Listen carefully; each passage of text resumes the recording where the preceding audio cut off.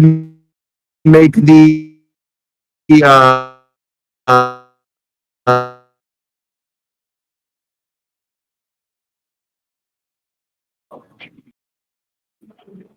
Is the phone's on mute? Oh yeah, black and white. That's where we want it. Awesome.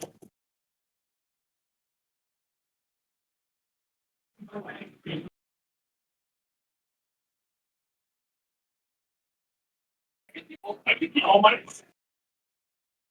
my god, we are short. Try to tell it. It's gonna take a second to readjust.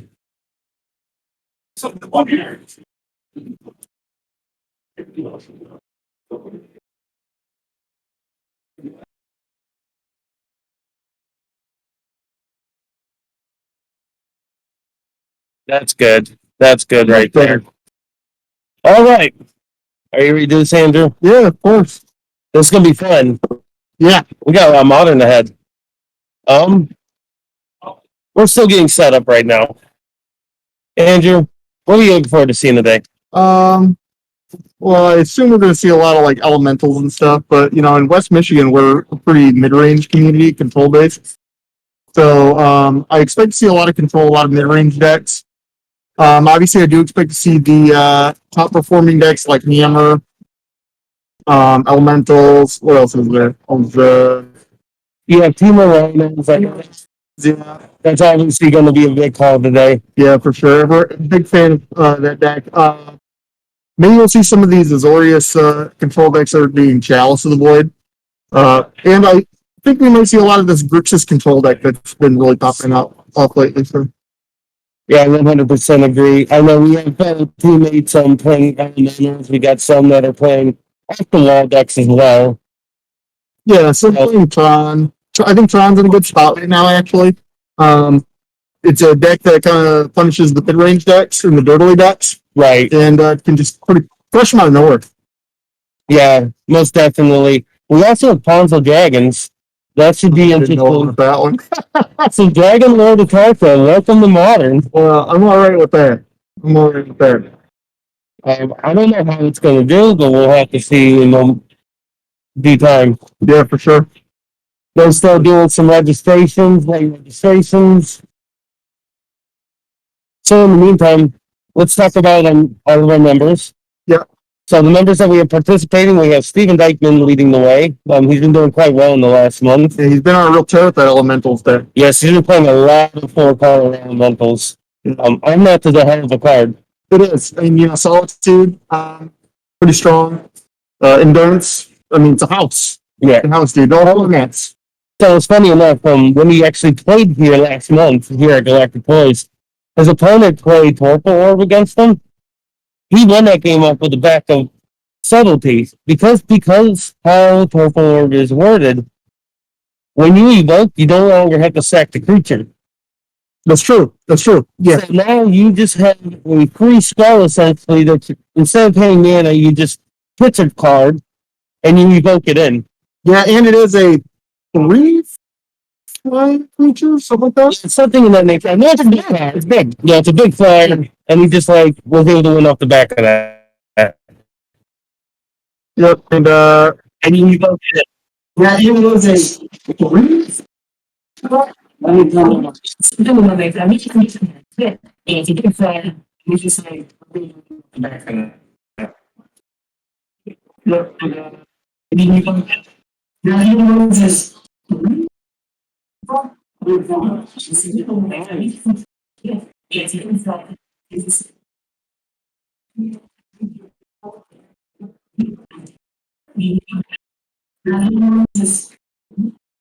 Did this get on Thunder?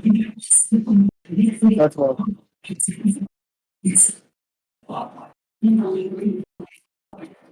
Set that up here.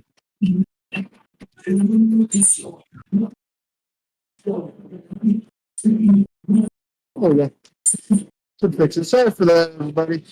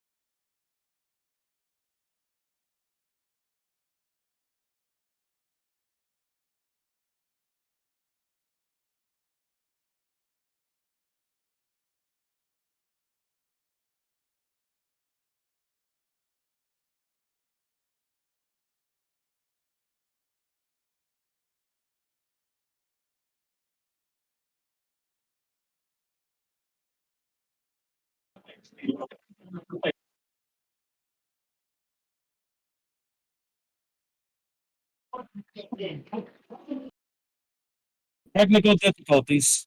Much better. All right. Much better.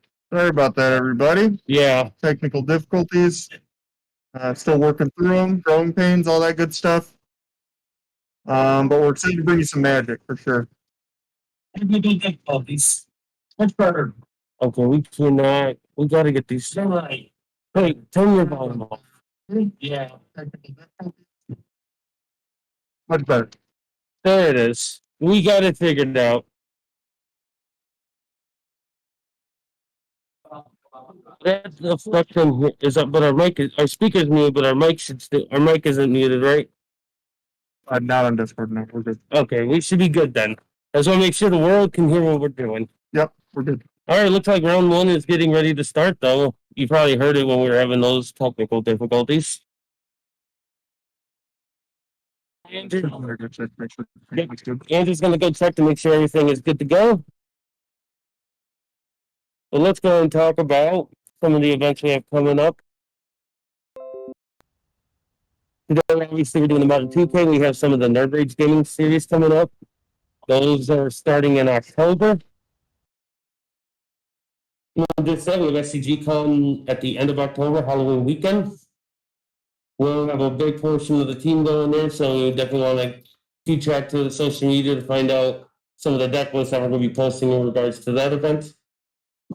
And finally, we have a few members that's confirmed that they're going to go to the Channel Fireball Las Vegas event they just announced 2 days ago. So those all should be fun. Definitely recommend checking out their Rage Gaming series. They're an awesome organization.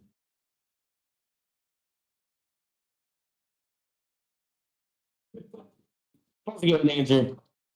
Fixing everything. You know how it is. Are we all good to go? Yeah, now we should be able to see everything better. I was able to fix that too. Okay, so we got our screen. Looks good. Screen's looking good. They could send. I'm assuming they're switching things over. Yeah, and we're getting. Looks like they're getting the players meeting done, and then after the players meeting, we'll be able to get some gameplay. This is 12. Yes. Yep, we have a nice little viewing area, so people are hovering around the coverage area to make it a little harder for the work. You can change the colors. This is the application. Oh, okay. It's nothing big in game. Fair enough. But yeah, we got some events coming up. I was talking briefly the Nerd Rage Gaming series. I'm a big fan of what Max and Norm does out there in Chicago. Big fan. Hoping to make the November? Is that the one that you're looking towards? Oh no, I'm hoping to make the championship. I'm in the running. Yeah, no, we're not technically on the leaderboard. I believe 8th place. Yeah, you're 9th place. a little bit higher than I am. I'm tied for 8th or 9th place. I can't remember. I had a really good showing in the first modern event of that season, but then I had a very poor deck choices for like the legacy event, and that put me a little bit back. Yeah, I did okay in the legacy event. I think I made top 64, something like that. I got a couple points, but then like in the Pioneer event, I stumbled into a lot of wins with inverter, which is good. I lost all my tournament matches, but you know, like I remember the inverter matchup. The inverter matchup is I still like that playing. Yeah, I still like Yeah, that. modern inverter. No. Pioneer inverter. Pioneer. Modern inverter was regionals. Yeah, I remember you playing. I remember you playing a modern inverter, and it wasn't very good. But you know, the inverter deck, Stuff do a lot of good stuff. the inverter deck in Pioneer is quite good. There's a reason it was banned, right? You know, but speaking of inverter and modern, big thing Pioneer inverter had that now modern could have is Victory Deluge. Ooh, maybe they. That's nice. Different turn. And then just use like your delve counter spells and stuff. And you could there could be a deck there. There could be a deck there. That's actually reasonable. Actually, you could see if a potential that gaining a little bit of traction. But that's just spitballing some brews there, some testing. We'll talk about modern, right? Yeah. The new set's out. Do you think that Jeskai Phoenix deck that's been making its way on Moto a little bit is going to make it the appearance here today? I think we'll see it. I'm excited to see mid-range and control decks kind of show up because we're going to get some considers being played. Okay, it's a big contender. Consider is a huge pickup. Yeah, big contender mod. But it's going to be a good time. They're doing the players meeting right now. So after that's done, we should be getting a round one. Our head judge is actually be picking the matches for us, which is nice. And we'll be getting some deck lists so we can talk about it. Mm-hmm. Yeah, I'm excited. The judge talked to me last night. He's like, hey, instead of us doing the traditional table one like we typically do, how about we just do a match that's either X1 or XO? Currently, our masks are causing some audio hiccups. Yep. So we'll just drop those for the time being. Yeah, we are practicing, except for us now within 6 feet. Other than that, we are practicing good safety, good health. And a lot of players here wearing masks and stuff, so that's good. Wish it was kind of mandate throughout the whole store, but yep, it is what it is. Yep, I know it's going to be it's very subjective to some. I do want everyone to be safe while we're going to enjoy ourselves playing some Magic. Mm-hmm. But for those that are unaware, if you want to go to the Nerd Rage Gaming Series, SCG Con, or the Channel Fireball Vegas, they are requiring proof of vaccination or proof of a negative test for COVID within 48 hours. Yep. So I recommend and masks at all times. And masks at all times. I actually just recently went to the Flesh and Blood event out in Las Vegas, ran by Channel Fireball, and they were very strict on the mask policy, similar to how Legacy Pit was. Second warning, you're immediately you're done. Yeah. You're done. In order to leave the premises. And I'm full support of it. I get that's gonna be definitely subjective to some people, but I think the health and safety of all Magic players is really what we should be concerned about. I agree. Like I said, we wanted to wear the mask for the lead a good example while we were doing this, but it is causing some audio issues. We were alerted, so we are going to fix the audio, but we're going to make sure that we don't have anybody around us in our proximity. Yeah, for sure. But, well, we're waiting for those matches to come. Next, what's the next major event that we have going on? Yeah, like I was mentioning when you Nerd Rage. Yeah, when it's Modern and Legacy. Yep, it is Modern and Legacy. Are you going to be attending that? Not that one. I'm actually going to be in Cincinnati for the Flesh and Blood sealed events. That's right. I'm going to be there for one of the calling events. I'm looking forward to it. If you haven't played on Flesh and Blood and you want to learn how, reach out to me. I'm always looking to do some games with new people.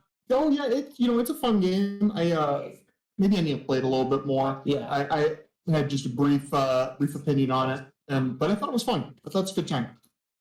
Yeah, it was definitely it's a fun game. It's different than Magic, which I'm a big fan of. I will say, don't quit Magic. Don't sell your collection to play the game. I'm not trying to suggest that. I'm just saying, if you want an alternative to Magic to keep Magic fresh, because I'm telling you, in the last couple months since I picked up Flesh and Blood, Magic's more fresh and exciting to me. Yeah, for sure. It's because it's that constant grind that you're doing in the one game. Yeah, exactly. Change it up. And balance your hobbies a little bit more. Yeah, nice little refresher. Rejuvenates the soul for gaming. But I'm excited. If I was playing today, I was going to be playing Team Escape Shift. Yeah, Bring the Light. Whatever the Valky, I don't like Valky. I feel like it was a crutch kind of thing. It was a win more card that made things easier for players. I don't think you need it, and I think your deck is more efficient if you don't play it. Now, I didn't tell people what my deck choice was going to be if I was going to be playing tonight, because as you know, I wasn't intending on playing today. But I was thinking about, because Consider was going to be out, I was going to be playing some Teamer Snow. Oh, okay, Teamer Snow. I was thinking about changing it up a little bit. See if I can maybe shift the meta a little bit. Maybe some Hunt Masters, probably not Hunt Masters, but some Night Packs. Now, talk to me about Teamer Snow. What does that entitle? Oh, so you get your basic Snowland, you've Ice Fang Quaddle, which is a really powerful card. Yes, I played Legacy last weekend. A lot of advanced Snow in that I was going to be playing Grindborn Cutthroat as my other two drop. Charmer Boy. So this is gonna be similar to like a Flash deck. Yeah, so I can outscale things. So it's gonna be like a Snow Flash variant. Yeah, I thought it was gonna be cool. It was gonna be cool. And then of course you get the red because you're gonna be playing stuff like Unholy Heat and that sort of thing. So it's gonna be cool. I'm probably gonna be doing some baubles just to trigger delirious. Maybe some Traverse the Evenwaltz a little bit as your sorcery. Oh, that's nice. It was gonna be cool. It was gonna be cool. I was brewing around with it, but nothing too serious. Always committed to my hammer still at this point. Yeah, you want to be committed as much as possible. If you want to be doing well, you play a deck in Modern and you get efficient with it. Especially it helps with a deck like Hammer. You've been playing it since it was bad and it was a meme. So now that you're paid off, it's like, oh, it's too good, too mainstream. Yeah, well, it's Modern's a format that really rewards you for mastering an archetype and mastering a deck. I mean, you obviously know that Dredge. Yeah, I did do quite well with Dredge. Quite good with Burn as well. Yep. I've seen you beat many people with Burns. Remember Hogak Summer? You were slamming some lightning bolts. Cast every Grand Prix I went to. I was hell of a drug. Yeah, I was X1 for the main event of Minneapolis with Burn during Hogak. We did, Deflecting Tom. So good. Such a good time. I think so. Yeah, I mean, you played those two decks quite a bit. We were really slamming a lot of miracles, a lot of control. Yes. To try and get good at that. But Modern's a format that really rewards you for continuing to play one deck. Speaking of control, I'm hoping today we can possibly see some really good control. I've said that multiple times during the stream, but Zach Allen is here. Yeah, but Zach Allen. I saw him play. There's a lot of Sky. Yeah, there's a lot of speculation. There's also a blue-white that they've been tooling with on social media, on Twitter. It's playing mainboard Rest in Peace, two of them. Makes sense. It turns out Darcy and Murktide and things of that nature, and it's actually quite good right now. It's also really good against John. If you can get Dark Side bad, you're usually in a pretty good spot. Yep. It had a nice configuration. They're playing only one Shark Typhoon in the sideboard. Their logic is they don't think that card's very good right now. It's fine as a nice little one-up. When you play a mirror or something, you want to bring that in, those kind of things. But the deck is very big on like Baby Teferi. Yeah. Teferi is just so good. Yeah, I mean he's just proven time and time again how good he is. Shark Typhoon, slow. Yeah, I think Typhoon is a little too slow for this format. This format is feeling very turn 3 in my opinion. Not saying you get comboed on turn 3, but at the point of turn 3, you're gonna know that somebody's significantly ahead. It feels like. That's true. And I think maybe Shark Typhoon will see play with control, start seeing it up too. Yeah, and who knows where it's really good. They might be breaking the format here today at Galactic Toys and Games. I mean, this is the first major tournament, or I shouldn't say major tournament, but first larger cash prize tournament for the release of Innistrad. Yep. So we could see some really cool brews coming. I'm really excited.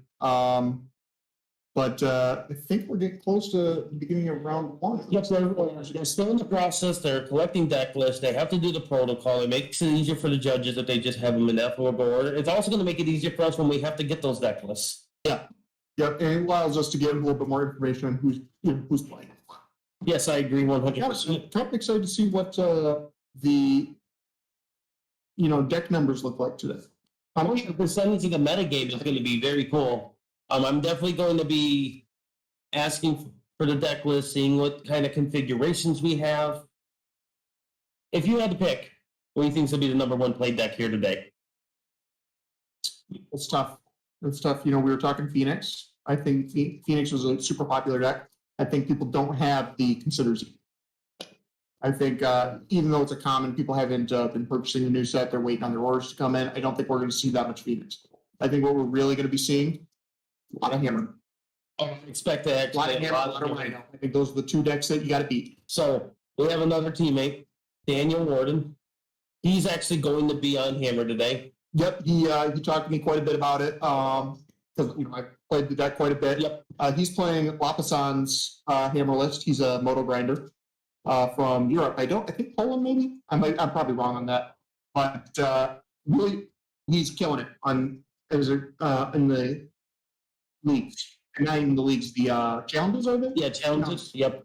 He got top 8 4 in a row with hammer. So second place on 2. So I mean, the guy knows how to play the deck. If you join his Patreon, he gives you a free sideboard guide and all that. Oh, that's awesome. So a lot of people are picking it up right now. A lot of people are slamming that list. It is an interesting list. It is. I'm assuming that's the list we're going to see. It's going to be a lot of Ingenious Smiths being played. Yep, Ingenious Smith was a great pickup for the deck. I think that card is better than when it first looked. It does whiff, just like any card does. In that deck, a lot. Yeah, A lot.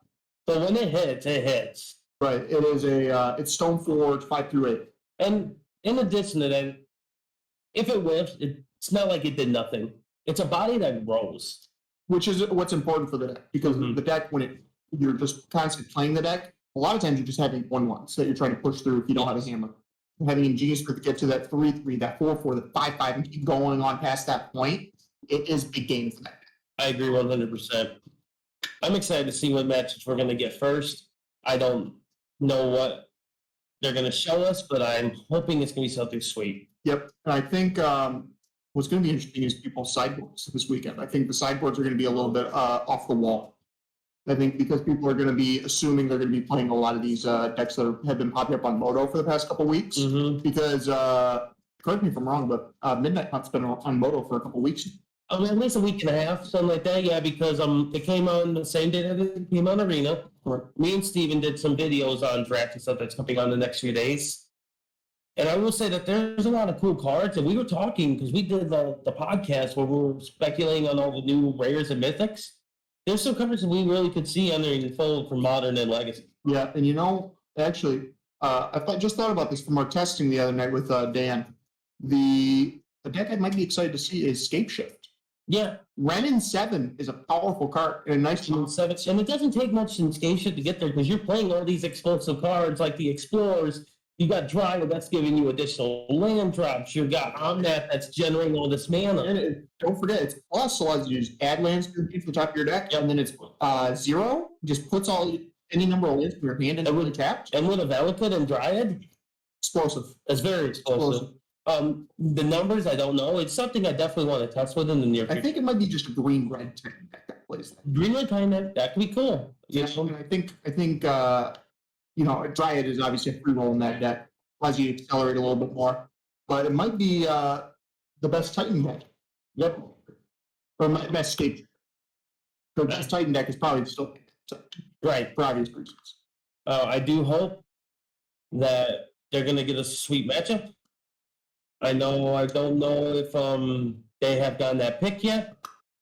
Looks like they're getting everybody else. Look, it does look like Rutland has been paired. People are making their ways to their seats currently. I'm just hoping for something sweet.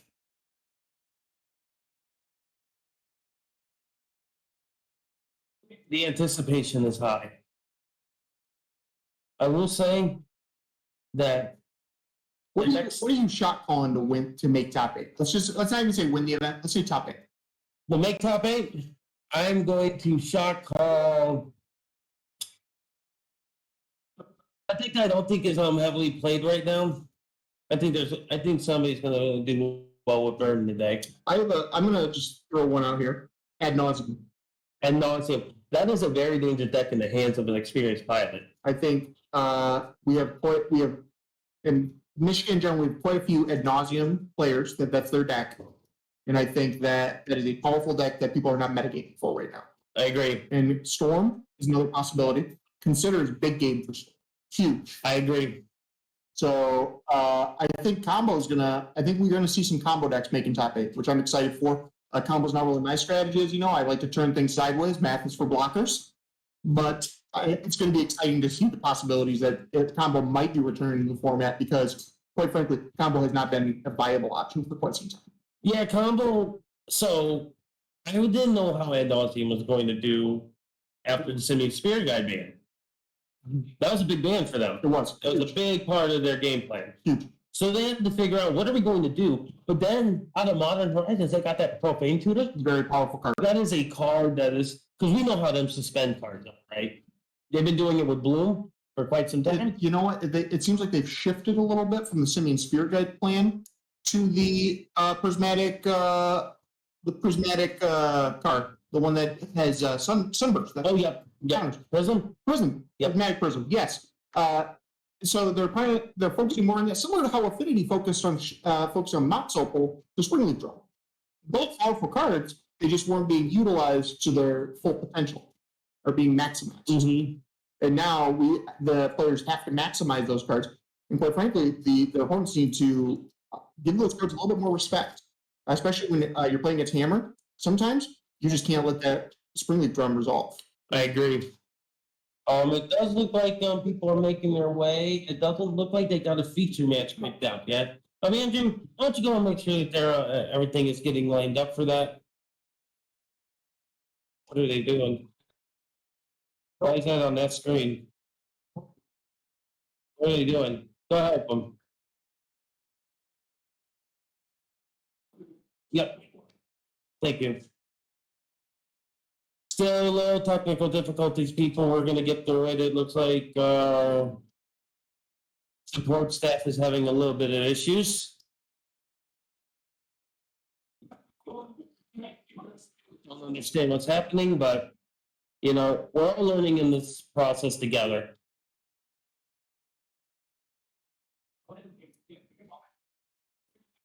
It looks like they got the screen back.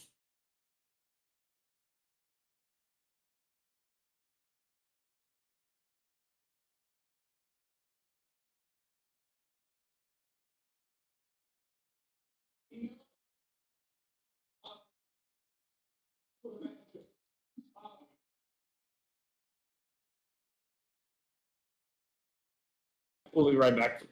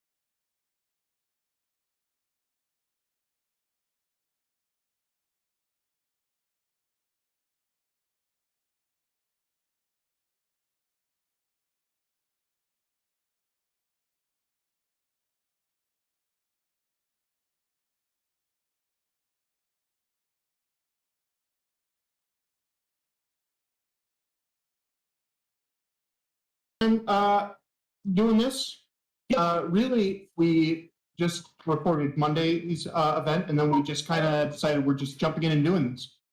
So we do have an event or a feature match. It's going to be Dan, a local player. Yep. Known for combo. He's playing Belcher.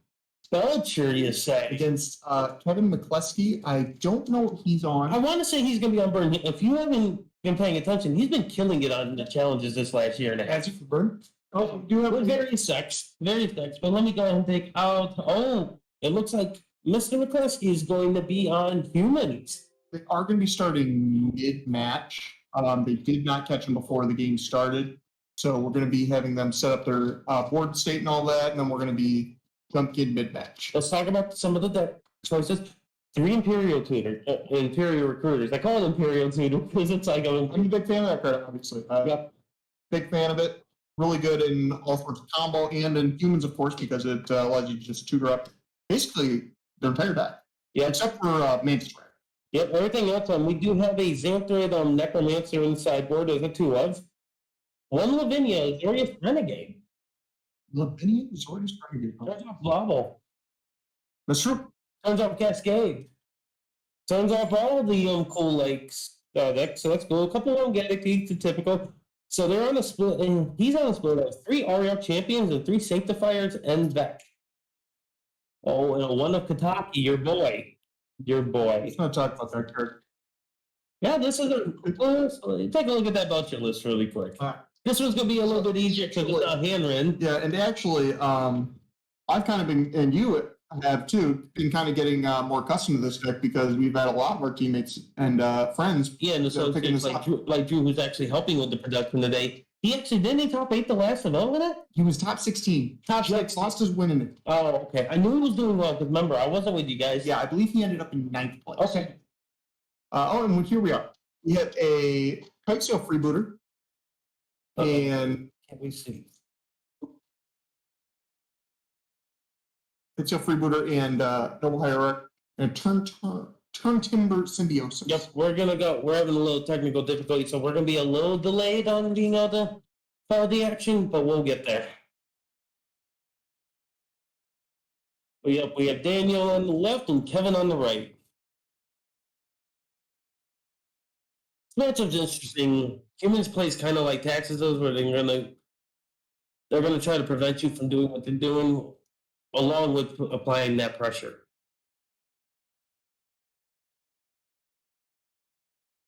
Melee Mage. What is Melee Mage naming?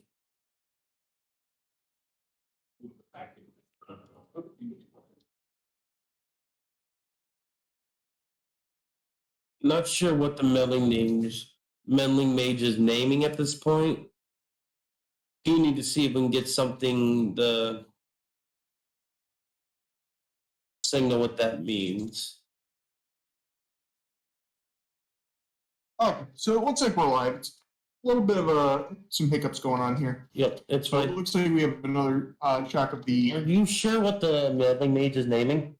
I'm not sure. I did not get that information. Maybe it's just naming Belcher. You know what? If I was in McCluskey's seat here, I would definitely be naming just straight up Belcher. It's the card that you know that he's going to be playing. It's the card you know that you're going to be having to battle as the win condition. The other possibilities would be, what could they possibly be playing as a win condition? I mean, obviously we know that the only win condition is the Belcher. Right. Did he not name Belcher? Maybe he didn't know what he was up against. Maybe he thought he was on Ponza. We have an Ironcrag feat, so he does have 7. Yeah, 7 mana. He can only cast one more spell. And he puts his companion in his hand, and he casts, I believe it's a Valakut Awakening. Yep. I didn't even realize that they play Kahira in on Belcher. So he's going to be putting, looks like 3 cards to the bottom. He gets to draw 4 cards. Valakut Awakening, powerful card. I'm really impressed by that card since it's been played. But it looks like if I'm not mistaken, the Kite Sail Rebooter, he's actually taken a Belcher, is what it looks like. Okay, so he obviously knew what he was on. So I'm going to take it as a good assumption that Melee Mage is naming Belcher. Yeah, I would have to. Yeah, McCluskey's having 3 mana. Or what's going to be played, I'm not quite certain. So that's looks like 2. Is this a Thalia's Lieutenant, perhaps? Phantasmal Image. Naming Freebooter. It's a beating for the combo deck. And I've got a little bit of glare here, so I can't really see. Thank you, McCluskey. Appreciate that. McCluskey's actually a pretty well-known humans player, too. He knows this deck quite well. That looks like a Pact of the Titan, along with a Desperate Ritual, a Spikefield Hazard. And I'm not sure what that card by the Spikefield Hazard. Pact of the Titan, huh? Refresh my memory. Pact of the Titan is the red pact that states they pay 4/4. And then if you have to pay 2 and double red, I believe. Okay. The pact cost. Haven't seen that card in the list. It's either that or the Ornithopter that they play. Okay. Drew's a big fan of the Ornithopter due to the fact that you're not going to be, it's not as mana intensive. And it looks like the 2 missing cards that we didn't notice were Pyromancer's Ascension and Fury, which Fury in the main board is quite interesting. Yeah. Something we overlooked when we were looking at the deck list initially. Yeah, the one of Fury, is it the one of where's the deck list? Do we still have them? They're right here. Of course. So let's take a look at this. No, there's 2. So one Pyromancer's Ascension in the win. So there's another way he can get the W. So this Fury's big game actually. McCluskey needs something to answer right now for this Fury. Yeah, because Fury only has to do 1 damage to the Phantasmal Image to kill it, because it just needs to be targeted. Yeah. And the Pyromancer, the combination of Pyromancer Ascension plus all these little cheap spells, you know, you may not even need to achieve Belcher. You can just kill them with spells. Right. And let's see the deck list one more time. Is there Yeah. other win conditions in there? Maybe like I said, perhaps? so what we have here, I'm not sure what this Song Mad Treachery is. oh, that's the land that also plays as the Act of Treason. Oh, okay, cool. Okay. Yeah, it's already on the card, right? So there's a lot of potential that we could. He did take the Spikefield Hazard. Yep, which is just the clear pick. Now we could have a game here where if we can't possibly achieve the Belcher, we could be going for an Amiria's Call Angels beatdown. Or Fury beatdown for that matter. Humans has a difficult time being a double striker. That's also removing a ton of their creatures. Daniel is at 12, but if he can like get a Fury down and removing, like I said, if he does this, like he can kill Melee Mage. That is Fury. Big fan of this card since it's come out, and it looks like it's 2 and 2. 2 and 2. Okay. I would have done this a little bit differently. I think I would have gone 2 at the Meddling Mage, 1 at the Image, 1 at the Hierarch. Grab the Spikefield Hazard, and then pop off the. Or no. I would have, instead of doing the Noble, I would have done 1 on the Freebooter at that Spikefield Hazard. But in this case, he's committed to let's just get the Belcher in play right now. Let's make our opponent have an out. Yeah, they don't have an out. Belcher is an artifact, so I don't think Kevin has any clear answers to a main board. Looks like he just has to win this turn. He doesn't have any main board out to the Belcher. If Daniel's able to turn that Belcher on, activate that Belcher, the game's over. Yep.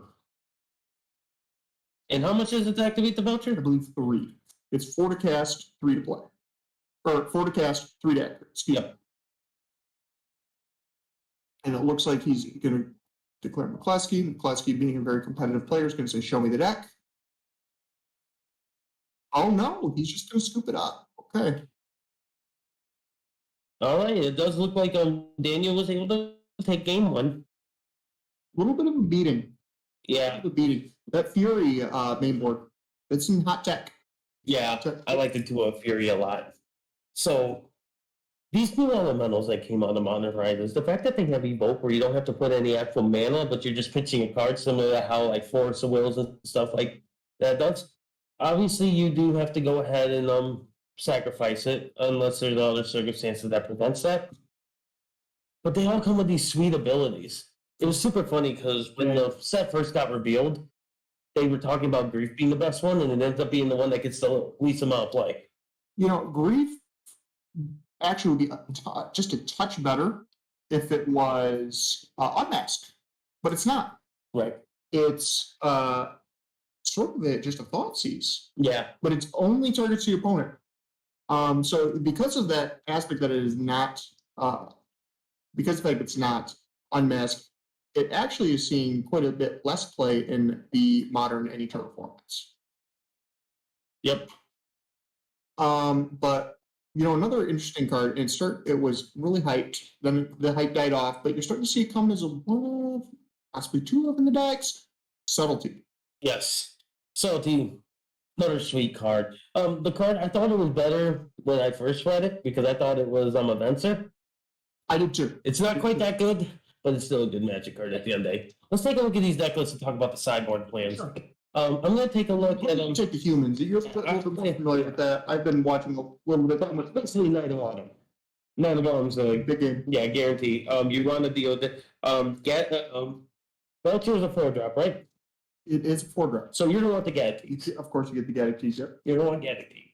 So as far as the Belcher sideboard goes, it's pretty tight. Doesn't look like you're bringing much in. There's argument to be bringing in some Blood Moons. They do play 3 in the sideboard. We should just tell each player has in the sideboard. So 3 Blood Moons, 1 Pact, 1 Leyline of Sanctity, 1 Nature's Claim, 2 Veils, 3 Force of Vigor, and the hero. Yep. Blood Moon is really the only card that might be relevant. Yeah. But even at that point, once the humans player gets a Noble Hierarch in play, kind of makes that card irrelevant. I agree. So over here on the other end, for humans, we have 2 Xanthid Necromancers, 1 Knight of Autumn, 1 Lavinia Azorius Renegade, 2 Dismembers, 2 Gaddock 3 Auriok Champions, 3 Sanctifier Envec, and 1 Kentucky War's Wage. I don't like Kentucky. That seems like not a good call. I know it deals with artifact, but it really doesn't. The tax, the Belcher, but typically when you're playing Char Belcher, you're dead. You're probably gonna die. Yes. Curious on Zecrid and Necromancer. So why he's playing that opposed to the Rod? Is that? Yeah. I'm not sure on the decision. It's like having a Phyrexian arena that generates creatures along with the ability to give your creatures lifeline. Is a good game. I don't, so I'm not quite sure on that one. Like I said, McCluskey's quite an experienced humans pilot. I'm sure he could give me a reason on why he's not playing that, but definitely interesting. Yep. Looks like we're shuffling up. Looks like Daniel is debating on keeping this 7. Looks like McCluskey's art just looked at the 7, immediately sent it back. Not good enough. Doesn't need it. Yep. And that's an experienced player. You have to recognize we have a Grey Mulligan procedure. You're playing a very explosive deck like humans, and you want to be able to interact. I think Thalia is going to be huge and taxing because there's a lot of stuff Daniel wants to do. If you don't have Spikefield Hunter, a lot of this stuff is going to be expensive to play. It's very the humans deck is very much has targeted cards. Exactly. So you need very specific cards to fight very specific matchups. He needs to find Metal. He needs to find the Knight of Autumns. He needs to find several cards. Thalia is a big card. We're leading up a champion of the parish, it looks like. Which is arguably the best way to get pressure. I agree. I don't think he needs to be doing the mana gain strategy, playing Mana Strider. He needs to just be playing a 1-drop that can attack and then slam a disruption spell. Yep. 100% agree there. That's it. In order to be go to playing the long game, you just need to get as much pressure on the board as quick as possible.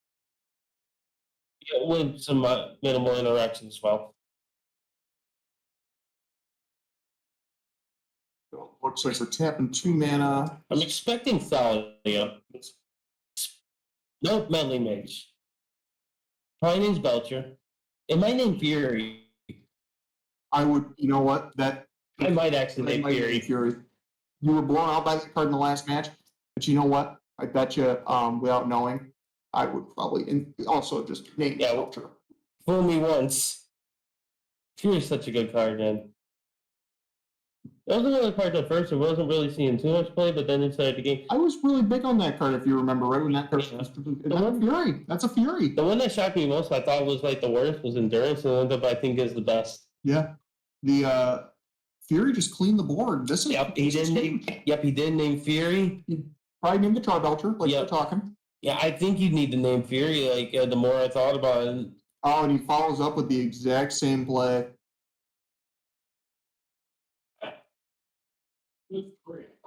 Oh, so in response to the trigger to gain Spikefield Hazard. Smart play, very heads up. And that is exiled. Yep, looks like they're correcting that. Yep. Exactly.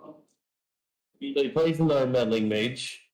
And maybe that's why he didn't name the Fury, because he's like, hey, I'm going to get the Fury out of his hand. I'm going to play first Meddling Mage. He's got to deal with it to win. And then I'm going to play the next Meddling Mage, and I'm going to name the Belcher, and then I'm just going to shut off how you're going to win. We're about to get a little idea. Yeah. What do we have? We have Agadeem's Awakening. We have a... Thoughtseize? Is that Thoughtseize?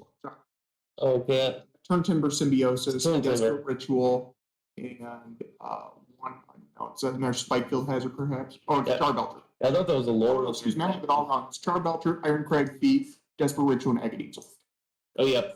So, obviously, I think we've named the Char Belcher, but I think we, as an insurance policy, take the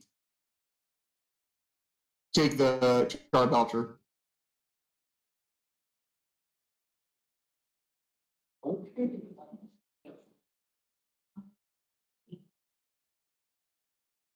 Who says that Freebooter can't take lands? No, is that Goblin Char Belcher is the card name. Okay. Thank you for Danny on the purchase. I'd get that cleared up for us. Appreciate that. Ooh, he's taking the Ironcrag feat. Well, that's a powerful card in this deck. Yeah, because that's an Ironcrag feed. How much does it activate on Voucher? 3? It gives you 4 or 7 red mana. Yes. It says you can only cast one more spell that turn. Right. But in this particular deck, you can play that. You can cast Fury off that. You can play that. You can cast. How much does it activate the Voucher? 3. So you can do it all. Okay, so you can do it all. yes. You have your cake and eat it too. So really, Daniel he had it next turn. As long as he could remove Metal Mage. Yeah, I appreciate And it looks like we're playing it's the buyback spell. It's Balaged Recovery. Yes. That card was sweet. I played it a lot in standard and bad standard decks on Arena. I'm a big Skew Swarm fan. It's not good, don't play it. But man, oh man, was having fun. Sometimes you gotta play cards that ain't good and just to keep yourself happy. It looks like we just cast Fury, clean up the board, get the Charbelcher. This is a big deal. Get the Ironcrag and get the Charbelcher. So again, if he would have named Fury initially with that Melee Mage, we would have situation. Yeah. Really think I get it. Is that a third Melee Mage? It is a third Meddling Mage. And I'm assuming Charbelcher is the name. Looks like Ukleski's very, very good at drawing his Meddling Mages. Yes. And that's good. That's good in this matchup. Meddling Mage does help. But Daniel's putting a lot of pressure on him. We're in the Coherent in hand. That is a sign of weakness. However, it is adding a card to the hand, and this is a deck that plays 4 copies of Awakened. Yeah, I think the more I think about it, it makes sense to play the companion because it gives you that additional card so you can pitch it away. Because you probably never actually play it unless you really want to get that pressure. But sure. Also, Fury. It adds to Fury. It does. Ooh, this is big. This is Lavinia. I didn't even see that in his deck list. Yeah, remember Lavinia Renegade? He plays 1 of in the side. Yes. It's that 1 of.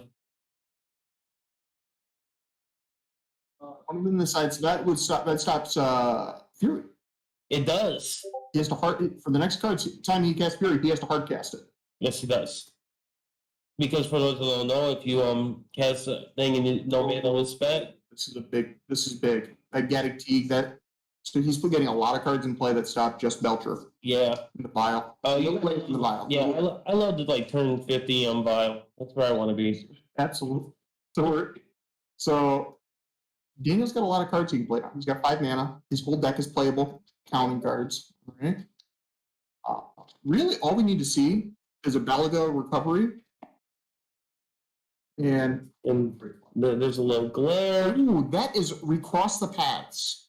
Oh, yeah. This is a fun deck. This lets the Belcher deck reveal every card in its entire deck. And then, until it reveals a land. But since the deck plays no lands, it just reveals the whole deck. Then he's going to be able to stack it any way he wants. Yes. And I would bet you a Reforge the Soul is going to be set on top. I'm not sure or actually, no, it wouldn't be Reforge Soul because of the Gaddock Teeth. But he could be putting that second copy of Fury on top of the deck. Yeah, and with a Balaga Recovery. With 5 mana, he could definitely cast it. Does he have a second red, though? Turn Timber Symbiosis. Does he have a second red to play a Fury, though? I believe he does, yes. No, he doesn't. He needs the red, but the Turn Timber Symbiosis, he's setting himself up to win here. He's got because he does have the So there's a handshaking. I don't know what that was signaling. I don't know if you caught that. They did shake hands. I'm not aware. I'm not sure what's going on. They can see. I'm not sure what the handshake symbolized. We had a Gaddock Teague in play. Okay, now he's sorting his deck. He's sorting this up. I just know the handshake caught me off A guard. little bit, yeah. I think Kevin said, I'm not going to concede. Show me how you win. Show me. So he's setting up the deck. Yep. You don't need to get the deck in the exact order that you need it. Really, you just need to get the top 14 to 20 cards in the order that you're going to need it, and the rest can be randomized in which way. Yeah, doesn't matter. but Reforge the Soul cannot be the card because of Galactic. Because Reforge the Soul is CMC 6. Yes. Even though it has Miracle, it doesn't It change does not change the cost. Correct.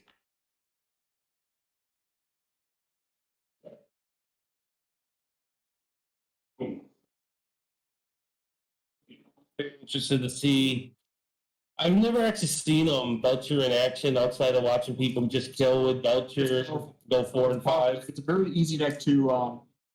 It's got a lot of tools from Zendikar Rising and from Modern Horizons for that matter, and it can fight through a lot of hate. Yeah, that's what you want your deck to do, right? Being able to, if you want to have a combo deck, a graveyard deck, you need to be able to fight through haters. Probably not a good call. Yeah, for sure. It looks like we're sorting it out. Look, he's got 14 cards, maybe. I'd set myself up for about 14 to 20 cards, like I was saying. I don't think you need any more, because really, I don't know about you, Larry, but I can't see 20 turns ahead of time. No, I'm not going to remember what's coming in. I'm not very good at that kind of thing. That's why I have to take notes. Absolutely. I have the mental capacity. That I have a calendar for a reason. I'll forget what tomorrow is. And there's another clause on recross the paths where you plat. Is there? There is. I'm not quite certain. I'll look it up real quick. Yeah, I'm not certain either what that is. Okay. Recross the paths. Oh, so he revealed a Manus Rider, and we revealed. Oh, if you win, you return recross the paths to the hand. And it does look like he's returning it to the hand. And the card you reveal can go on the top or the bottom. I was not aware of that. That's cool. So essentially, he can make sure he wins regardless.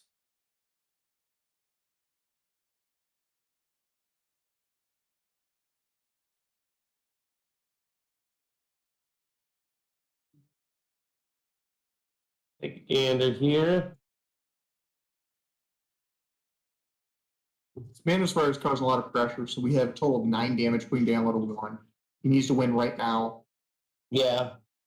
He needs. Yeah, he's picking the cards up. Okay. So we're going to a game 3. McCluskey did have a lot of cards he needed in the exact order he needed them. Mm-hmm. I think there was, just like you were saying, a big mistake by McCluskey. And he made the mistake on the first 2 meddling mages, not the first. Yeah, if he named Fury on the first one, the game was over many turns ago. And by not naming it, we were able to cast Fury, buy back Fury, recast Fury, and then really just extend the game far longer than it had any business. I'll agree. I'm very interested to see how Game 3 is going to play out. Who do you think's favored in post-war matchups? I think I got to go with Charbelter. So I think Humans has that great combination of interaction with what they're doing plus the pressure. Well, like we were saying, he needs to find the exact cards to stop what Daniel's doing. Daniel just needs to play his regular game plan. Yes, the only thing I literally don't think Daniel sided in any card. I think he's just playing the same 60 the whole time. Yeah. Daniel does have the advantage. Like, it does take a little setup to interact with him. If he can get out and just have that great hand and not have a freebooter interacting there, I think he can close this game out pretty quick. Yeah, the big cards that he wants to dodge, there's a lot of them. He needs to dodge Metal Mage. Metal Mage is huge. He's got ways he can fight around the Metal Mage. But that card can shut the game out pretty quick. Freebooter is a good card. Mm-hmm. It gives Kevin the information he needs to kind of assess his future turns, but doesn't close the game out. Right. Thalia is probably in my opinion, the one card I would want to dodge about this game because he does tax the whole card. Thalia is the Ironcrag feat. Yes, Thalia is the card that I'd be a little worried about as well. All right, I'm very excited to see this third game.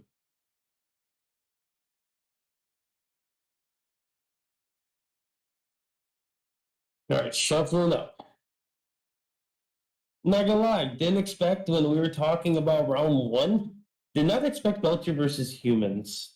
Honestly, I forget about Humans a lot because it doesn't get a lot of play right now. Not a lot of love for it. I was talking to you, I believe, and it was you and Steven about how good that new human was out of Midnight Hunt. It gives creatures lifelink. Yep. I'm a little bit so maybe that card that card gives them a little bit of life. There's a lot of really cool, interesting human cards. Or really, the human deck is I would compare it a lot to Burn. Yeah. Where it is so established in what it does and what it plays. It's hard to kind of create a deck card that's power level is enough to, replace a card that's already in the pre-existing list. Yep. Agreed.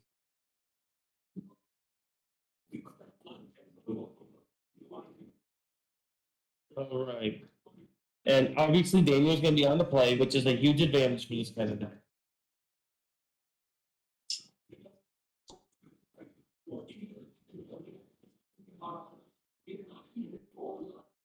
It looks like Daniel did take a mulligan. I think McCleskey did as well. Especially with combo. Combo, you need the mulligan if your hand isn't operating. People just keep sevens too much, in my opinion. Yeah, you need to, just like with humans, you need to find the cards. You need to find A plus B. You need to find pressure plus disruption for humans. For combo, you need all your enablers. Yep.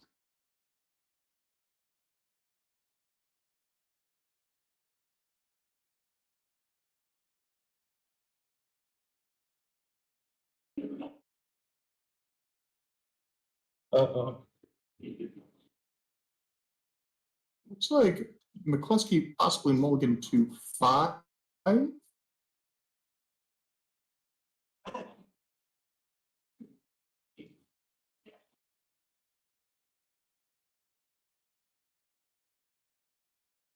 Here we go.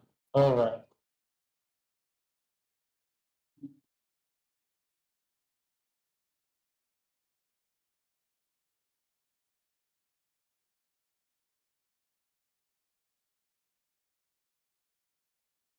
Yeah, we're gonna have so it looks like he's playing 2 cards back. Looks like he went down to 4.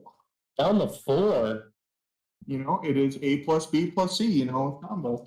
You just got to find what you need. I can promise you, he was not missing lands. Okay, now Kevin does hit his best turn 1 play. Yeah, safe about hands down.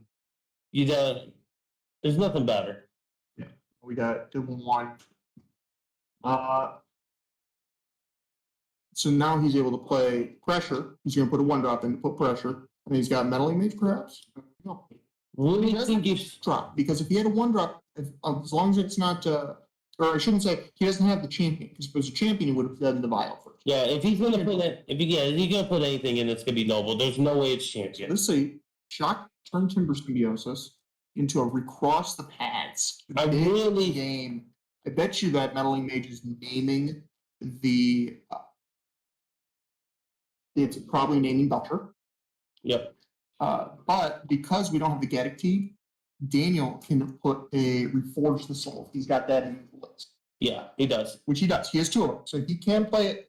What he's going to do is he's going to put the highest cost card in his deck on top. Oh, it looks like a Fury. It looks like a Fury is being picked up. I bet you it is. Yeah. I bet you it is. So what he's going to do is he's going to put the highest cost card in his entire deck on top of his deck. I believe it's Turn Timber Symbiosis. And by putting Turn Timber Symbiosis, he's going to win the clash, buy back the Reforged Paths, and then on the next turn, he's going to reveal the Reforged the Soul. I will say, really stabilizes. Yep. Now, what I do think is going to happen, right, is if he has another melee mage, that's naming Fury. I really think he should have named Fury in the first place. Like, I really. And being on the draw, I think you do name the Chart Belcher. You do. You do.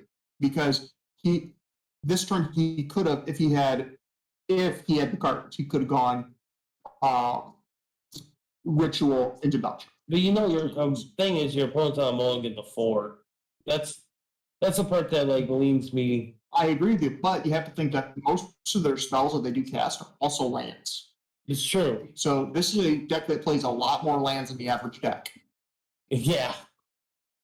I think the deck that's closest to that would be Amulet 10. But it's still not even close because the deck is almost 100% land.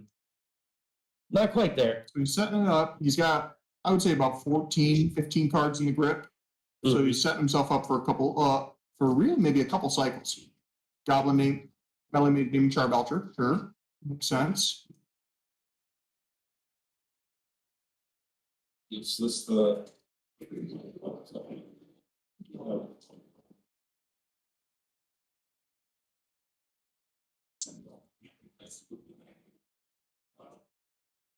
But no,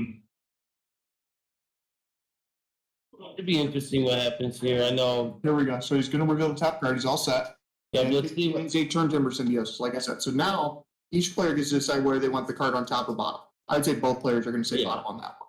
Reflector Mage isn't the hottest card you want to see in this matchup. All right. You didn't have one drop. That's huge. It's huge for Daniel. Yeah. Not having a meddling mage. No. Looks like we got another land. Okay, so and I would argue, he's just redrawing. That's huge. It's huge. Okay. Okay, what do we have here? Oh man, that's late. Oh, that's late. And the freebooter doesn't matter at this point. The freebooter doesn't matter. He's going to take the across the paths because it's the best card. It's the card that that will continue to allow Daniel to set up for his win. Yes. However, really, if I'm in Daniel's spot, I am just happy than a pig in mud because the top card of his deck is Reforge the Soul. And maybe Kevin's not aware of this, but because he tapped the Ether Vial, his ability to interact with him has severely diminished. Yep. Because if Reforge the Miracle Trigger happens at the end of the draw step. Yes. So if he casts the Reforge the Soul, and Kevin draws into Thalia, that's huge. Yep. Or he could have put in the freebooter after the Reforge the Soul, or he couldn't do it before Reforge the Soul result. And there it is, the Reforge the Soul. Yeah, if he would have, like you said, if he would have waited until the Miracle Trigger, he could have actually took the Reforge the Soul. Yes, he could have. Yes, he could have. That was, absolutely right. So maybe a little misstep by Kevin. Not a little misstep, a big misstep. And that could cost him because Daniel looks like he's in autopilot at this point. That is a Pact of the Titan. I am curious to find out how he wins off the Pact.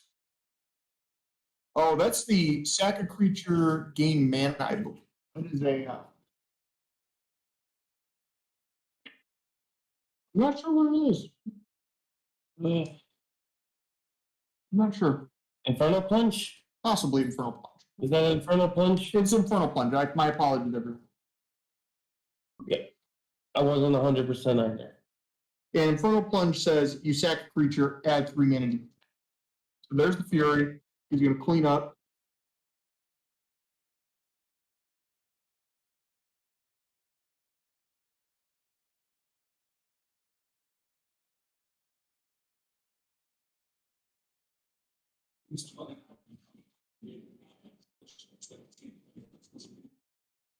A hard cast us? No, that was an evoke. Okay. That was an evoke. So we have. That looks like a Charbelcher. That is indeed. Charbelcher's in play. He says, if you got it, you got it. Does he have Knight of Autumn? That's what I have. And already mentioned, because McCluskey made that misplay, now he's got the across the paths again in his hand, which is huge. Yep. And that is a concession. I've ever seen one. Yes, it is. And it looks like Daniel's going to take it 2-1. Yeah. If you don't get that freebooter in response to the Miracle Trigger. That Kevin played a very clean game. His only misstep was the freebooter when he did. The main phase freebooter. I agree. And he also did draw the Thalia as well. I forgot to mention that. Yeah. So there was the option, even if he didn't freebooter, he could have called. Yeah, his high hope is the Reforged Souls playing him in Knight of Autumn. Yep. Knight of Autumn would have been the way to actually get there, because then he just blows up the charger. Obviously, he doesn't win at that point, but at least he doesn't die this turn. Yep. And so I was with my prediction that Daniel was going to win. Much closer game. Yes. We thought it was going to be. And that comes from the experience on Humans Pilot, right? Yeah, and Daniel's an experienced combo player. Exactly. Like I said, I know Kevin has played a ton of humans over the past few years. I've seen him at like opens and stuff on that deck, so he obviously knows what he's doing. And then Daniel, he played a lot here at the local scene. I haven't played against him when he played Belcher, but I have played against him when he's played Twitter Storm. Most recently, a few weeks ago, we played against each other. So, congrats to Daniel for being able to take that down.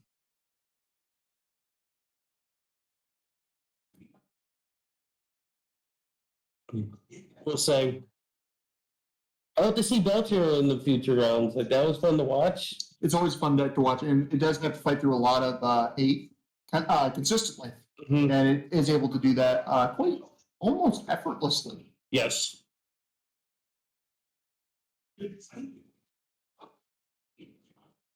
We're trying to get a switch back to our commentators area, but right now we're still experiencing a few technical difficulties, but we'll get there together. Looks like we're all set now. Danny over here running the stuff and coming. Yeah, like I The said, programs don't like to cooperate all the time, but here we are. bear with us. We are, doing our best to bring you guys some magic, bring you guys some good content, Mhm. and we are going to be going through some technical issues today. It's growing pains. Yeah. So hopefully next time. Don't expect Star City or NRG quality production from us just yet. No, but hopefully next we get through some of these, and then next time we can provide a much better experience for everybody. Yeah, it's been a big turnaround since last Monday when we recorded some videos. We got some better equipment because Monday was a headache and a half, to say the least. Yeah, between me forgetting to unmute and record the commentary. Forgot to unmute, so me and Steven had to go back and redo commentary. It's a little bit harder the second time. But having to redo a lot of the camera stand. Right? Yes, we had a tripod that was actually broken. Yes, so we're stepping up from there. So, to say the least, it was a little difficult here and there, but nothing that we didn't get through. But yeah, I'm looking forward to seeing what match we're going to get next. Hopefully, they'll be able to pick the table a little bit quicker so they don't interrupt somebody's game. Yeah, that's the big thing. We don't want to interrupt people's games. We don't want to interrupt people's matches. We want to make sure that we give you guys all the best content right from beginning to end. By interrupting people's games, it is causing the active player a disservice. Yep, I agree. I'm very curious how much time's left in the round. Not too sure. Not too sure on that. But that was a pretty long game. Yeah, I'm looking forward to some. Us a heads up. 10 minutes left on the round. Okay, 10 minutes left in the round. So I think I'm gonna see if we can get take a quick break for 10 minutes. Yeah. What I would recommend, stay with us. We're gonna be back shortly for round 2. But in the meantime, I do recommend that everyone support your local game store. We're here at Galactic Toys and Games. They actually have an online inventory if you were looking to purchase. They're very big in Gundam and what it's called pop vinyls. Yeah, it's Galactic. If you're interested in buying their Magic product, which they do have a lot of Magic product, it's Galactic TCG. And they do have GalacticToys.com. They are really big into pop vinyls. If we can get Danny to switch us over to the Galactic screen while we're on break so people can see, there's a phone number and everything on there as well. And yeah, definitely take a chance, come pick up some sweet stuff. They have a lot of stuff with the holidays coming up especially. Oh, absolutely. They got from pop vinyls to board games to Magic, whatever you. Yep, and there we go. But yeah, we're going to be back and yeah, we can go ahead and leave that Galactic screen up until we come back on, and then we will be back in about Baldini. Both Michigan players. Yep. Obviously, we're in there. Zach Allen is, a little bit more well known. Yep, he's very known among the SCG tour. He was in their last Players Championship, the little tournament. Yes, he was. Yep. Yep, he got in there. Queued at the very end of Invitational weekend. I remember that weekend because it was the most special weekend I've ever seen. Oh man. Yeah. He's actually a really good player. And he's actually, we picked him because he's on a really cool control build that he's devised. Yeah, let's talk about it. right now is the Hollow Fountain, 2 islands, Flooded Strand, and Field of Ruin, and then a prismatic. Yep. So one thing about his list, right? He's only on a couple cryptic commands. He's on 3 hero Dominarias, a lot of people like to play 4. He's playing 3 main board Chalice of the Voids. Yeah, which is kind of becoming standard right now with all the control decks that you're seeing played, and the opponent looks like they're on Lurrus Dress Down or Lurrus Shadow. Dress Down. Lurrus Dress Down. So this is the Lurrus control deck. Looks like he sniped another Chalice of the Void. So, the Grixis control deck, if you would, is doing what Grixis control does and stripping the opponent with their hand hate. But traditionally, I've always felt that blue-white control is a little bit more well-positioned in this matchup. Yeah. Or Jeskai, excuse me, is a little bit more well-positioned. I would agree. Where their spells are a little bit more reactive, while the black version needs to play all their hand hate spells and basically playing a little bit behind. Yeah, it does look like the one thing I noticed from what Zach posted originally online. He got away from the main board recipes. Yep. Big game right now though. He is up against a shadow, and the shadow is attacked for 4. Little blew up. That signifies a stubborn denial. Looks like he doesn't have for the first. He does not have Star BD. And Zach's added Kahira, and it's looking to be in kind of rough shape.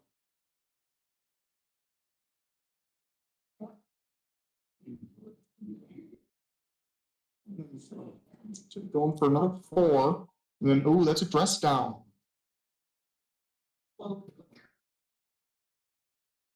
Going to 2. Okay. So no longer be able to fetch after this one. Yep. So Zach is definitely at a really big disadvantage. He really needs a couple more turns to get his list win. We got to avoid some lightning bolts. Yeah. We need to avoid those as much as possible. I think that's the only way he just straight up dies outside. I guess Croxa potentially could kill him too if he doesn't have a non-land to pitch to it. But right now, Mitchell is definitely in the driver's seat. Probably going to see a Kahira being played up and just the blocks, and that is a drown block. That is a concession. Yes, we are going to game 2. Zach Allen's going to be down to Mitchell. Death Shadow did Death Shadow things right there. Yeah, the dress down with Death Shadow is just disgusting. It's very I don't know. It's tough to beat a turn. Potentially turn 2, 13 hit you, right? Yeah. So post board. Going into the sideboard, we have Zach's probably going to be bringing in some Shark Typhoons possibly, and another Supreme Verdict. So I'd say he has 1 Kahira, 2 Wear Tear, 1 Spreading Seas, 2 Gust, 2 Vetoes, 2 Disputes, Force, Subtlety, Verdict, and 2 Typhoons. In this match, I really do like bringing the Shark Typhoons and the Verdict. Shark Typhoon's uncounterable. So he can get around the Stubborn Denial. Yeah, and it can be a nice little chart blocker. But where in the Verdict is a nice answer to just clean the board. Yep. Just maximizing that particular aspect. And what do we have at the Dress Down Shadow? Dress Down over here, obviously they're playing Loris. They also have 2 Terminates, 1 Dress Down, 2 Alpine Moons, 1 Unholy Heat, 1 Unearth, 1 Flusterstorm, 2 Soul Guide Lanterns, 2 Engineer Explosives, and 2 Chalice of the Voids. I like the Unearth and the Flusterstorm. Yeah, I like Unearth because you're going to be dealing with Zach prioritizing removing your creatures. Yep. With like Supreme Verdicts, and they're going to try to counter as well. So being able to have a card that you can just easily, and at the end of the day, Unearth, correct me if I'm wrong, that also has cycling or something. It does. Yes. It does. So, never dead. Worst case scenario, you just cycle it off and then you're... Worst case, he does bring in Rest in Peace. Obviously, he doesn't know that he doesn't have Rest in Peace in the 75. But if he did, for some reason, it's never dead because you could just cycle it out. Yeah. Absolutely. I'm not going to lie with you. After that match, I think I might be in favor of the Dress Down. Yeah, Dress Down does feel like, because they're dealing with the old recipe, right? disruption, like hand disruption, along with decent pressure. And then we didn't even get to see it, but we do have some Darcy action going. Do they have any stubborn denial? That's what I'm curious about. Stubborn denial. No, it does not. In the main board, it looks like they have 4 drown in the locks as their counter spell package. They're playing a more like 4-3 split on Thought Season Inquisition. They're also playing 2 Unholy Heat and 4 Lightning Bolts as their removal. And then they got the 3 Dress Down, obviously. That's good to know. He was representing the stubborn denial, so I was sure that that's what he was holding up. But fun fact, Zach was talking between rounds when we took our break. He actually won a game last round because he Archmage's charmed his opponent's Grazer, and because he had Kahira in play, the Grazer was able to be that extra point of damage for lethal. That's awesome. Because Kahira bulks up the Grazer. That's awesome. And also the other ones. That's good clean living right there. Yeah, Archmage's charm draw 2. No, we killed Grazers. Zach Allen, of course, his deck is absolutely beautiful. All foremost. All blinked out to the max. It looks like we're just getting a pretty slow start for him, but there's nothing wrong with that. Okay. We're going to be at 17 for Mitchell. No surprise there. Yeah, he's definitely going to be doing this stuff. Death Shadow. Worthy of mention, though, Zach Allen in his hand has the answer to Death Shadow, Solitude. Solitude, very clean answer. Unless Mitchell is able to stop the trigger of Solitude, which there's no way in his actual deck besides Dress Down. Mm-hmm. He's just going to be bulking his opponent's life total back up to 13, which that's not where Shadow wants to be. No, Solitude's hilarious. I played a lot Legacy Death Shop. How many times people would Swords of Plowshare my Angler and it would just wipe my whole board because it was... No, and that's why you said that the deck was unplayable in Legacy. Yeah, it felt horrible. We're adding a Kahira. So Zach Allen, really, slow start, but I feel like he's at an advantage here. His opponent has not used any hand hate spells. His life total is getting a little bit worse for wear, but I would like his position if I was in his shoes. Yep. I play a decent amount of control. Obviously, I'm nowhere close to the level that Zach Allen is with a control deck. Zach He is the West Michigan control master. Yeah. He is quite good. Quite good. You mean Eastern Michigan? You're right. Yeah. Excuse me. He is part of Team RAW. He is well known. What does Storm recommend? If you're on the east side and not the west side, Galactic is great for the west side, but go over to RAW on the east side. So awesome start. Mitchell just off his. I didn't catch the third card, but it's Lightning Bolt and Engineered Explosives, and I believe it land. But I'm not quite. I'm not 100%. So he's just going to put the Engineered on 0, which is prevent against Chalice. Yes. Definitely on board with that. In hand, it looks like Zach brought in Subtlety. Okay. Which I'm a little curious on Subtlety. It blocks him. It does block well. It does block a Chandler. Remember, the Chandler can never hold back for blocks if it is weird. A Solitude. Okay. Putting his opponent back above, still remaining above the threshold, well above the threshold. Well above. And really, it's this fetch lane is just going to reset what the Solitude did, which is not good. All right, we got a Kahira, but it does look like Kahira is long for this world. That miss land drop's big. Zach's deck is very pretty, by the way. Very pretty. Yeah. He is well known to love his expeditions. And his foils in general. He is have you ever seen his foiled Legacy deck? It's beautiful. It's beautiful. One time, him and James was on a trip to Atlanta, and I was playing his Fires of Invention standard deck. All four. It was beautiful. It was the most expensive standard deck ever. I think it was in the K's. It was so foil. It's a powerful hand from Zach. Yeah, it's very powerful. Is that double verdict? That is double verdict. It's going to be hard to kill Alan. Walker and Assault. It's going to be very hard to kill Alan when he has a hand like this.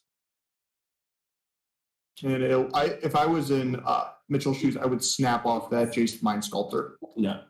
I definitely would, because that's what is going to come down on next turn if he hits the land drop. Yep. And I definitely do that. I don't know if I could beat an unresolved Jace right now. Right. And if his plan is, I got a counter spell for that Jace, he's got the Subtlety. Exactly. So I think it's one of those two cards. No. Subtlety only counters creatures or planeswalkers. Oh, you're right. My apologies. I thought it was like a bio, like everything on the stack.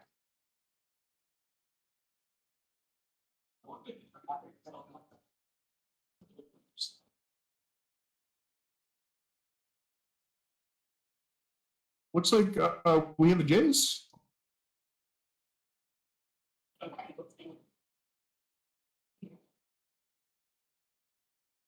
No, I missed it. Are we brainstorming? Was that bolt just in the yard? I looked away just for a second. So He did bolt the Kahira, so I think that might be a bolt that was from the Kahira. okay. But we are brainstorming, obviously.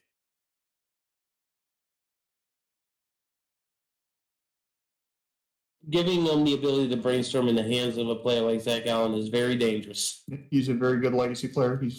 I have seen him do very well. Definitely seen him take down a classic or two. An open or two. Oh yeah.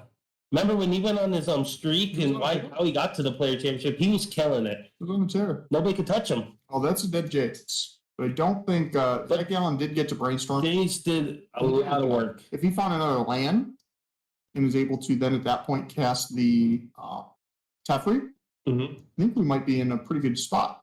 I agree. This looks like a dashed Ragavan.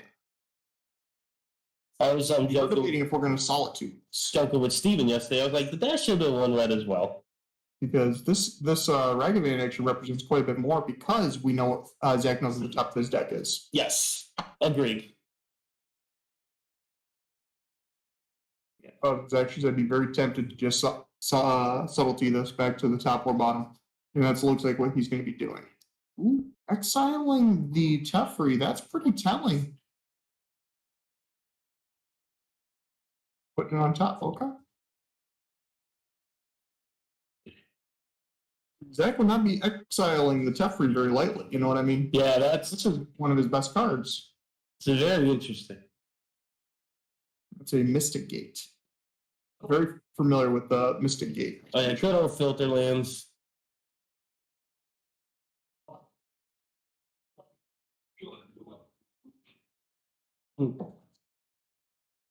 Zach's thinking definitely in a tight spot. Looks like his opponent has they bought the lures. It looks like they might have a second Ragavan.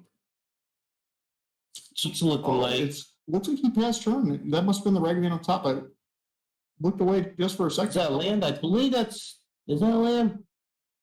That is a verdict. Verdict. Yeah, he's not casting that.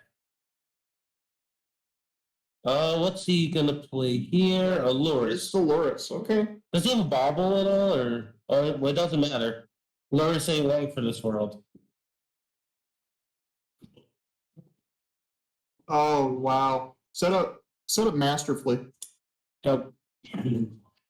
Oh, because he brainstormed. That's why he didn't interact with the monkey. He's like, I knew it was coming, because I don't believe he just fetched.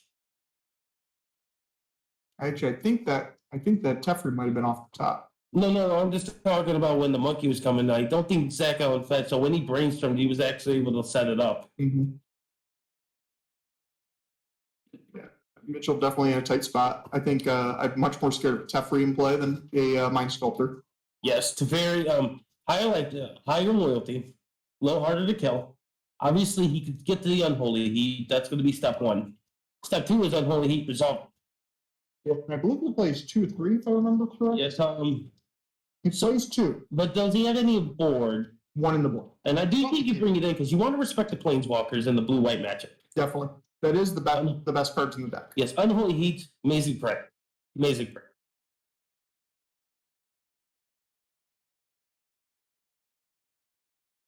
I definitely think this Teferi is going to help him pull away. Yeah, this is definitely the turn cycle that is going to determine this game here. For sure. Going after Teferi. Okay, this might be setting up for a bolt. That does look like a bolt. That's a shadow. Okay, I'm not as scared because does Zach Allen still have this second copy of Supreme Verdict in his hands? I don't recall if he does or not. Okay. If he does, it's going to clean up the shadow nice. That'll clean up the shadow for sure. That's a time wrap. That'll clean up the shadow too. We're just bouncing the shadow. Yeah, we're gonna draw an additional card. No. We did get confirmation. She pitched the second verdict to Salt. Okay, yep, you're right. Yep, I just missed that. Okay, we're gonna feel the ruin away. Taking off the blue source. Yes, he's probably gonna grab a. You gotta have blue. I don't think there's a. Yeah. He does not have an island. No. Oh. That is a mountain. That's a snow-covered mountain. Oh, he does not have a basic island. Basic. That turned out to be a better field rule than we thought. Yeah. That's huge. Now he's got 4 mana. That does represent Cryptic Command, which Zach does play. Yes, he does play copies. Two copies. Like 2 copies in his deck.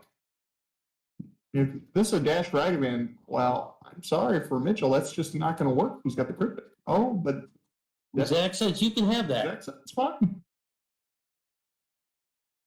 Zach is, however, not going to let this resolve. Oh, wow. He's taking the 3, discarding a land. Okay. Looks like he's just got a land. That's spelling tree. Oh, 3 lands. Oh, no, that's a Mind Sculptor. That's He did huge. draw a Mind Sculptor. Mind Sculptor helps. Definitely a brainstorm. Yes. Definitely. Well, it doesn't have to work. That's I see an arcade. Blade. So basically, all the lands that he's got locked in his hand, put them on top. Maybe with the Chalice on top too. I'm not liking where the Chalice is positioned, specifically because of the obviously the engineered explosive. Something gets him to like. Yeah, it does make his opponent invest.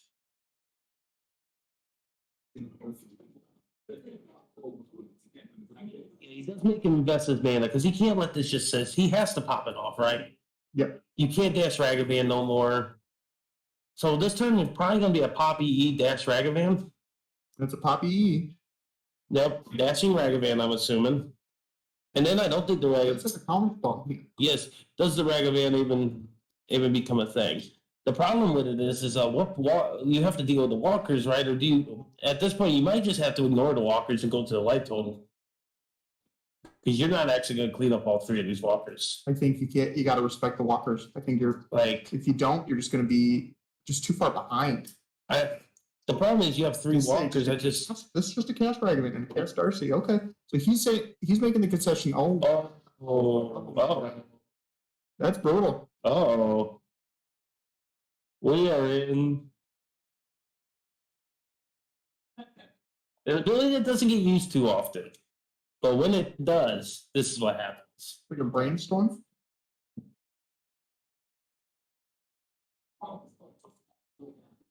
So one of my favorite things to do with is I'm taking somebody's chalice and being able to flash in solitudes when I brought it up to 5.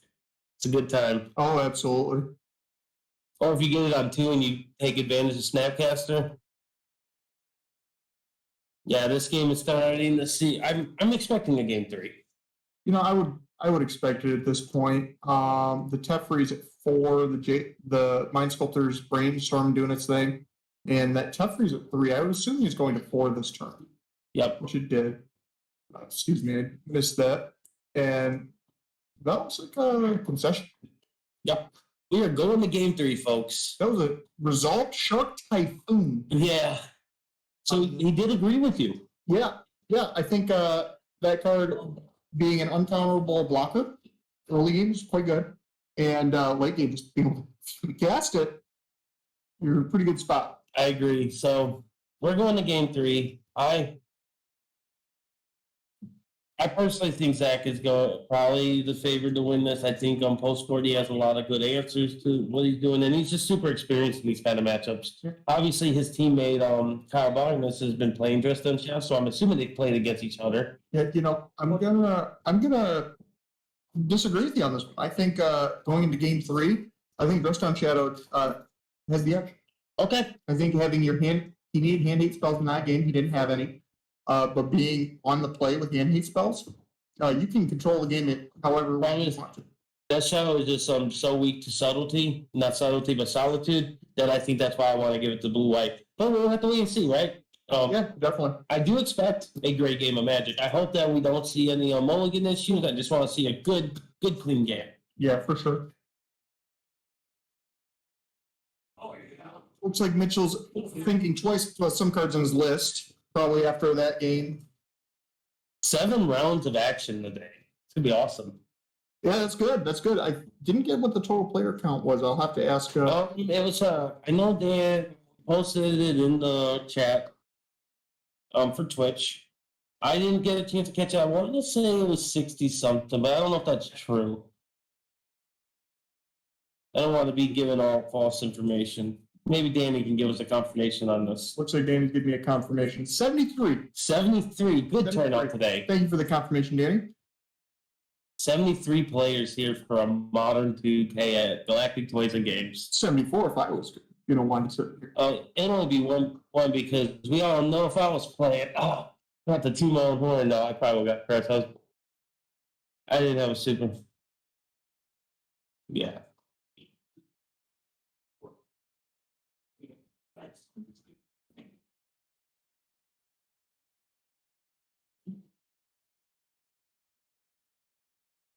All right. Looks like the players done sideboard and shuffling up.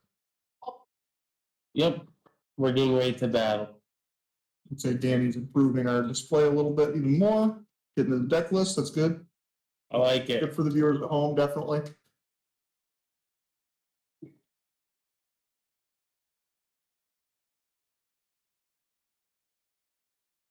What is the red for, do you think? Zach's deck.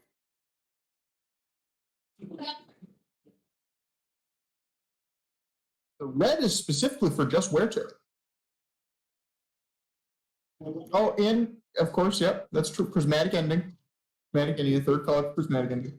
Yes. You do it for, like I said, I think the triumphs are pretty free. At the end of the day, what another thing that you would control be having a lane that you could cycle later in the game too.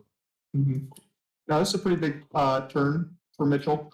Kind of the best play. That So he did reveal that Archmage's charm off the bottle.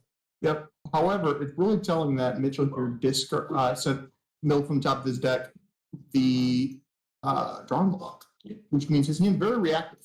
Yep. And actually, I think we could see his hand are 2 copies of drawing block, if my eyesight's correct. Right. Could be wrong.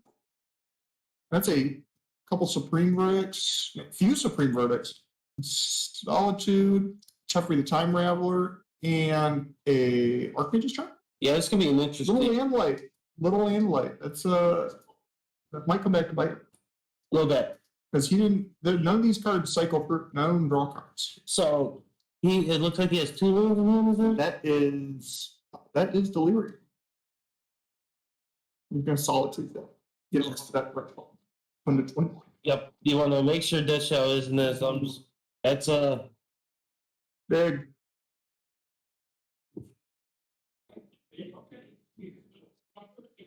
These are the kind of games that just get away from you really fast. That Ragavan could really just end this game right now. I agree.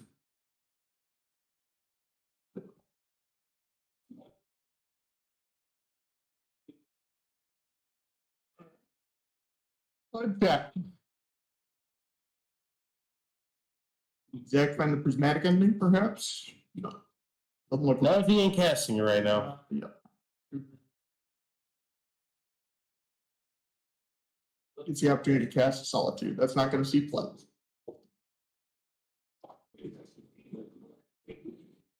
What's the exact little behind this? Oh my god.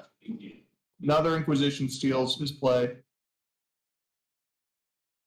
It looks like I was saying, this game is getting away from, I think, the early hand hate from the Shadow deck, followed by some pressure, is really going to just end this game pretty quick. Yeah, and the land drops are being. To be fair, if I was in Zach's spot with the 2 lands, I don't think I'm all again either, because you have to think your hand's going to be stripped away. Yeah.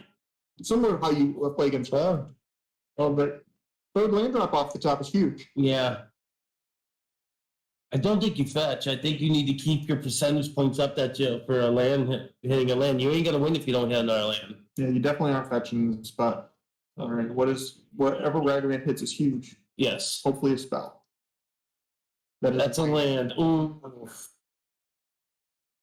Getting those I got my that hurts. All right. Zach thinks better of that. Yeah. Zach thinks better. He's gonna fetch. Hey. Value in the life total over the percent the points you gain. Yeah, which I think is reasonable.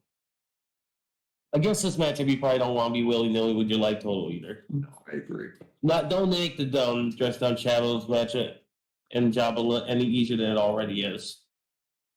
Jack, pull an answer here. It's gonna be interesting to find out. Looks like he did. And he is just feeding. He's feeding. But you know what? Yeah, he knows it's in his opponent's hand. He discarded the draw on the lock early. Another land, okay. You have to know it's there. Yeah. And his opponent's not going to play the Supreme Verdict, so he needs to do something that is going to advance his opponent's state. I don't fault him at all for just going for the Jace. I agree. Slam it down, resolves. You're in a much better position. But you're, Grixis control player. Does he have the colors? Yeah, I'm assuming he has the color. Yeah, he has the color that has Supreme Verdict. Okay. Yes, he does. It's not great to do it for one card, but we might actually. Oh, he said no.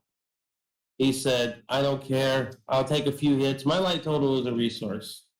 I think Zach's planning on just casting this Kahira. He's saying, if you want to trade your monkey for my Kahira, that's fine. We can do that. Yeah. Going to 10 isn't a big deal. There's no shadow in play. They have no way of gaining haste. So let's use our light total as a resource. Let's cushion up, let's stock our hand up a little bit, get some spells going. Worst case scenario, he just needs to take a turn off the Verdict. Yes. But let's not forget that his opponent, you can dash Ragavan from the yard. With a lure, yes. Yep. So that lures in his opponent's hand just rebuys the Ragavan. So he's back, ends up in the same position he is now. Exactly. So he needs to find something. He needs to advance his board state in some way. Okay, let's start ground lock.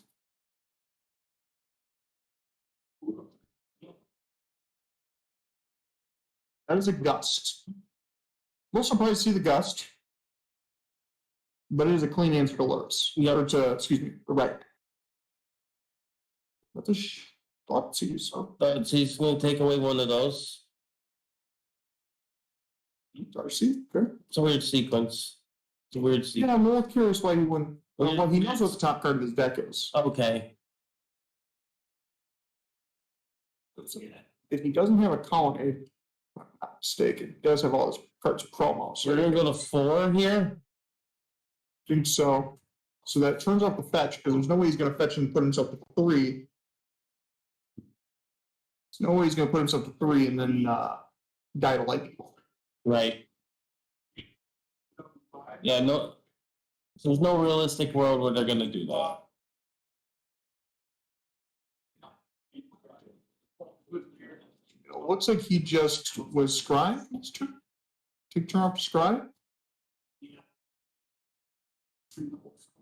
See, that's smart. Okay, that's smart.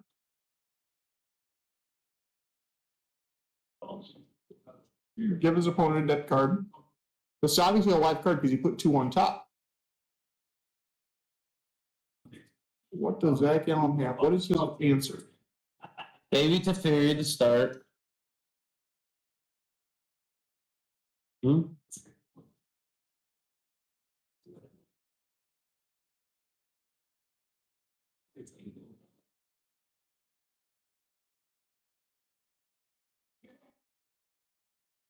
He's bouncing the Darcy, and then his opponent shows him a Croxa.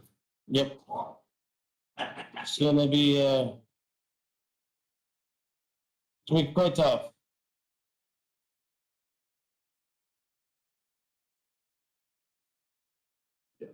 Looks like the light totals are incorrect, but Zach should be at 4, and then with that Croxa, he should be at 1. Correct. Or no, he discarded the Verb, so he should be at 3 still. Looks like we're just rebuying Croxa. We're just putting the pressure on. It looks like this game's going to be closed out here in just a second.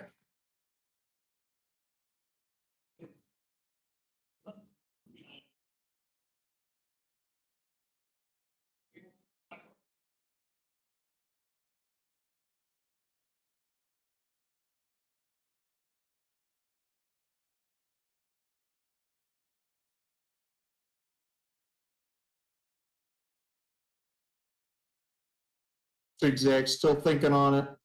How he's going to win this game. He's at 3 life. Yep.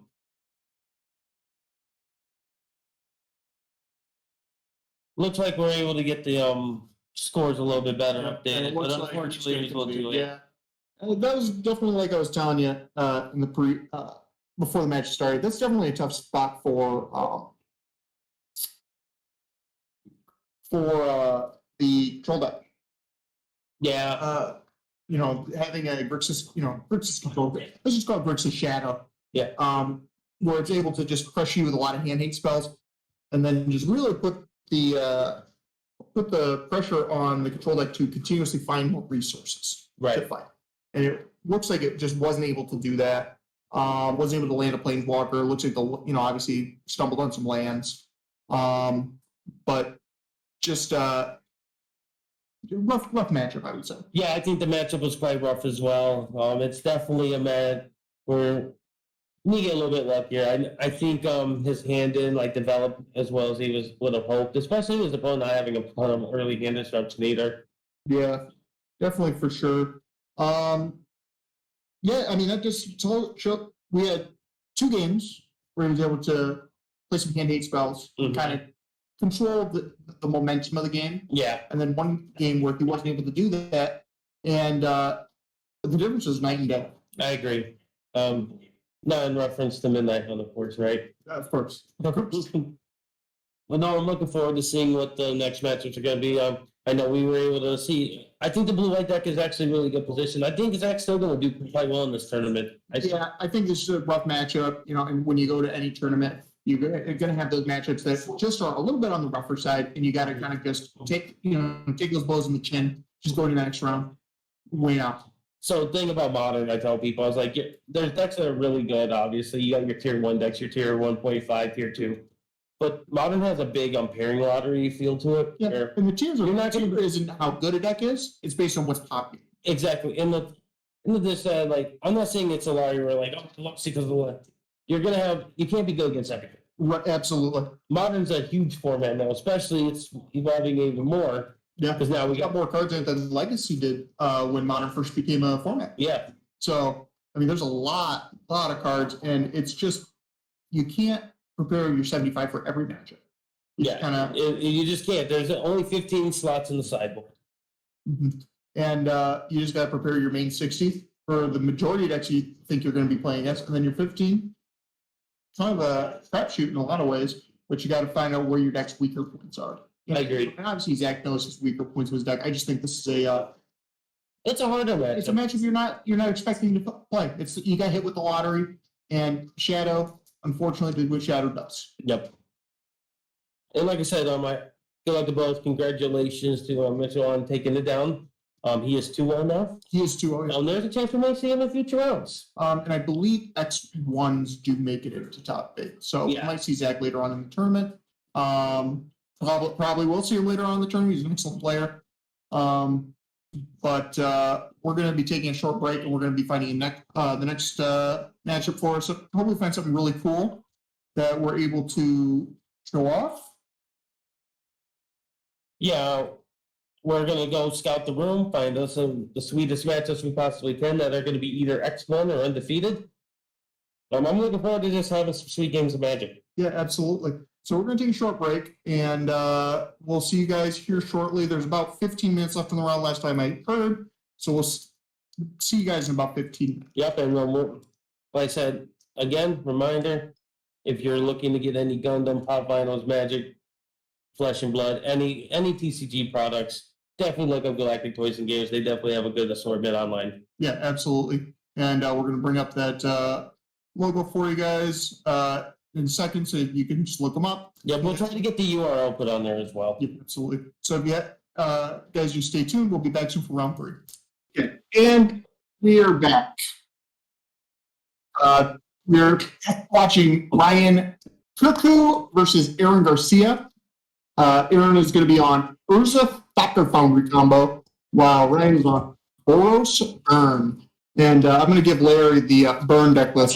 He's not the aficionado. A lot more of the aficionado. Oh, let's talk about this burn list real quick. Hold on. This burn list is putting 4 Dragon's Rage Chamber, three Ragavan, 3 Eidolon, 4 Monastery Swiss Beer for the creature package.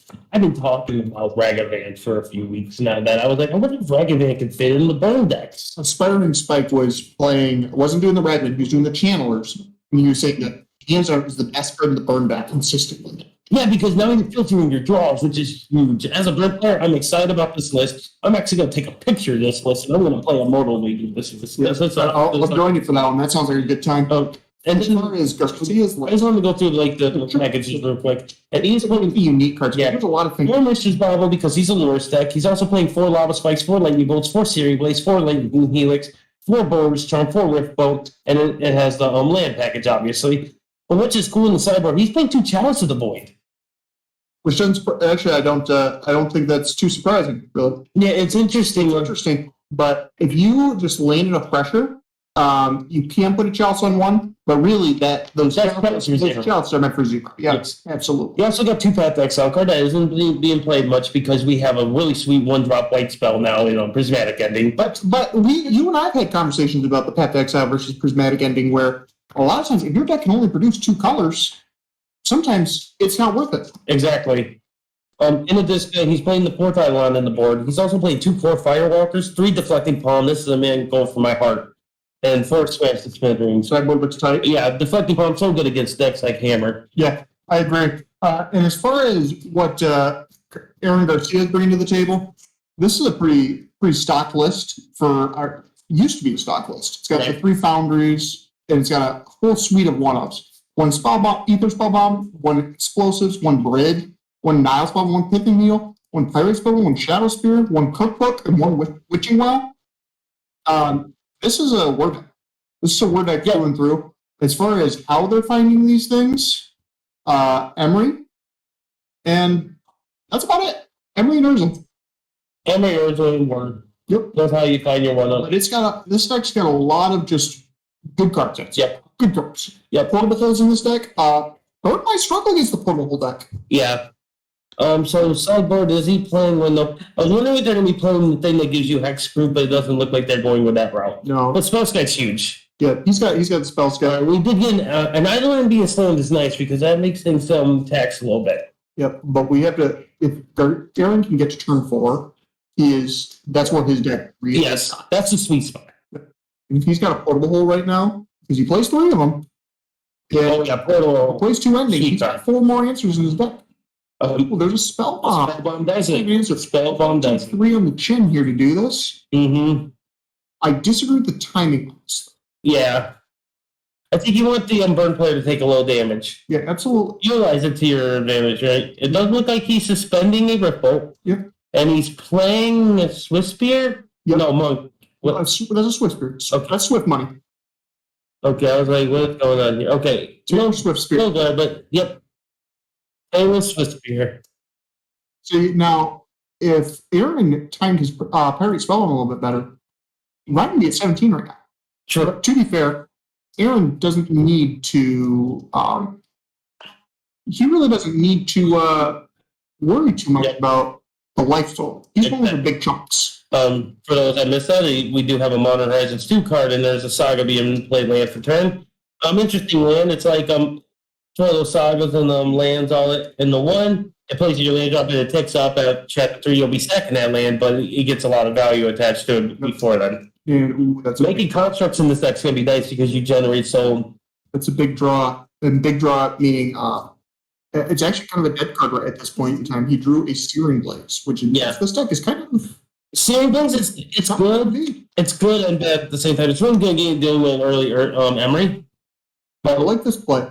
Bouncing Swift Spear gives you a little bit more time. Yes. That's all you need. And it reset it because now it doesn't have those prowess triggers. And we're going to bubble himself. That way he can get a little more information.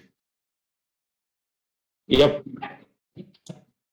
For those that are just joining us, we are in round 3. We're with Ryan and Aaron, 2-0 versus 2-0. Boros Burn versus Urza Foundry.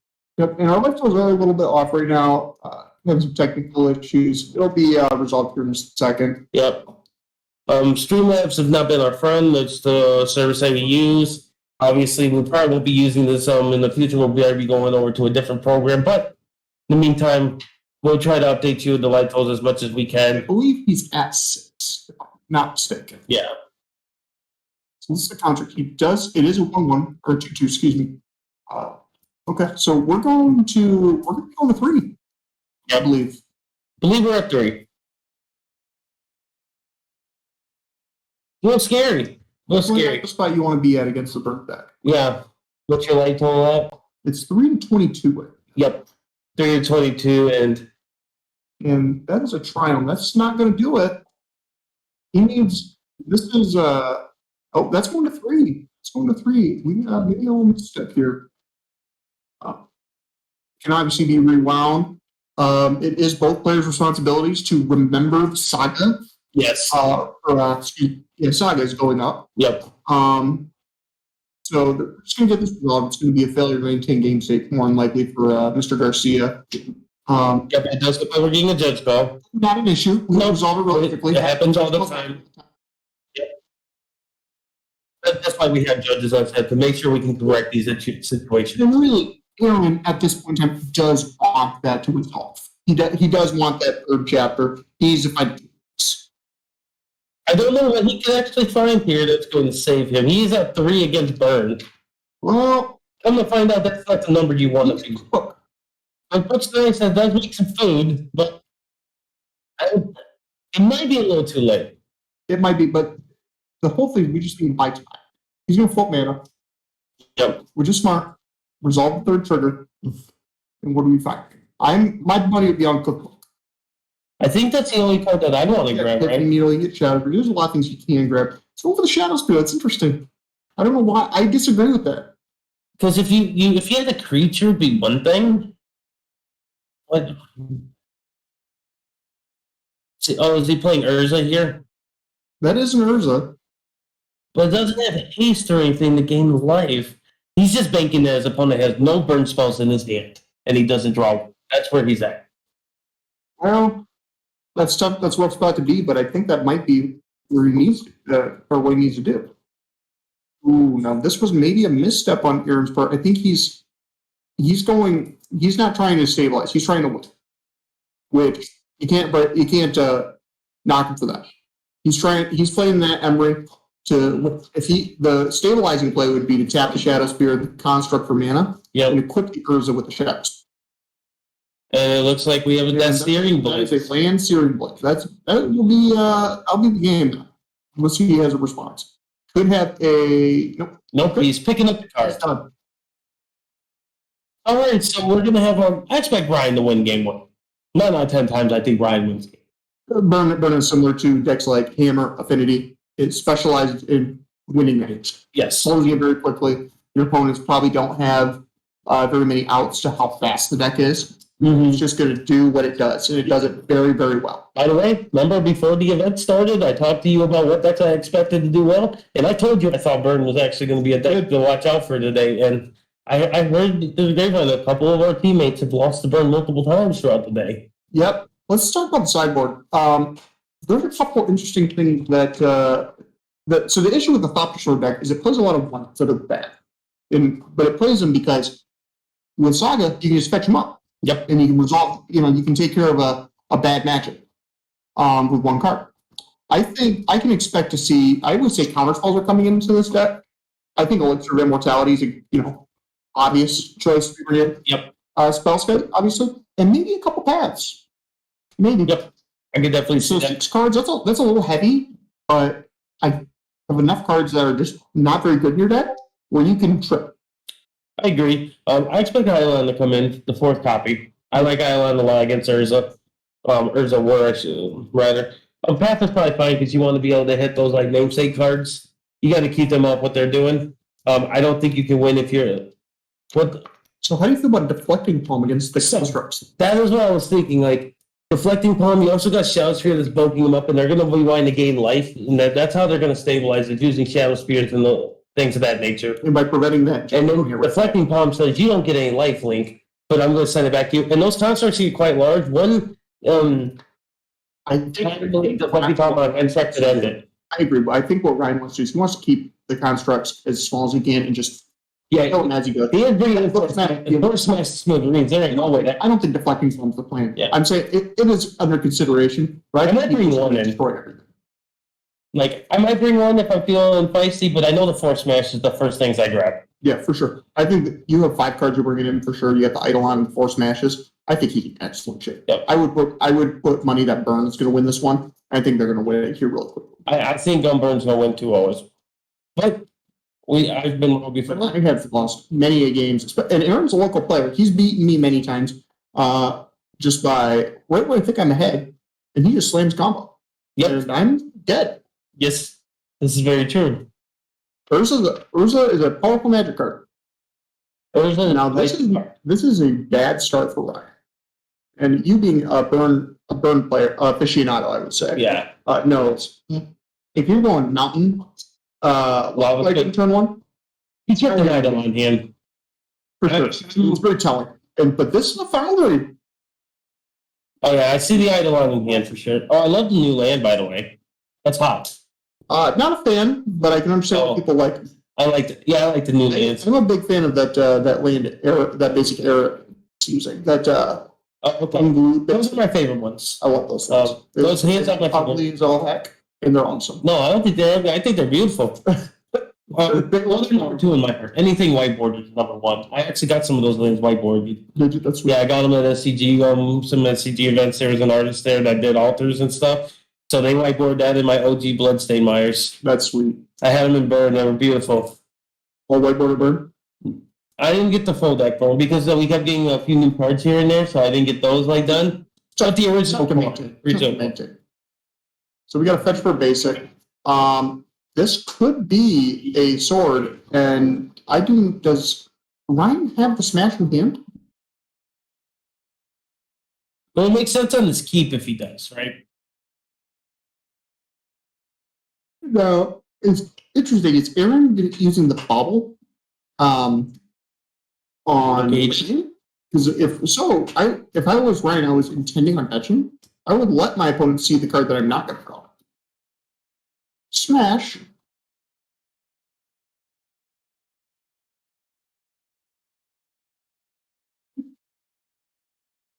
Me some burn, man. Like this is giving me like some nostalgic feel when I was going through whole gang summer. I was being able to grind those Grand Prix and stuff to like which led to my turnaround because I was on like a cold streak of Blue Red Phoenix. And then burn really like rejuvenated Magic for me. And it's a good deck to just like you're gonna get some wins with burn.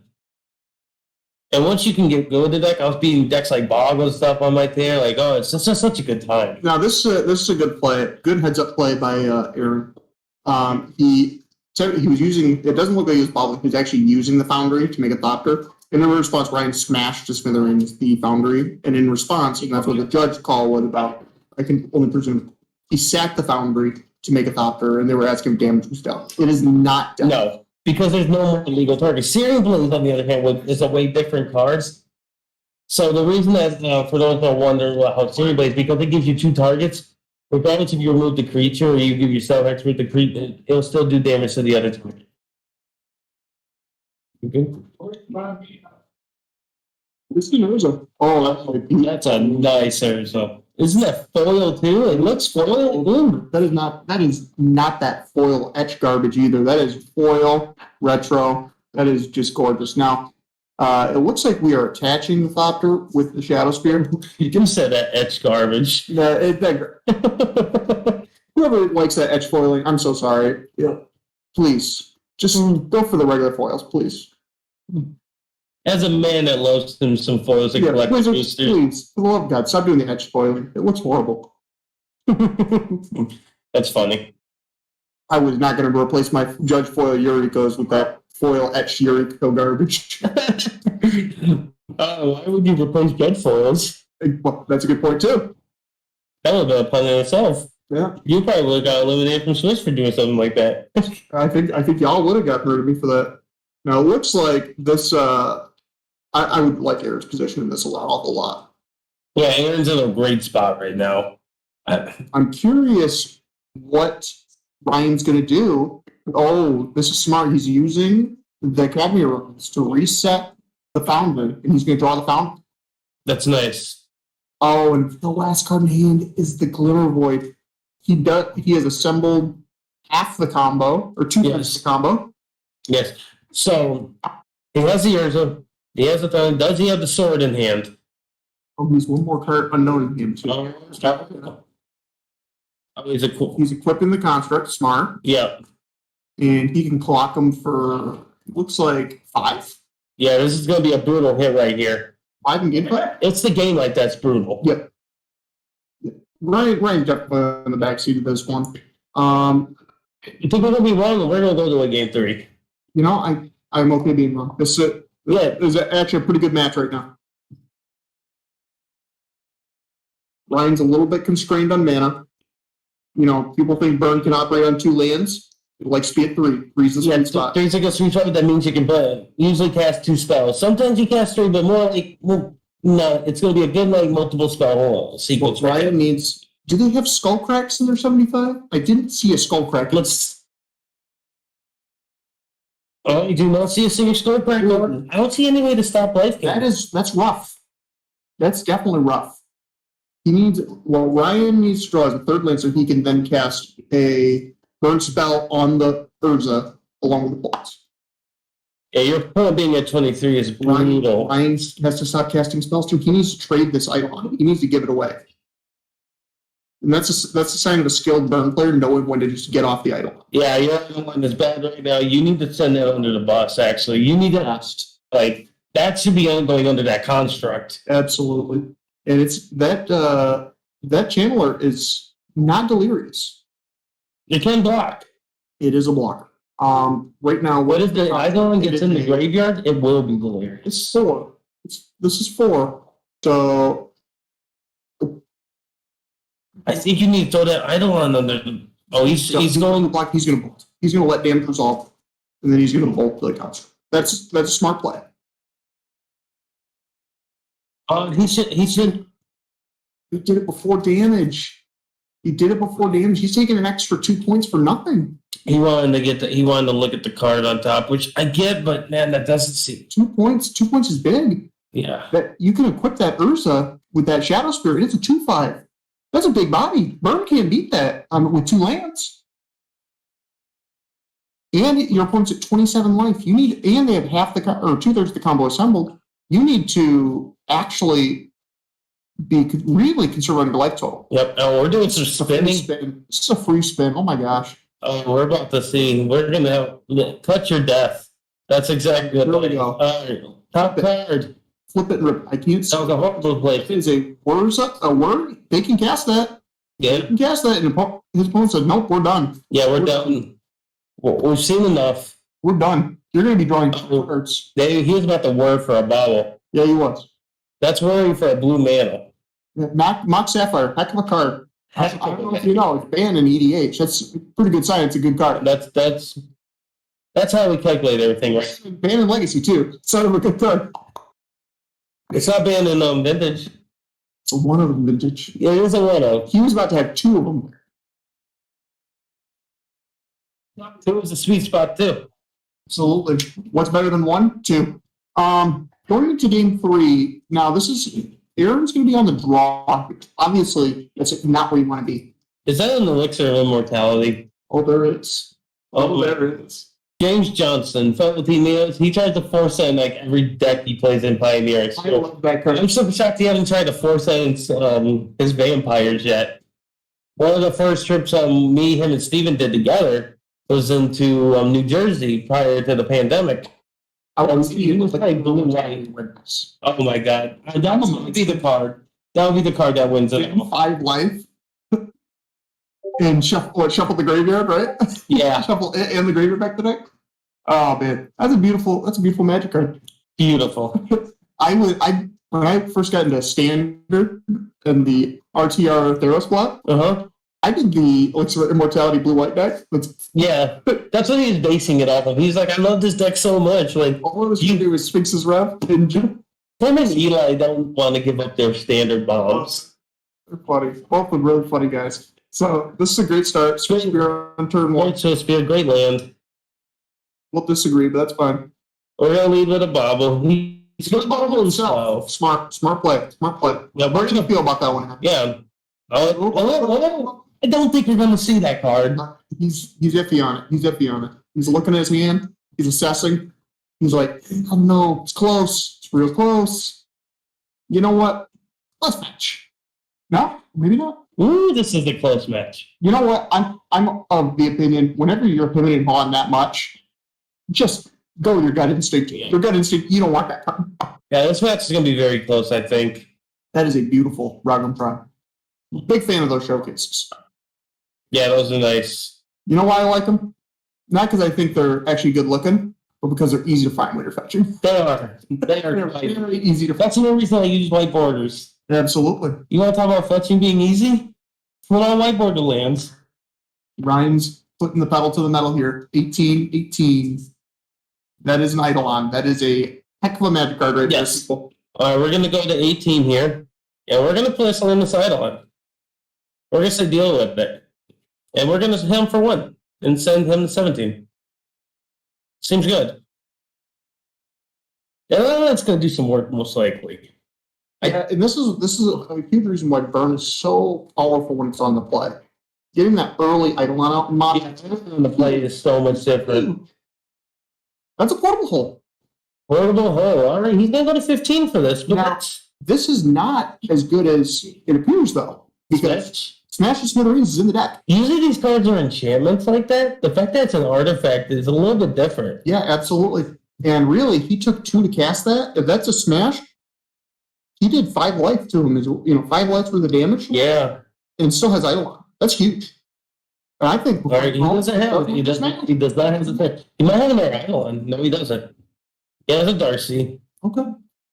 He's got blue Darcy. He's got the creature hand. He's got... Okay, we're good. It's going to be pretty aggressive, though. Yep. Those Darcy's are not efficient attackers right now. They are only 1. So Aaron's got a lot of time. The fact that you're getting double surveil, oh, man. But double surveil in a burn deck is insane. There you go. I agree. I think I like it a little bit. I think Ryan's going to take this game away. There's got to be a lot that has to go wrong for Ryan for Aaron to win this game. All right. He's completed his turn 3, still has 1 land. You got to think his hand's going to be great, though. It's got to be staked. Yeah, he must have kept it on the win that something was going to be sweet.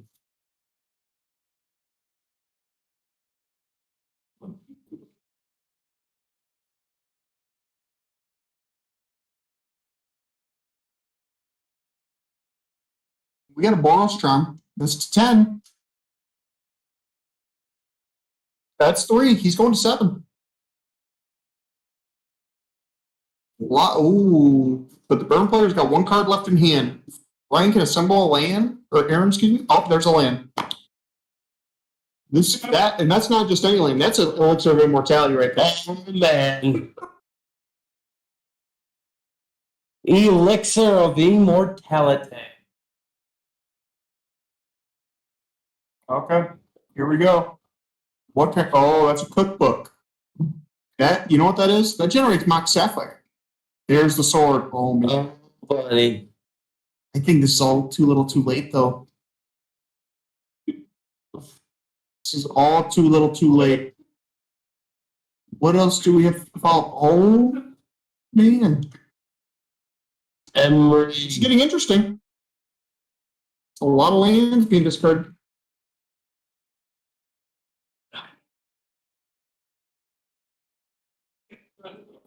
A lot of lands being discarded. Burn player going to 2 cards. That is another Eidolon.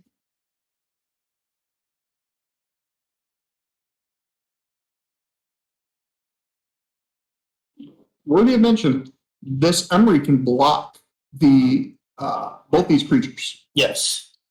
And that's going to be a big factor in this, not being able to, there might be a world where he might prioritize being able to just, depending on how much damage that it's going to be preventing.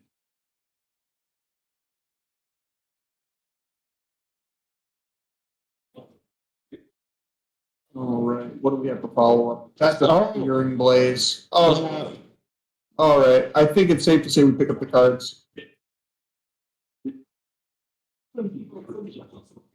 Just pick up the card. Whenever you're picking these cards up, it's going to be the end of the row.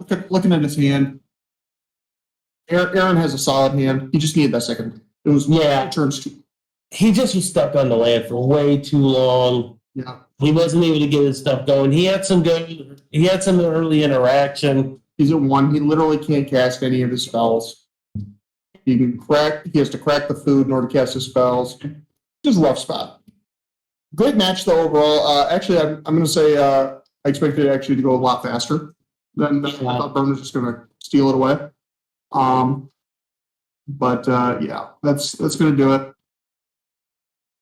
Wow. Quick game.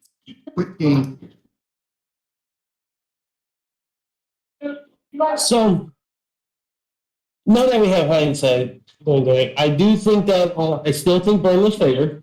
I agree. I think they played them well in game 2. Talking about the Foundry position. In game 3, it was just the lands. He wasn't able to go ahead and get the multiple land drops he missed. Yeah, he definitely. If he found the land, he on turn 3. If he found the land, he could have stayed with us. Yeah, you just can't. You're not going to be burned by stumbling. I think, hindsight being first 2020, of course, I think I wouldn't. Yeah, I get it. So, but you've heard my opinion on Mishra's Bobble about how I think it's a trap. A lot of times when you look at your opening hand, you have 6 cards, 1 being land, and a bubble. I don't think that's a keepable hand. Yeah, so what he's looking, because he had the fetch land, right? You also took those little small percentage points that you're removing a land to try to find another land. It's there. Sir. But also, you have to look, when you bubble, you are drawing 2 cards, so how much of the percentage is actually there, right? All right, and you have to, and that's hard. I understand his position. He's on the draw. He's going to 8 cards, right? Mm-hmm. But I can't see myself in a deck that's trying to cast 4-drop. Right. Keeping a 1 land. I agree. That seems like as a person who's kept a lot of loose 1 land hands. Oh yeah. I think I play Burn, so don't keep 1-landers in Burn because I want to cast my spells. Yeah, I mean that's how you win, right? Yeah, and I think the Burn player actually kept a pretty loose hand himself. The Eidolon was good. Yep. But he didn't have any spells. It was all creatures. Yep. It definitely was. So if you have a way to could assemble the Thopter combo early on, it really not even the full combo, but half 2/3 of the combo just had the sword and the foundry. Yep. He's in an excellent spot to win. I agree. So that matchup I knew was going to be close. It's going to come down to a lot of I think the variance is going to come in a little bit because you're going to have to get. I think you need to get a little lucky with them because Burn was just doing their thing so officially. Game 2 was a huge point. Game Shadow Spear on 1. The little thing like that was huge because the upswing of life gain that he accumulated throughout that game is why he was able to never be. He was never threatened. The thought of losing was never coming from the Urza Foundry side because Shadow Spear's sitting right there. And he knows that that's increments of life you're gaining back. It's essentially counter spells for multiple burn spells throughout that game. Yeah. And that's nothing to slouch at. That's I'm scared of Shadow Sphere when I play. As you should be. Yeah, powerful card. Like I'm so scared. I might have brought in Deflecting Palm after. I might have gotten convinced to bring it in after game 2. I don't think it's correct, but after getting spec like there's an argument. Yeah, there's an argument for sure. Because now I'm fearful. It's going to be in the back of my mind. Yeah.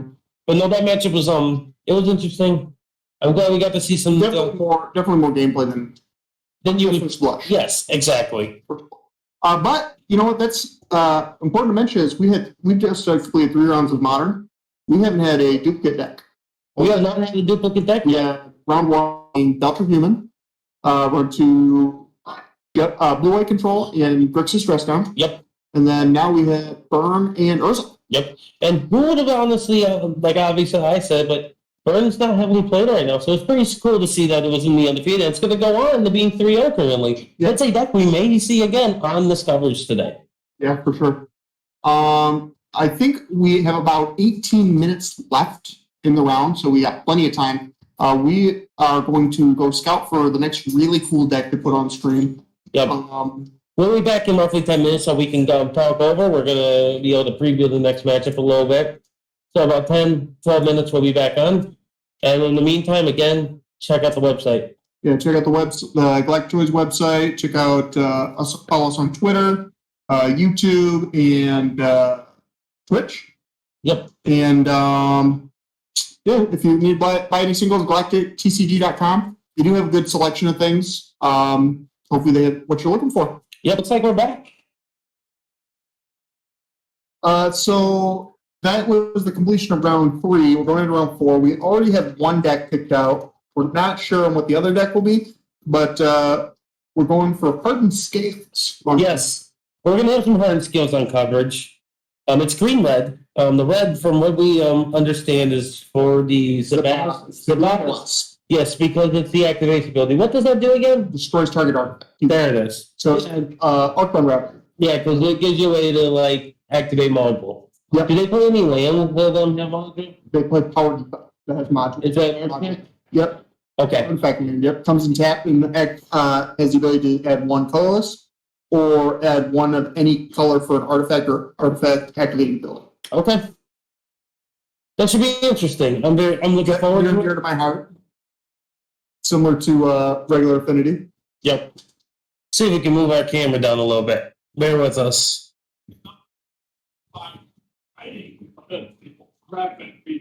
Let's see if that's a little bit better. Trying to just make it a little bit better for us.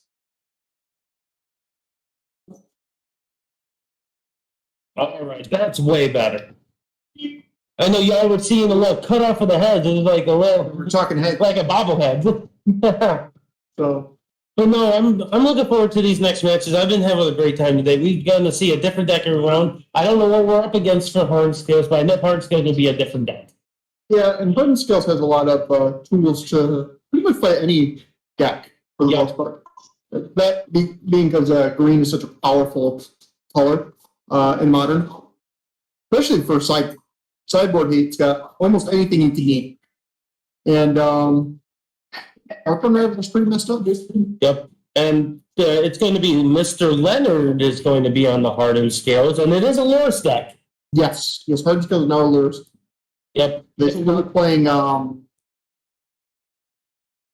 the creature tutor for constructs. Yep. There's no longer tribe. So powerful options with Luris in the deck. But I think that what we're really gonna see Leo try and prioritize is number 1 Hardened Scales, number 2 Hardball. Yep. Those are the 2 big things. Walking Ballista and Hangerback Walker, powerful cards. And they allow you to win. However, those are not the ways you gather the win. You assemble. Yes, this is very true. I like the Hardened Scales. This past Monday on our YouTube channel, we have the video loaded at this point. We did have Hardened Scales.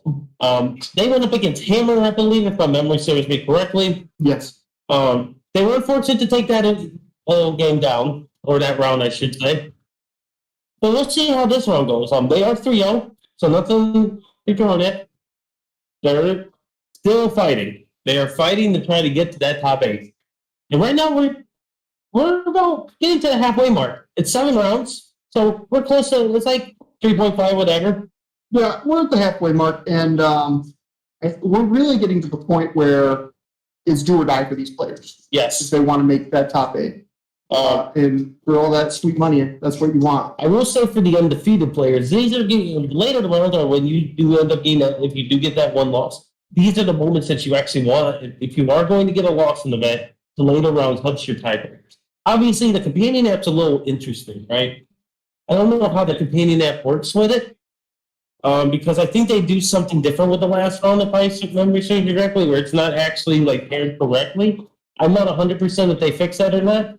So that will come into play. They pair you inside any person who you could play inside your bracket. Yeah. So it's not first place second anymore, or first place third, whatever the case may be. It's whomever within the top 8 range. Yeah, so it can mess some draws up huge. Very much so. Don't get me wrong, I'm very pro getting rid of draws.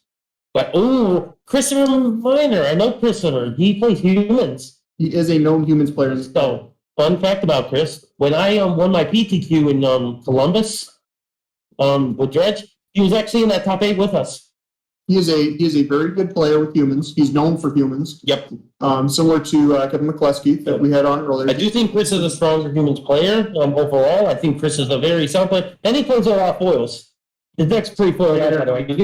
You're going to see. Man after my heart. So the funny thing about Chris, he was in the semifinals, and he ended up losing to Chris Dishow, which I ended up going on the beat. But I remember I was telling him, I was like, man, I consider Chris a good acquaintance and stuff, and I was like, part of me wants you to win, but because I'm playing George and I think humans is the harder of the two matchups, I kind of want you to lose too. We're like in a pickle. But no, he's quite the player. I think he actually, over the last 2 months, we've been playing a lot of road mirrors against each other, like MTG Melee events. Mm-hmm. So he does have good range. Now, what I will say, for how good of a player that Chris is with humans, Leo is equally skilled with affinity and hardened skills. Right. He has made multiple top 8s of opens with affinity and hardened skills. Really? I did not know he was on the open top 8. Yes, he has made I believe, two times. There's a lot of players, including myself, who hasn't top 8 and open once. Yeah, for sure. On the bucket list, though, definitely would like to do that. And kudos to him. I'm very happy for him. I'm excited to see some sweet magic. He is a very slow, methodical player, but he's because of that, he doesn't make many mistakes. We don't have the deck lists. I have the judge gathering those for me as we speak. Okay. So, we'll soon have those deck lists. We lost our deck list runner. He eventually had to leave for the day. Oh, we have a new deck list runner. Mr. Tobias, thank you, sir. Yep. Tobias, do you have the other one for me? The other one for me? We need Chris Miner from Humans. Hey, thank you, my friend. So Tobias, a very big editor for our website. Yeah, big contributor to the team when it comes to our content. Rakdos aficionado. Loves his red black cards. Yes. So I have the hardened skills list in front of me. Pretty standard. But I mean, I suppose hardened skills isn't a really standard deck anymore, right? Correct. So as far as the toolbox cards. Toolbox cards of the deck were always the Ozolith, the animation module, the Throne of Death. It only plays one animation module now. And it only plays one Spring Drum and one Throne of Death. So it doesn't have that many toolbox cards anymore. It's pretty, I would say, not necessarily aggressive, but it's pretty streamlined. Right. As far as the sideboard, the one Lurrus, obviously, Hardened Skills of the Lurrus deck.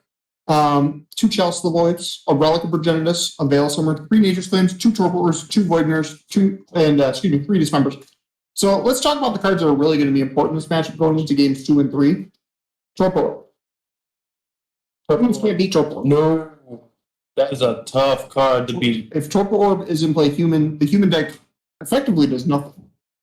And I don't think that's an exaggeration. It really is. Yeah, their deck is very medium.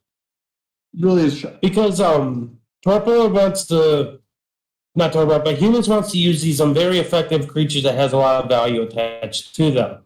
Torpor says you get no value. So that's going to be very interesting to see if he does get the Torpor landed.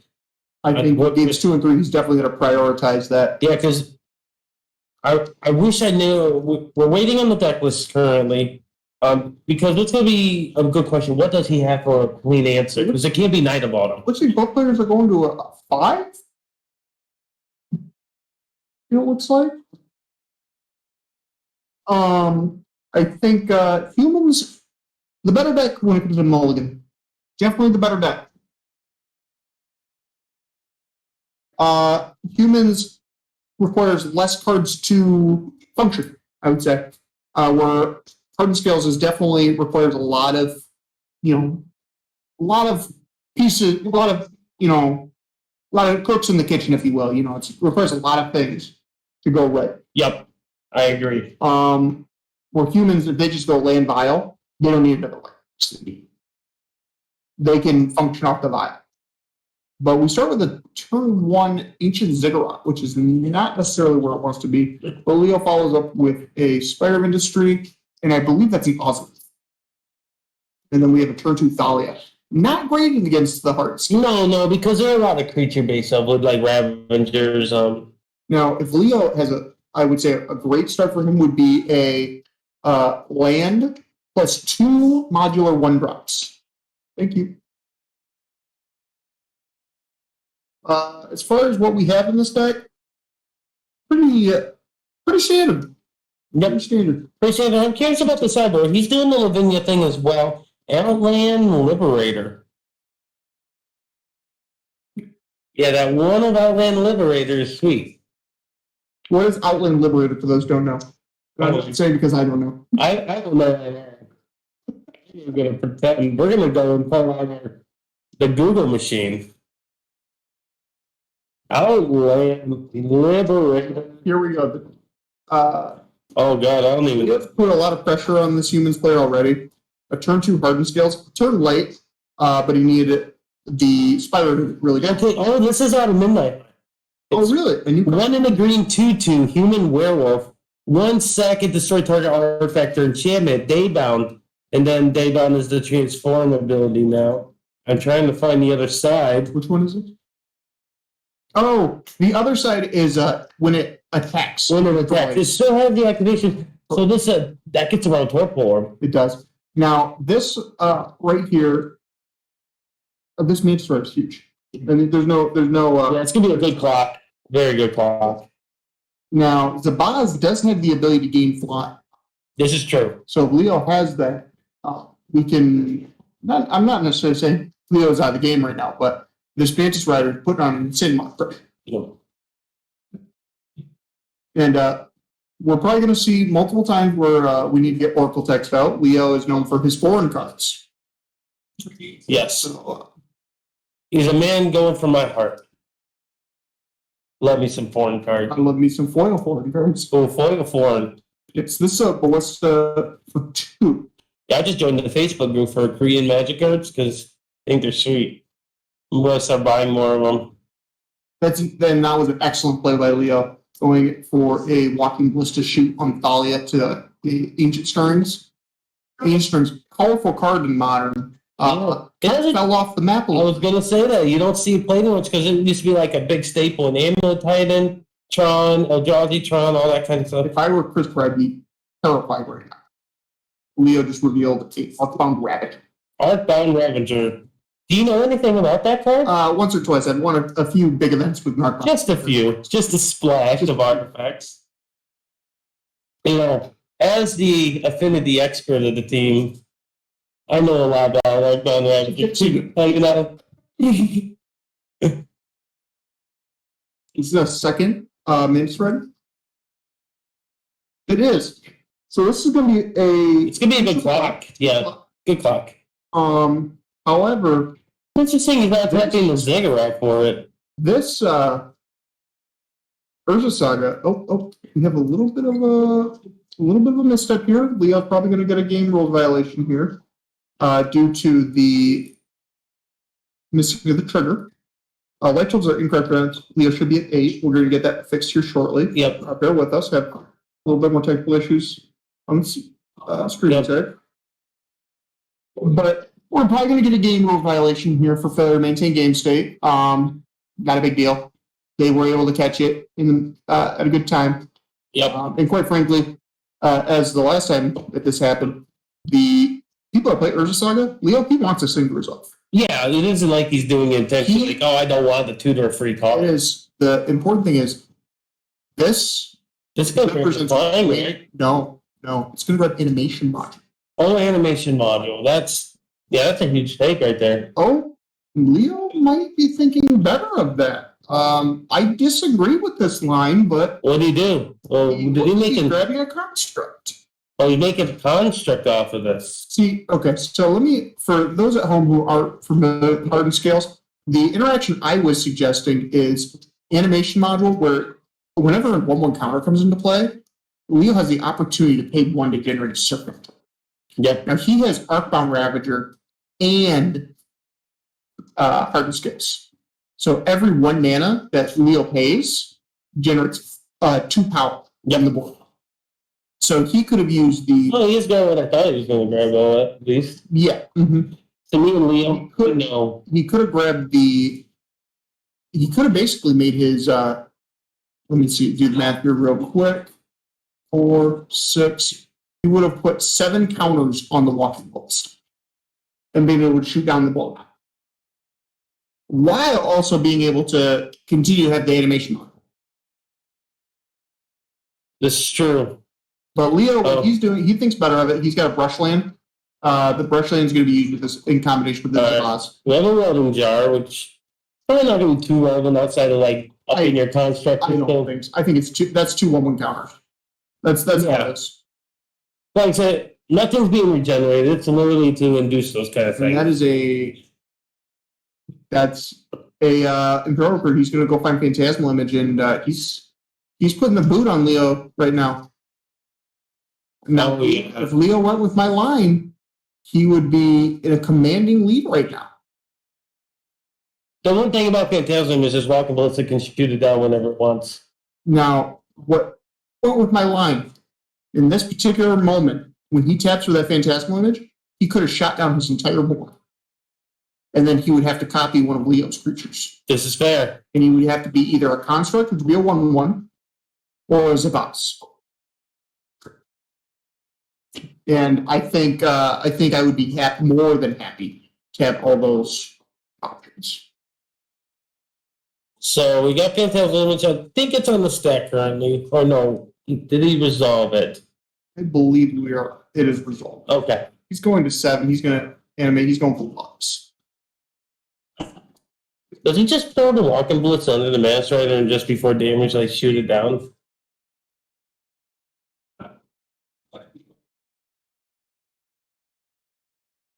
So what he's going to end up doing is just going to block, and then he's going to proceed to damage. So he's going to put counters on the walking ballista, but I think this is all a little too late. Well, if that was my mistake, I was looking at the wrong screen. I'm looking at the Twitch feed, and we have there's the delay obviously from live to Twitch, but that's fine. That was just me looking at the wrong screen. Nothing wrong with the technical side of things.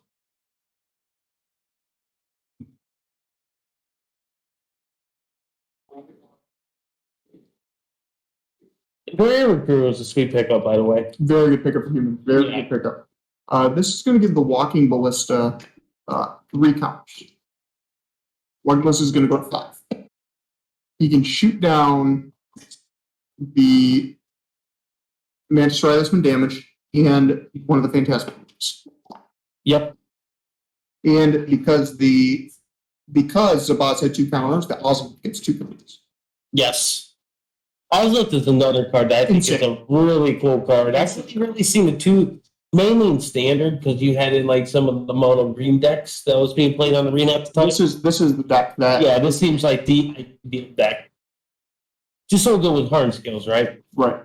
Now I think Leo needs to be quite aggressive with that walking ballista right now. Yeah. I think if he's not, he's bound to lose in the next 2 turns. Yeah, because Leo's at 1. It's at 1. So the brush land's turned off. The Spider Industry's turned off too. Oh, you're right. I said tapping it for generic. He did not. He chose to decline to shoot the Mantis Rider. This is big. Does Leo have a plan to win that goes? Does he plan to generate 20 damage in 1 turn? It is possible. It is. I don't see it. I don't either. That's going to be an art project. Yeah, that's Mark Boy. Yep. Curious to see his plan. He has 1 card in here, I believe. You know what? He might have lethal if he sacrifices the construct. He goes to 4. Sacrifices the welding there, goes to 6. And then he can sack the Ravager to itself, which will then put 7 counters on the walking ballista, which will put it to 12. Which then will put 6 more counters on the Ozolith, which will then make that 8, which will put 9 counters on the walking ballista to be 21 damage. Oh. Let's see if he's thought that. If he's counting it up. Oh, he didn't see it. Hardened Scales is a tough deck to play, people. a very tough deck. And so there's not, you say all day you would have made that play, but it's tough. Yeah, it's a little bit easier when you don't have the pressure of the match. Right, for sure. So he's putting him on the walking ballista, and he's going in. He's getting aggressive. That's a 5/5 and a walking ballista. Really, if he takes his damage, he's dead to you. Yes. He is dead to the Archon.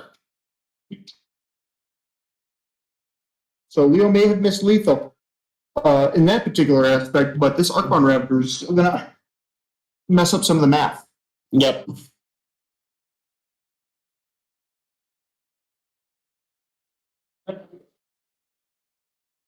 And I believe the walking ballista is at 6 right now. Yes. Yes, we're on the same page there.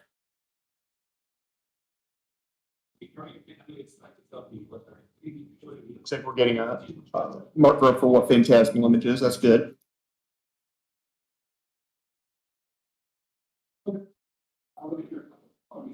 That's good. That's good.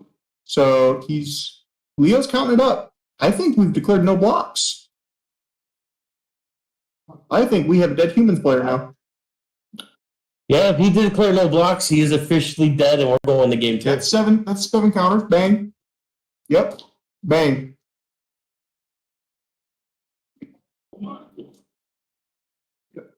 That is Yep. That just goes to show how explosive party skills is. Yeah.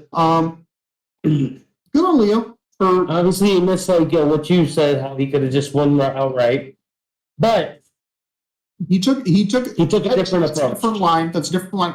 I wouldn't have gone for that line. Not necessarily saying it was wrong. No, I wasn't saying that. Yeah. I was saying he didn't take the line that had the just shooting the highest upside to clean the board and take advantage. He was going for the one hit kill. Mm-hmm. It's different play, different approach to the match, which exactly. Is fun. But we're on the sideboard. Let's take a gander at the. Let's look at the affinity or hard skills rather. So we got the 1 Luris, which obviously that's not going to be coming in. Right. The 2 Chalices, 1 Relic, 1 Veil of Summer, 3 Nature's Claim, 2 Torpor Orb, 2 Void Mirror, and 3 Dismember. This is a 5. You're immediately bringing 5 cards: Torpor Orb and Dismember. Yep. As far as what you're cutting, we're cutting a lot of the fluff. We're cutting the pithing needles. We're cutting. We'll be trimming on the welding jars. Yeah. We'll probably cut those entirely. So it's 3 cards. And what else you're trimming from there? That's up to the player. I think realistically, I would probably trim. I might cut the drum. I might really just go lean on this. Yep. I'd go lean on this, and maybe trim a Ancient Stirrings. Yep, on my end of things, I'm bringing the Outland Liberator in. Like that card a lot. Okay. Magus of the Moon because I've turned off sagas. No more sagas. I don't want you getting free value. And besides those, Kataki's probably really good too, obviously. I don't think I'm bringing in Lavinia. I don't think Lavinia is like where you want to be. No, Leo's going to be. It's not really it's a deck that's aggressively. Its mana is aggressively efficient. Yep. It's not cheating on mana or anything. It's just good, clean, quality cards at a low rate. Yeah, I think I bring those cards in, and I think the cards that I would take out, probably Thalia, the 3 Thalias, and just bring those 3 cards in. Probably, yeah. Yeah, I think the Thalias are probably the worst cards, and you just bring in those 3 cards: the Outland Liberator, the Kataki, and the Magus of the Moon. I don't think you bring Magazine. It turns off sagas. Yeah, I understand that, but I think you don't really care. Yeah, but I think it's the same thing. You play the Alpine Moons and the Blood Moons only in the format right now 4 sagas. I think if you're not bringing Magus of the Moon against the saga decks, where are you playing the Magus of the Moon for anyways? That's fair. I think if I'm sitting in the player seats right now, I'm leaving because I would be the hardest. Of course. I would be dancing. If somebody played a Magus on me because the deck plays like anywhere from 4 to 5 forests. Plays it only plays 2 forests. Yeah. It's definitely not for that. Like I said, it's not for the forest or anything. It's literally a turn off saga. Right. Go saga. And I think that's coming in like turn 3 or 4, right? Right. 2 possibly if you have the noble draw. The noble draw, but I think Hardened Skills is aggressive enough where you're assembling your combo, Mhm. your engine on turn one. Right. And I think it's a little weak in sideboard. I think it's a weak sideboard option. No, that's fair. I might be wrong. I might be wrong. Again, I think I would try it, but I definitely know that I'm not going to win the I think game. you played a little bit more human Yeah. than I have. I'm not going to win the game by slamming it, but turning off Saga and the value that Saga generates, It's big game. yeah, It's big. huge.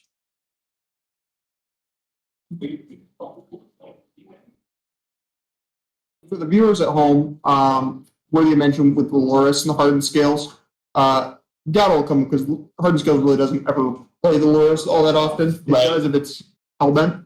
What was the main reason they weren't playing Lures beforehand? You got to play, there's a Construct Tutor.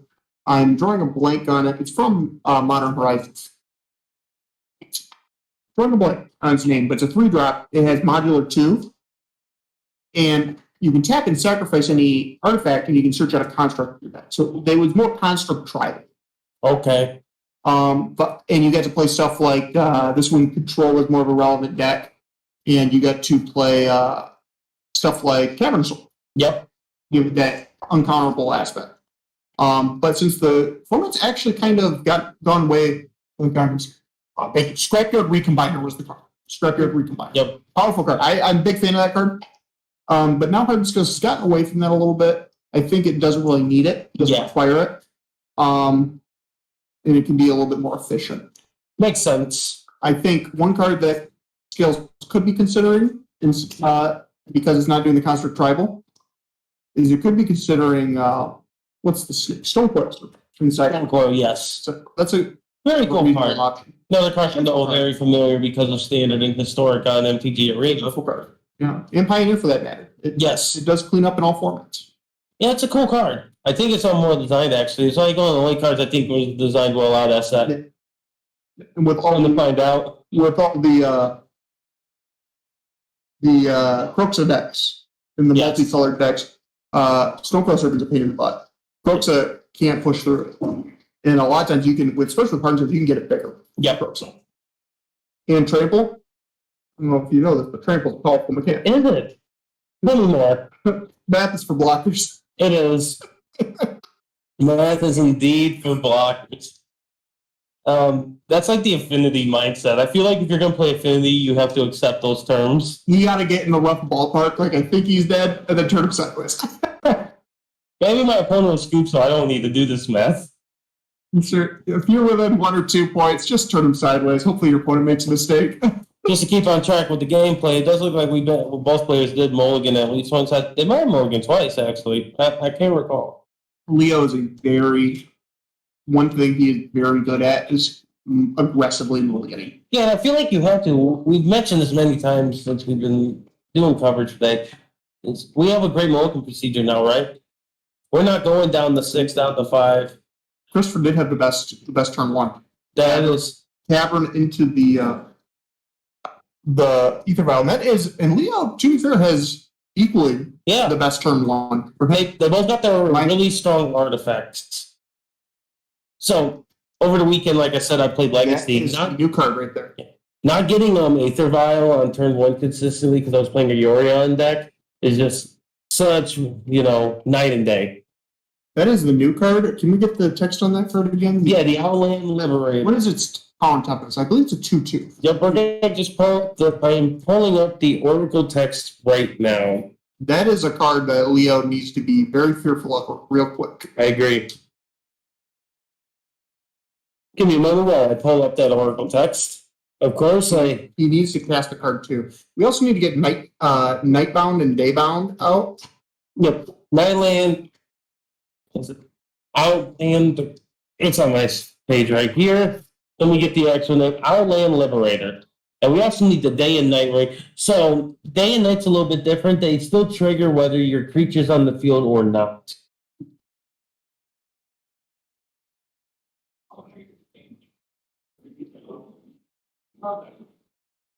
Okay, awesome. We do have the Oracle reading. So on the main side, it's a 2/2 for 2 creature human werewolf. As an activated ability for one generic, sack it, destroy target artifact or enchantment. As I said, it has Daybound. For the Knight's side, here we go. I found it. It has an activated ability still. It's a 3 now. Whenever it attacks, destroy target artifact or enchantment defending player controls. This card's gonna be a house in this matchup if we can keep it going, but it doesn't look like it wasn't long for this world.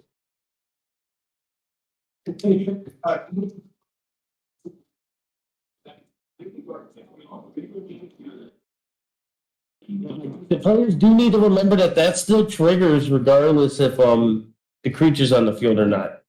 We learned that from playing limited over the week on Arena that it still triggers regardless. So when you top deck one of those day or night bound cards, you can start getting value off it. It's really sweet in the top deck wars. Yes, it is. It is not Changed our drafting strategy up huge. Yeah, it's not like it was with specific creatures, but this is an actual ability. This doesn't affect any of the old cards either. No. It's specifically for cards that say Daybound or Nightbound. Yeah. It's a really cool mechanic. I like it a lot. Yeah, with the Violent 3, which is a good number for it, you get a lot of their good interactive spells. Do you think he brought the Torpor Orbit? Leo the smart player. Oh, he definitely brought that Torpor Orbit. It goes the host saying, if you're not bringing it for these matchups, then why are you playing it, right? Right.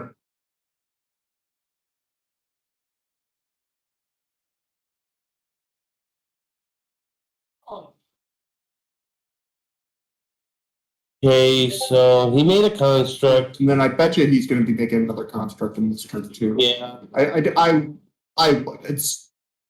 There's no sense not to. Yeah, I just think you go and you use it. Get full value off the side.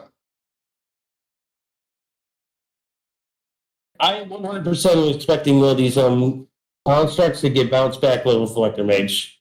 100%. Like, honestly, I expect the one that he's just putting in. Yeah, I expect both of them to be gone this turn. Because what's most likely is going to happen, he's going to swing with the construct maybe. But he probably won't because that seems kind of damed.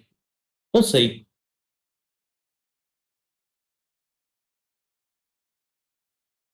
Because this thing is going, they're going to be 4/4s.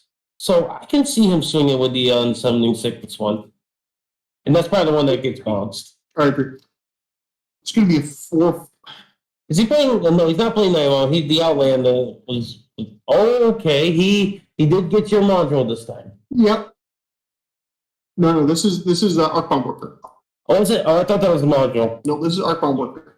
I would actually almost assume that the module, animation module was on the chopping block. I don't think it did. Okay. But it's close. Right. It was at least up for discussion of cutting.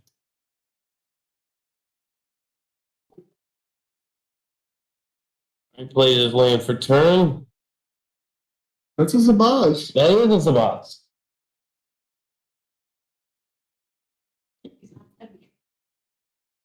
So this is going to be a 5 power creature. Yep. That's a Reflector. It's got to be. There it is. Bam. As we said, we were expecting it to be Reflector Mage. And I would expect a Phantasmal Image on the follow turn. Where did you mention the Humans player running out of gas? He's got 3 cards in hand, I believe. He does have 3 cards. I want to say one's at least a land that looks like a basic plains. He's definitely going to start cycling his land. Yes. That's the benefit of having these cycle lands now. For sure. Not cycle land, but canopy lands. For sure. Is you go through, you sack them, you get a new card to potentially be able to keep your gas going. 2 mana. What could he be playing for 2 mana? I think it's going to be the image. Yeah. Image, copy, and Reflector Mage. We're going to get rid of the other construct, the thing that's probably going to kill you. Leo's got to be thrilled to have that, though.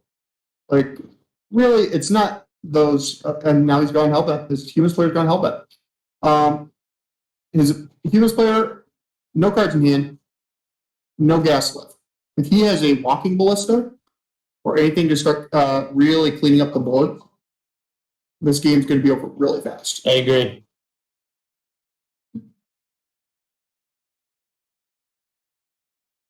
If he has a Walking Ballista right now, he can put it for 1, destroy the Arcbound Worker. It'll put 2 counters on the Walking Ballista and 1 counter on the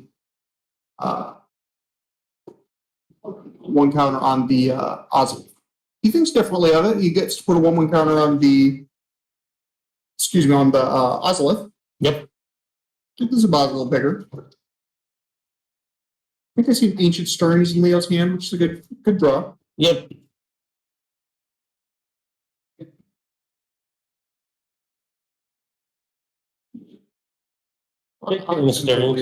Yeah. A lot of options. That was an easy turn. There was a lot of decisions to be made with this. That's the problem with the hard deck. Yeah. And I've said many times, hard pressed never to play this in a competitive event, just because there's so many decision points and very easy to get lost in the complexity of that. I agree 100%. That is a walking ballista for 2. Yep. And what he's going to be doing is just going to add the Ozolith counters to the walking ballista, and then he's just going to shoot the Lieutenant and the Phantasm. More than likely. Yeah, he's just going to play clean up this turn. Yep. And then the humans play a 3/4 Reflector Mage that's easy to clean. Yep. Correction for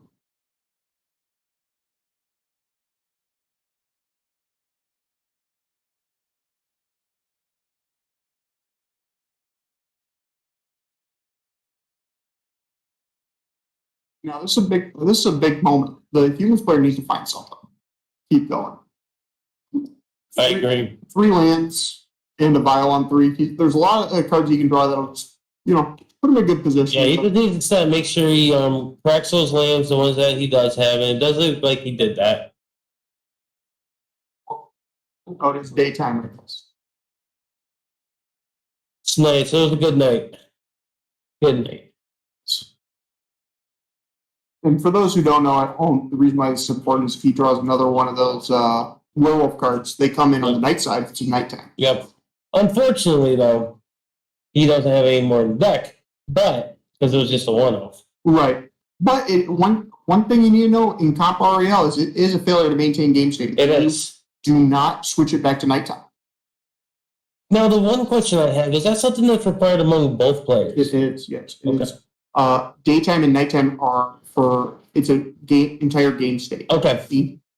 Yeah, there's no question, because I haven't played one of these cards in paper. They've been out for less than 24 hours. It's nighttime. If I have not played a card that is nightbound or daybound, yeah, and I play a card that has that, it's going to come in on the night side. That's why it's relevant. Yeah, no, it's definitely relevant. Was that Melee Mage? Okay. Melee Mage and Ravager. Pretty standard. I don't think that's really all that relevant anymore. Right. This is probably going to be another, the worker. I agree.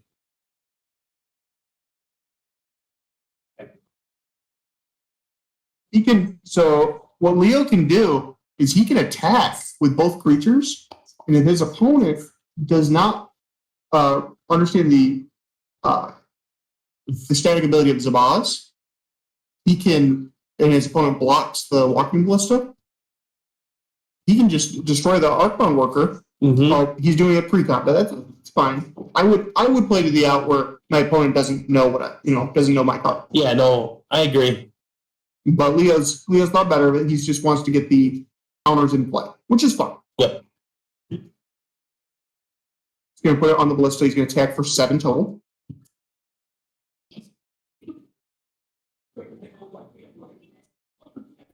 He's going to clean that up. Okay. And he's going to attack for 5. Or just 2? I'm a little confused by this attack. I'm a little bit confused by this. Especially now that he follows up the Raptor, I'm very confused by this. Yeah, I'm over here wondering, because he doesn't use dice, he uses these, counters. Chips, yep. Yeah. 1 chips. Easier to see when you're, for commentary. Yeah. No, for sure. Actually, I do like these yellow dice. The yellow dice, Chris he came ready to be on coverage. She's prepared. He heard Swish Gaming was doing coverage. He was like, I'm bringing the good dice. We might need to get some of those dice just for our coverage. Most likely we're going to get those jumbo dice. It's daytime, guys.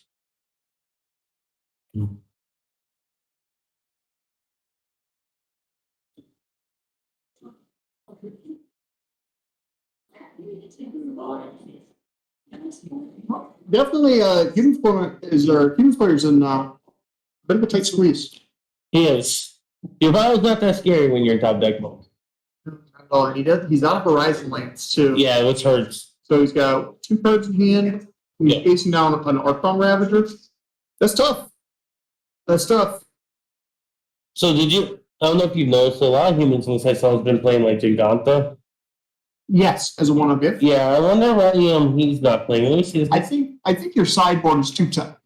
Yeah, that might be what it came down to, because I don't think he plays anything that would stop him. It's 5 mana.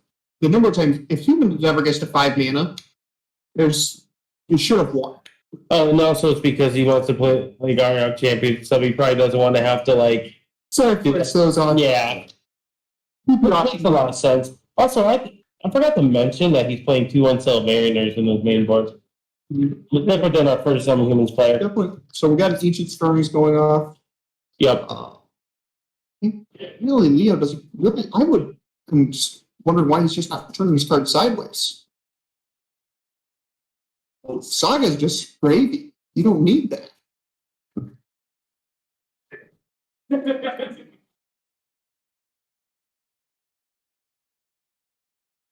I'm not sure either. I'm not sure what he does. Honestly, I don't know skills as well as you do. He can right now. What he should be doing, he can attack if he wants to be cautious. He attack with his Zabaz, pay 1 white, give it 4. Okay. Push that 3 damage through. Right. But really, he doesn't need to do much. He can just start turning his guy sideways, and there's not much as human's opponent can do. But with 2 cards in hand, maybe Leo is a bit of a cautious player. Yep. He's probably playing around the second reflector. Me, I'm a little bit more aggressive. I say, do you have it? Yeah, no, I agree. And they do have it. Use the next walking to clean things up. Exactly. Walkable is such a house. And it's because the vial on green, there's not that many cards that he can have. Mm-hmm.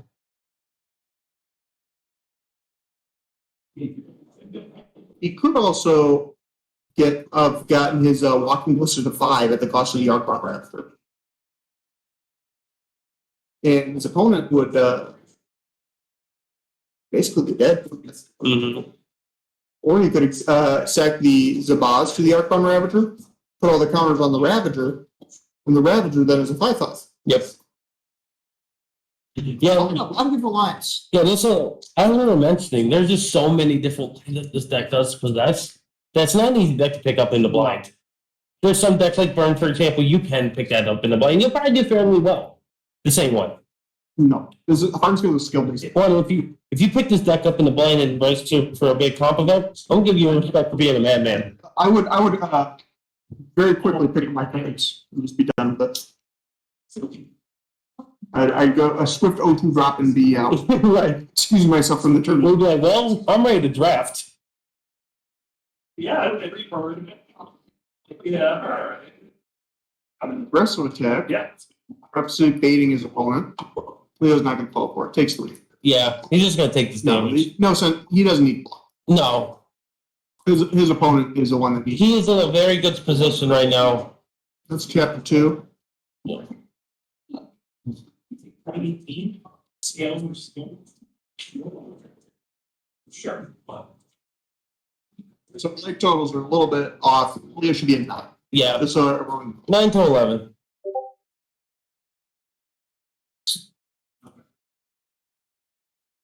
Yeah. Wait. Leo, like I said, methodical player. He's really thinking this through. Thinking, what can my opponent have? Yep. Me? I turn him sideways. Oh yeah. Me? I'm turning him sideways. I think he's being a little too cautious. I think by being cautious, actually at this point, you're doing yourself a disservice and you're giving the humans player too much time. I agree. And by giving your humans opponent time, they just end up finding the Imperial recruiter, and if they find the recruiter, they're right back in this game.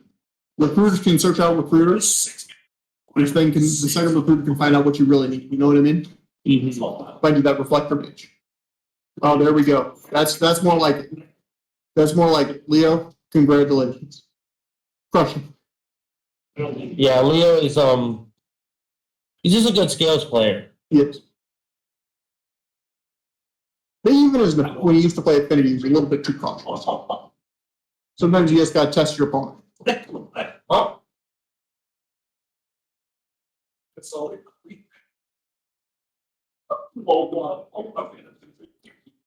you know Leo for quite some time? Quite some time, yeah. Leo and I have bounced ideas back and forth on hard scales and Affinity for a long time. That's awesome. Respect him greatly as a player. He's very, very skilled at this deck. That's good community aspect right there. You know, working together, talking among peers, especially since you guys play similar decks because you're an Infinity fan. And he constantly will ask me if I'm watching his game after the event or after the match. He'll go, "What could I have done differently? What would you have done?" And he says, "I didn't see that line." He's constantly open to improve his game, but quite frankly, I think he might be a better. He's probably a better scales player than me. In all honesty, but a little too cautious. Yes, in my humble opinion. A little too cautious. I agree.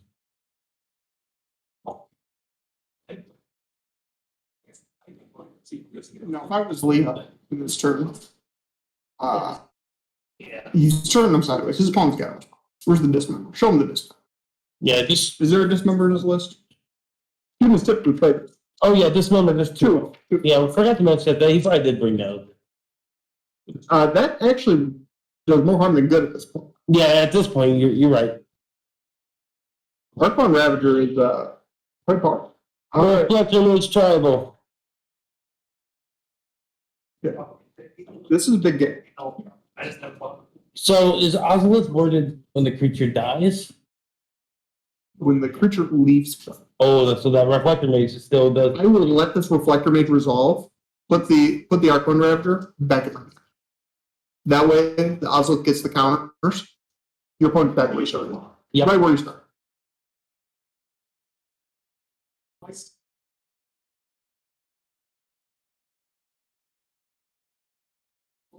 Leo does get the dismember. That's a big game. Leo what he should do is, let me think on that. I wouldn't even shoot him for one. There's an argument to shoot him for one. No, just put the counters on the asshole.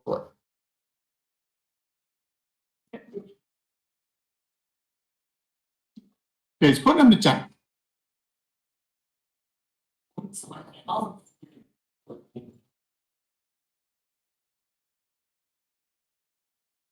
Yes. Also, I always observe it. Let's not done that. I don't care. Oh, that's all I.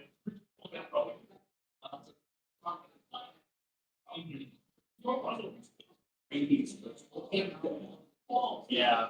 That's probably the longest match we've done today. This is awesome. It's a good match. Great match. Imagine if Chris is able to sneak it out somehow. It's gonna be hard. It's gonna be very tough. He has two cards in hand. Have we seen what those are? A little bit confused why Leo let him go to blockers. Yeah. Yeah. Couldn't he have just removed the blocker and just got that damage? Yes, absolutely, 100%. There's one less attack on the backswing too.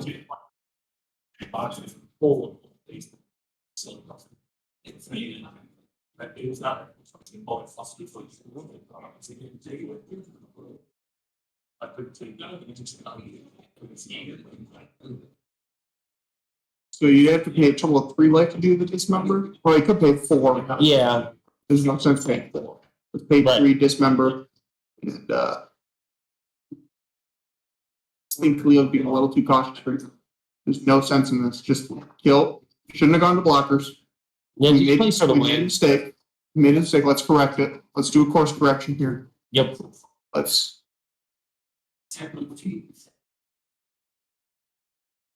Yeah. Only 3? Okay. Smart. Use the Urza Saga for a 1/1 counter. That's fine. It has value attached to it. What you got to think about this deck is just value, but Yeah. I have a feeling if you should just put the boot to Chris's throat in this game a little bit faster. You know what I mean? Mm-hmm. You got to spill blood in the water at some point. This is a dismember. We're going to 6. Dismember the Zabat. Okay. That Archon Raptor is gonna. See, like, yeah, it's been. You can deal 1 damage. We can deal 1 damage through, or Yeah. we just keep the wreck. I think we just keep the wreck. Yeah. Leo thinks the same. It's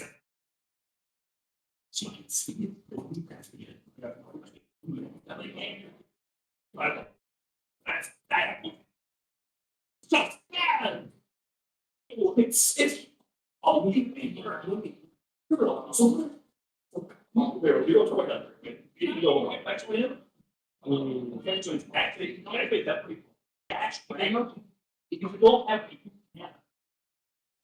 So we got a big raptor, but we got an opponent. See, this all comes down to why he should have just kept the walking moves in his hand. This is a misstep. Oh, 1 point of damage versus this board state. Walking Ballista would clean up right there. I'm still puzzled by this entire line. Yep, and his opponent scoots it up. Yep. Opponent scoots it up. Hardened Scales, doing what Hardened Scales does. 4-0. He's on the fast track to doing well in this event. I'm going to have a conversation after this because I think he needs to clean it up a little bit faster. Yeah, he probably could have. He was playing not to lose a little bit too much. Correct. And but that's tough for even experienced tournament players to do. There's a time you play to win, and there's play not to lose. Yep. And I definitely think we're on the track where we should have been playing to win to close that out. And I think just playing not to lose is a mistake even at that point. Yeah, I agree. I do think Leo played fine overall. It's just ran out of gas. a solid game. It just could have been over. You know, it was a huge moment. Hmm. Leo killing that Outlander early in the game. Turn 1. Yeah. Outlander, unchecked Outlander would have just ate the Infinity deck up, I think. 100%. 100%. I think if it goes to that point, he's just not going to win. Yeah. Good match, though. It's the longest match of the day by far. Both players played well. And congrats to Leo for going on. He's 4-0. Ron's doing main board. What Richie's going to be doing, he's going to be putting the pedal to the metal. Yes. You've got to get a lot of I didn't know if he had any way to disrupt this Tron count. He does not. I would assume that this Tron will be unchecked.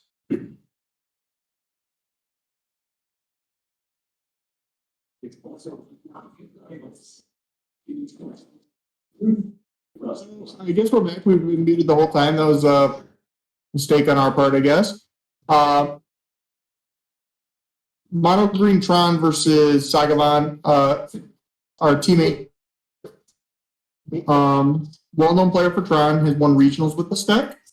And Richie is a local to the Hando area, the Garden City area. And good player, good rock solid player. And he's kind of just doing what you want to do in Modern, which is play good value cards. Yep. And he did, well, I was mentioning earlier that off stream that this deck is decided not to play lures so they can play some different value cards to keep their full sideboard access because they're in the main board. They're playing copies of Clothes and Seasoned Pyromancer. Is it better than lures? I'm not 100% sure, but we're going to find out together. Yeah, I think he's a Sumbletron. He's playing green. I'm thinking a Thrag Tusk is coming down right. That's reeks of Thrag Tusk. Thrag Daddy. There we go. It's daddy. You know, Noah had Thrag Tusk at one point that was altered to be Swag Daddy. Oh, really? Yeah. That's pretty cool. If you're going to be if you're committing to the Thrag Tusk, really commit to the Swag Daddy. If Noah can find his payoffs, I think he has a high advantage of winning this game. If his follow up to this is a Ugin, a Spirit Dragon, I think it buries Richard. Yeah, I mean, obviously the constructs are able to stay, but nothing he's going to be playing beyond that is going to stick with him. Agreed. And a Karn, the Great Creator, would be huge. Is he on the Great Creator build? He is on the KDC build, yeah. And well, we were talking about this, but he does play a one-of copy of Kozilek the Butcher of Truth. Yes, that's going to be huge. And that's, for those who remember, that's the Kozilek that does have the Draw 4. The draw 4, yes. Draw 4, Annihilator 4, I believe. Yep. And also when it hits a graveyard, you do some shuffling. In there for the respect to the mill, but of course. Yeah, I think you need to respect Mill. Obviously. Important here, Richie has decided, ooh, big, he's making a big statement to know. That is a Zoran work. I'm thinking that Richie's go for a Titanic play. Titania is 4 mana? Yes. 4 mana, there you go. So whenever a land hits the graveyard, Whenever it hits the graveyard, yep. you make a 4/4, isn't it? 5/3. 5/3, 5/3. I know it's a big body. That's pretty good with Saga, by the way, because when you sack Saga and you get a body too, you get even more value. Yeah, it's true. I think I really think Noah needs to find an Elfstone here. Or Eugene. Yep. And also Titania has another ability. When she enters the battlefield, you get to play a land from the graveyard, which is why the Woodfoot Hills came back. Yep. It's only an ETB effect. It's not every turn. Yeah, that'd be kind of nuts. But no, that's a sweet card that we got introduced to our format. I believe it was a commander card. He's up to 9 mana. Yeah, this is going to be an interesting turn right here. What payoff does he have? Does he have O-Stone, Ugin? Those are the 2 cards you want to look for, right? Ugin, he's going to neg 5 or neg 4. Yeah. He plays that Ugin. That gives him protection against the Titania and her tokens, and the Zero. Yeah. Oh, that is probably the best one because it deals with the construct and the shout spear, so where Ugin was not going to. Yeah, Oso is definitely the best pick. Yeah. And no, he's sitting pretty. Yeah, he doesn't have to do anything right now, right? He can just wait and be like, hey, I'm going to do this on your turn when you're about to go to combat. So if you do have like another monkey or something you want to dash in, you ain't going to be able to do that this turn. Usually I'm just pass to his opponent. He's like, I don't got to do anything. You got to respond to this.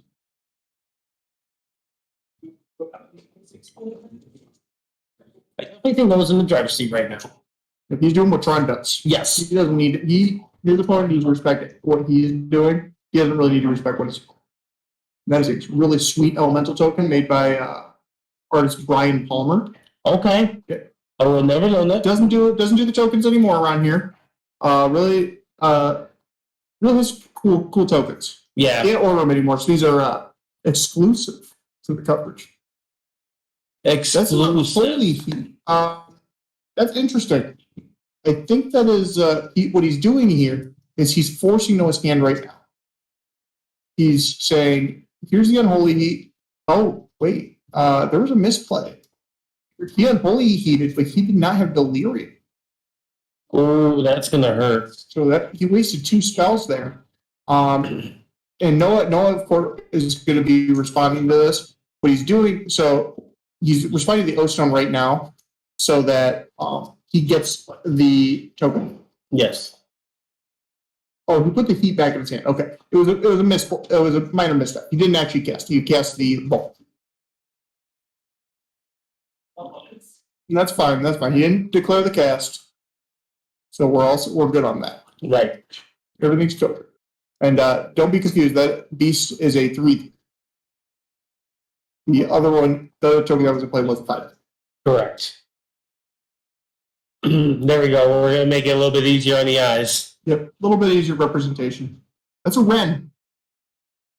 Ren 6 plus Urza is a powerful combination. It is, but my question is, it obviously depends on the contents of Noah's hand. Tron doesn't care about Rens. No. The only way that Noah would be scared of this Ren 6 if there was a Ghost Quarter that was in conjunction with Ren 6. Agreed. Urza Saga is a Dwarf. It's a pretty big tournament. Steppenwolf? No, that's fancy. If Noah has a Ugin the Spirit Dragon, he's pretty much closed this game out. Oh, yeah, Ugin just closes and puts up. Ulamog closes this game out too. There's a lot of cards. There's a lot of cards in the deck. Honestly, even Karn Liberated wouldn't be that bad because you just get rid of the Tarmogoyf and then you take and just bring Ren down the level if that's what you're worried about. Like, If you're really worried about Goyf is a 5. Thank you, Dave, for getting that up there for all the viewers. yeah, that's nice. 5-6 is pretty intimidating, but Tron's Tron's already assembled. He's not under any pressure. Noah's got way better cards. And he's at 21, which helps a lot. He's got way more cards way better cards, more powerful cards that he has access to than Richard does. That's the problem. There's a chance he's looking at his sideboard, so there's a chance that he's just going to slam a Karn the Great Creator, which not necessarily lights out, but it is going to. Yep, there it is. He does have access to powerful sideboard cards. Let's take a look at the sideboard and see what he can do right. A lot of cards you can grab. You got the Walking Ballista. There's a liquid metal coating, which Noah is a big fan of the liquid metal coating. Oh, he's thought better of it. He's gone for the relic. Turn off Unholy. I would not be surprised if Noah just turns it sideways, says, I'm going after the Renaissance. Yeah.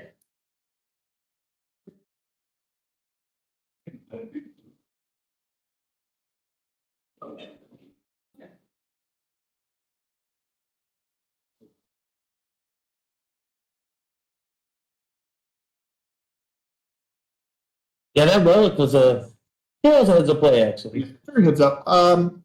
Noah's, like I said, Noah's been playing this game an awful lot. Oh, and very heads up play by Richard, recognizing the raw power of Karn the Great Creator. And I was just passing along. Staying to his opponent. He's like, I can't cast a spell, so why even open it up? He's just staying to his opponent. Hey, I got the rope. You got to respond to me.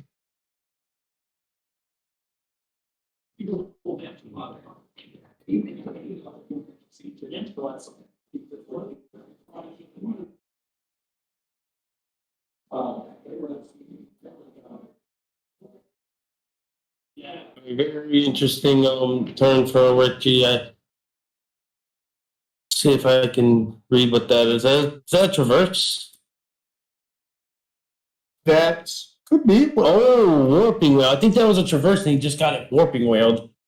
That's sick. Oh my god. Noah's playing 3 Warping Whales on me. 3 Warping Whales. Well, it's really good against Rhinos. It was big on there. Also kills the regular. Yes. That was sick. I'm a big Warping Whale fan, so I'm all for it. I am not a fan of the position Richard is in. Noah just secured his hand. He does have a copy of Wrathful Tusk. Another Thrag Daddy in here. I'm assuming that Noah is a little short on mana right. I think Noah is going to have to prioritize getting starting to get that mana. Well, it's probably just going to see a new card as well, which is going to help.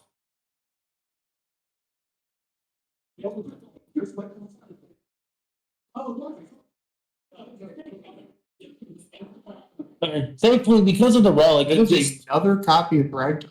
yeah.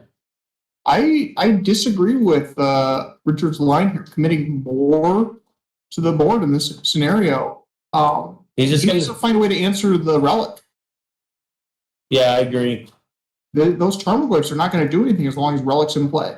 He can't effectively attack. If he attacks, it's just dead to the beast. Yep. And now, no, if he wants, he can just send an attack over at the red 6. No, it looks like he's just cracking the relic. He's like, I need to find some land now. Yep. We're closing this game.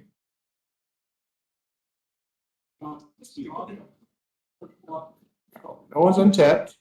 Draw for turn. All right. Can we find something? He passed the Ulamog, game's over. Yep, GG's, we're done here. We're going to game 2. Noah's up 1-0. Bang. We're going to post board. Yeah.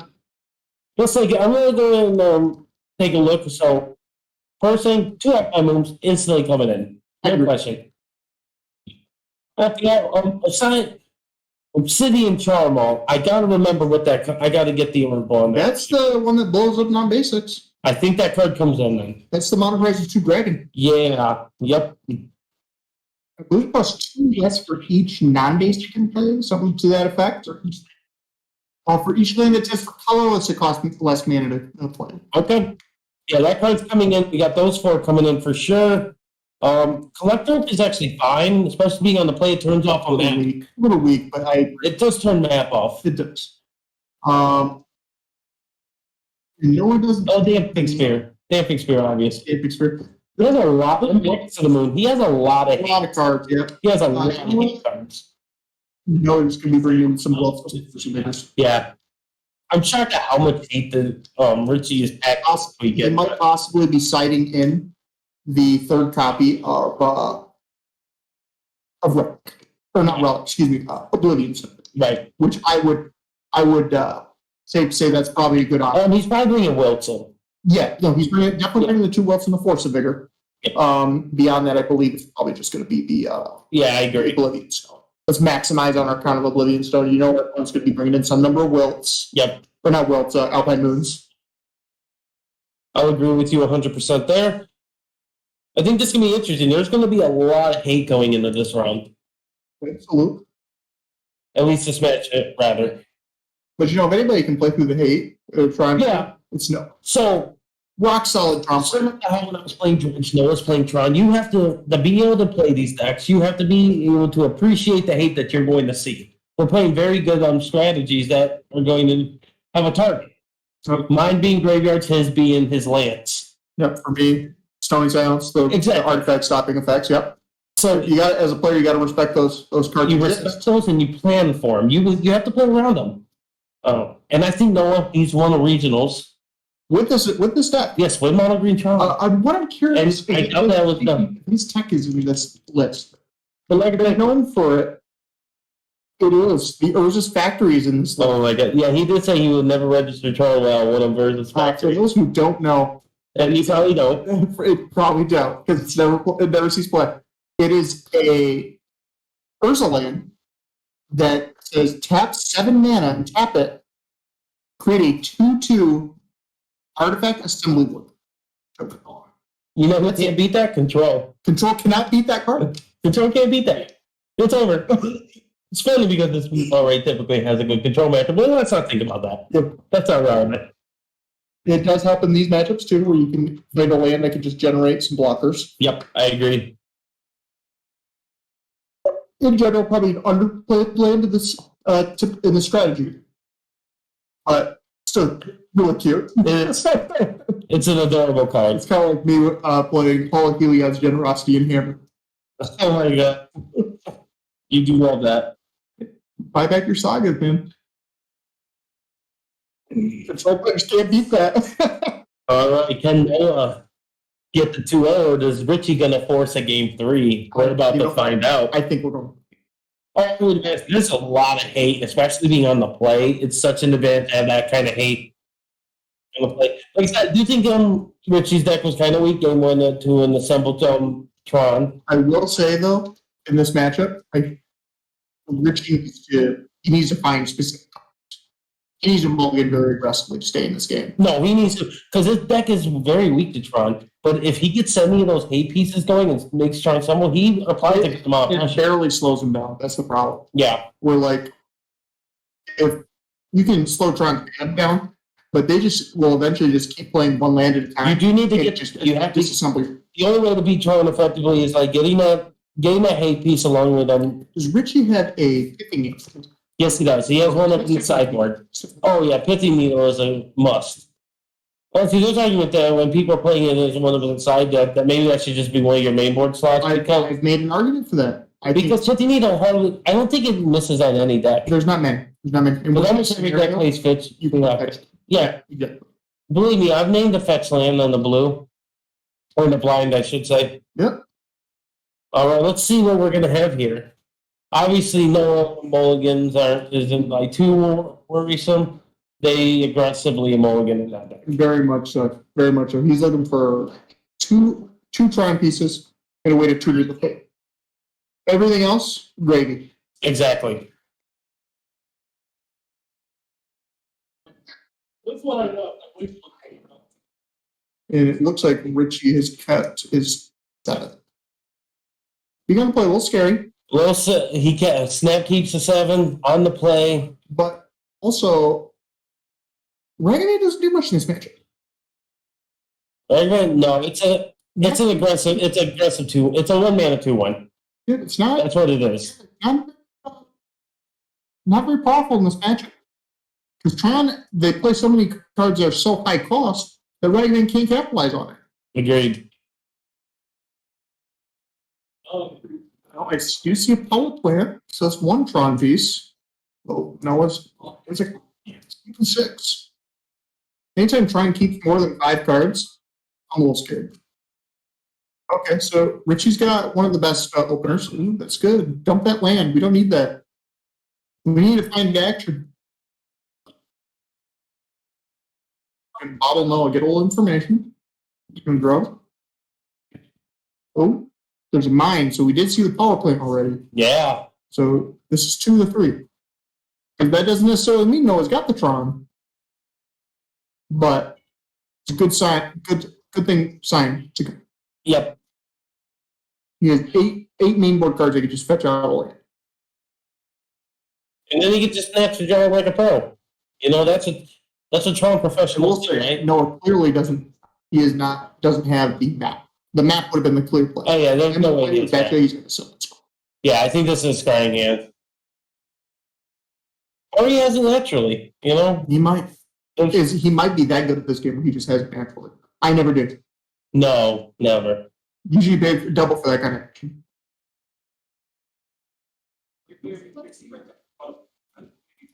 Oh man, that's a running switch. Alright. Alright, it looks like he likes his top card.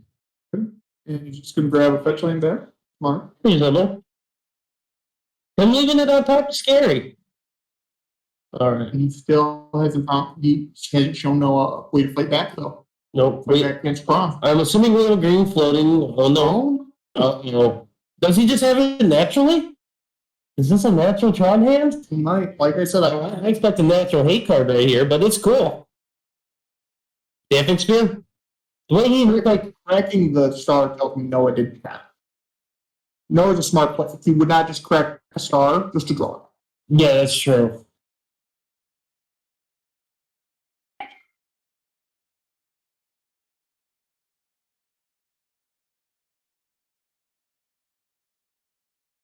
So I bet you Noah, he probably does have the tower in hand, but he was probably cracking it to possibly dig first.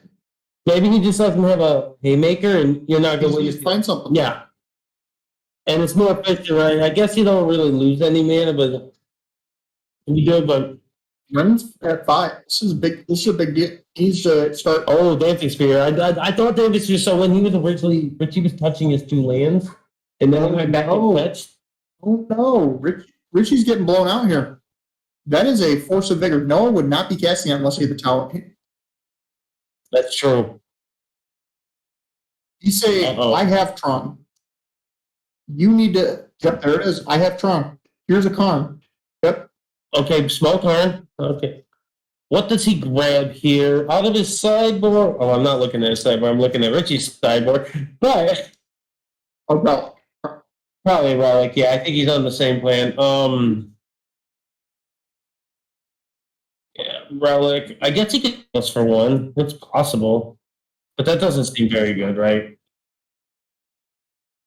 I love the Sundering Titan, by the way. He's ready for some Dryads. If he grabs Sundering Titan, that would be kind of a blowout. Walking Ballista. Walking Ballista for 1. He's going to go and get rid of Darcy. Done. He Just says, go clean the board I have no pressure. Deal with this Karn. Ragavan isn't enough to kill the Karn. He needs he needs to light it. Or Unholy Heat at this point would do. Yep. Actually, Ragavan would do it, but he would have to commit his Renin 6 for the turn to disrupting the Karn. Yes. Which, if he's doing that, Noah's actually a pretty good spot. Nope, he's putting a land back in hand. It's a he put the basic forest.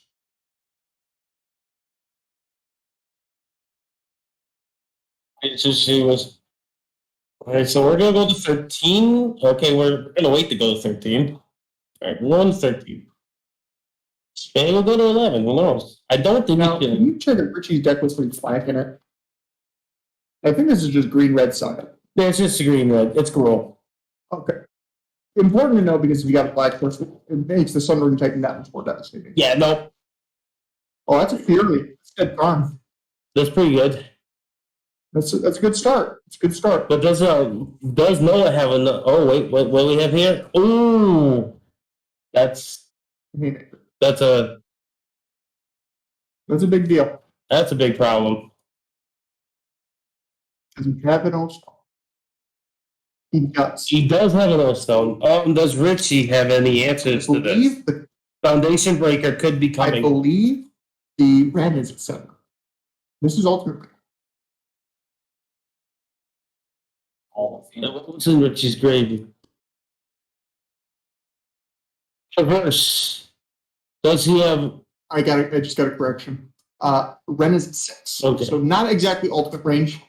So Noah is threatening. But he just got Traverse, and I believe he has Delirium, so that lets him grab Foundation Breaker.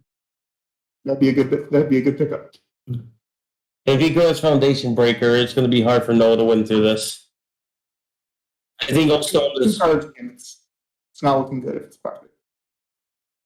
That is a foundation. Yeah, we're Oh no, he's thinking better of it. really. He's better of it. Putting it back in his deck. I guess he could grab Collector if he has that and just say you can't Looks like activate you it. can't cast foundation. What I'm being told. I'm not quite familiar with Foundation Breaker's casting. Oh, of course, there's a blood complex. And a tap is the green sword. Oh, This is huge. and Foundation Breaker doesn't have that same effect where the Convoke is free. It is it's green and 1. Uh-oh. That is a Obsidian Charmaw. Unfortunately, its cost isn't reduced right now because of the magazine. If it doesn't, they don't produce colorless.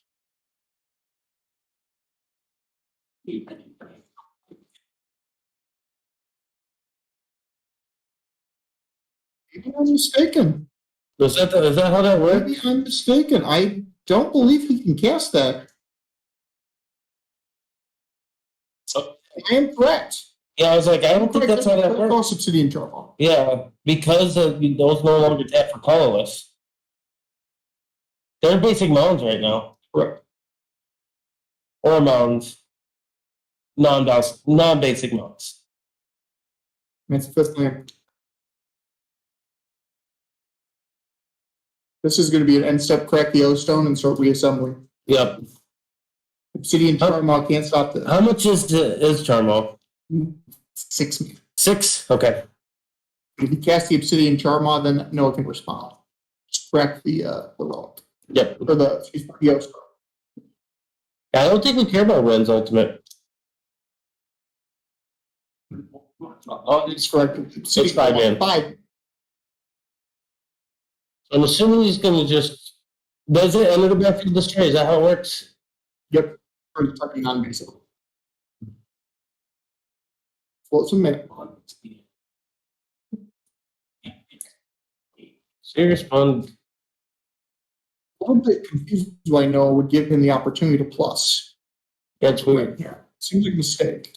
Yeah, I don't like that at all. Don't let the Ren get any more value.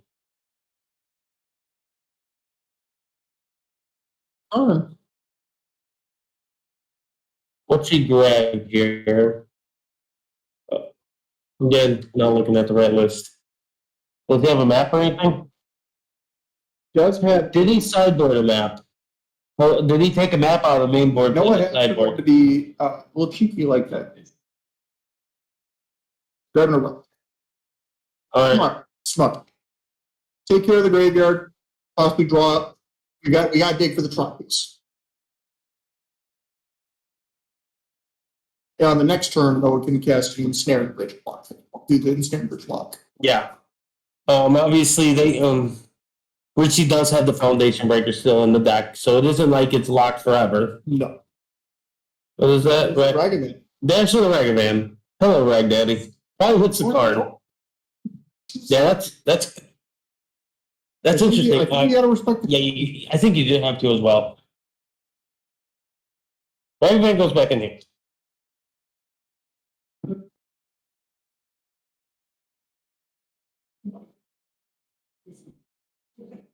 Here's the relic.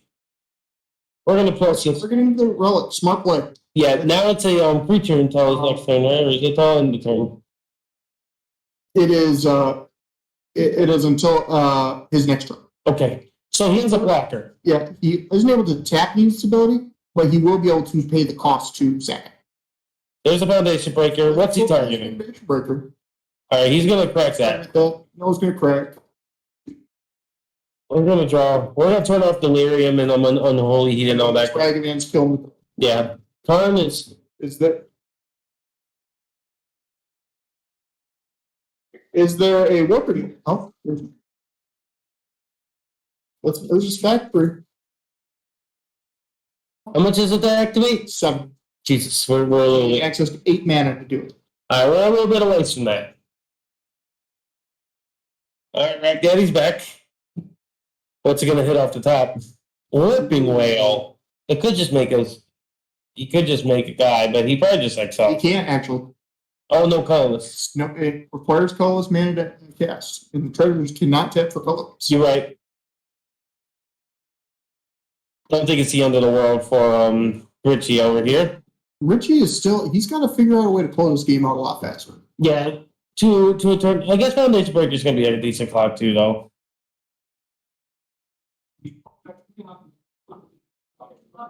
Going to one card in hand and picking. What is he named? What's his name? Probably Oldstone.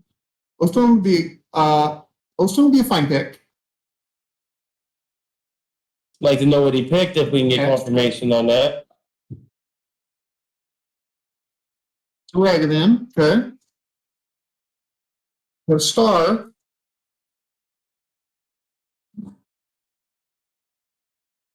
He named Expedition. That's reasonable.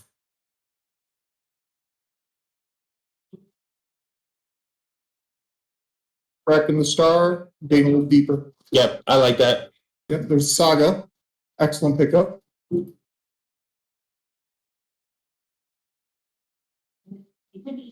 Last on one. That is Here we go. the game. We still have a game. And I believe I told should be different as well. We'll get those adjusted accordingly.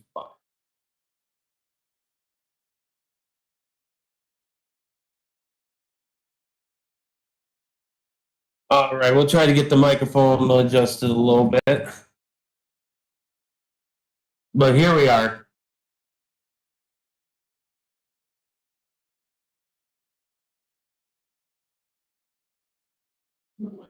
Rain 6. Nothing, no target.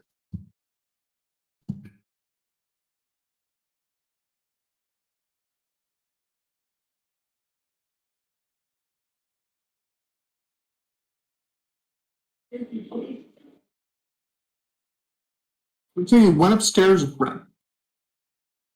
Okay. Noah's going in. Yeah, he's like, I'm going to try to gain this life back. He's got to gain some life back. Could be blocked and then bolt. His own creature could be bolted. Nope. Second off the Ragavan. And a worm coil. Oh man. Oh man. Double worm coil. This is gonna be tough. Noah gained a bunch of life on that turn too. We're just having some technical issues. We'll get the life totals adjusted here in a second. Yeah. What's Saga gonna go grab?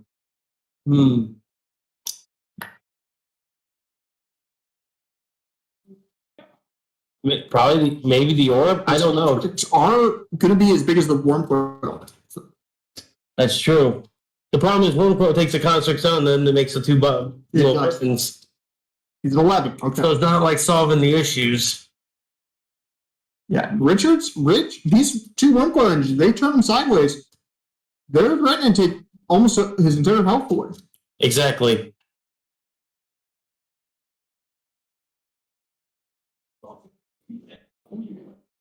Okay, there we go. We got that on screen for all y'all. Expedition Man's a good name. It's a good name. I agree.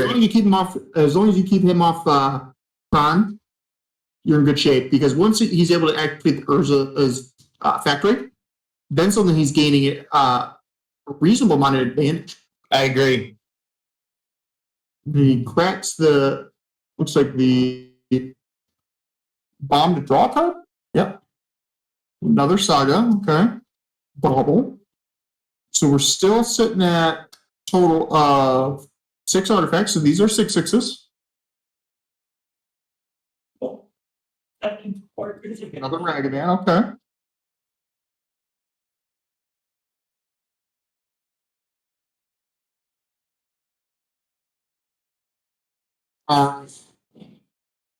This worthy of mention, this blast zone could take the Pithing Needle offline and lower the constructs. Yes. So we have the blast zone in the back pocket.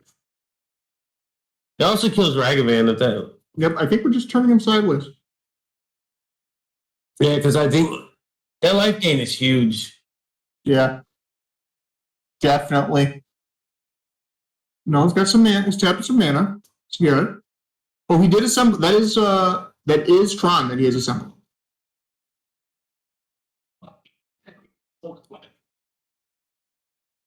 Hello, baby Karn.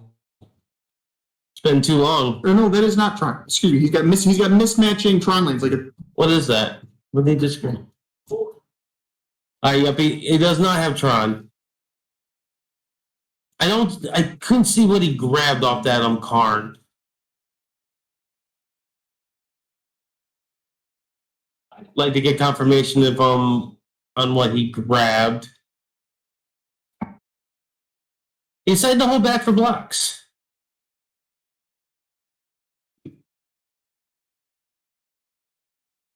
Romantic Sphere. Okay. Smart. Noah's known to sideboard out some number of spheres and stars. Like I said, I think it makes sense. It does. That way he can find his green. Or excuse me, it was a relic. It was exiled off the relic. Oh, that makes sense. If I forget there's another part of the text on Karn that lets you grab things when they're in the exile zone. Yep. Doesn't come up too often.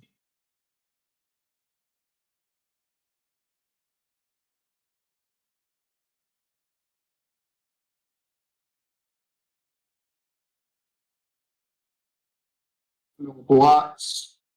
Gain 6 life, get a couple worms. Yep. Couple here and there.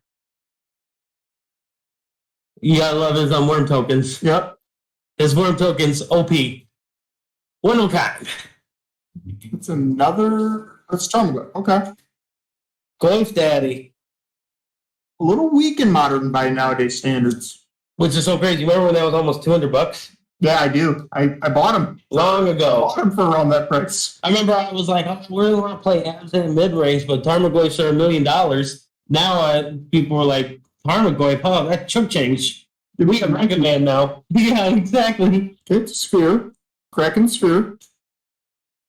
This is Sylvan Scrying, perhaps. Oh, got him. This is 10 mana. I wonder if he can get Tron. Okay. Got access to 10 mana. Yeah, we have 10 mana. Let's see if he has a payoff in hand.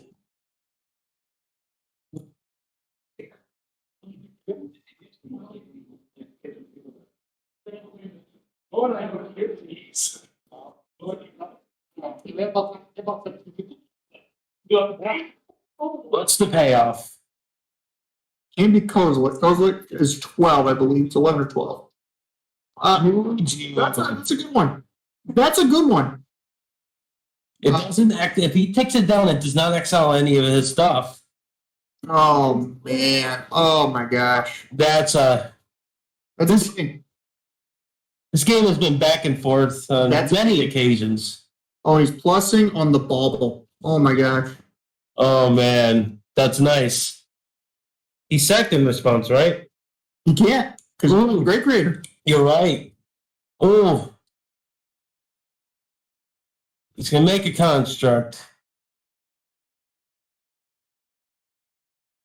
Thing is, those that touch worms, man. Your constructs can't get in there. It's tough. Worm Coil is definitely a difficult card to get yourself through. We've seen many hate pieces. We've seen so much go through this game. Yeah. And this is what we were talking about before the game started. To play these kind of decks, you got to fight through the hate, and that's what Noah's been able to do. Now, these constructs are starting to get big again. But he's got to grab Bauble. He's out of targets. Bauble's a dead card. KGC can just knock that off. Yeah, that's a sign that you just don't have anything left.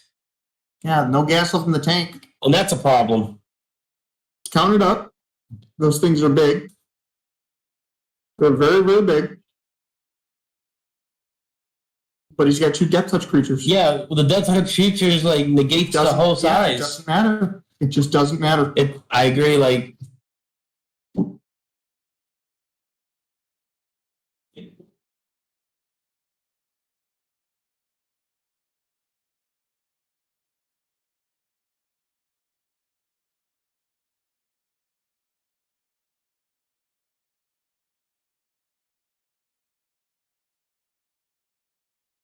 So, yeah, I think I think it's too far gone. These constructs, they're going to have to turn sideways, but he can only commit 2 of them. I agree. If he starts committing more, then we get more blocks in there, and then damage becomes marked. Yep, I agree 100%. It's an Alpine Moon. What is it going to name? Sorry, Nocturna. Yep, Nocturna, but is it too late? We can just -1. Yeah. This is all too little too late. Yeah, I don't think Richie... It's going to be hard for Richie to get out of this. And actually, if he just named one of the Tron pieces, then it just ends up, he cracks the Blast Zone. Yeah. Blast Zone cleans up a lot of cards here. Oh, man. I just don't think Richie can get out of this. I'm open to be proven wrong, but what do you think Richie can do? Tough. Like, I'm looking at his list, like... The big deciding factor, in my opinion, is the back-to-back Wormcoil engines. Yep. That's saved. There we go. We just -1. Take out let's reassemble our mana.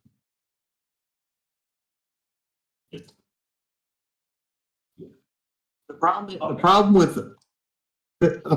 that Richie's having right now is that Wormcoil engine by itself just generates way too much advantage. Yeah. You're not wrong. And I believe it doesn't have a way that he can just knock them off. He doesn't have a engineered on the side, but he's gonna end up getting just too much advantage. Yeah, this is just it's too much.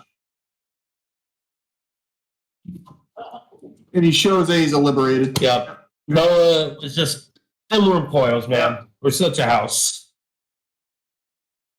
And that's a good Tron just did what Tron does. Yep. All it had to do was just assemble the white lands, and Tron just shuts it out. That's what Tron does. It just beats up on these mid-range decks, and I don't really think they can do about it. I don't think there was either. Noah played it well. I think Richie played well as an addition. Yeah, the one thing about Noah I did not like getting that activation out of the running 6. In that one moment when he had the O-Stone, he gave that free an additional activation. Yeah, free land. Minor misplay. Not too big of a deal. Don't give additional value to cards when you don't have to. Yeah, I agree. Just in general, you want to keep your opponent off.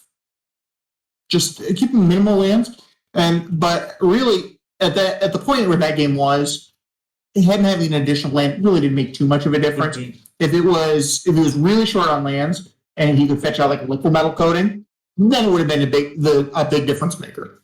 But based on the context of the game, minor misstep, not too big of a deal. I'd rather just know that I'm popping off he's not going to Obsidian Charm on me that turn. You know what I mean? Yep, I agree. Or do anything after the Obsidian Charm. So, congratulations, Noah, fellow Swish member. It was our first Swish member that was able to get on coverage today. We wish him the best of luck in these future rounds. Let's talk a little bit about our giveaways we're doing right now. We have a giveaway going around. We're going to be making an announcement when the giveaway is going to be ending in about a week and a half, 2 weeks. I'll be making the announcement on Twitter and Facebook in the next day or so. So we're giving away a box of Midnight Hunt. And the way you can enter, there's 4 ways to enter, and they're posted, they're pinned on Twitter, and it's also pinned on Facebook. But just to go a quick rundown, you be a subscriber on YouTube is one of the ways. Being a follower on Twitter, liking the post that's on Facebook that's talking about the announcement, and also retweeting and liking the post that we made on Twitter. Those are 4 ways. And you can, if you enter each way, those are an additional entry. Each entry counts. Oh, free. So you can enter 4 times. 4 times. If we have 1,000 entries, just 1,000 entries, we're throwing additional prizes. We have a foil Croxa Steven is going to sponsor and throw into the entry. Stewie has cards he's going to throw in.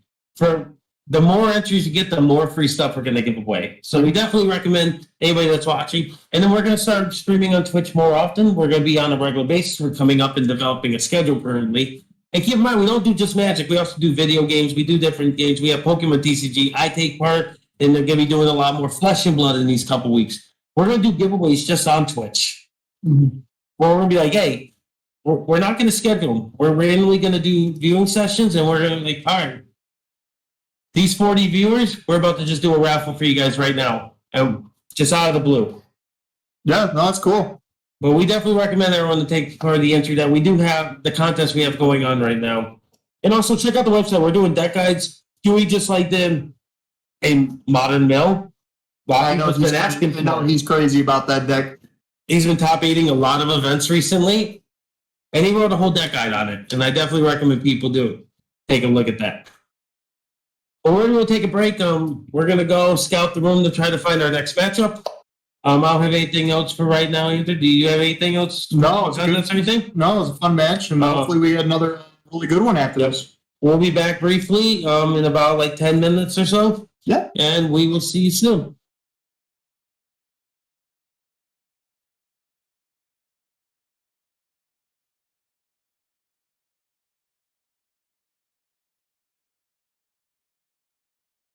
Okay, well, we must be here.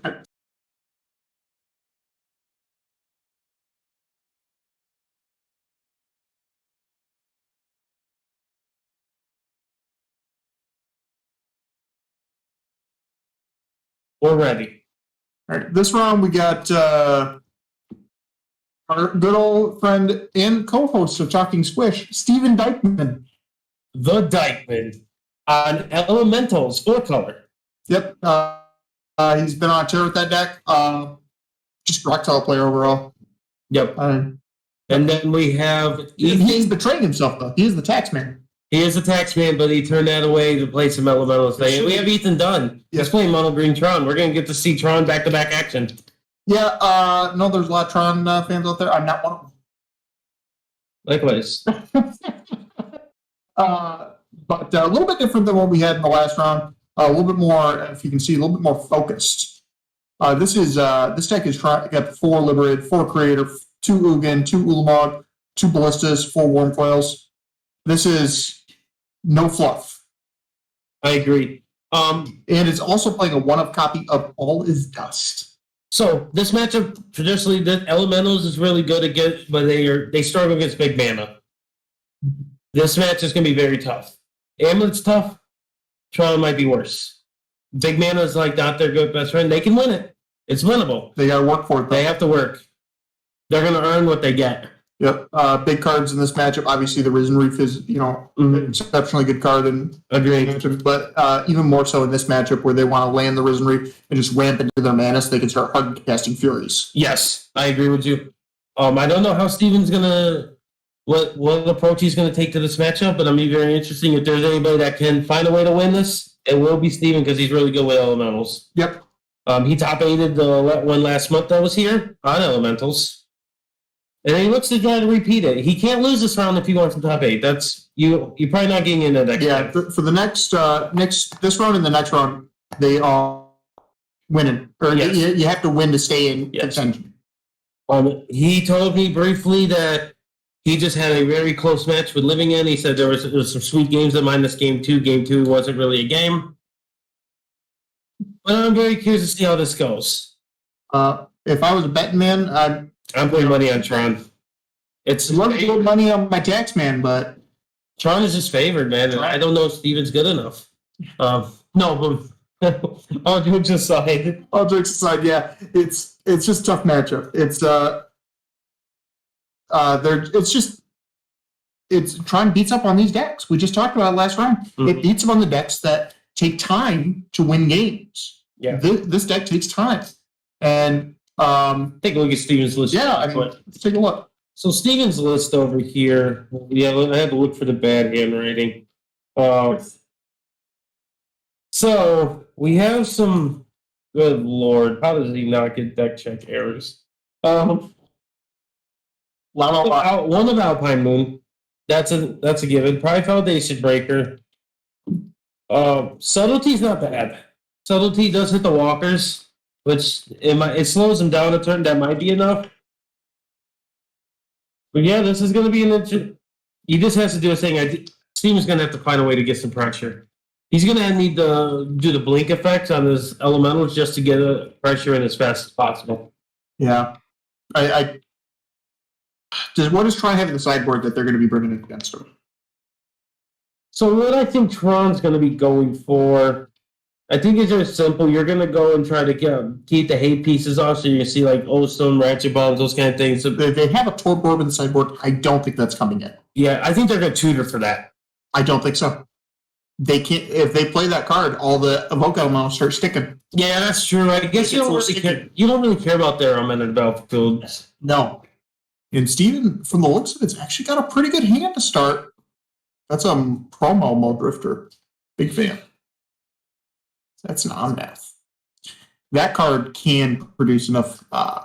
That's a clock. That's a clock. It can produce enough pressure. Steven's a big fan of like trying to keep Utopia Sprawl hands. I'll see if he's going to try that here. That's a double ephemerate. This is a great hand. But like I said, he is very. I've been watching him play this deck for quite some time. He is very pro Sprawl in your opener, especially. But we don't know if he knows he's up against Tron either. No, probably not. He is. It looks like he's shipping one of the 2 copies of Ephemerate, which is obviously correct. You don't need 2. Yeah. If you had 2, it'd be nice, but you don't need 2. More than likely, that Mole Drifter is going to be the one that ends up being ephemerated. Yep, I agree. Drawing a bunch of cards seems like the thing that Steven needs to do. He needs to draw a lot of cards. He needs to find a lot of answers. How many subtleties does Steven have in this deck? Do we know? Subtlety counts. We are good lord. 0. 2 in the sideboard. 2 in the sideboard. All right. That is a turn 1 chromatic start, and that is, my goodness, this Tron player, he is playing all 4 of this. Step aside, Noah. We got a real Tron player here. Yeah, Noah, we're going to replace you on the team. I think foiling should be mandatory to be on the team. We lose Dewey too, though. He's right. He's another anti-foil man. He is digging fast, hard and fast for that Tron. What you got to do, right? And Steven's kind of not doing anything. No. He's just hanging out. He's saying, hey, we're doing our thing. Tron player misses on Tron. Oh, that helped. But Steven just doesn't do anything passes. What the Tron player can do? Tron player stumbling. Tron player's not pressured. And it just isn't enough. What was that keep by Tron, though? He went through 3 of his chromatic stars. Yeah, that keep. That's a beautiful Urza's, not Saga, Urza's Legacy land, perhaps? Yeah, I think it might be. Another thing that Steven will have to worry about is his life total, thankfully, either, because usually you're scooping and conceding way before your life total is even relevant. At least in this matchup. You'll know when you're pretty dead. Is he on like the heavy Thragtusk main board for Tron? No, he's not. No. All right, that was no. This is the colorless deck. Okay, this is just like straight colorless. Okay.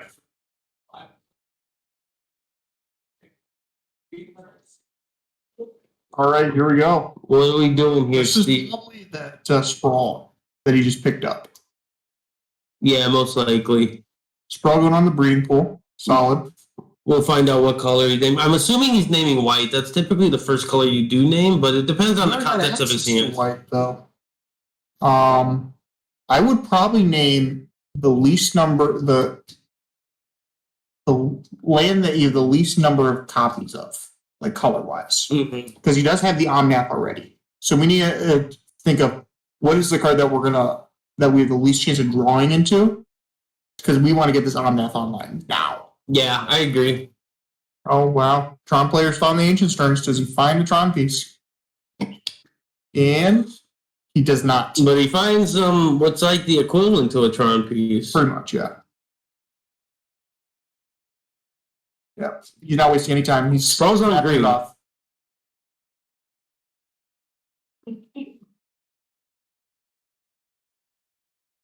And Steven's in trouble. There's no two ways about it. He's in a lot of trouble here. This Tron player's been stumbling for a few turns. You know his hand is stacked. Steven did finally find his land. And he's more likely going to slam an Omnath. But is it too late? Yeah, is it a little too late? That's what it comes down to.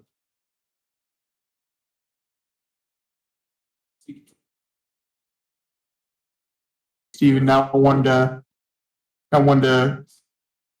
make his plays hastily, thinking this through. Oh yeah. We have a running joke that if you that you're always going to time if you play Steven Dykeman. He does like to think his plays out correctly. That's what makes him so good at this game. Yep. He's methodical. That's another sprawl that he picked up. So his opponent's got access to 9 mana. It's a lot of mana.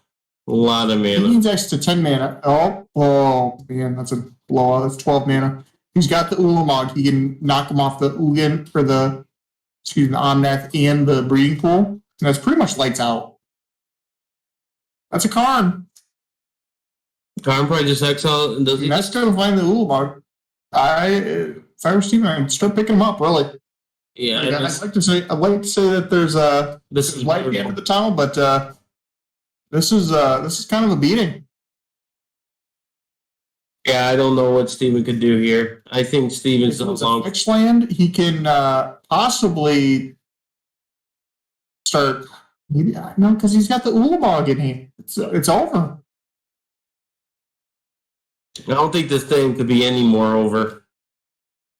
I think Steven got Bollywop game 1. There we go. Fetch land? Are we going to learn how Steven picks his cards up? And what motion he doesn't? Steven's not one to do an early concession, that's for sure. Yeah, I didn't expect Karn to be long for this world. And that breeding pool is exile. Yeah, it doesn't count all of them. It's just a reset. Is that how it works? Pardon? Does that reset them when you play new cards? Yes. It is. Yeah, it's not like the 4-mana one. Thank you.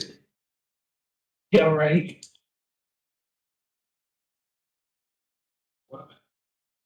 We had one of our great teammates, Tobias, wrote out Steven's list so I could read it since his was chicken scratch. Makes our life a little bit easier. Flamekin Harbinger declines to search. Interesting. Don't think he has the time to search. Don't think he has the time. He probably has Solitude in hand. All right, Steven. That's big fan of the tax man, but Mr. Dunn is collecting. Oh, I think what he's going to do here is he's going to float white mana. He's going to Solitude the Ulamog, and then he's going to ephemerate the Solitude. Here we go. This and keep a body in. Oh, he's just going to blink that. Okay.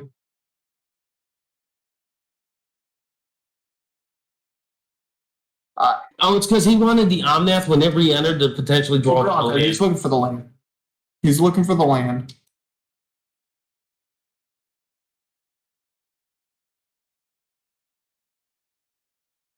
Other card. Did you find it? He needs a fetch land. Specifically, a fetch land can keep him in this. Okay, that's another. Eventually, oh, was that an Omnath? I thought that was a Fledged Stream. My apologies.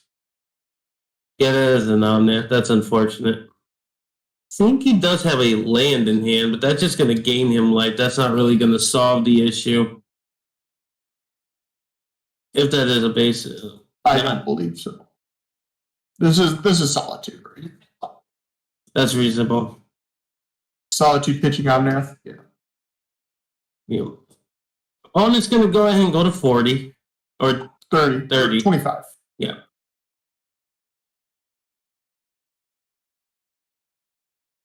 Here we go. Here's another one. Karn? Ugin. Oh. -4.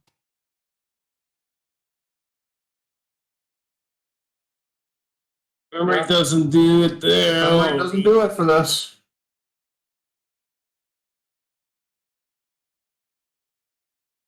What do you do here, Steven? It's floating some mana. Memory. Okay. Excuse me. He found a Fury. So the game's not over per se, but it is. Oh my gosh. Ugh. Big mana deck is just whooping them. It's just cruel and unusual punishment right here.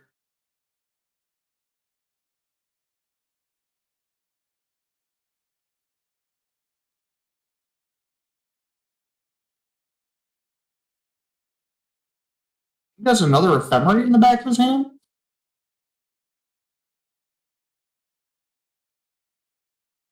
The one thing about Steven, he does not give up.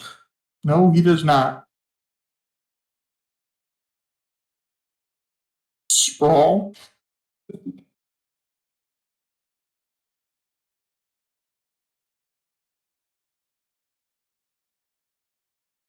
Or you and I would have picked up our cards a long time ago. Steven is like Push through this. Fury.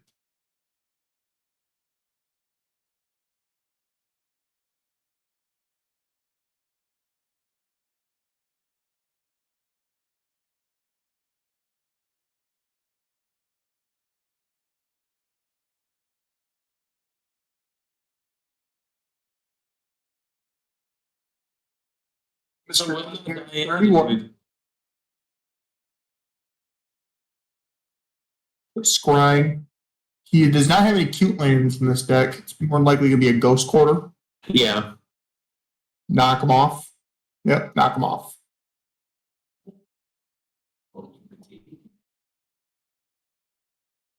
Brutal. Absolutely brutal.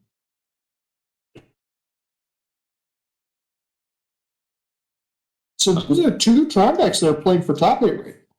Yes, that's awesome.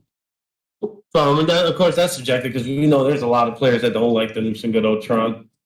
Yeah, I mean, you and I are some of those people, but some people like our friend Noah Heisinger has an unbelievable passion for. He does. For making 1, people 2, 7.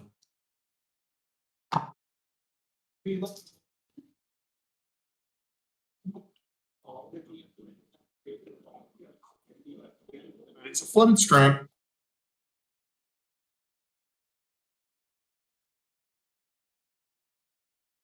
So Steven's digging. He's trying to dig his way out. Yep. His Teferi doesn't really solve anything, but it's going to buy him a little time. I agree.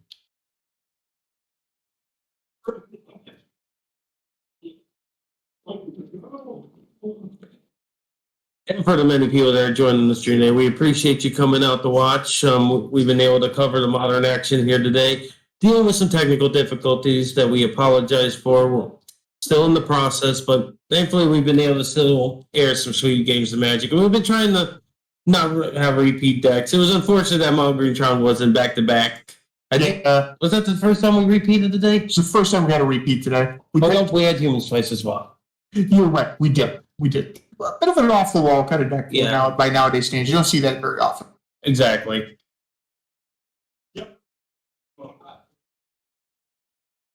Almost.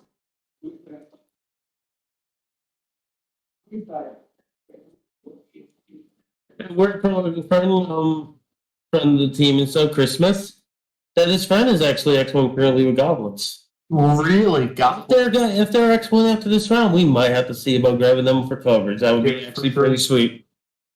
or I cannot believe this game is still going. Steven, never give up. Big- Torpor Orb is interesting.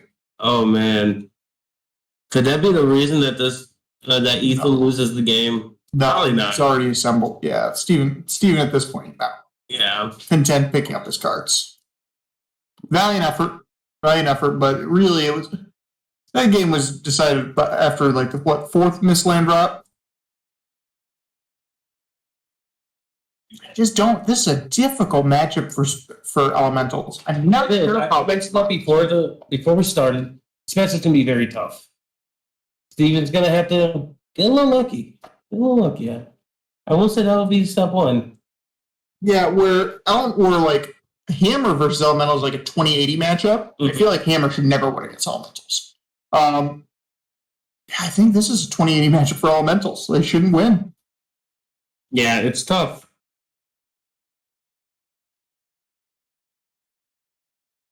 I'm excited to see post board. So taking a look at, like I said, Steven's board, pretty simple. Might bring in force negation, honestly. He might force a map. I think I would, actually. Possibly. You force like a map, you force a Sylvan Scrying. It gives you an opportunity to try to. Gives you time. Yeah, exactly. And what you need is time to put your creatures in play and you start swinging. And I like subtlety. Subtlety answers all their hit. You're bringing that in. Yeah. You have to. It's creatures and planeswalkers, right? Yep. So And Alpine Moon. And Pride Foundation Breaker. I think I've heard people like that card against them. Probably fine. The ultimate map. You're on the play. You could easily, they go map on turn 1. You go turn 2, Foundation Breaker, evoke it, because it's 2 to evoke, right? Yeah. You pay for 2, destroy the map. Now you put them back to square 1. Yeah. So I mean, Steven's got cards to side in. I'm just not sure in the end how relevant it will be. Yeah, we've had some fun stuff with the deck lists. You always gotta love those. But here we are. Sideboard for the Tron matchup. I think it's gonna be something like we were talking about beforehand. We're just gonna bring in like some old stones and things like that. Maybe Drag Test comes in. Yeah. I don't even think he needs it. I wouldn't be surprised if Mr. Dunn here just shuffles up the same 60 and just says, "Let's go." Yeah, I'm not sure. It's gonna be interesting what they do.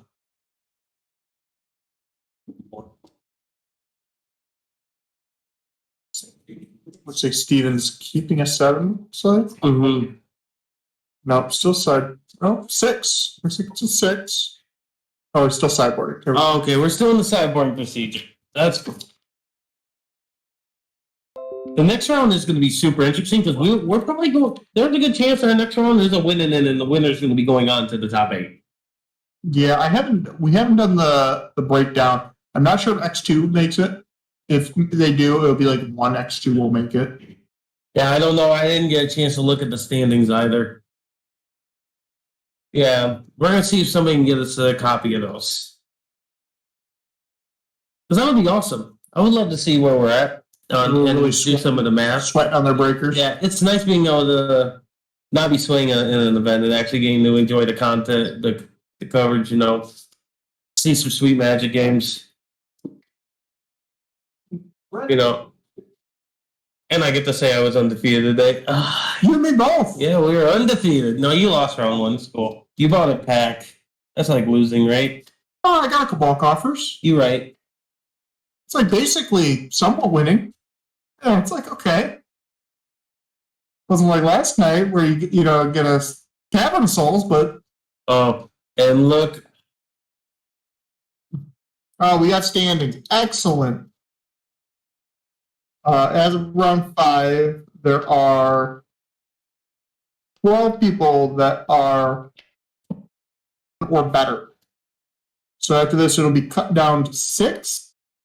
There's 2 undefeateds. I'm assuming that both of them are just going to double draw. Yep. Larry did beat me round 1 for sure. Oh, yeah. He mollywopped me. Just like you did the other night when I was on Hammer. It's true. Bollywop me.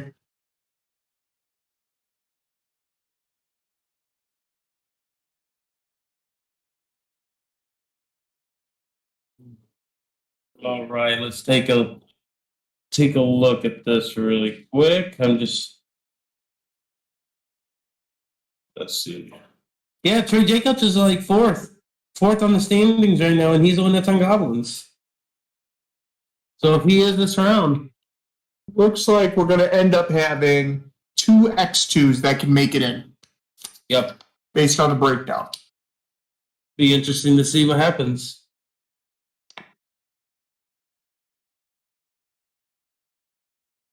All right, he did bring the force negations, and I thought he was going to because you want to be able to stop that early map. That's early Silver Scrank. As long as he can slow their ramp into Tron and just assemble some creatures, he can start getting some pressure, and then he can start taking this game. It's gonna be an uphill battle. Mid-range decks typically just don't have enough steam in the early game to take down Tron. Right. They used to have Tarmogoyf to be a 5/6, maybe 4-turn clock, but for a deck like Stevens, plays a lot of X1s. Well, that's some ramp. That's good. This could be a turn to Risen Reef. Yep. Oh, agreed. Steven could force this. No, thinks better of it. Yep. He doesn't care about the map. Interesting. Right. Sprawl's on blue. I was wondering what the sprawl was on. We got a confirmation, thankfully.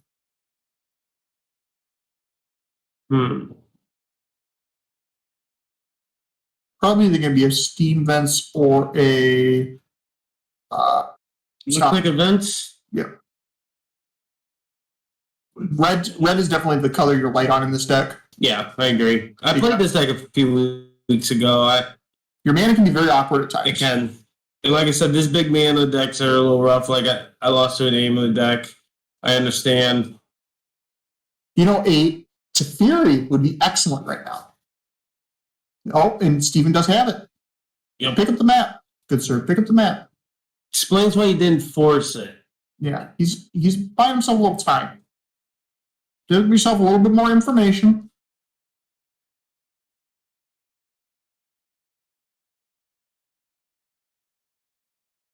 Plays the map again. This time, Steven. Let's go. Okay. He was looking at his hand. Breaker. It's true.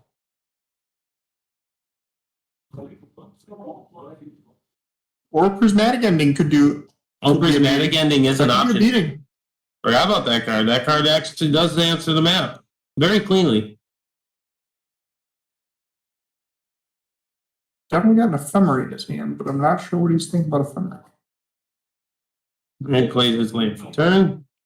Misty Rainforest.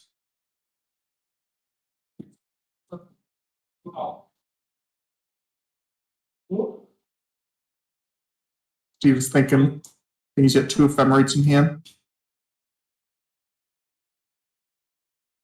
Force, red card. Not sure what the red card is. And Steven's in the tank. As he does. Oh, yeah. As he does. We've played the occasional game of Magic. Many a game against Steven Dyke. Many a games. You turn a 5-minute game into an hour. Oh, yeah. He's the king of that. How long a brawl match was taking Flesh and Blood? 25 minutes. How long was it for Steven? Like an hour 40. It was a good time.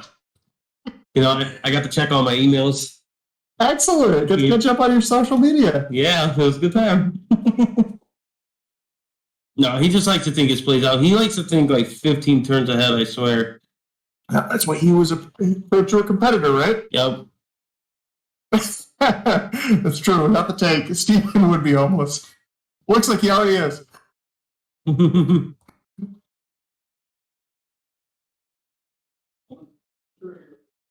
All right. Thinking on it.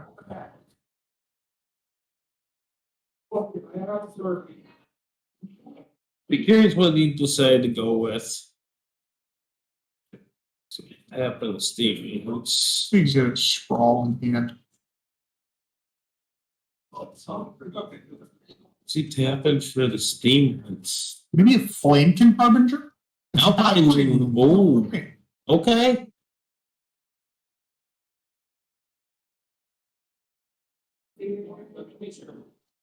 Isn't the saying to always take the one that they don't have, so you're not giving them access to green? That is correct. So I'm assuming that Expedition Man is probably going to grab a Blast Zone. And what it does is it removes the subtype Urza's Mine from the Yeah. land, which is what they check for. Yep. Which is a little bit confusing how the card's printed, but Yeah. What did he grab there? it looks like a mine to me. Okay. I was wondering if he was going to grab the Blast Zone so he could be able to turn off the mine. The Alpine Moon. I think the Tron players are obligated to just get Tron. Yeah. Just get them in play. We'll figure everything out later. That's reasonable. It's dangerous turn. Okay. Yep. What are we stirring for? Maybe a O-Stone, perhaps?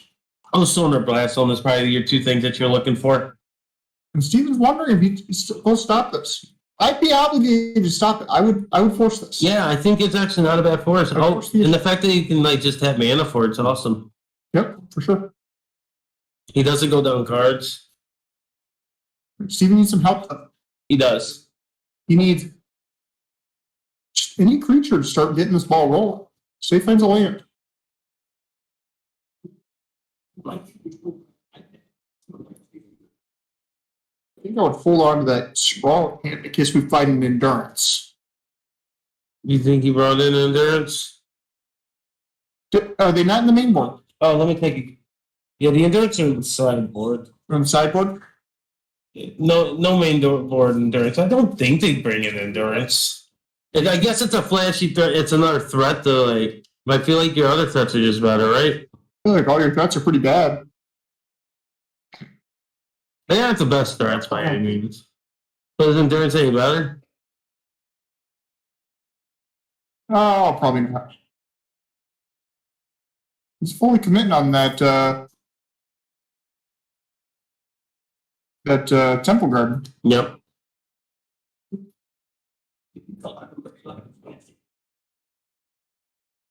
Sprawl looks like it's on white. Yeah. It's looking like.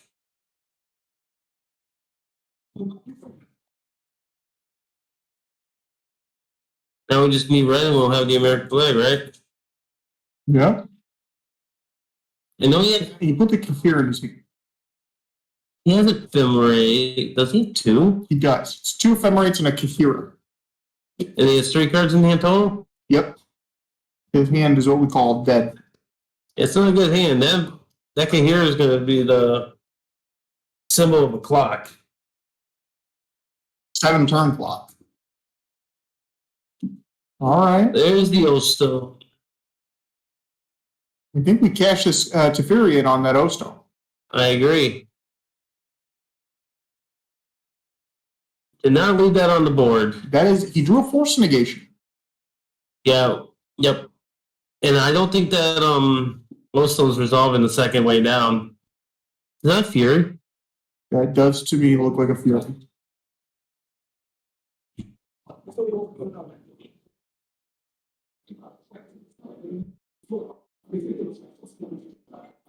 Well, it's a Flamekin Harbinger. Okay. It is a Fury. Well, it is whatever you want it to be, right? You might go. That's Well, that's a good one, especially with those Ephemerates. That's what's going to dig us to more cards. Yes.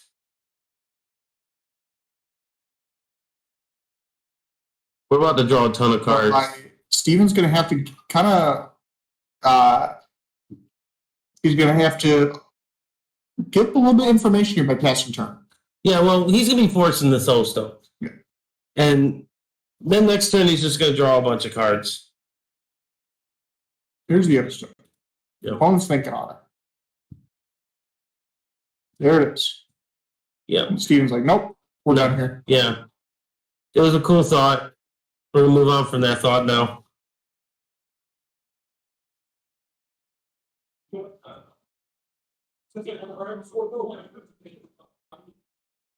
That for green. Does he have another interesting?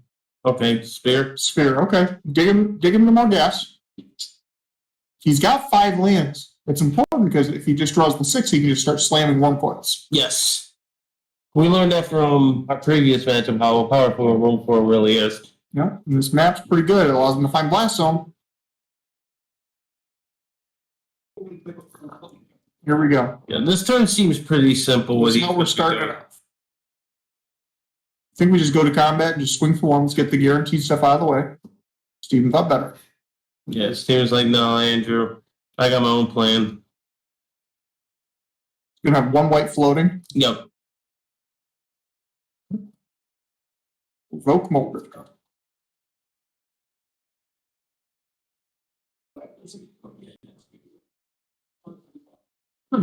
Bunch of Another Mold Drifter and a card I can't recognize offhand. He's going to do it again.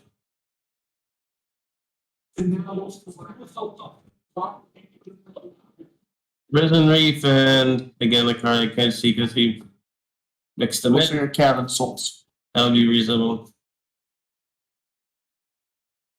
Just not a land for turn. Or did he play his land yet? No, he has not. And that is a prismatic end. It's pretty good. It's like, no. That Blast Zone is not coming down on my watch. Yeah, we don't need Blast Zone. Funny enough, Steven told me that he was going to go up a number of caverns this weekend because he expects Roger and Zach Allen to be playing control. Good medical. Little fun facts. Good medical. This is interesting to see what the Tron player is going to do to get out of this.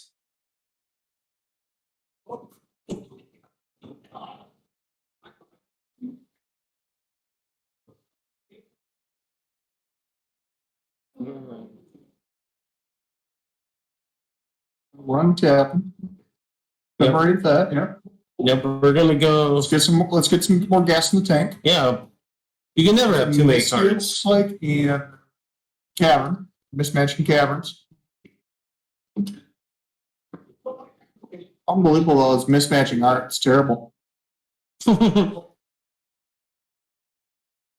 You should concede when you have mixed match arts. It's true. Making our lives harder. A little bit. That is subtlety in team. That looks to me like a subtlety. That would be a fair guess. Pretty subtle. Really? The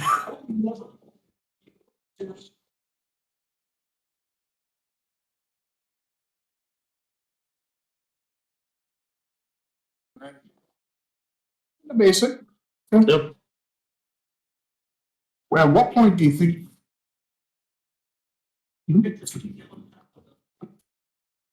At what point do we start playing the Risen Reef and just hopping off?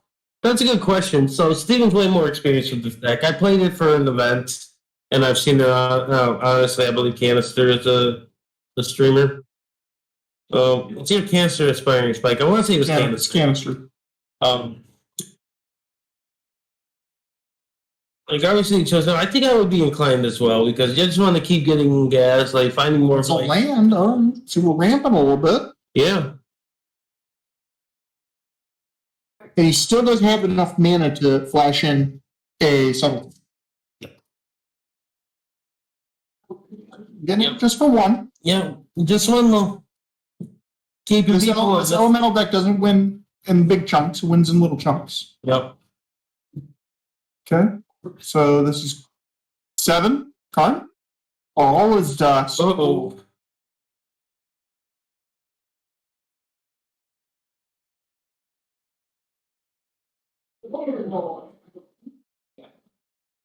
I think we ephemerate the. Bolt Drifter, right? Yeah, we just try to find a force. Yeah. So by doing this, I think we stack it so the Mold Drifter resolves second. Stack the Risen Reef trigger first.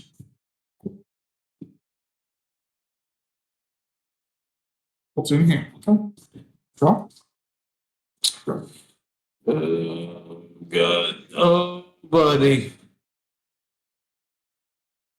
We were in some trouble. That all this dust was brutal. It's a one of two. Oof. One of, fun of. Those silver bullets will win you more games than you think. Oh, man.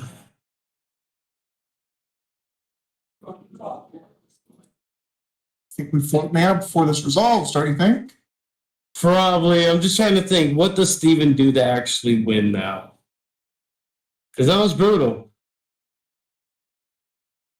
It looks like, well, it depends. If you don't have anything to do with the mana, there's no point floating it, right? Well, he could have cast subtlety.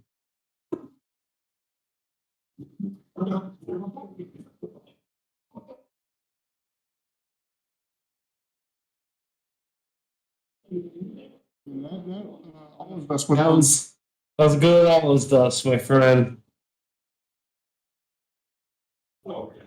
Sprawl.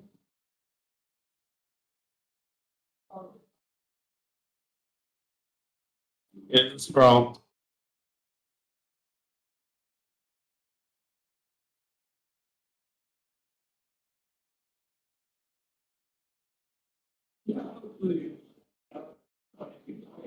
Yeah. That always dust was probably the best that it's going to be. absolutely brutal. Like,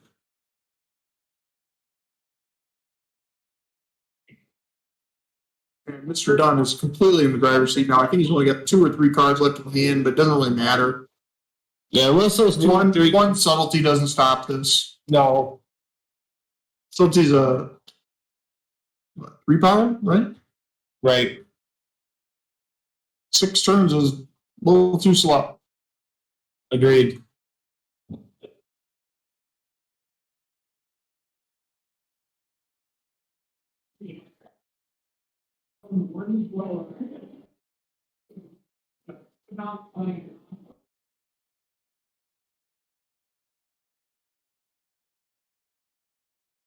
We're just going to be casting and minusing a Teferi. Just dig for some gas.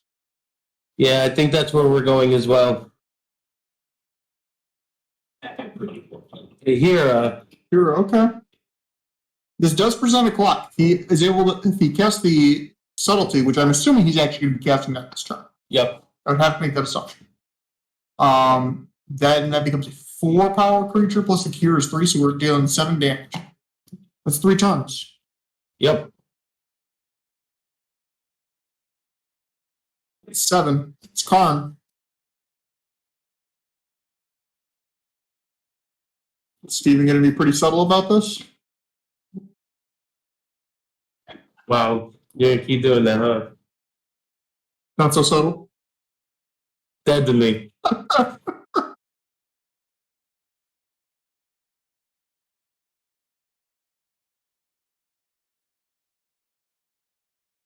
You just said the results.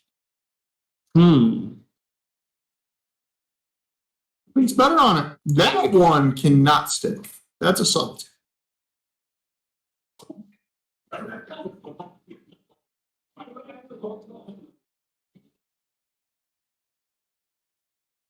So Karn hasn't ticked down yet.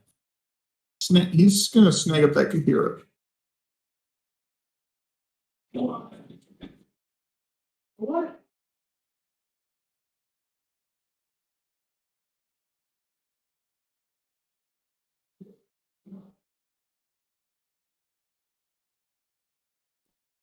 Oh, hold on, but we know what card's on top.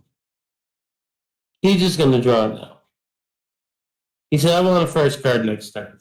Utilize the mana.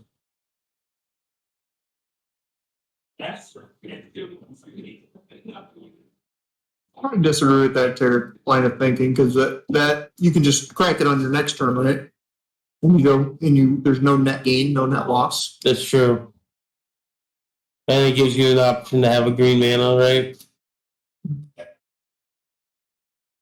For how much land our Toronto player has, he doesn't have green. He does not.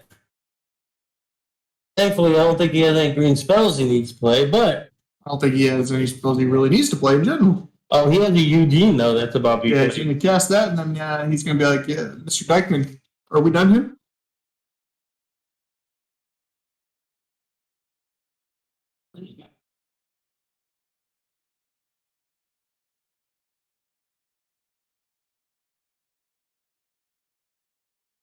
don't know how Steven's going to get his way out of this, but if anybody can do it, it's taxman Steven Dykeman.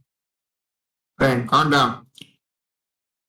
Yeah, but unfortunately, there's another friend coming down this turn.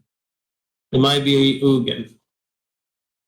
Jeffrey, we're minusing. We're digging for that. Oh, that's It's a play by Steven. Of course. I believe he drew a Mole Drifter.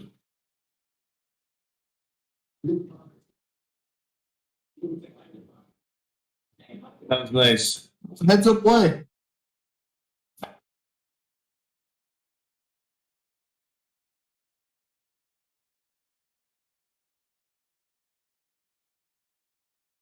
And a Risen Reef, perhaps?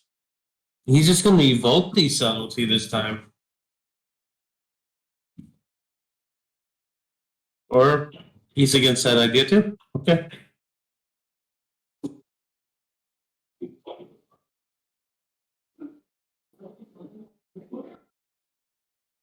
It's the 5-mana.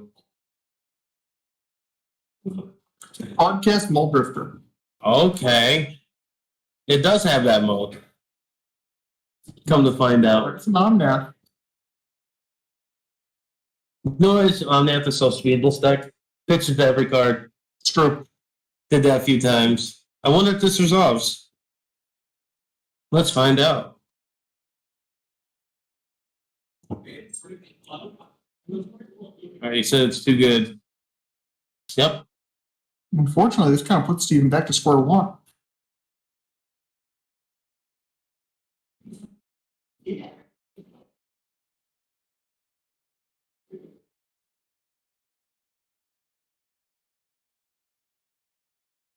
That's been really-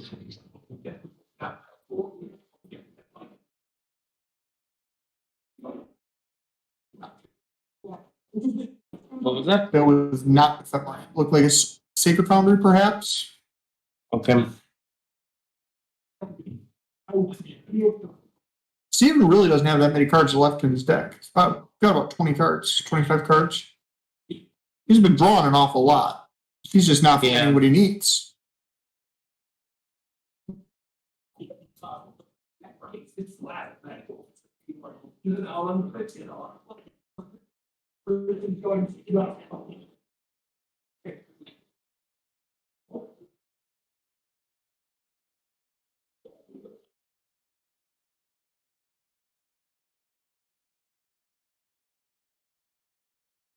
Five mana, another Mole Drifter, perhaps? It is. It is a mode drifting. Oh, There's the Force. This is huge. that is a big draw. And we know what the Toronto player is going to be drawing on this next turn. Yeah, I feel like if I was a bang man, it'd be an Ugin. I'm just going to say, Oh my god, it's an Ugin. Steven found it. All right, he's found a window where he can start winning. He can turn this game around, but he's got to do it fast. Yes. Mole Drifters are tagged for 4. This is a 4-turn clock. If he can shorten this down at all, oh my gosh, that's a subtlety too. Oh man. Put his opponent to 12. We have a clock going, so.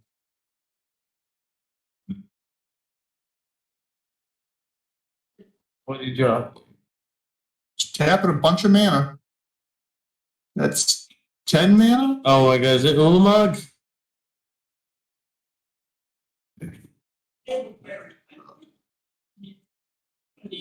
That's rough.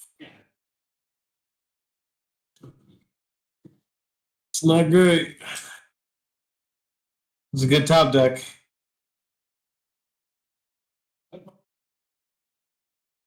Steven's running out of outs. Foundation Breaker ain't really. It's a good one. Plasma Turn. That's a Solitude. That's an out to the Ulamog. Fortunately, games. He does have another Tiferet Okay, that's in Ephemera. So he can cast the Solitude in response to the Ulamog again. Yes. Reset it. Games are 10 life, but I think that's a risk you're willing to take. I think so. Not risk, but sacrifice. What did he cast? What did he going to cast here? Possibly cast the Foundation Breaker, just get a body in play? That seems like a waste, because your opponent would just... Yeah, you definitely ain't doing that. All right. Yep, he's like, I'm just going to play this. Targeting the breeding pool that has a sprawl on it. Okay. Makes sense. Put it on back, top of your library, sir.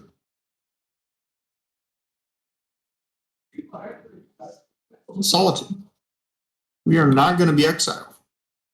Oh, he's going for the clock. This is game. Steven Dykeman has found a way to win it.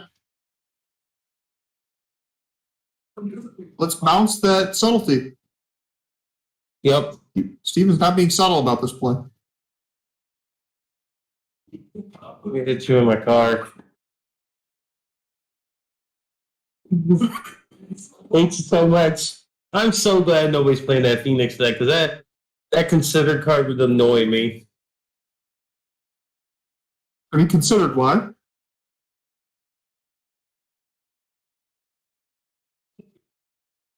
I would like the paperwork to kick somebody off the team.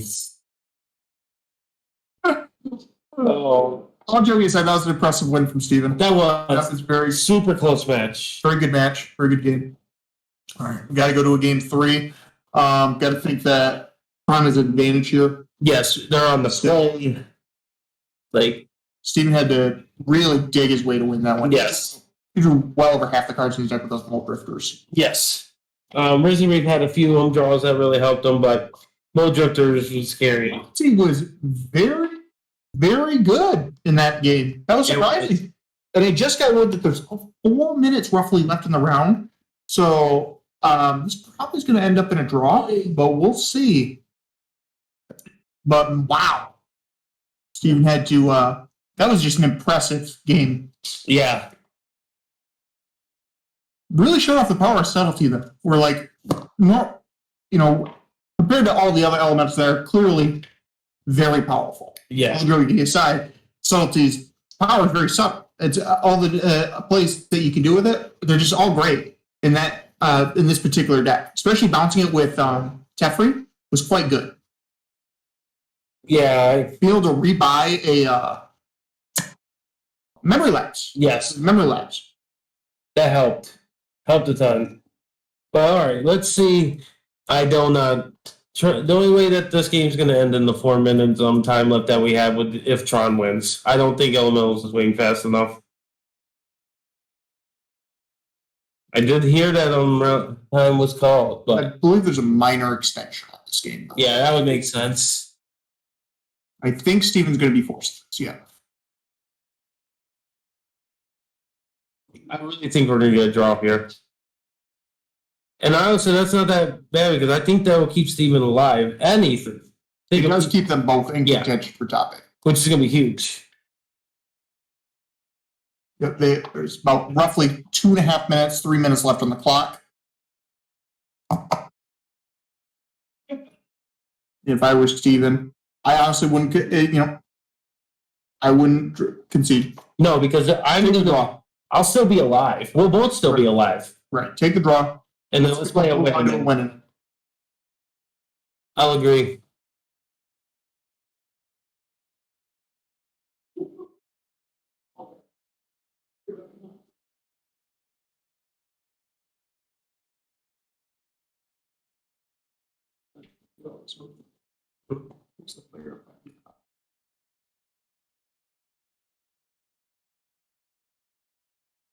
Jacobs. I'm gonna step away just for a second to see if we can get another match lined up because this one's going right to the wire. Right to the wire, guys.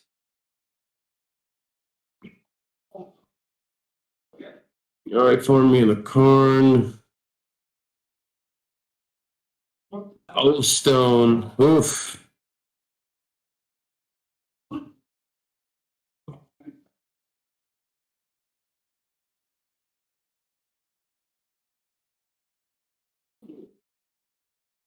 Oh, it looks like we got a concession.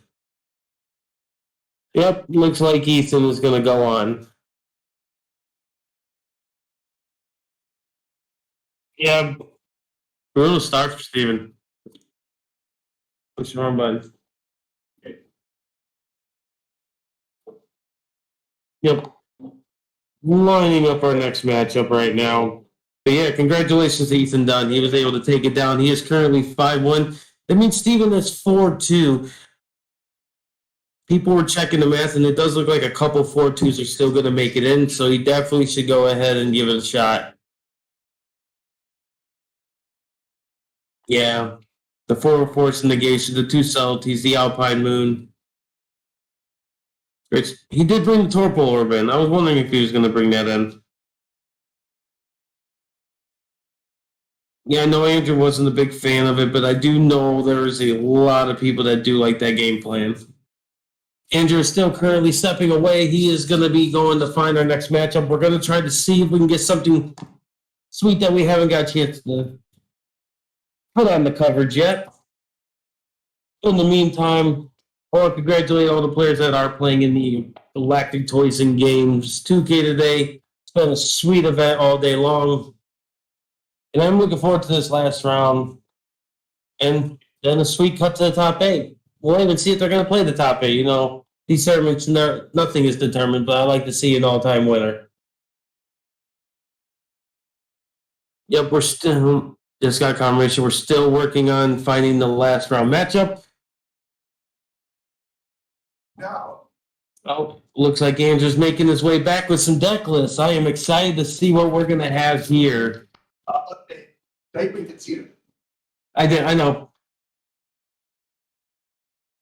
As a fellow teammate, he does know that X2s are still alive. Yes. Okay, because He was conceding to be a good sport because he was not going to be winning. oh, he's a good guy. All right, what is this?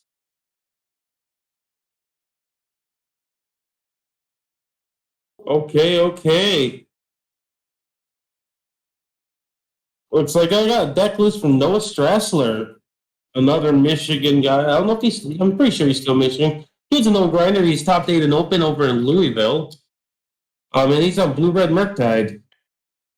Yeah, typical Murktide list. We got 4 Ragavans, 4 Dragon Rage Chandlers, 4 Murktide Regents, 4 Lightning Flow, 4 Unholy Heat, 4 Expressive Iteration, 3 Counterspell, 4 Taunt Scour, 3 Serum Visions, and 4 Mistress Bobble, 1 Archmage's Charm, 1 Engineer Explosives, 1 Spell Pierce. In the side where he plays a single copy of Jace, a couple Blood Moon, Engineer Explosives, 2 1 Alpine Moon, 2 Dress Down, 1 Torpor, 1 Relic of Progenitus, 1 Mystical Dispute, 1 Spell Pierce, 1 Fluster Storm, 1 Force of Negation, and 1 Chalice of the Void. Should be interesting to say the least. We haven't seen Blue Red Murktide all day, so I'm excited to see it in action. Yeah, again, Steven did concede. Round 7. Let's fight. You ready to do this? Yeah. So nice. Thanks. Thank you. All right. We have an interesting matchup. So we have Mitchell Castabini returning to the matchup, and he is going to be on Grixis Shadow up against Snoop Goblins. Snoop Goblin. Combo Gobos. Oh yeah. Gobbo combo. It's time. It's awesome. These players are X2, so there's a very slight possibility that one of them makes top 8. Yep. Everyone else kind of get to just draw in. So these are kind of the fun. The combo goblins we were planning on getting in as soon as we could, because they were doing quite well at tournaments. Yep. So it's going to be a really fun match. And Mitchell was in the feature match area in round 2 against Zach Allen. Yep. He was able to win that one. He had a few matchups that didn't go his way. Yep. He's still alive technically, so it'll be interesting to see what happens. What's your money on? I'm money's on Shadow. They play a lot of good removal to interact with that, what Goblins is doing. I agree. I think the hand disruption is good. Is probably going to be what takes this game. But man, do I want to see combos go Oh yeah, let's go. Combo gobbles. It's time. Let's see who's gonna take this down. Start with a Bloodstained pass. You got a bauble.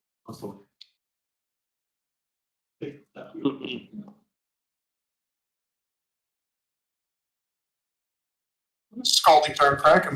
Ooh. Leading off with a Ragman. Goblins do play Tarfire, though. This is true. Does he have Tarfire on the list? Let's take a gander at this real quick. It looks like No. he's just playing 4 Aether Vial. 4 Vial to lead the way. He is playing Munitions, which is Yes. Yep, I agree. also a really annoying card for Ragman to get through. Mon War Marshal. Yes.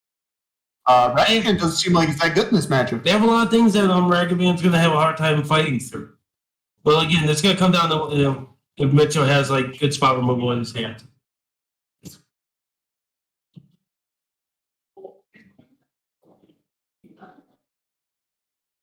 Let's take a look here. Ooh, Snoop. What's on the top? I can't really see what's on the top of the library. Unfortunately, the library's in a awkward position. Precarious stuff. See if they can get them to move their library up a little bit for us. We're down. Yeah, and down in their view. I think it's a land, though. Just to put it out there. It could be wrong. Oh, there we go. Thank you. Appreciate that assistance on that one, Danny. Okay, maybe that's not land. That is A- a Is that matron? that's a matron, goblin matron. Yeah. That's the new art matron. The bad art matron. The bad art. That's it. I'm a classic man when it comes to my goblin art. I like the OG. I do like the OG matron art quite a bit. Now, you have to ask yourself here, if he attacks with this Snoop has perfect information. Yes. So, if he can choose off this Ragman and get through. Yep. What else do we have in here? Sling Gang, it looks like. All right, well, we're taking the matron off the top. We're getting a fresh card. I'm actually, if I was the goblin player, I'd be okay with that. Yeah. Damn, that's right. That's a Krenko. Snapping off the Krenko. Okay, so we got a Sling Gang. And what was the other card name? I forget. We'll figure it out. Auntie's Hobble. That was already playing. Cavern of Souls was drawn for the turn. Yep. Oh, it's the combo goblin. Yep. We got a ringleader. Of course, the classic. You know, we didn't take this into consideration when we were talking about the match. I think this card being able to reset, this basically resets the game Yeah. after all the hand spells. Yes.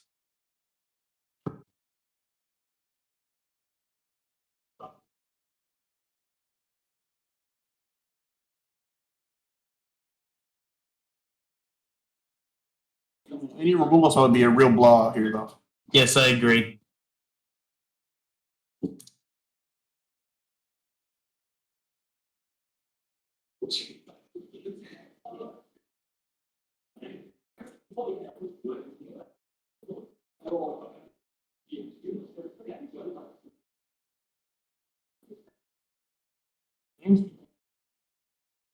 Gonna go to 7 off this? Unless they already calculated, I don't think they did. Maybe I'm a. That's brutal. That's brutal. I agree. All right, so this Goblins player has to kind of stumble his way into this now. Ooh. Ooh. Please help it.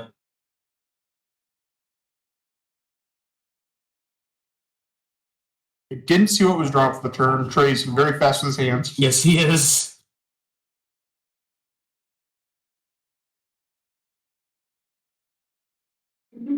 Using all these new lands opposed to some old school lands. Just like it's new, using all the new Goblin art opposed to the old stuff. Yep.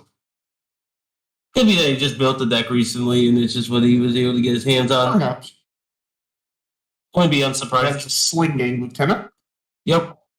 The main win condition of the deck. Actually, quite good in this spot, too. Quite good. And I was informed the draw for the turn was an Ignoble Hierarch. Ignoble. So everything for Mr. Caspellini is off the top. Perhaps add Lurrus to hand for the turn.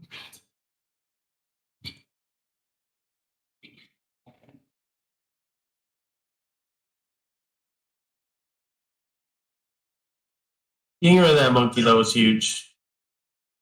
And that looks like it is a ringleader. And that is a huge hit off ringleader. Huge. 3 cards, grit.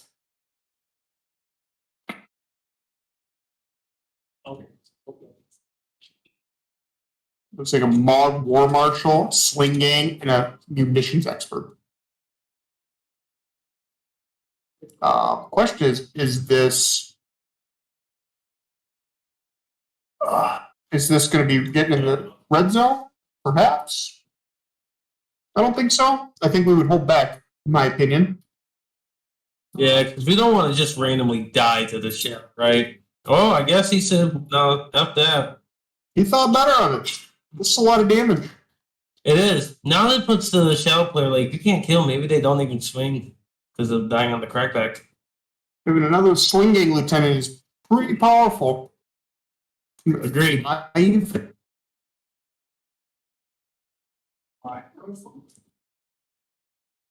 So, Sling Gang Lieutenant making the 2 goblins allows him to block the Lurrus and sack the goblin, so the life link is irrelevant. So, Trey Jacobs, for being in a really bad spot, that goblin ringleader really showing why it's a powerhouse of this deck. Amazing card. And the War Marshal off the top. So now he can go War Marshal and he can use munitions extra to shoot down Lurrus. Yep.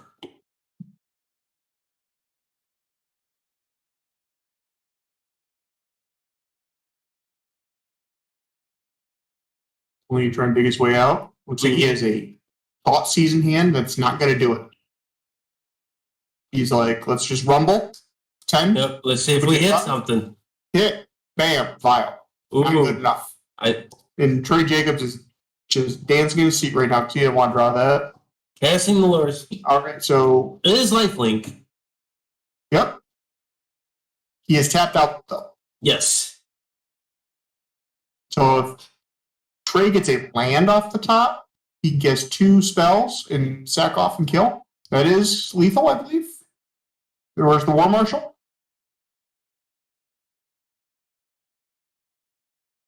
Ignoble. Sling Gang. That's 5.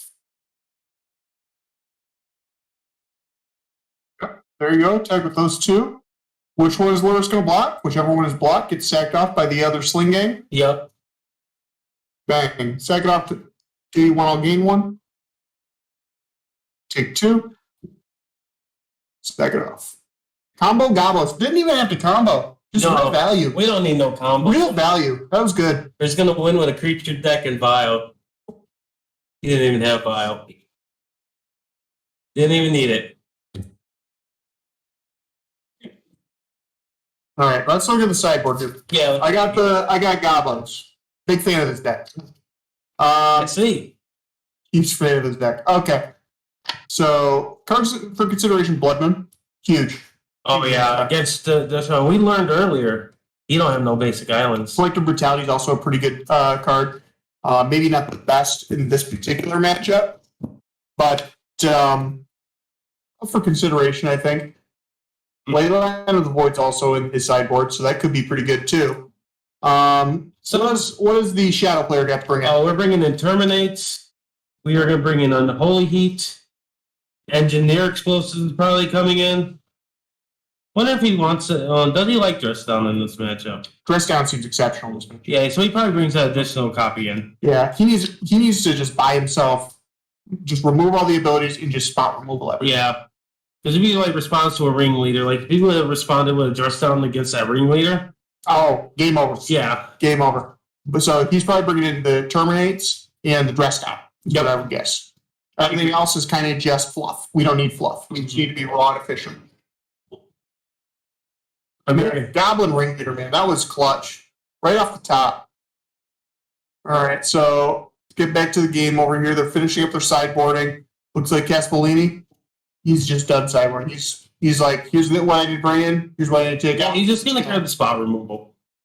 Like, I think spot removal is going to be the best way. You just need to make sure you can keep those. If you can keep one, you need to prioritize keep your Snoop off the board. You can't let goblins have that much value. Yeah, of course. Yeah, Snoop being able to cast the goblins off the top and having potential combo kill, insane. He really, and actually, that last combo in hand, too. You did. The opening hand. It's not for that all season. The combo is pretty hard to beat. Yeah. It'll be interesting to see how this game goes. Like, at face value, you would imagine that the Ragavans are going to come out. They don't seem good when you have opposing creatures like this. Usually when your opponent can stonewall, like Ragavan ends up like being the easy cut. Yeah. Depends. I think you have to bring Ragavan in because your opponent's obligated to block based on the Bogart Harbinger. Yeah. How it stacks the deck. Let's look at it like this, though. What is the game plan, right? What does he take out? What would you take out? Tough one. Croxus seems pretty bad. Yeah, Croaks is not great. You only bring in really 3 cards, so I think we could trim a Ragavan perhaps. He'd bring in 4, right? Because he has Unholy Heat dressed down and 2 Terminates. Sure. So perhaps cut the Croxus and then what we do? Trim on. Maybe trim a Thoughtseize, trim a hand hate spell. Yeah, I can see that. The one Now you more spot removal than hand hate. probably be a little more leaning on using your life total. And it looks like Trey did not like his 7, going 6. You're gonna try to buy a better 6. They're smart. Or he kind of got a little lucky to get his way out of game 1. Yep. You just got to keep a rock solid hand going 5. He's really got to prioritize Vial. Yes. Vial would be sick. His opponent is playing a Draw on the Lock deck. And Draw on the Lock just gets progressively better in these matchups the longer the game goes. Agreed. So we got to take one of its modes offline, which is the counter effect. Mm-hmm.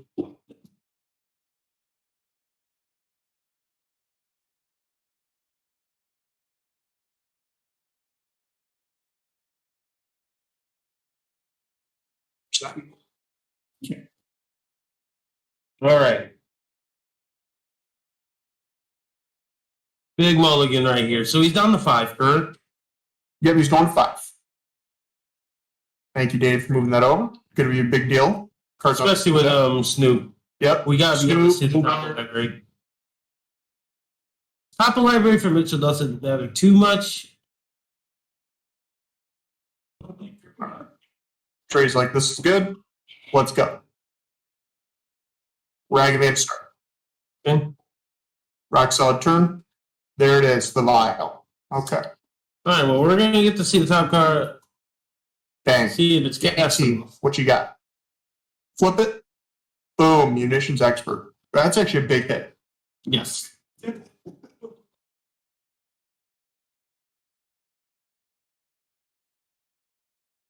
like the dramatic flip, too. Of course. So we got expressive iteration. Looking to find a land. I think I did see a watery grave in there.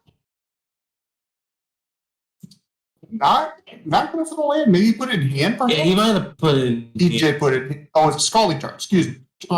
Yeah, but because Bob was 0, it doesn't really matter which order you do it in.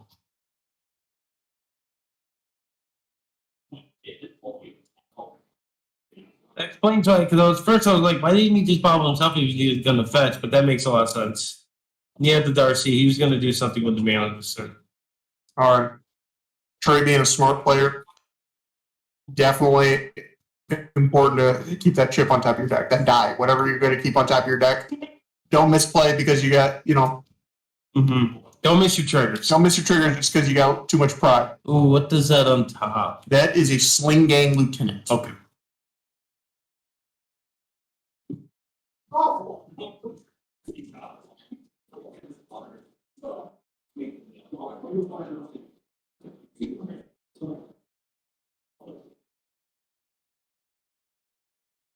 Figure him out his play. Yep. That Sling Gang Lieutenant, I would want to snatch that off the top of the library. Don't want to give him that.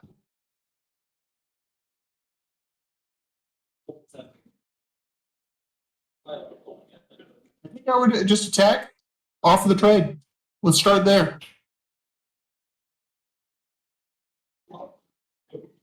Or perhaps if you got a removal spell, let's fire that off.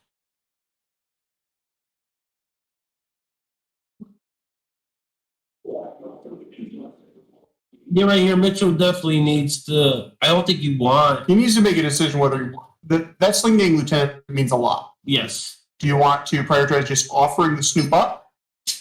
Like, let's attack, see if the Snoop blocks. If the Snoop blocks, I'm okay with that. And then he gets the Sling Gang. Mm-hmm. Or do we say, no, you just can't, you're never going to have the Sling Gang? Correct. He's saying, I'm going to off the trade. And Trey's more than happy to do that because that Sling Gang Lieutenant is huge in this matchup. Yep. All right. So Darcy. Another Darcy. I believe Delirium is now up by. Would make sense. It's an ignoble. Into a draw. Okay.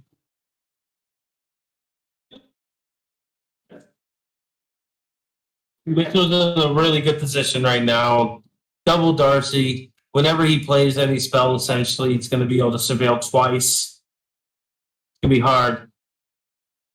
Pitching the draw on a lock is very telling of his hand. Yeah. I'd be very concerned if I was Trey seeing my opponent pitch a draw to the lock.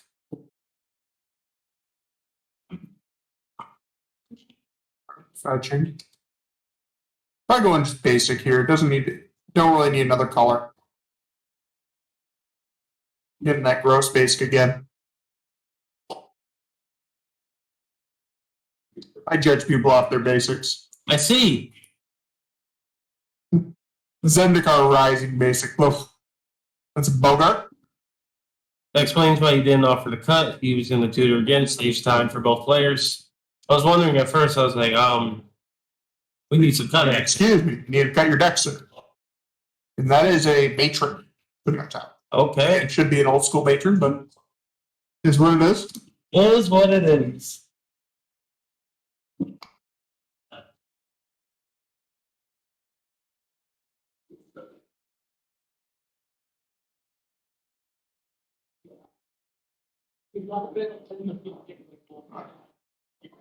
Now, what is the lowest player? Seems like I think it's another expressive iteration. There we go. Triggers. This is huge. Yeah, this is really good. Double Darcy and expressive iteration. I think I see a wagon end and it I needs. definitely see those. Okay. I'm thinking he put it. I don't know what he put in here, honestly. Did he put the E just as a safety measure? Like, 1 to 11. All right. Are we just going to be casting the Rag? I think we should let the Ragavan go. God sees. okay. Take the Sling Gang that you know of. So this matron is going to be free. What do you think we go for with this? With the matron? Yep.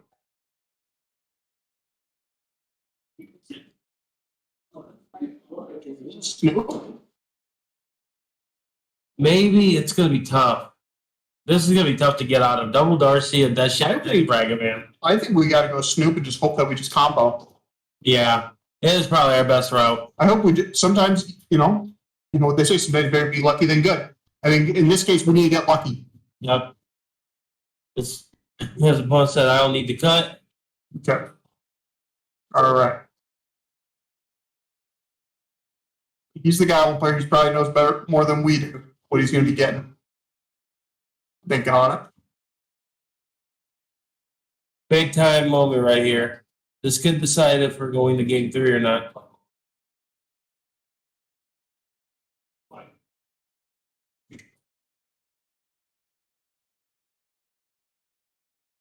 Do you agree with our thought process? It's not feeling fine. Come on. Show us something. Yeah, there's no way you're feeling the fine. Did you run out of goblins?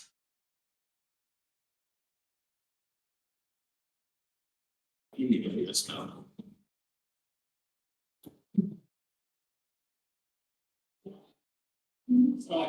I think he's thinking in our exact line. Do we go for the snoop and just kind of hope for it? Yeah, just pray.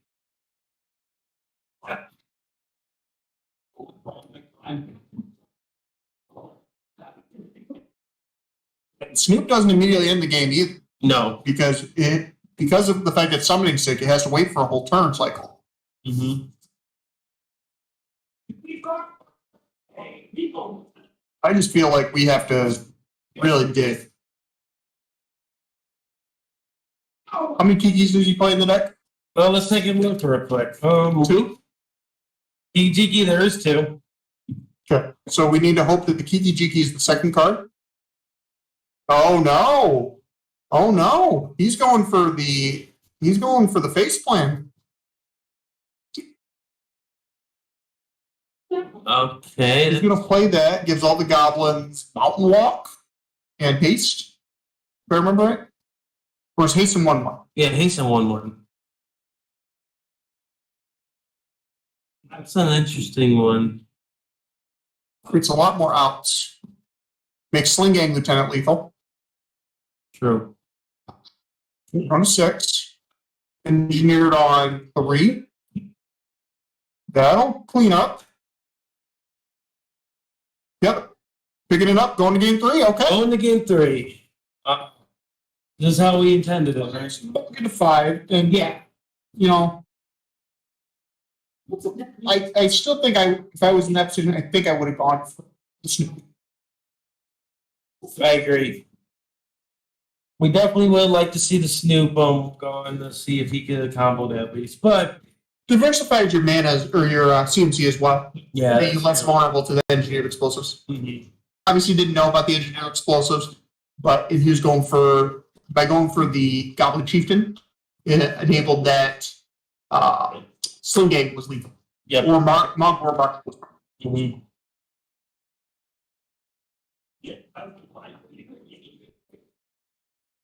Like I said, close match. Close game. The match ain't over. We're going to a game 3. We got goblins. We got Grixis Death Shadow, or Dress Down, whatever they want to call it. We're gonna finish off strong.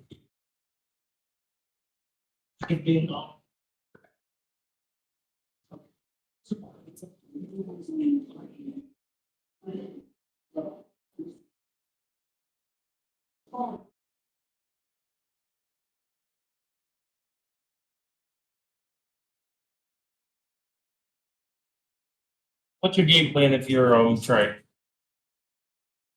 It's tough. I think I'm on the plan where I just want to combo ASAP. Your opponent in the early game can only attack one thing at a time, Mhm. whether it be your hand or whether it be the board, without putting any pressure on you. You know what I mean? Right. So I think I prioritize just let's go combo now. Now, not later. And the perfect start on a 7. That's awesome.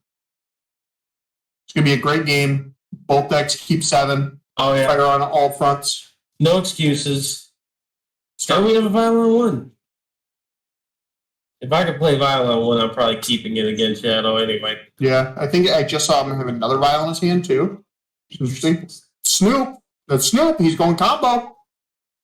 The top of the deck does need to be revealed. Yep. There we go. Okay, that's a chieftain. Yep.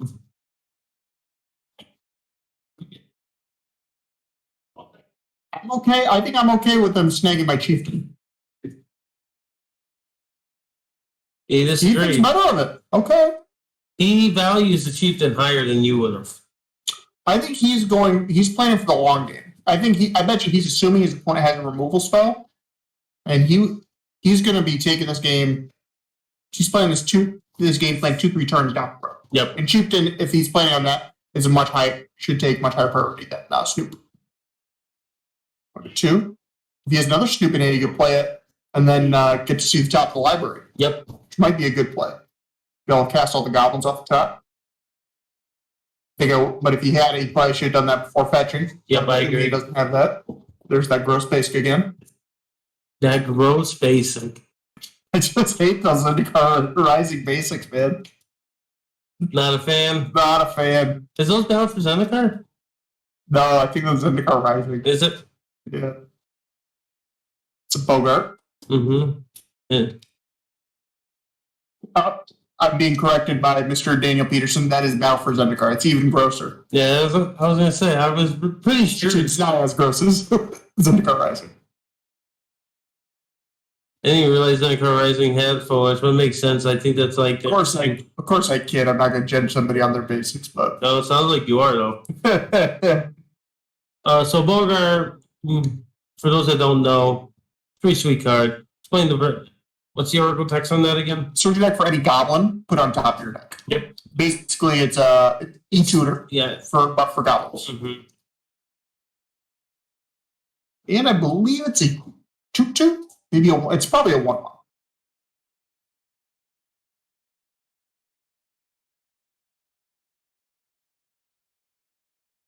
And Danny, correct me, it's 2/1. 2/1. Never would have guessed it.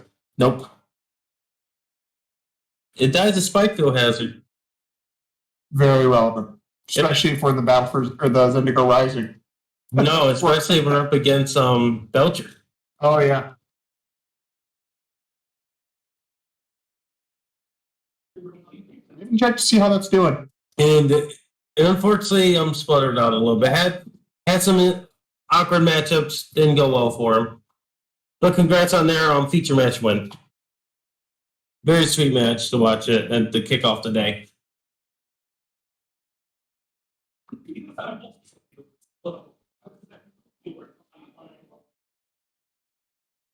Interesting.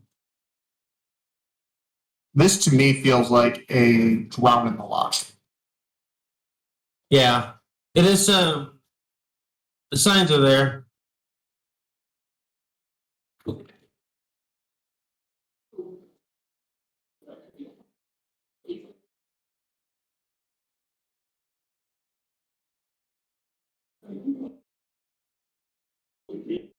In hand, I thought I saw an artifact in Mitchell's hand. Possibly. I know that Trey has a violent. Mm-hmm. It's got to get that down, sooner rather than later. Yeah. I mean, the turn 4 vial is not great, but yeah, but diversifying. Thankfully, he already has one in the play. Right. Okay. The nice thing about the matchup for goblins in this particular aspect is a lot of times if they have to kill you the hard way, they have to do all the damage. Yeah. In this case, we need to do 9 points of damage, which is pretty easy for goblins to achieve. Yep. Whatever we get. Ooh, what do we have here? Okay. We countering this. Oh, dress down. Ooh. I'd rather see that prior to declaring no blocks than right now. You know what I mean? Right.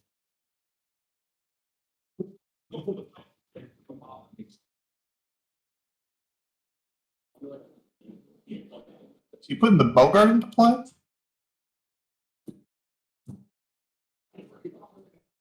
Does look like it. This Darcy is delirious by now.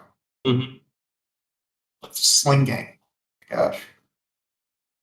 So the Sling Gang's 4 mana if I remember correctly. Right. So he could bump the vial to 4, and then play Sling Gang and play the Goblin Chieftain. Right.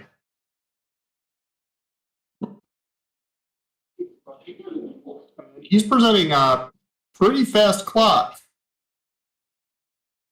So we got a violin 1 and a violin 4.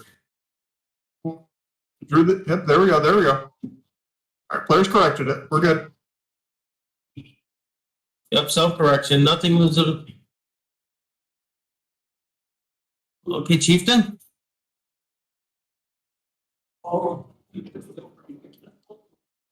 Yeah, I think that was a minor misstep. I think you put the sling gang in first. But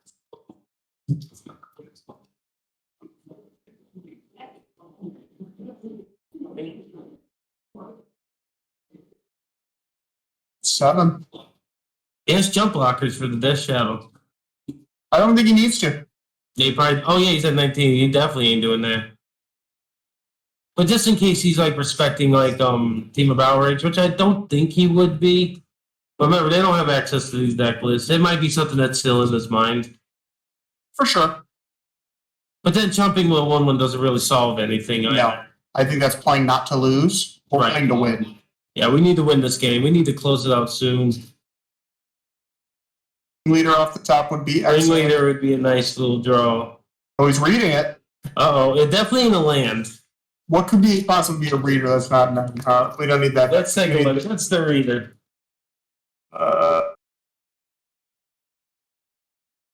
Not Cranko. Tiki, perhaps? A potential or Siege Gang Lieutenant. Or no, that's Sling Gate. Maybe it could be Mogwar Marshal. Maybe he doesn't know what that card does. He is using the newer art for it.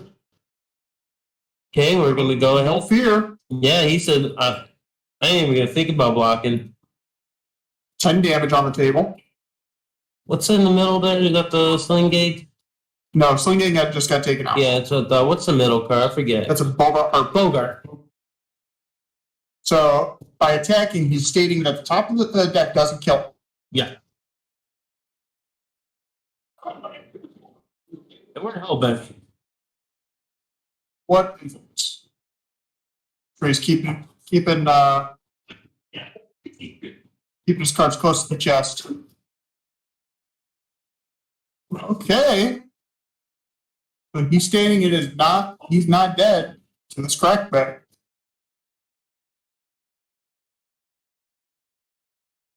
He's on what? 0. Oh, kill the tokens. That's 2. That is a War Marshal. Was indeed the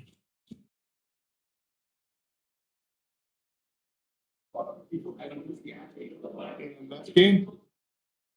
Looks like Grix's Death Shadow going to take down Snoop Loop combo. Yep. Unfortunate. Close game. Very close. That John the Lock was the savior at the end there. Yep. Very close game. Yep. Yeah, the John Lock, the EE for 0. I mentioned turns ago I thought I saw them perfecting this handle from the Shadow player, so it must have been the EE. Makes sense. Just It's like sandbagging it. yeah. He was just sandbagging. Yeah, they play a lot of tokens in the deck. But no, good win for Mitchell. He's 2-0 on the feature match, which is something.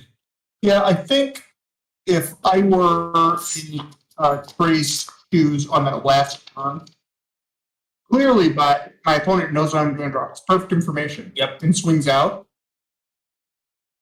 Got to have something for the War Marshal, right? Yep. I agree. So he wouldn't be attacking that aggressively if he didn't have something lined up for him. Agreed. Maybe a minor misstep, but at the same time, I think you got to end the game. And if your opponent just saw, whatever, and they're just like, I have to end the game too. Game's got to end sometime. Sometimes you just got to make them happy, right? I agree. Like I said, I'm very appreciative. We had both hands. We're at 7. Snap heaps. We're just in here. We're gonna play and do what our decks do. And unfortunately for Trey, Mitchell's was a little bit better. Yeah, It worked out for sure. Very close games. Very They were. close games. All 3 of them were to the wire. Mm-hmm. So good match all around. Glad we got to see that. Fortunately, we won't have a chance to see Snoop combo in top 8. Yeah, but good luck in future events, Trey. You played well. Definitely expect to see you in the future, especially when we're doing these kind of things. Yeah, for sure. And we're going to take a break, and we're going to basically just see where we're at with top 8. Yep, if they do decide to not play the top 8, we will be back on here to talk about the future stuff and then to wrap the stream up. But if not, we'll definitely be back for some top 8 back. Yeah. Top 8 action. Shoot back about 10 to 15. Yep. See you then.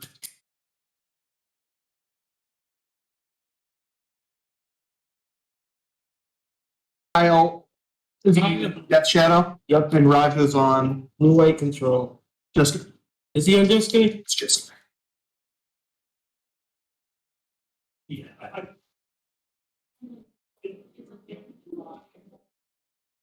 it's technically Jessica, but it's really Yeah, just fun. Yeah. Yeah. It's funny. I got first place last time with Burn, and now Burn is again in first place. Let's go. All right. We're live. Oh. You ready to watch Grix's Shadow versus Blue White Control? yeah, it's Team RIW, baby. RIW and RIW action. We got Kyle Bogmus on the left. We got Raja Sullivan. What did I tell you? Say? Blue White Control, second seed, seventh seed. Only one RIW can move on. Who do you got? Raja. Raja? I got Kyle. Kyle's a really good player, and Raja's a really good player. They would be in the top But I'm telling you, Raja on control, he's insane on it. With that. He is. Raja is a monster. But I think Kyle, he's been writing heavily about Grix's Shadow for weeks now. I think this is Kyle's event to win. We're shuffling up. We're going to decide. Remember, there is no time limit. We will not be going to time today. Nope. This is where Steven Beckman thrives. You ain't Steven and no time. Sign up for a long day.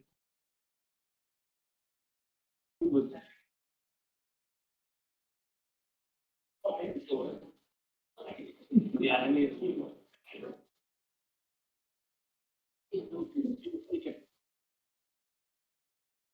All right. I'm ready for some battle. So Kyle is on Loris, and Raja doesn't. Does he have Kahira? I think he has Kahira. That is a Lawrence. Kyle's on Lawrence. No, Raja. That looks to me like Kahira in the back. Yeah, I think that's Kahira. It'd be nice if we get that brought over or like written on the screen, but here we are. Oh, Sean. Oh, that's Kyle's taking a mulligan. Yes, Raja. Calm, cool, collected as always. always. Always. He's like, does this have lance and spells? I mean, Done. we don't need anything else, They'll right? figure it out.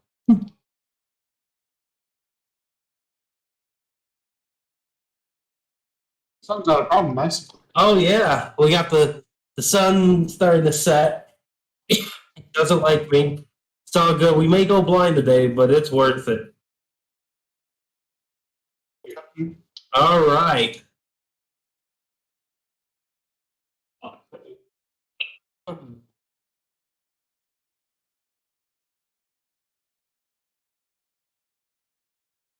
He was able to help you out. It is Blue White Control featuring Kahira, or Fingar. Here with me, I'm getting some stuff set up over here real quick. All right. Ooh.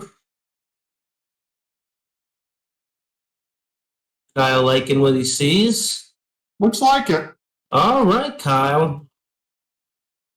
Both really good players. Both of them have very strong finishes in Pro Tours. Yeah, absolutely.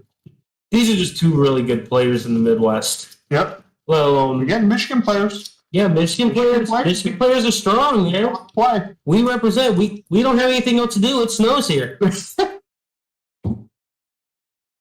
Yep. Again, we want to thank Galactic Toys and Games for hosting this wonderful event that we were able to record and live stream from. What is that? And yeah. Looks like a deck list for something. They're friends. They probably know each other's deck lists. Yeah, you can have your phones if you're showing both players now. That is the technical rule. All right, we're leading with the best land in Magic, Colony. Zori's Guild Game. Yeah, it is a guild game with upside. Then we got an Inquisition on the other side from Kyle. So, it looks like Prismatic ending. Yep, that looks like a take. Pretty good take right there. Two Solitudes. Yeah, a couple Solitudes and lands. Oh, as a control deck, you just want, if you Yeah. just have lands, fine. Guess what that is?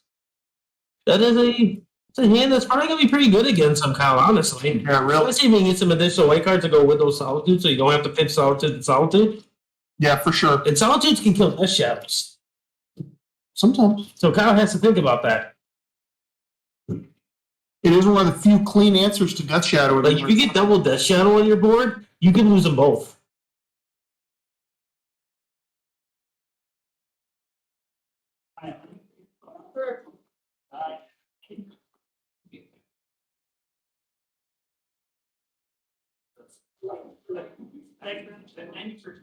Kyle looks like he's just thinking on his play. Very methodical player. Both these players are. Take your time. Yep, we're gonna go with Dragon Ridge Hamler. Yeah, I expect a lot of like decision-making processes to be kicking up in this match because there ain't no chance. There's no room for error, right? Only one person's gonna lead this, and with these two being probably the top level players that we can possibly get in the state, you're going to see them doing a lot more not slow playing, but slow processing out each and every turn. Especially because there's no time. Exactly. There's no time. In addition, I was talking to Kyle earlier. Like he said, Grixis has a lot of decisions to be made. Like, Yeah, not sure. The moments where you have a clear one line is far in between. Roger's just kind of doing what Roger does. He's just Yeah. playing lands and passing. Yeah, the first time I interacted with Roger was actually at the Players Tour before the pandemic over in Phoenix. I did some of That the was your first time? Yep. He's a nice guy. Did the practice drafts and stuff. We did drafted on Friday. Me, him, Ray, and a few others. Like Misplaced Ginger was another one in our group. Jacob Ball. We all were just drafting together and having a good time. Yeah. And I played Roger many times. Before I even knew he was a W guy. I've played him, but I never actually interacted. Oh, sure. Super nice guy, super good player. He did really well with that PT Sure. as well. Straightforward, honest guy. Really good player. Yep. And Control is his bread and butter. Yes. And RAW, I recommend people to go look at their channel. I believe it's on Make Magic Happen, or I believe is the name of their channel. Follow Zach Allen on Twitter. Yeah. Well, they just got a brand new studio made up at RAW. It's beautiful. And he Beautiful. posted on his Twitter Yep. about that. Zach said he did it all by himself as well. Of course he did. Zach's awesome. He's also just doing messing with Fleshable. He's asking me a lot of questions about it today, so I'm very looking forward to it. Yep. I'm looking forward to it. And I'm looking forward to seeing what they do. I love content creation when it comes to Magic the Gathering. So Roger's hand really hasn't improved all that much. Nope.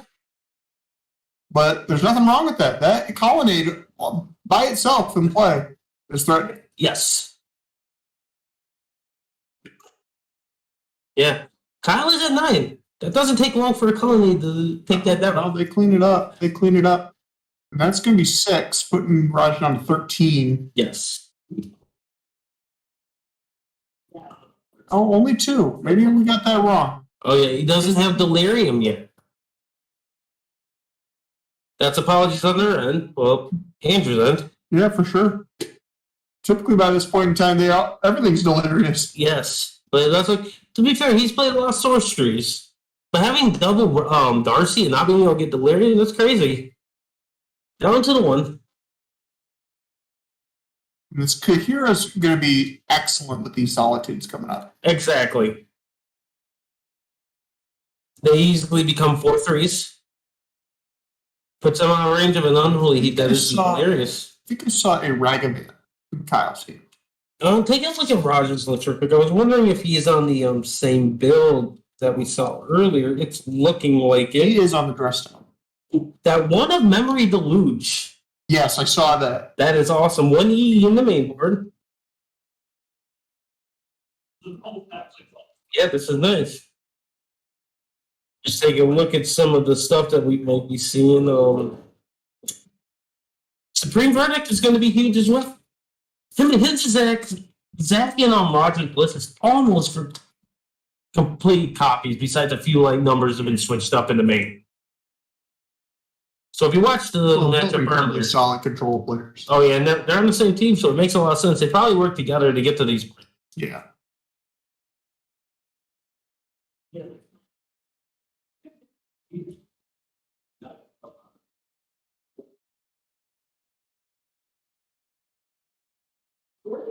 Another hand destruction spell. Yup, Inquisition. We. What are you doing?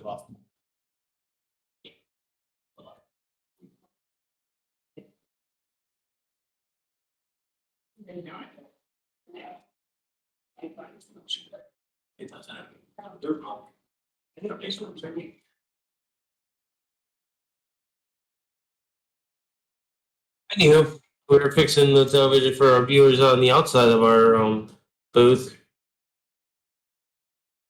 But I will say, this match is going exactly as I was planning it. It's definitely gonna be a slower grind, DD. Yes. And that's why we were glad that we were able to get. I think we got two of the strongest players. Not saying anybody in the top 8 is strong. You have to be very good to get into a top 8. Yeah, it's a 73-player tournament. Yeah, there's only 8 players that could get into this point. Yeah. And the ones that had the best performance, they made it in. And I'd be lying if I said I was shocked that it was these two being in the top 8. For sure.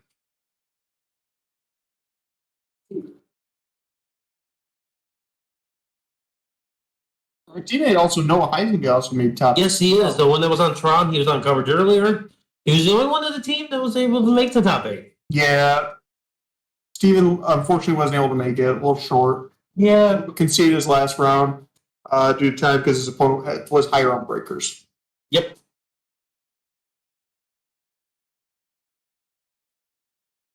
Now, this is a big turn. Now his solitudes are going to be live. This is true.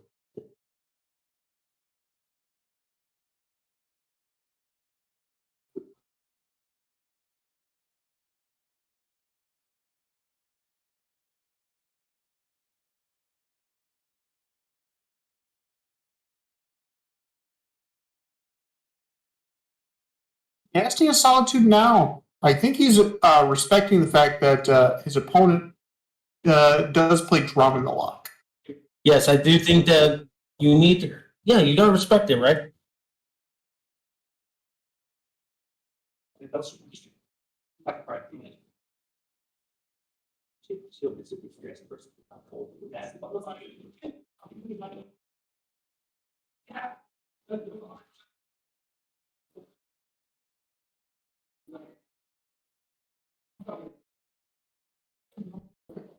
Apologies for the lack of commentary. It's just kind of a slower game. It's very methodical. Each player's taking their time.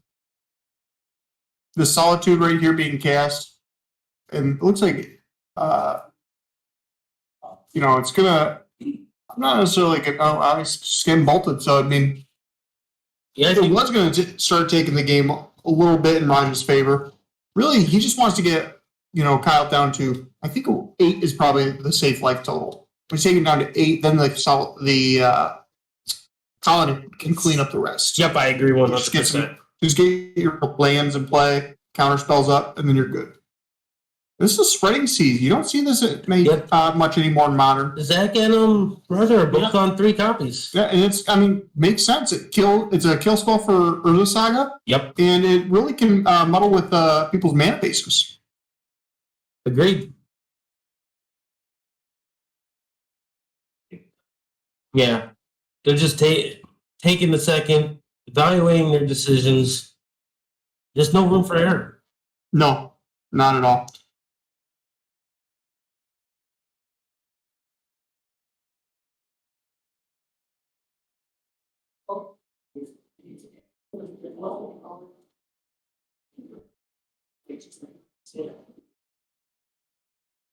We have a rag advancing play.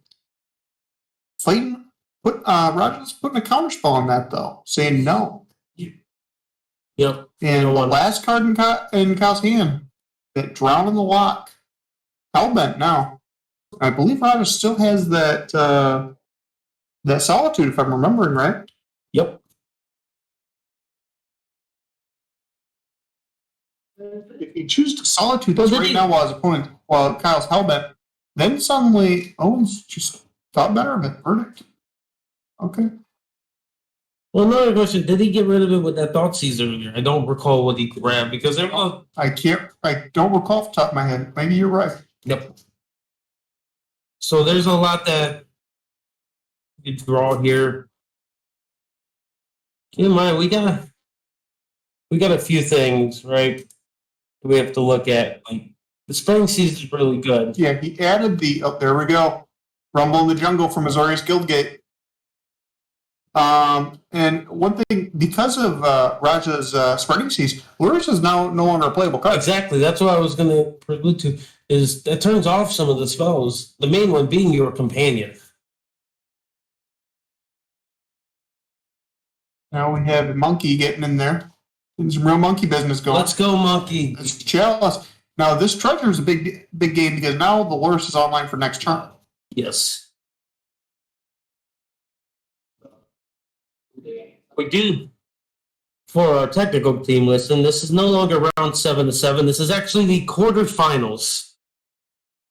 Just for those that are watching the stream at home, this is the quarterfinals, first round of the top 8.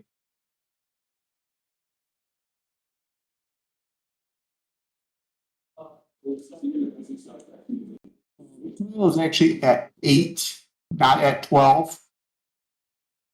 So this colonnade is effectively a 2-turn clock. Correct. I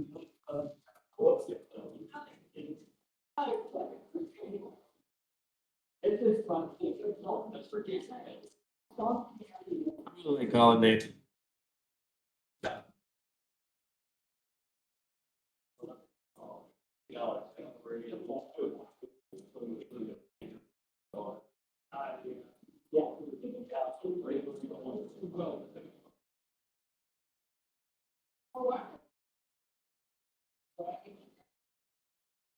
So this is putting them down to 4. We're having some technical difficulties, so we're not able to load light total at this exact moment, but we'll be able to address that as soon as Yeah, it fixes itself. agreed. Nothing that we can't get through.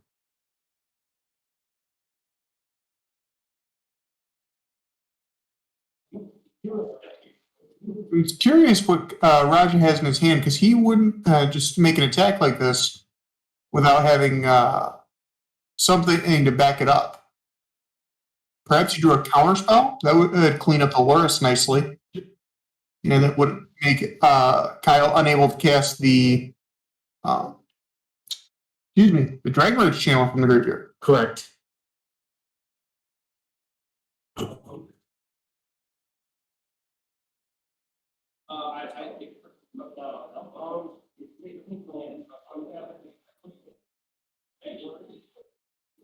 It's nice high level magic. Absolutely. And so 2 sweet decks. Yeah, you don't really see hard control decks being played much. Yeah. And you gotta appreciate that art control is just an art. Yeah. Too many people used to play it to try and, as Ray Perez would say, or Junior teammate would say, they would try next level people. Yep. They always wanted big brain people. Well, Ray was pretty good at that proactive and not the reactive control where he would just slam a million walkers on you. Yeah. He's He also played very very fast too. He's the fastest control player I've ever met in my life.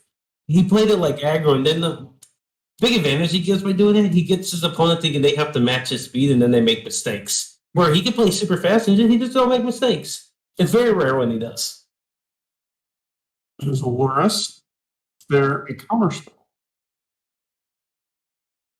No. Correct to just wait till you cast the Chandler and then just counterspell that. Could make him commit the mana.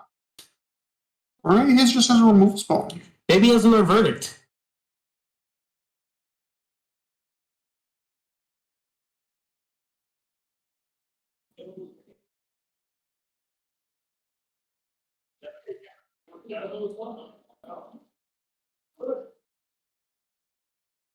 Not sure what Kyle's thinking at this point. Possibly who to bottle?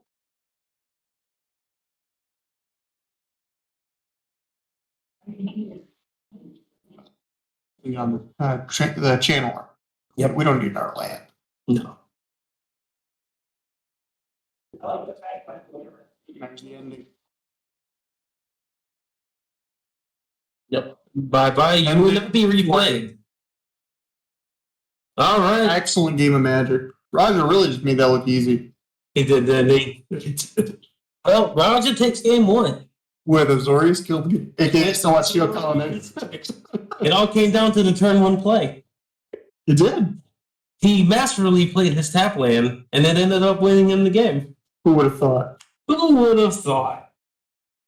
All right, these guys are going to go to sideboard. Let's all take a look at the sideboard. Trust me, I'm going to probably not be anywhere close to what Roger's going to do, but we're going to give it a go crack. All right, so I think probably like the Shark Typhoons like we saw earlier with Zach. Yeah. Green Verdict. Mystical Disputes are probably going to be a great bring-in. And Kyle has a single copy of Colgan's Command in the sideboard, Okay. which we haven't been seeing from Virtual Shadow decks. I think that is a one-of, bringing that in this matchup. Actually pretty powerful. Just doing the discard buyback effect. Right. Pretty good. And of course, Mystical Dispute, he's got 3 Fluster Storms, which maybe you don't want all of them, but I think some of them might be Yeah, no, most definitely. worth looking into. I agree. Yeah, like I said, I'm looking at the sideboard here. Shark Typhoon seem good. Dovin's Veto.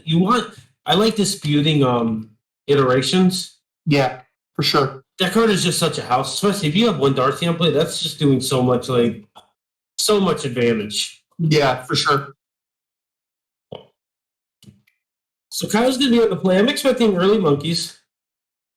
A lot of early monkey action going on. A lot of good setup. I think, but in this matchup, I really don't think Rod needs to alter his game plan at all. No. Like I said, I think if he can just prevent a postpose, maybe stop drawing a lock here and there, I think he's gonna be fine. Stop the Ragavands when they come into play. That's really all they need to do. Yeah, I like blue-white control in this matchup personally. Yeah. I don't think it's a large margin. No, but I think it's a skill-based matchup. Oh, I 100% agree. And unfortunately, not unfortunately, it's fortunate. We have two most skilled players in the room. Yep. Not to toot my own horn. I was undefeated today. I lost round 1 to you. You did lose round 1 to me. It was amazing. All right, back to the action. All right, we're shuffling up. We're going to try to get some good hands. I'm hoping for 7s on both ends. Good 7s. When you have this high-level Magic, you really just want everyone to keep 7s. Let's just see some good clean Magic. Yep, that's what I want. Clean Magic. Well, especially when you're in the quarterfinals, it's like, no one wants those feel bads where you mulligan to 4, mulligan to 5. Ooh, and we have our head judge bringing me all the deck lists. Oh, man. Hot dog. This is a good guy. So as far as the top 8 goes, we have Boros Burn, which actually was in the hands of Ryan Kirk that we saw earlier. Also known as Big Country. Yeah, also was Big Country. Leo Warren Levitt on Hardened Scales, which we also saw earlier today. Yep.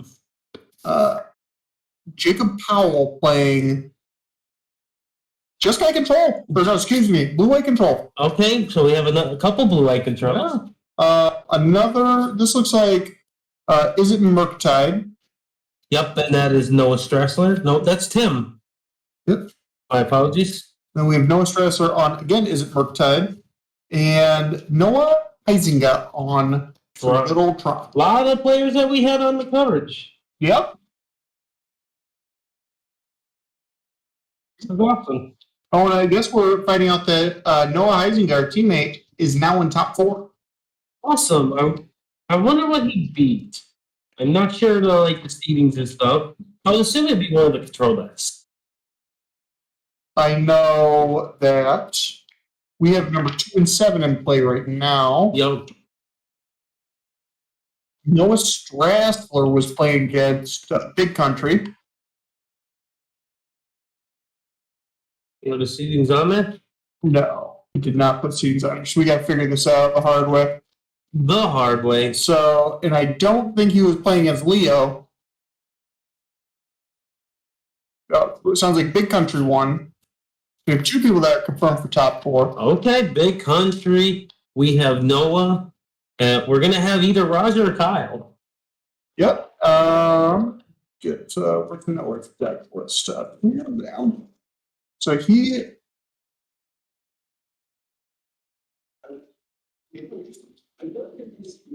either played against Is it Murktide or Blue Eye Control.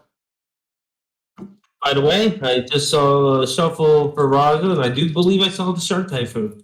Did we see a Shark Typhoon? I believe I saw Shark Typhoon upon the shuffle, so that's something to keep in mind. No, very good top 8. No hammer. No hammer. We were talking about that though. Yep. No team of rhinos. No. I hate it out of the room. Yep, no team. I did see a lot of team rhinos. A lot of Chalice and lots of Furies, I noticed. A lot of was another thing. And I did tell you before the event, I thought we were going to see a burn.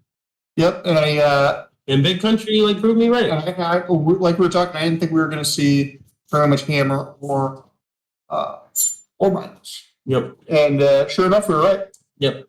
Didn't see any elementals either. I think we're shifting away from the formats of the rhinos and the hammer, where people are becoming a little bit more reactive. Yep. And coming with the packing the kill spells and everything. Yeah, because instead of rhinos, you want to go elementals because they can handle the reactive playing a little bit better. And then people are going more big mana to handle the elementals. Like Tron. And Control has a very good elementals matchup as well. Yep. So, we're getting that metagame shift that Modern always has when things really solidify themselves at the top. Yep. Eventually, what comes from, the stuff, the decks underneath, eventually will counter all those decks. We have been seeing some mulligans. I don't want to cut you off. Just to update on the gameplay. Of course. Unfortunately, we've been seeing some. It doesn't look. I think. Kyle's only down in the 6. Yep, and Roger's on a solid 7. Yeah, I believe he's on 7. He had his hand faded. Okay. Missed that. Okay, so we got 6 versus 7. Unfortunately for Kyle, that means he is down a game on the mulligan is a little rough, but if any deck can do it, and if any pilot can do it, it's Kyle. Raja might be going to 6. Might have just been waiting for his opponent's answer, as you would in comp. Yeah. You would want to do in comp. Yeah.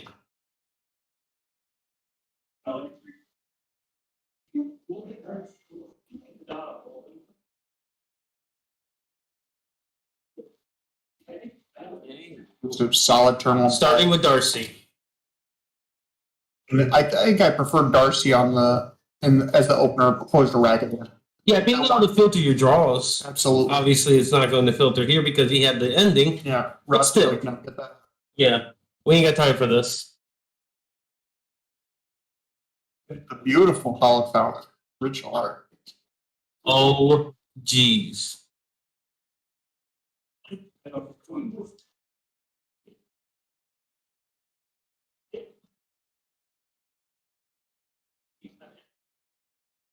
Yeah.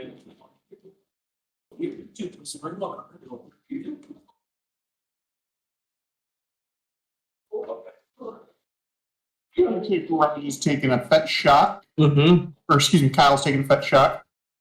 Likely leading on some sort of hand gate spell. Yeah.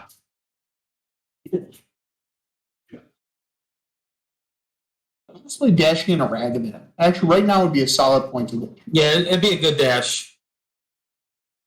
Get a treasure to accelerate yourself a little bit. Also might be able to hit a spell that might have been pretty good against you. Yeah, for sure. I think really what I would be valuing Kyle is the treasure, though. Yeah, the treasure's going to be huge. This is just basically a gimme. Let's just get, See what he's going to do here.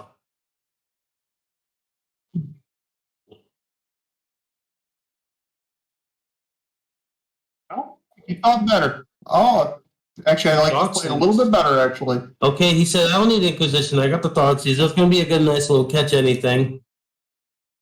He's at 13, which is that threshold. Is he thinking of forcing it? No. Oh, okay. So, Very heads up play. That puts him above the threshold for Shadow. that's a Chalice. On what? Chalice, Archmage's Charm. So clearly he only has one charm because that's the only hole you can poke in the hand. Man, he only has one land. Right, a couple one land? Ooh. that signifies that the other card in his hand is another hand hate spell. Yes, I agree. Roger might be in some trouble if he only has one land. Oh, he found it. Excellent. That was a good. I think we just take one here. We don't need to aggressively fetch. Yeah, we're Could set our lights out a little bit. We're a 2-color deck. I think we'll be fine. I think I'd just grab an island here, most likely. Yep. Yeah, well, with Put the it. chalice on one. Yeah. So that turns off any potential hand hate.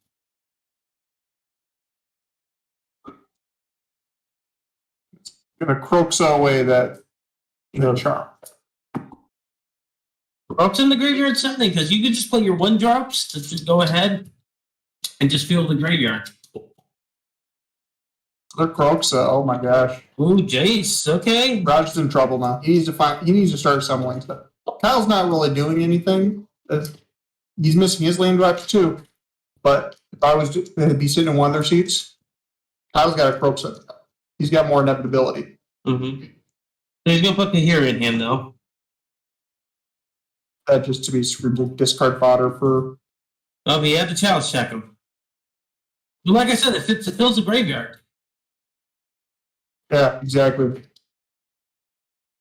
Getting one more land puts Roger, though, in a really nice position where almost all the spells in his deck are at that point castable.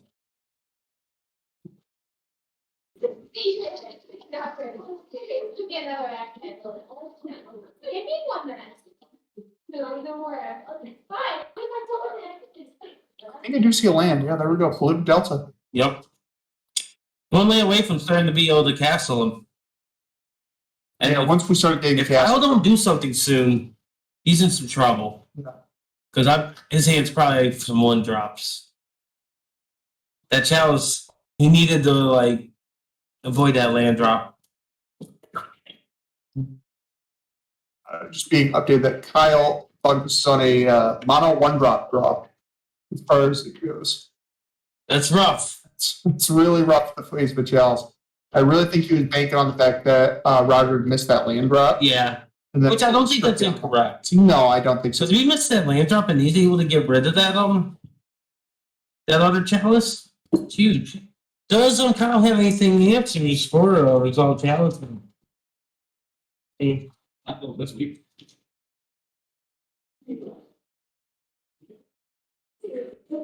Alright, Kyle, what you got here? Engineer explosives. So we have how many copies though? Just a one-of? Yes, 2. 2 in the sideboard. Okay.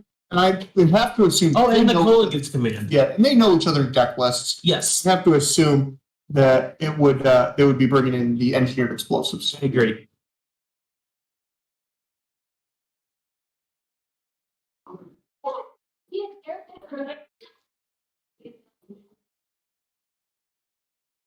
Well, he fetches down. What's your next event, Andrew? Maybe the NRG event in October. Not sure. Got the baby on the way, so That's true. that might not be able to do that. But if I am able to go, I will. I really want to play some high level Legacy. As you know, I've been slamming a lot of League of Legacy lately. Oh yeah, not to cut you off, but he did put lures in hand. Yep, we did. Which I think that's if we are able to get Loris plus start cycling off the Croxas, Yep, we'll be in good shape. I agree 100%. Seem to agree with you a lot today. It's like you know what you're talking about. Sometimes. Sometimes. But no, yeah, next event I'm probably going to play is Legacy. Yeah. There's a Legacy event actually over on the east side of the state. Yeah, it's over at Upkeep Games, Yeah. Chris Wallen's store. Yeah, great guy, good, has a good store. I've never been. Also a competitor as well. Yeah, so I'm going to probably be going to do that. That is also mid-October, but a little bit closer to the beginning of the month. So I may head up to that. And at least it's like within range too. Yeah. But so is Chicago, thankfully. You know, Yeah, it looks like. Yeah, Kyle, unfortunately, just really couldn't draw out of that. Yeah, that was just rough. Especially because at that point, Roger's just going to start cycling off, or not cycling, but using the castle. Just kind of dig for what he needs. Just too far behind. Congratulations, Roger. You're going on to the top 4. We wish you the best success in the top. And I think if I was to play 100 rounds of that matchup, I think blue white control in the hands of Roger would probably take it about maybe 60. Yeah. 60. I think it's a closer matchup, but I think Shadow's a little bit behind on that one. Yeah, like I said, we were talking briefly. I see Blue Eye Control's favorite, not by a huge margin, but just enough. And especially when you get it in the hands of a pilot such as Rob. Yeah. Such a good player. I mean, we saw this matchup earlier in the day with Zach Allen playing against another Shadow deck. Yep. It's Christian Shadow. But he also, I think in games 1 and 3, he got hit with like 3 hand spells, stumbled on his lands. Roger there to really, I would say, conserve him with like 5 lands, Yep. spells. Spells were like medium, but he had his lands. Yep. If he, and the controller was a hit his land drop. Just keep every turn hit his land drop, and all their lands do something relevant. Exactly. So, definitely, you get to see the flip side of that matchup. It's a quarterfinal as opposed to how it was in Route 2, where Blue Eye Control just did what they did, or the deck is supposed to do. Yeah, and kind of just bullies the Grixis Shadow deck. But Blue Eye Control historically has been able to has fought very well against the Shadow deck since he's been around.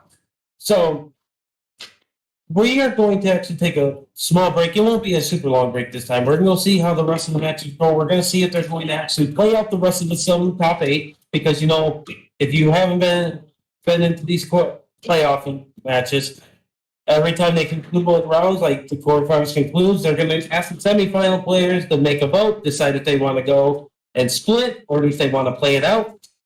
If they do play it out, we will have another match for you. If they don't, we'll come back on. We'll talk about some of the plans that we're going to be doing for spring in the future. And we'll put a nice little bow on this. But And I guess we're so being asked what top 8 decks were. We'll go over to one Grixis Shadow, 2 copies of, is it Murktide? If I remember correctly. Yeah, 2 copies of Izzet Murktide, and 1 copy, or 2 copies of Blue Eye Control, 1 Burn deck, 1 Tron, and 1 Hardened Skills. And what we already know is in the semifinals is Tron, we have Burn, and now Blue White. Blue White, yep. So the Very diverse so far. Yep. At least in the top 4.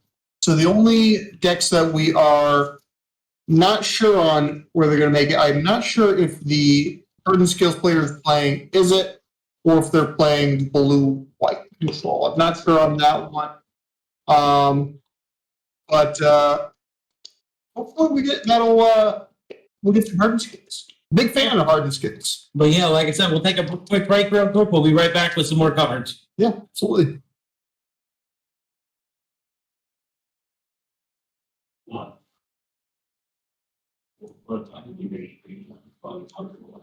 we're heading out to get dinner. All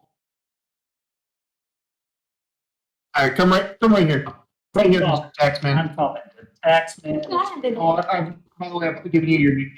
What is it? Steven Taxman. By the way, I told him I'm free many We times. got a third with us today. Let me update Twitter for our account. Welcome, Stephen Dykeman, to the commentary table. Hello, everyone. How are you doing? We can't interact. That Danny's interacting, but hopefully Danny can communicate for us. Yeah. All right. What matchups do I know we have Big Country? Oh, so we should correct ourselves. We got top 4. Tom got mollywopped by that Blue Moon. You know, SmackDown. It's fair. Oh, I thought you wanted to try today. We need what is I don't feel that bad for him. But no, He's always the teammate. so let's see. I was out. Yep. This is Ryan. Yep, Ryan. This is the Blood Moon deck. So Ryan. That's the Blood Moon deck. Okay. Leo got absolutely dumpstered by Blue White, as the deck does. Who is the? Who are we up against? I know we have Burn. Big Country's gonna come back and present us with his. Who is Big Country up against? Not Raja and not the other control player, not Blue Moon and not Raja. So whoever Jacob. yep, Jake. Blue white control. All right. Interesting. Yeah, it's going to be a fun matchup. It is. Do we know now? Obviously, we have the deck list in front of us here. Is the blue-white control player playing any number of like timely reinforcements? The new 2-drop from the new set that gains life. If you have less, Sunset Revelry. yes, that's the one. So, One copy. oh boy, one copy of Sunset Revelry in the sideboard or the main Side. sideboard. Oh, one in the main too. Ooh, okay. My God. Those are going to be crucial. I mean, Sunset Revelry. For those that don't know what it does, anyone can correct me if I'm wrong here if you know it better than me. But I believe it's a 1 white, 1 colorless sorcery. Game 4. Yep, you gain 4 if you have less life than your opponent. You draw a card if you have less cards than your opponent, and you create 2 1/1s if you have less creatures than your opponent. So it's like a mini timely reinforcement Oh, this is Tim? that has the added value. Hold on. Are we talking about the wrong deck right now? We are. We are. Okay. Never mind, folks. We're finding Tim's deck list here. Right here. What is Tim on? This is the Blue Moon. Oh, Blue Moon. Okay. Yeah. So Raja must be playing against the blue white guy then. Oh my god, a blue-white beard. Yep. Jesus Christ. Yep. We're here forever. Okay, so Blue Moon versus Burn. Traditionally, a rough match for Blue Moon. Makes sense. Rough match. Makes sense. I, being on the team remote side, was a little bit better because I had, S card printed in that second Zendikar set. That was Zendikar. We got a bolt there on turn 1, so that's, I guess, pretty good for Tim. Post Marasa. Oh, we got a monkey going. Boom. Land. All right. Gross. Yeah, this Ragavan Burn deck, man, is really sweet. The creator of the deck, forgive me, I don't know his name. Sparring Point. Nope. So he actually was first seed going into the top 8 of the last 2K here. And he decided to play a slightly different version of Burn today, but Big Country actually copied his list. They go to the same store together.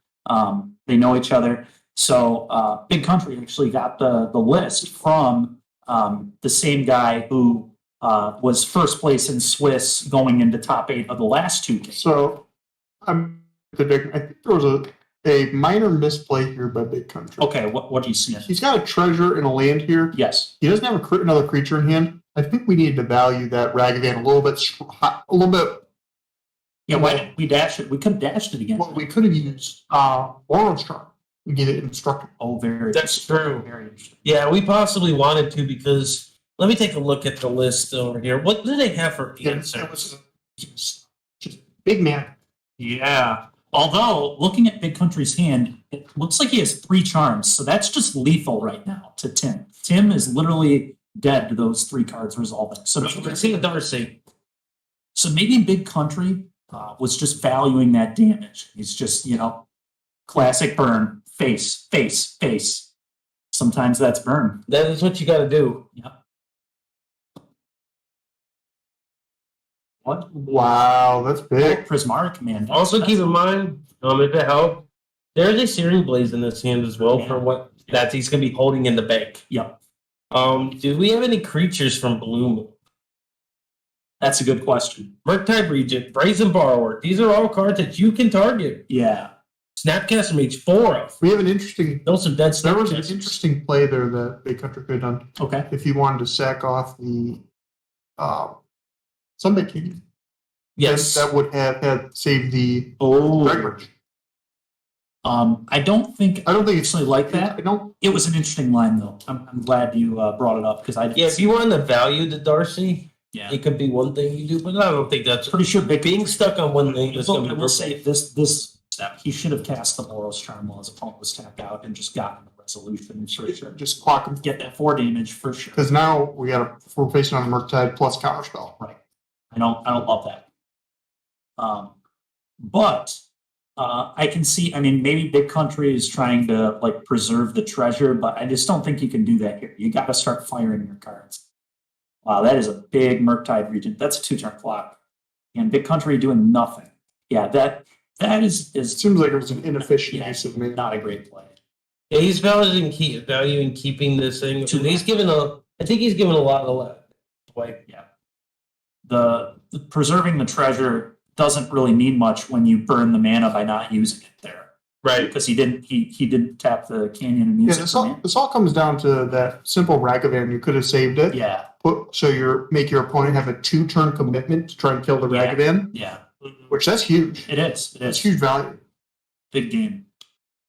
So Okay, now it looks like so the Murktide actually only should have had 3 counters on it. Still six, Initially it had 6 or something. still 6 at the other day because remember the Sunday King takes damage every time you use it.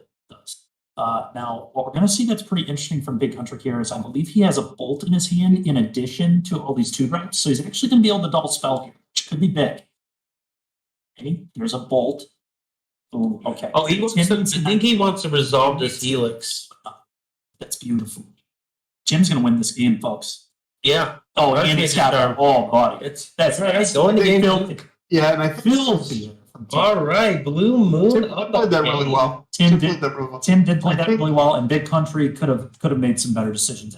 I think he was putting value on I agree with the you. wrong cards. And you know what? It's been a long day. Obviously, Big Country's played pretty well to get to this point. His So first it's- place seed. yeah, First place seed. yeah. Clear, but again, I want to go back to this. This burn deck is really impressive. The fact that it has been the first out of Swiss 2 events in a row here at Galactic Games is pretty interesting.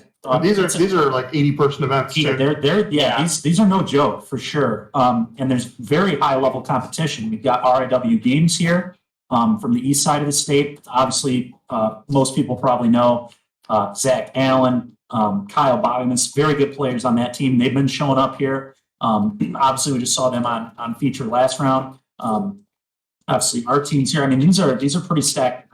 Yeah, they are. They're not like They have good, easy 2Ks. good money ticket on them. Yeah. Oh, But the fact that people like those. this exact same list has performed so well 2 events in a row is really, really cool. You know? And it's an unorthodox burn deck because it's playing Ragavan and Dragon Rage. Yeah, instead of the Goblin guy. Exactly. No Goblin Guides, which is just very, very interesting. It's unusual, it's unorthodox, but it seems to be working really well, and it's done it 2 events in a row. Makes me excited because remember I told you back. I was like, what if I burn with Monkey? Monkey's good and everything else. Yeah. Then come to find out it was actually correct. Yeah.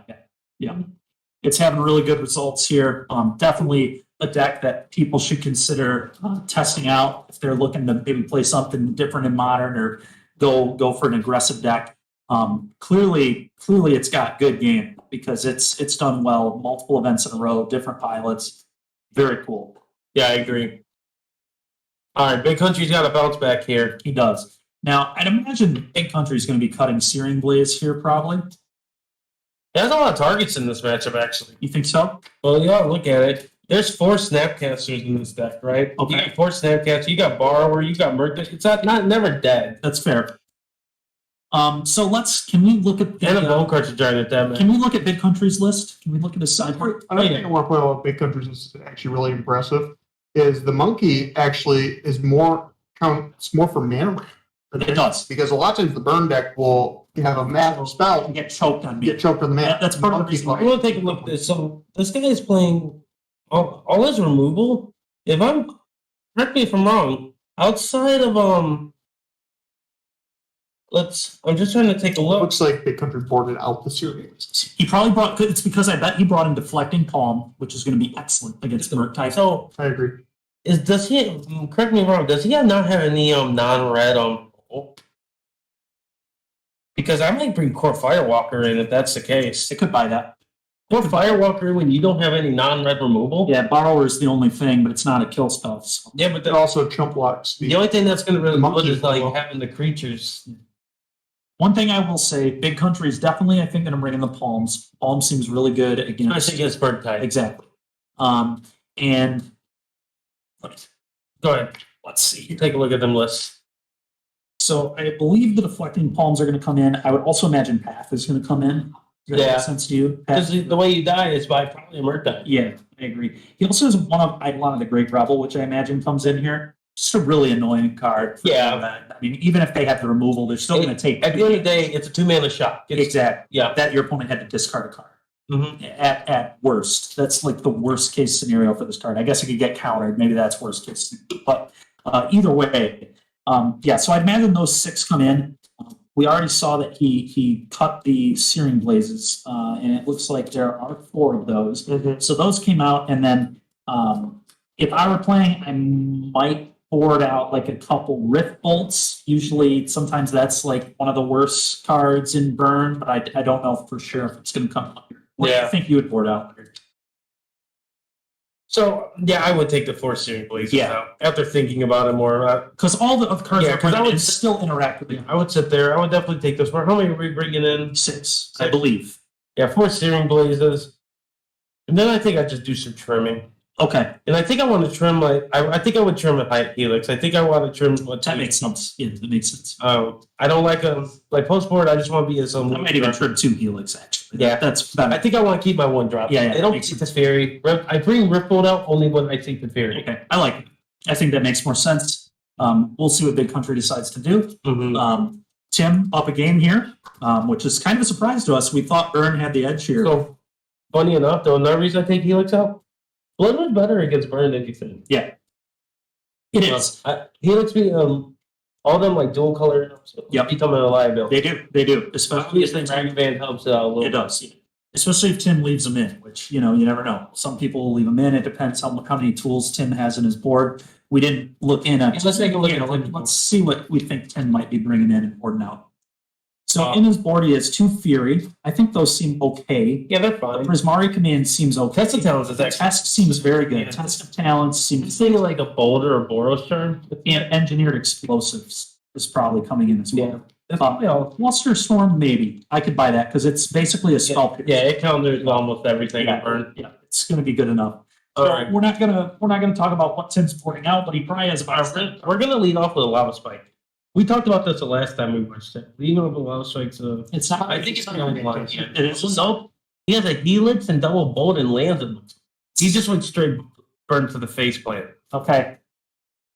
Not exactly the plan I want to be Yeah, committed to. Big Country's hand here. Definitely, this is not great. I told you, he's just straight, I'm gonna burn you. I'm just gonna use spells to burn you. The problem is this plan is not going to work if Tim has You a. don't want to be placing that much value on your spells in a control matchup when you're playing a burn. You want to put your creatures into play because it's multiple times you can get damage in without risking a counter spell. Right. Yeah. This Big Country's hand is going to struggle against a counter heavy draw from Tim. Now the question is, did Tim keep a removal heavy hand? Because that's possible. And if he did, then Big Country will actually get paid off for this decision. So it is possible that this will work out okay for him. And here we've got a fetch from Big Country, and it looks like he's just putting it in tech. No need to start firing stuff off yet. His plan is probably to be patient with a lot of these burn spells. He might go for a bolt here. It's possible. It is. We'll see what happens. A Taylor Swift spear in his hand. Oh, then he's going to save the bolts for sure. Because if he has another land here, all right, this is really sweet. So he can play the Swift Sphere, and now Tim is going to be in a rough spot because if Tim tries to kill this, That's some talents. main deck. Main phase. I don't like this at all. The main phase bolt. Now I don't understand why we didn't just attack.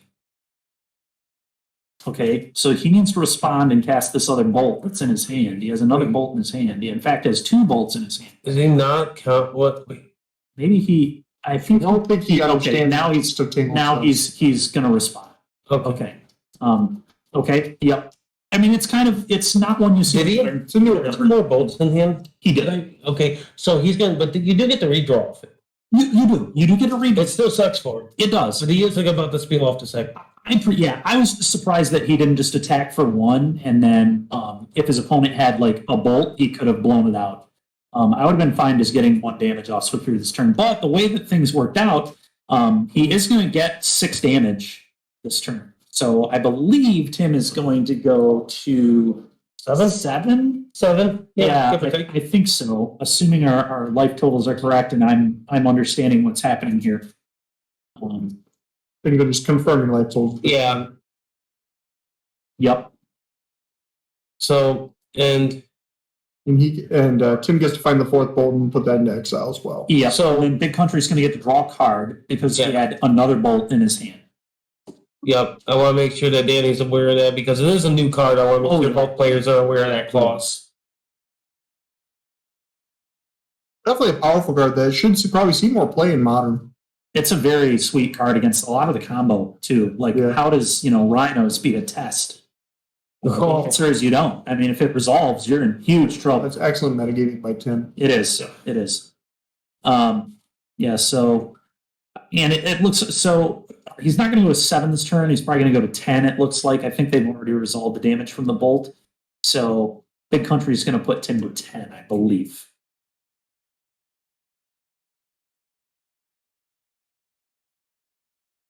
he's just looking through the deck. He wants to have Yeah. an idea what he We needs to saw work it with. countryside path to exile. Yep. I have to imagine Deflecting Palm came in too. It's possible it didn't, but I would think it did.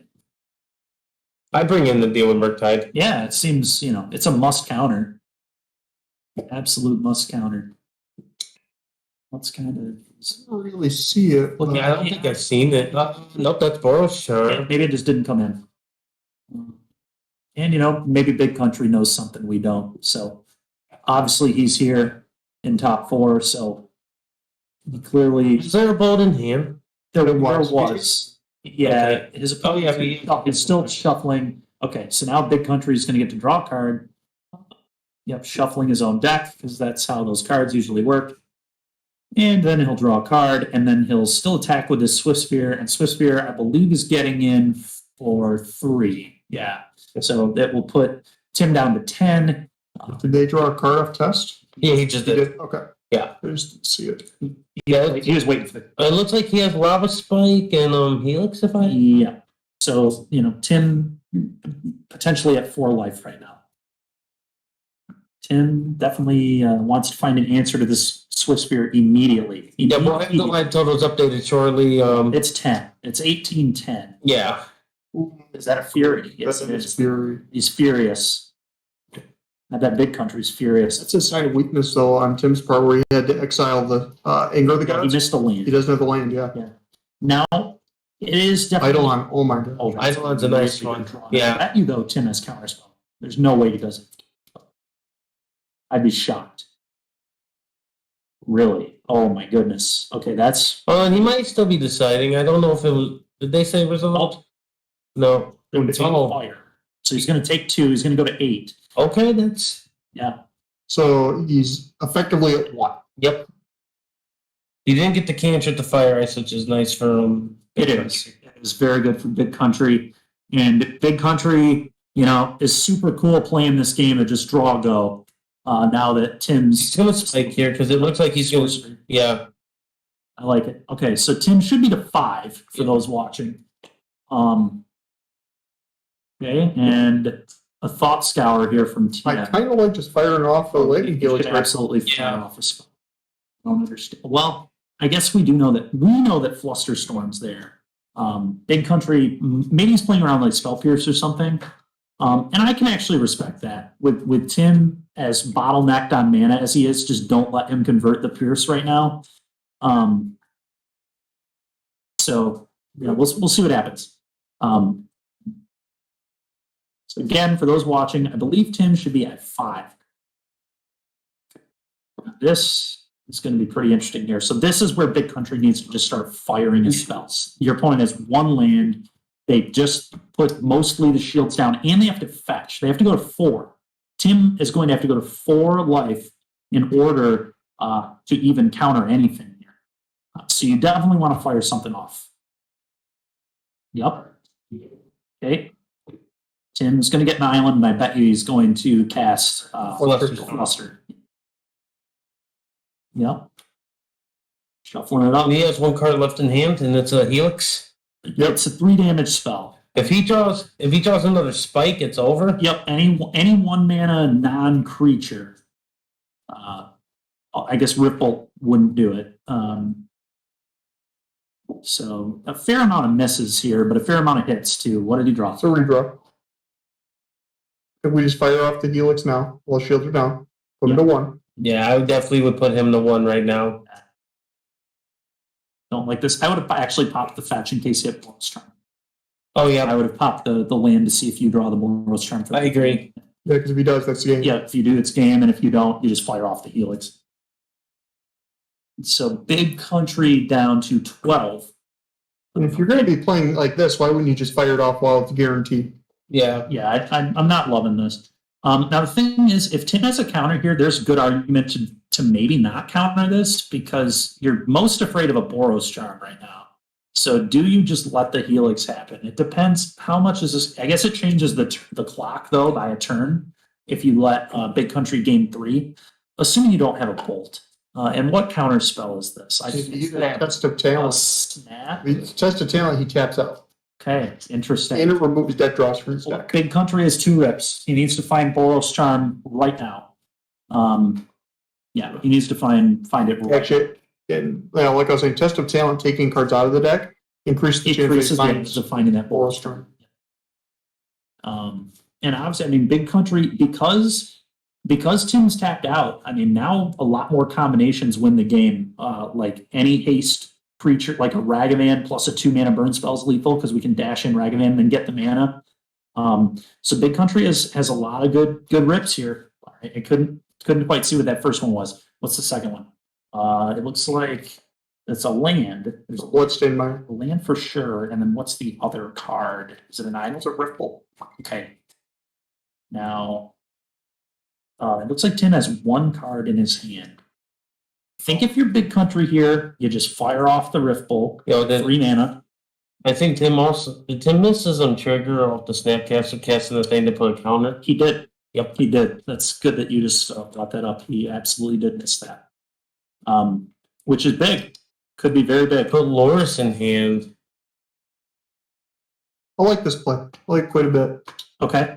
And now he's just going to suspend the Rift Bolt. Yep, that is smart. And the thing that Big Country's doing here is the Luris represents lethal actually because the Luris can rebuy the Swift Spear. So if Tim has nothing, it'll still be pretty good. Now, what I like about it too is it's going to give Tim the option to counter a spell that he shouldn't counter. I'm pretty sure the Rift Bolt you need to let resolve, and we will see what Tim decides here.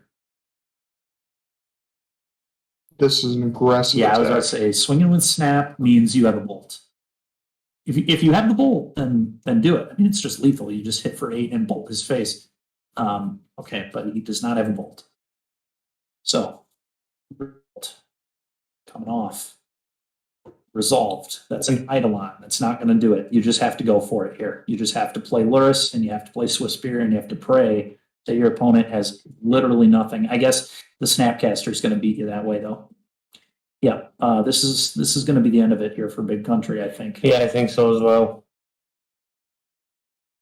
All of a run for Big Country for sure. Great event today for him. I think there was just some missequencing in There were- this yeah. match.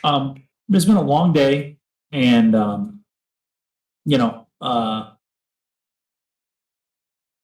everybody's tired, and still a great day regardless. But Yeah, for sure. congratulations to Tim. He is going to move on to our finals with Murky Moon, as he calls it.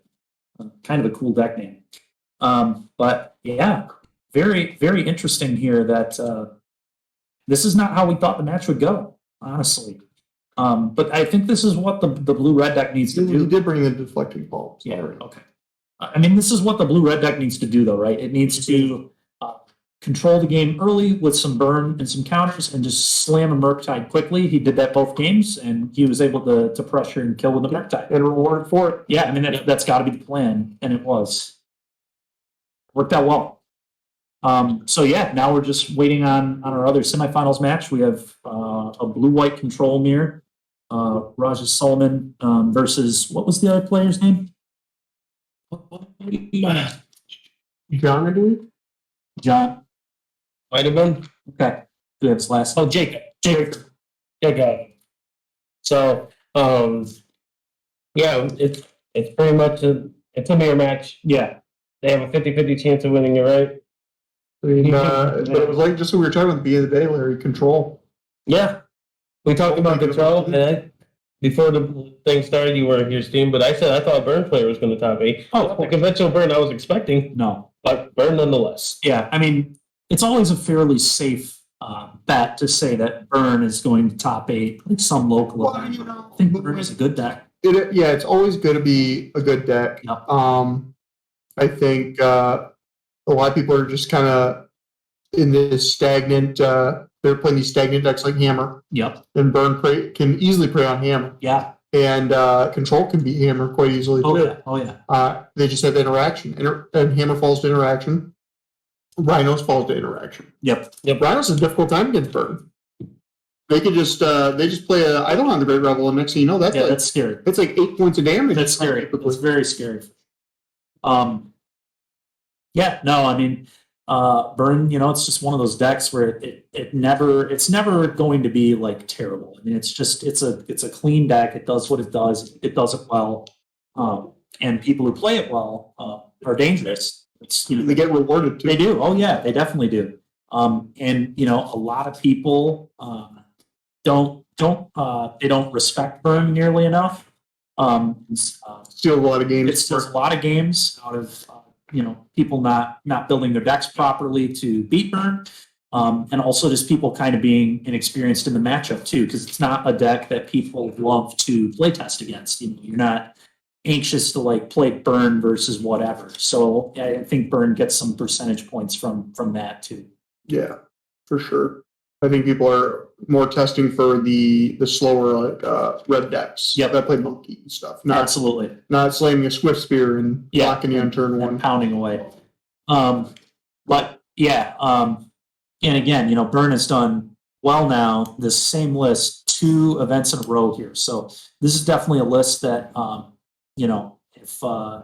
if you're a viewer and you're interested in trying out an aggro deck in Modern, this is a deck you should definitely consider picking up and giving some runs, because it's not a traditional list by any stretch, and it's probably not something that you've seen before or played before. So a really sweet deck. I was talking with the guy who made the deck, and I forget the guy's name. I apologize to him, but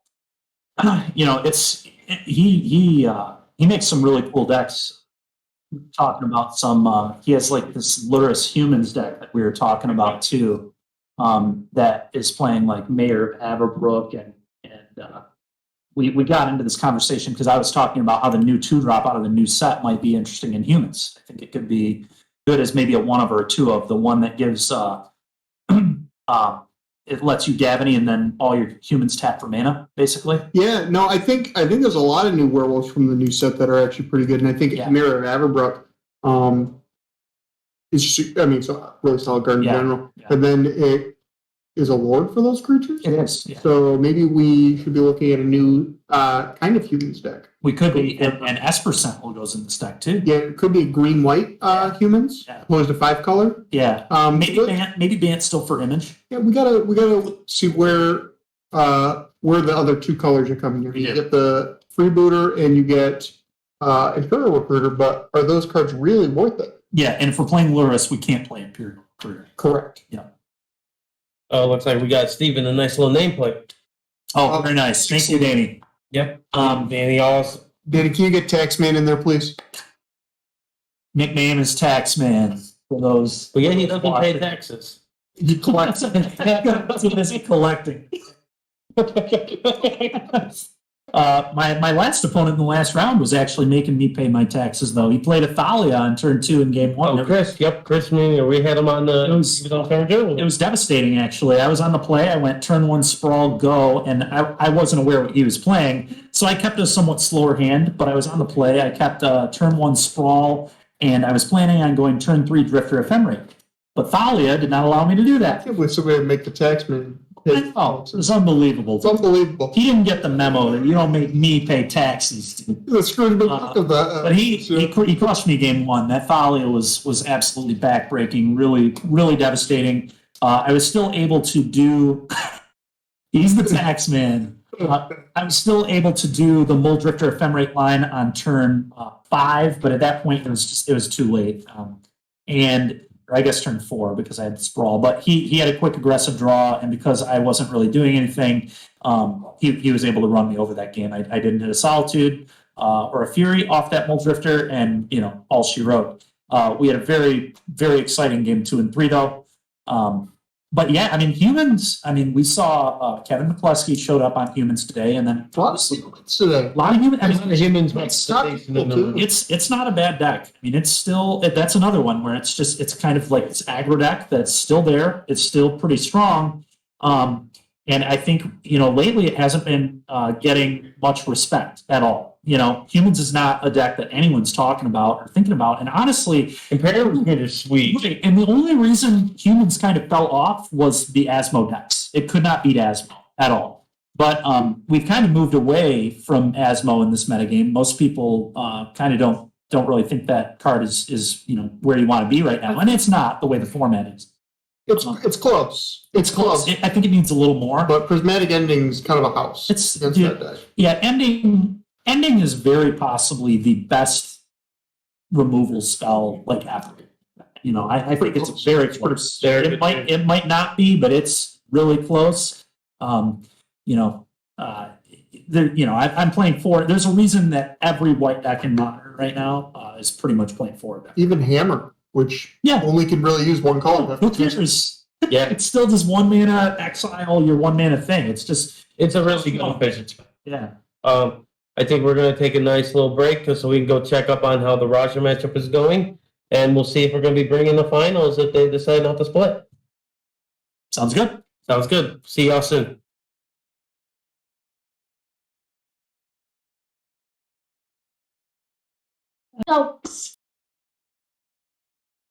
Pretty That's exciting. cool. Because we're gonna get to have some finals action here. We have Murky Moon, Tim.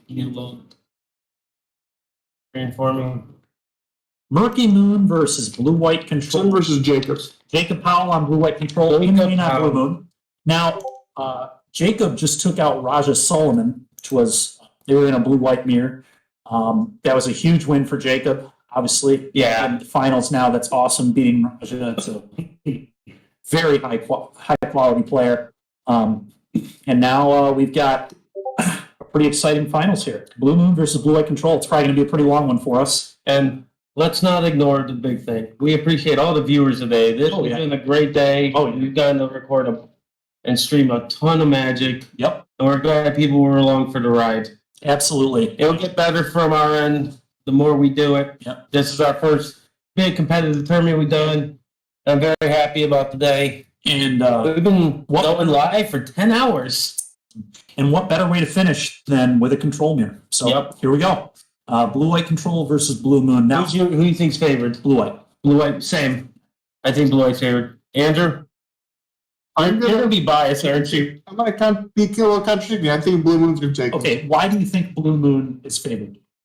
So I'm not gonna say it's favored. But you think Blue Moon is just I think Tim from the last match plays a really solid game. He Oh. knows what his deck's trying to do. Yep. He values his counter spells Okay. quite a bit. And really Tim's deck has pressure. Sure. Jacobs has to react to what Tim has. I guess I forgot the 4 Snapcaster Mage, like the bolts. That's going to be interesting. He's playing a very old school deck. Yeah, bolt snap. And Blood Moon is a house against Blue White Control a lot. That's actually fair. That is true. And sure, they can get their prismatic ending up to 3. However, You have to tap out and do that. you got to tap out You to got do to it. tap out and do that. Okay, this is going to be pretty interesting. And I think Murktide Region is It's a good. it's a magic card. It is. His deck has a lot more controlling elements than the average Than normal than blue red. Murktide deck. Yeah. Okay. Man, And knows what his deck is. Jacob, So though, that's a sign. Jacob though is playing, if I remember correctly, he's playing that new spell that we were talking about, Steven. Oh yeah, the little timely reinforcements. No. Well, yes and no. Memory Deluge. He's playing memory. Yes, he's playing 2 copies. Yes. And funny enough, Raja Solomon was also playing at least 1 copy in his list today, I believe, too. yeah, I was looking at that because here's the Zach Raj's list was very similar, Yes. but there were slight. Raja made the changes that Alan didn't know about until literally got here. I heard a little bit about that today, yeah. Alan happy. He was not, no. And then funny enough, Alan also made some of the changes. I don't know if he did everything, but Raja. That's interesting. Tim's also played Tomb Kathy's Memory Day.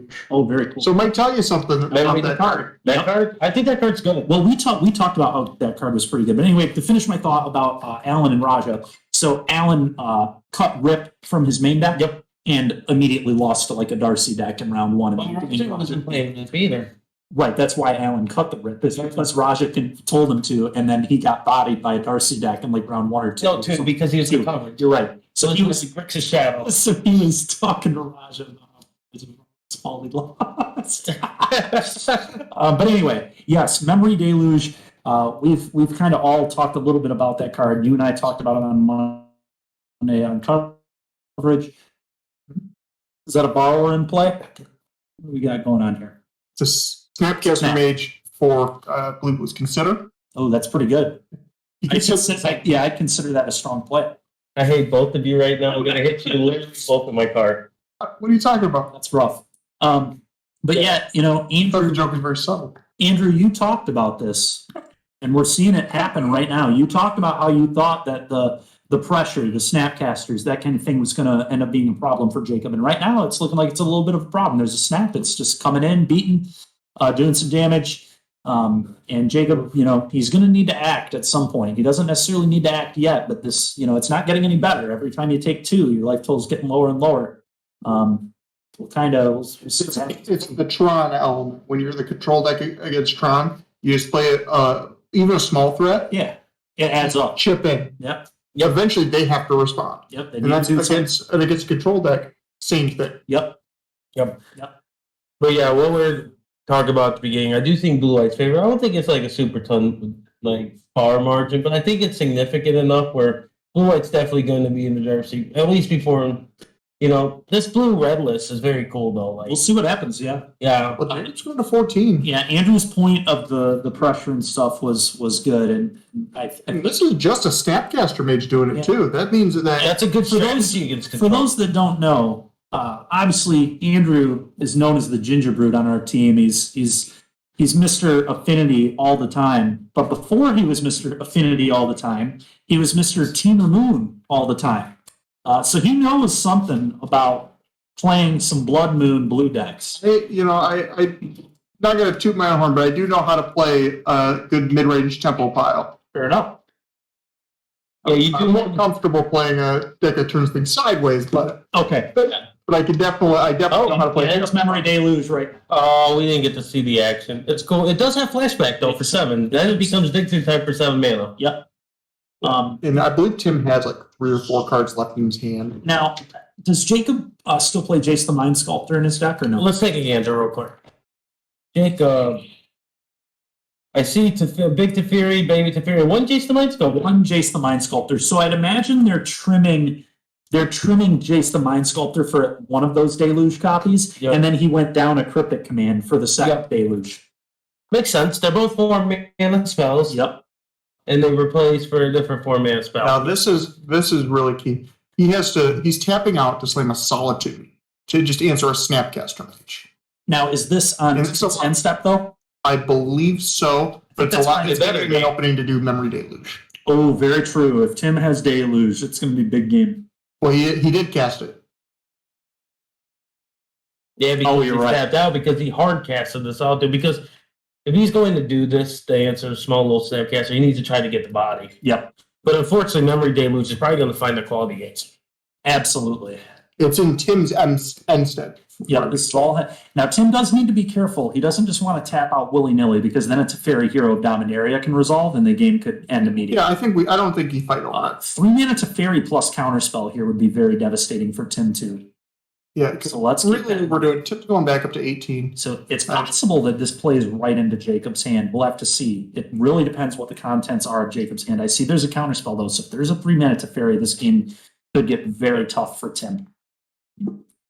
It's coming in for 3. This does change. Oh yeah, the life. This is going in the wrong direction for Yeah, Tim. yeah, this is not what Tim wants. And here, what is that? Chelsea Lloyd on 1. That's nice. That's going to shut off that bolt snap bolt plan that we talked about. It's also going to cut off a lot of draw spells and 10 How much stacks. does Tim not get them? I don't think he's fighting. I think it's resolved. Yeah, it definitely resolved. Going to a land drop now. So there's a flooded strand from Jacob and Tim.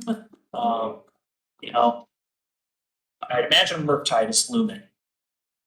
I really expect to see a Murktide this turn, unless he just doesn't have one. But I know what he needs here. He needs more pressure. There it is. There it is. It's exactly what I figured was coming here. And so it would appear that Tim still has 3 cards in his hand. Jacob, do we know how many cards he has? It looks like 4 or 5. Looks like he's got 5 in the grip. 5 in the grip. So, you know. And this is Murphy. He doesn't look like fighting. Oh no. This Murphy. No, Oh, we're still deciding what we're exiling. that's fair. And I know Jacob has a counterspell in his hand, so we will see that. Oh, okay. There's also only one. Number 1. Yeah. And so Tim's probably gonna fight here. I can't imagine he doesn't. If he has anything, I imagine he fights. Okay? No. Do you think he has about a Murktide? Or does he just not have anything? What is this? That's not great. Not where you want to be. No, See, he's basic. This is Blood Moon. could be right. There's only one reason to take him off planes. Or maybe it's to plan for a future Blood Moon. Because Blood Moon's not great on this board. There are, 2 or 3 islands and planes now after this fetch. So Moon is really unexciting here. It's possible he has one, but it's not really going to do He much. cuts him off if he completely cuts him off white. Yeah, he will have to completely come off white, which he can't do yet. And Tim is in trouble here. This is not where you want to be. This blue moon is solitude at play. You cannot remove it because there's a chalice on one, pretty much. I guess you could fire ice it. We know there are a couple fire ices in Tim's deck, but this is going from bad to worse right now for Tim. Agreed. Very bad position.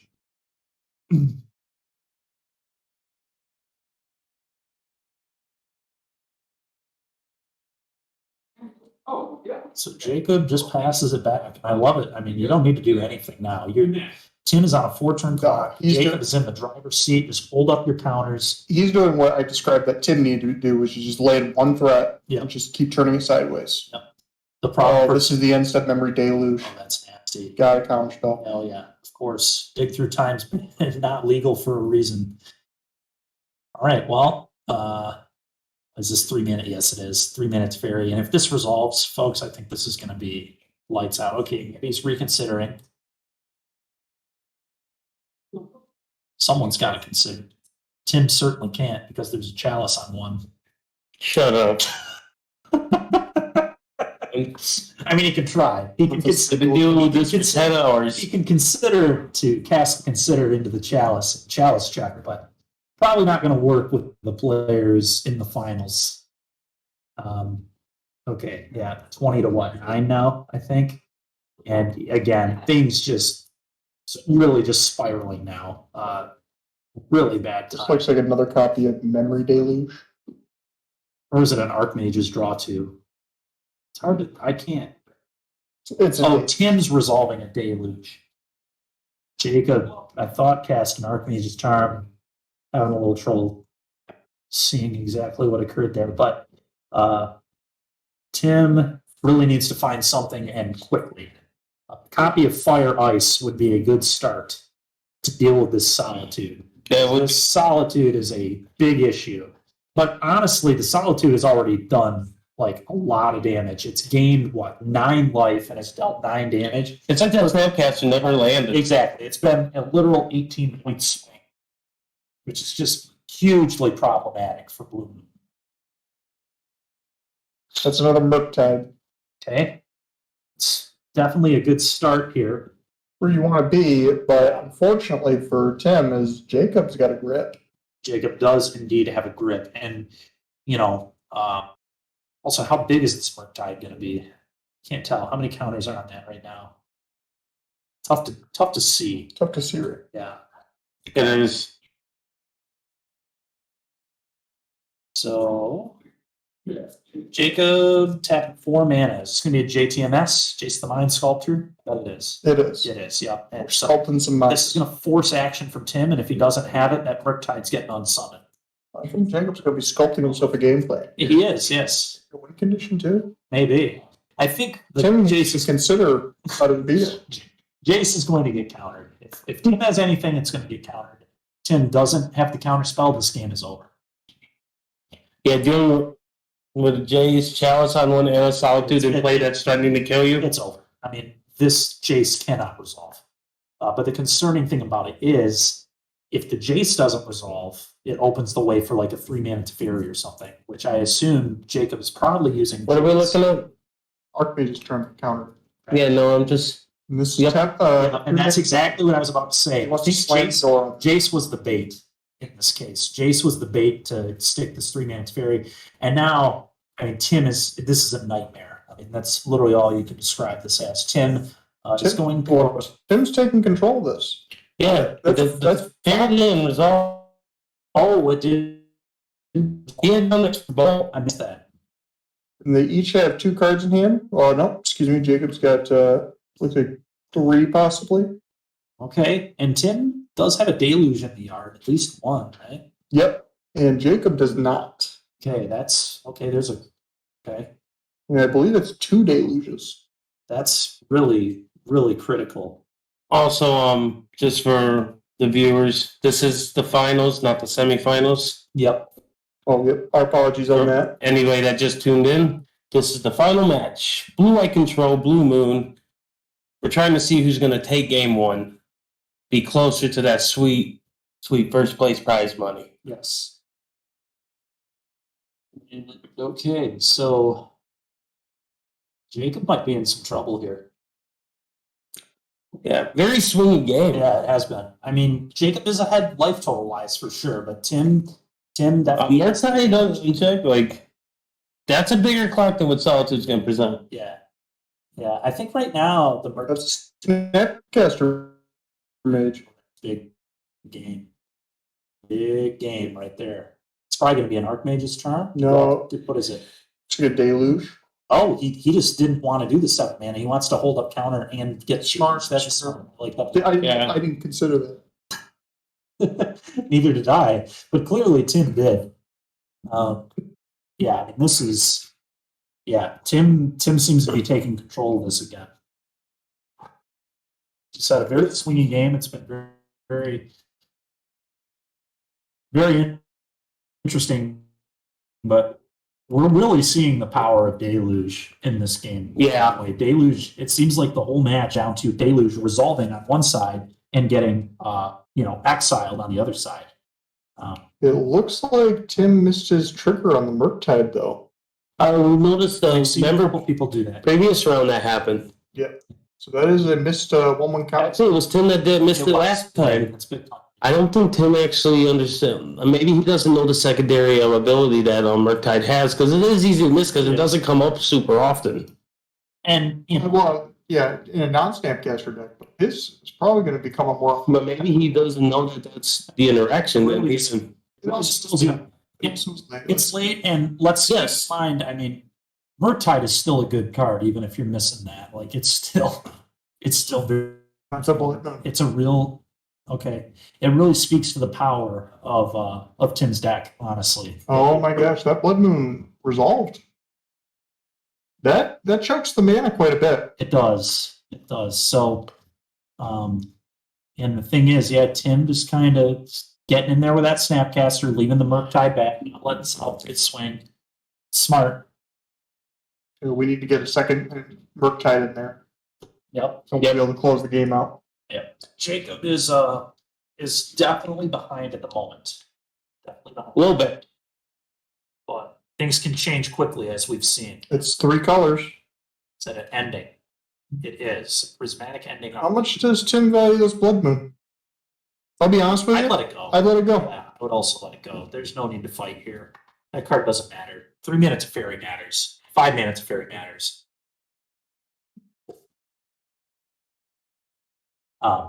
But yeah, prismatic ending on your moon, whatever. Yeah, that's least of the worries, right? Yep. So another land drop here.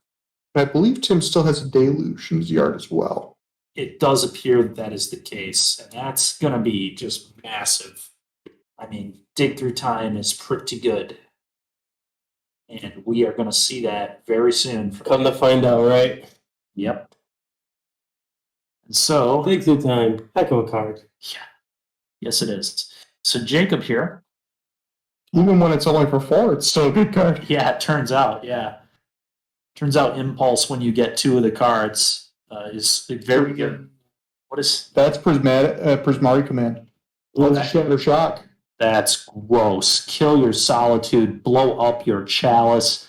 Doesn't get much better than that, folks. So he's getting a lot of mana. This is cryptic. It's a cryptic. But this cryptic, you better believe, I don't think this is resolving. I do not. Tim set this up. Nope, that's a Solitude. It's another Solitude.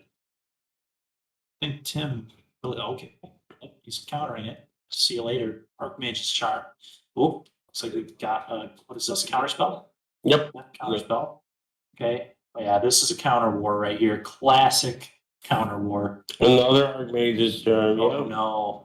And Jacob lets it resolve. Tim won the counter war. Which means Jacob doesn't have a counter spell, which also means that Tim is free reign to resolve this. Bang, bang. Basically a dig through time out of his sideboard right now. Jacob is in huge trouble. Yeah, Huge trouble. Turns out Culligan's command powerful magic card. powerful. It does. We're in.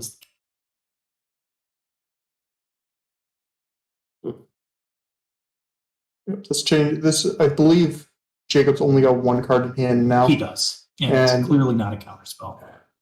Yeah. And this unlocks Consider and Lightning Bolt and all the powerful 1-drop spells. Yeah.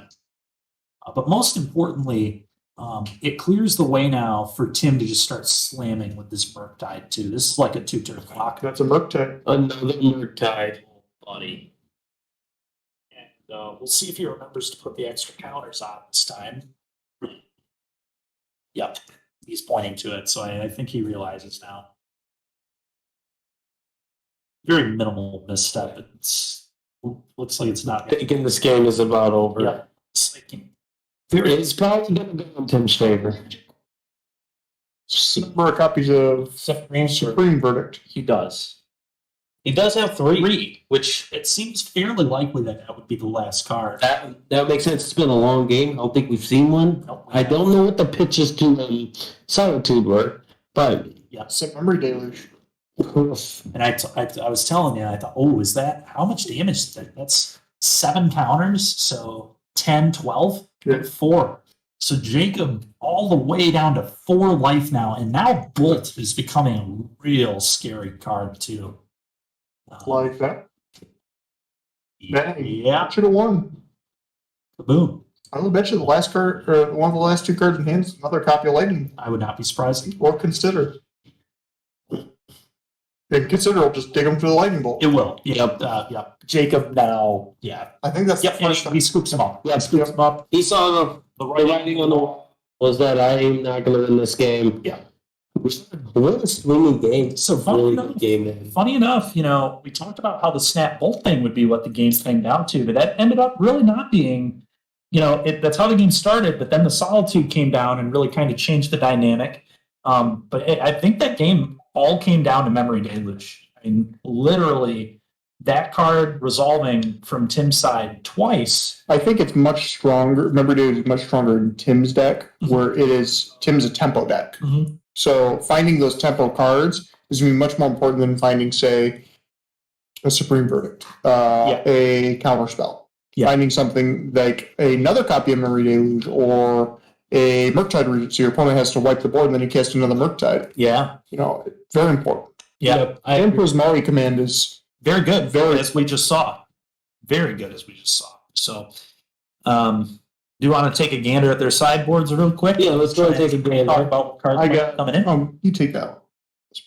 You want that? Is that the blue moon? This is the blue moon. Of course you want blue moon. All right, Larry, let's look at blue-white here and then So, let Andrew- let's talk about their sideboard. Obviously, the Kahira is taking up a slot. Then we have one Subtlety, one Chalice of the Void, two Wear Tear, two Rest in Peace, two Dolan's Veto, two Spreading Seas, two Engineer Explosives, one Sunset Revelry, and one Celestial Purge. Okay. So, obviously, I think I like Subtlety for sure. Yep, I agree.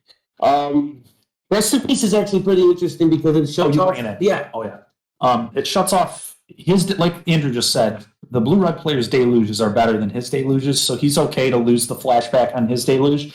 And it's just so good against Murktide. It's going to Yes. make Murktide very not good. So, Yep, and obviously you want Dolan's Veto. yeah.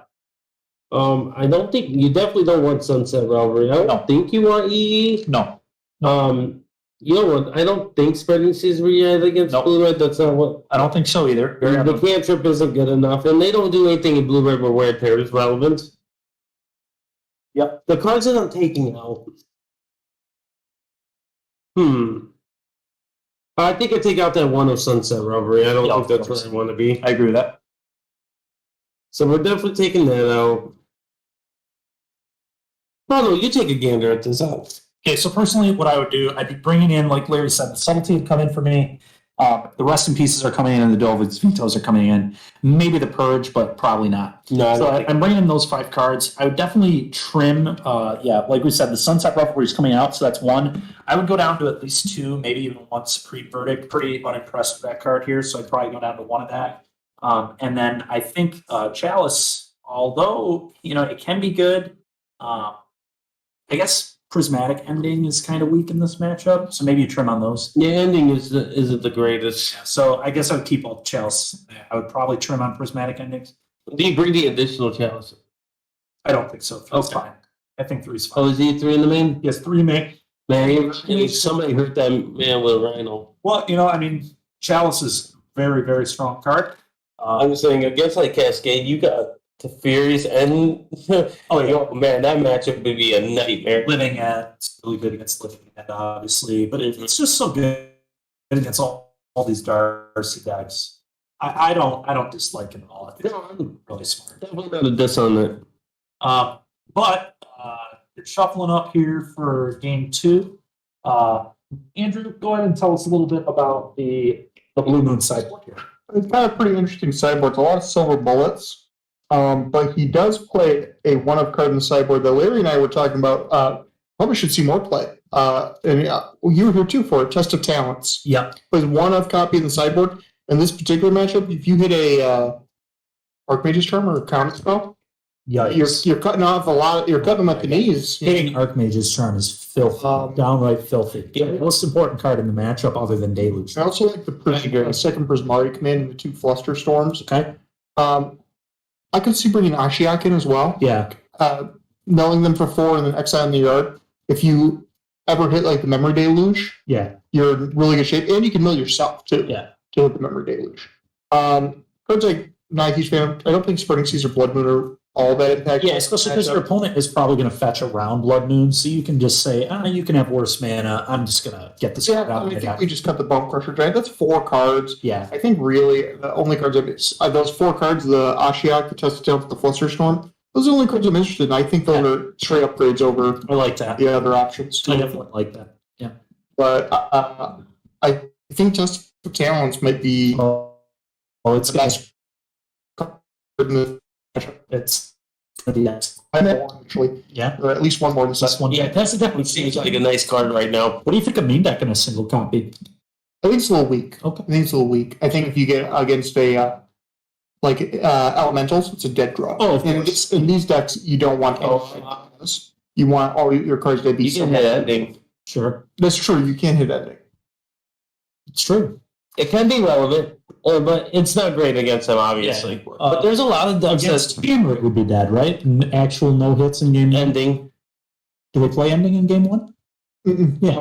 It's a close board card. Okay. Obviously, I'm not the hammer master here. But here we are starting That's Warden. game 3 here. They're just doing a lot of land go. So Yeah. That's typically how this match is going to go. Yep.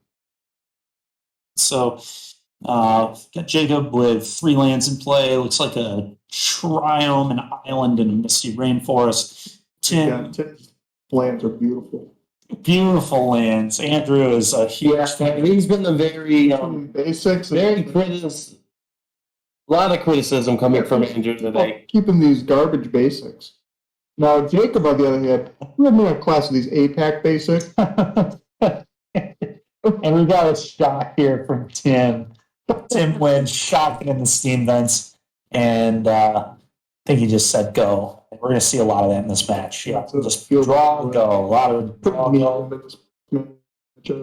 Land, draw, go. And that's what we're going to see for a good amount of time here until Tim does the action with Yeah, exactly. Where he can force that issue with Snapcaster He's Mage. got more creatures. Yeah, That's what it comes right down to. He's got more creatures in their flash threats. yep, which is a big problem for the blue-white player.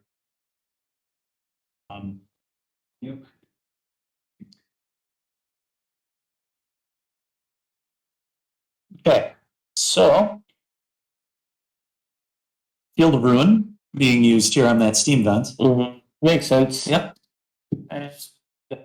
Floating the mana. Yeah, it's Smart. I mean, you know, no reason not to, right? I don't think you fight over it. no. You just went and got another island. I think the red and more splat, or in the Yeah, post sideboard is more of a splat. yeah, definitely. Fair enough. It also probably signifies at least one dual land, if not 2, in his hand currently. I'm sure he just doesn't really care about losing that red at the moment. And Jacob, another field here. I mean, he's going to try and continue to attack those dual lands from Tim. It looks like that's kind of the plan right now. But I think if I'm Tim, I think I'm actually okay with that. I think that's a pretty medium plan at best. oh yeah, it's I not great. think you just need to amass a load of reactive spells Yeah. and just chip away. Yep. And Is that spreading seas? he did leave it. Yeah, he left it. We're hitting the Ketria, obviously. Yep. Ooh. Okay. Kind of interesting. Hitting the basics. So that Well, that would signify that Moon may still be in the deck. You should still a glide card then. But there's no that you're playing a basic. Well, I can't tell. What Triumph is that? Is that the team? Ketria. It's like the Teamer Triumph. So he has no white mana at the moment, right? Deluge. Are we countering that? Yes. No. That's big. But here's the problem, though. Tim's tapped out now. And this was all on Tim's end step, right? Yeah, but I think that's Oh, that's a 5. Is that no? That's a 3 mana Teferi. and a 5 mana. Oh my goodness! So we're about to see. And a counter spell. And We're about to see 5 mana. Yeah, that test was. no, there's no. Oh yeah, but you can fetch for the white source. Yep. There's exactly. So Jacob about to take a lead here in this game, unless Tim Wynn has a Force of Negation in hand, which didn't look like there were any in his list, were there? No Force of Negations in this 75. So that means Jacob is going to resolve a 5 mana Teferi unchecked. And then leave up counter spells as well.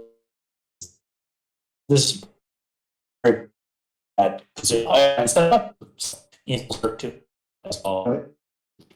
Plays continue to impress me. He's very, very patient. I think this was aware of the danger of this play. But I think sometimes you gotta just take the risk. I mean, if they don't have the 5 mana Teferi, then it's not that big of a deal. and you also have to respect the fact that Tim's also got Snapcaster Mage to the deck, so that's the take once. It's coming back. Yeah.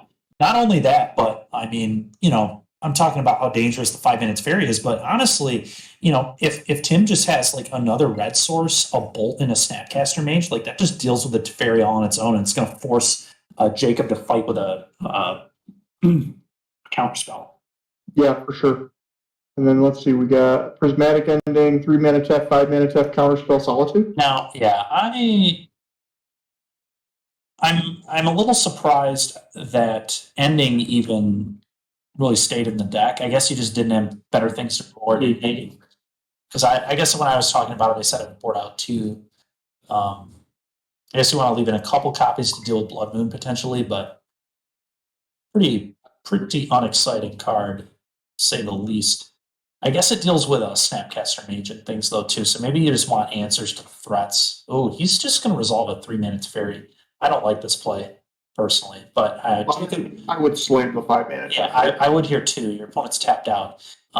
Maybe he's afraid of Force of Negation though. He doesn't know the deck list like we do. So probably what's going on here.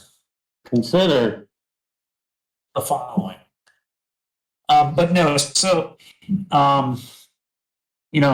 Jacob definitely taking the more like safe route, and honestly, it's a very disciplined play from Jacob, because if Tim did have Force of Negation and he tapped out for that 5 minutes Fairy and got forced, he could just lose on the spot. So I respect the play. We know the deck list, he doesn't.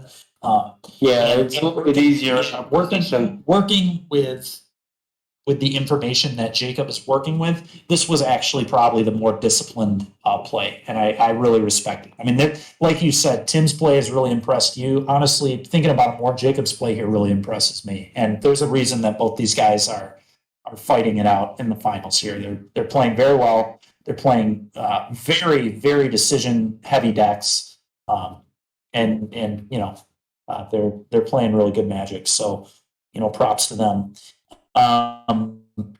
Okay, so what is Tim gonna do now? He's gotta act on his own turn because of that Teferi. And what is this gonna be?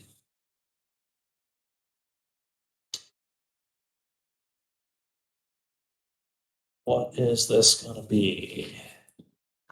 It's the Ashiok we were talking about, Okay. And it got countered. which I'm okay with that if I'm in Tim's position. Yeah. I think Ashiok, sure, it does count towards. And here comes Big Teferi. Yeah. And so this is bad. Jacob's to run away. Yeah, Jacob is in a commanding position now. And I know, I said that Jacob was a little bit ahead in game one, but he's more ahead than he was in game one in this game. This is different. This is not a Solitude chipping away. This is Big Teferi doing what Big Teferi does and just completely dominating a board. And we've got little to yet. And that's just very disciplined from Jacob. No need to bounce anything with that 3-mana Tef. Just keep its loyalty very high and protect it from any sort of nonsense from Tim. We were talking about how the Prismatic could be cut, but it's just a removal spell right now. Exactly. Yep. And again, I think because of what you talked about with the Snapcaster Mages being so important as beaters, just having ending to trade evenly on mana with Snapcaster Mages is fairly relevant. Yep.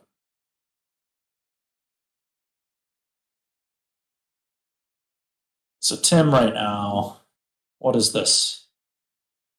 Prismari command. Prismari? Finishing his loot. Oh, he's looting. Yeah, desperation here from Tim. Just complete desperation. Snapcaster Mage, gonna consider. Yeah, and he's. Yeah. Yep, trying to consider here. But yeah, I mean, like we said, Jacob right now just kind of running away. About to draw up 2 more cards on this next turn. 3 minutes Fairy, still just being a real pest. Going to probably go up to 7 loyalty. And, not only are these walkers generating so much card advantage for Jacob, but they're also just giving him a massive life buffer, too. And so, This is brutal. Jacob, 2 mana. Is that That's an ending. ending? Yep. And, looks great here. You're going to get to untap these lands with the Fairy. Yeah. I mean, Tim fighting an uphill battle, to say the least. It looks like Jacob might have 6 cards in his hand at the moment. Yeah, there's a veto in there, too. This is, Tim is, we're going to see a game 3 here, folks. Pretty sure. We are going to get to see a game 3 for the championship of the 2K here at Galactic Toys and Games. Very likely.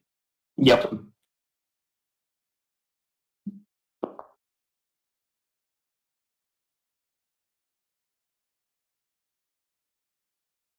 So Tim, Going for the Prismari command. Try and loot a couple more cards. yeah. Makes sense.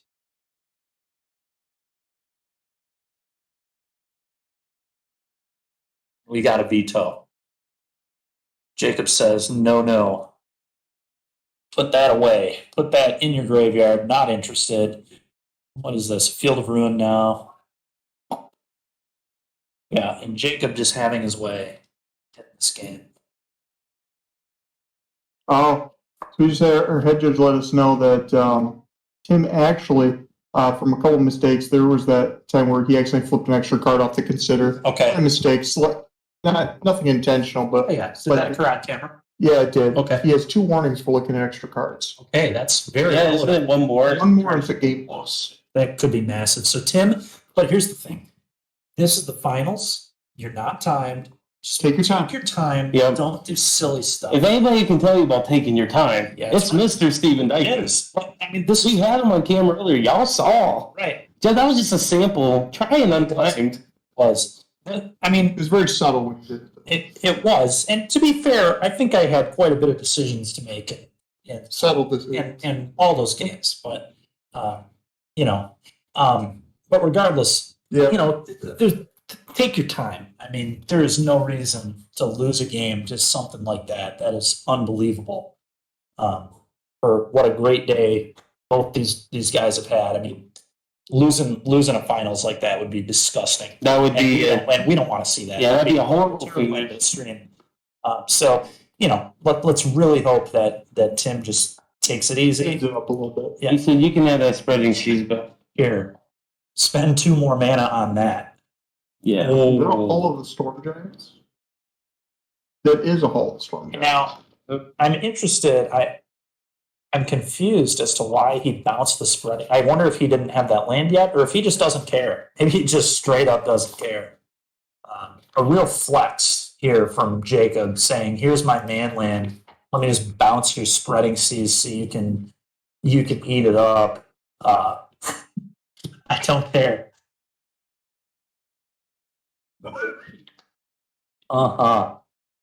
We see the Yeah. chat is having a good time over It here. is, especially Dalloway. The Dalloway B. I don't know who that could be.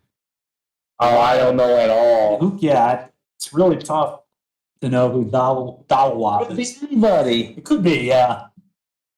Very. But anyway, so Jacob here. Weird's an understatement. Jacob here just dominating this game. Just kind of going through the motions at this point.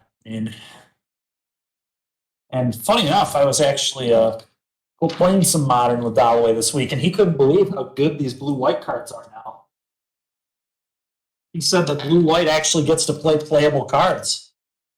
He used to play it when you had to play Mana Leak and Logic Knot. Now we get to play Counterspell and Archmage's Charm.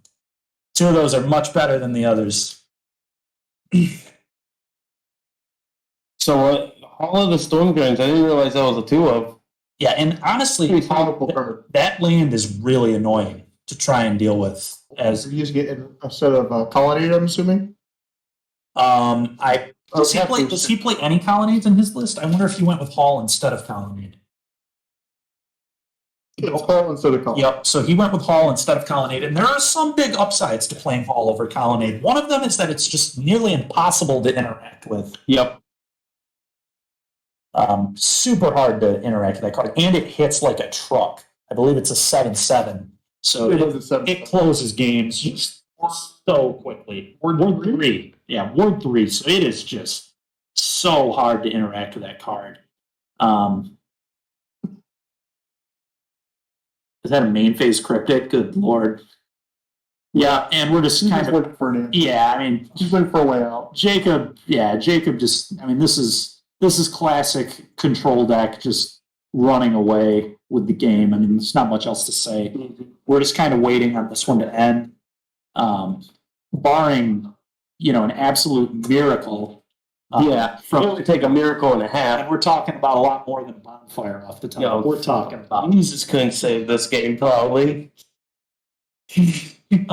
But no, in all seriousness here, we're really just waiting for. We're getting to Teferi Ultimate Range. This is kind of what you would consider garbage time. I mean, this is just blue-white, just kind of playing with their food. I mean, in untimed rounds, there's really no reason for Tim to scoop, but I bet you in the actual event he would have conceded turns ago to save time.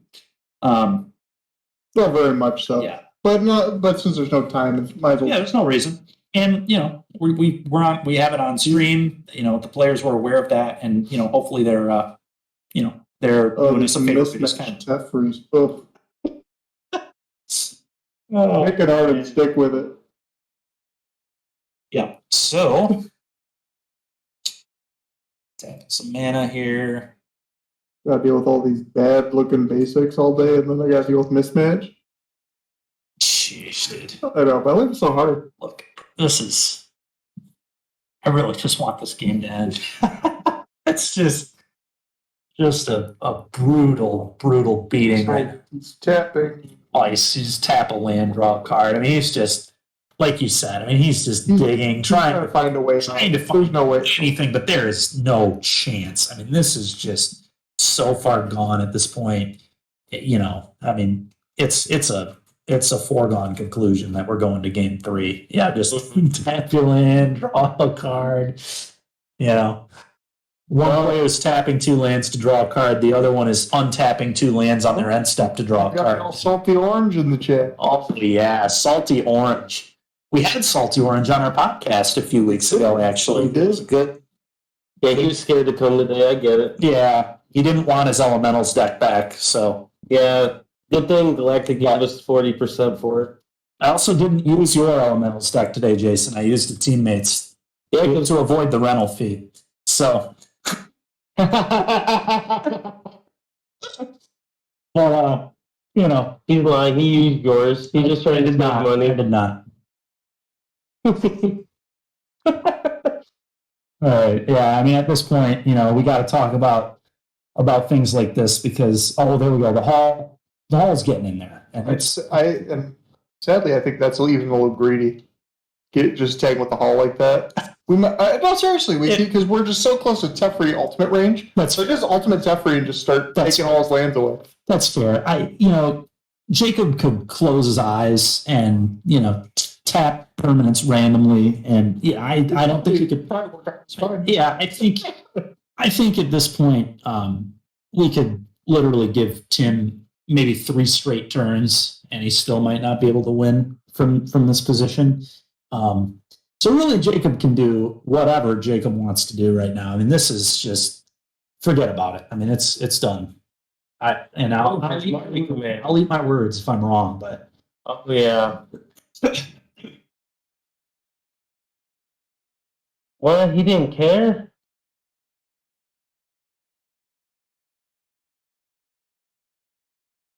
I was for sure he'd fight over that. yeah. I would counter the theory.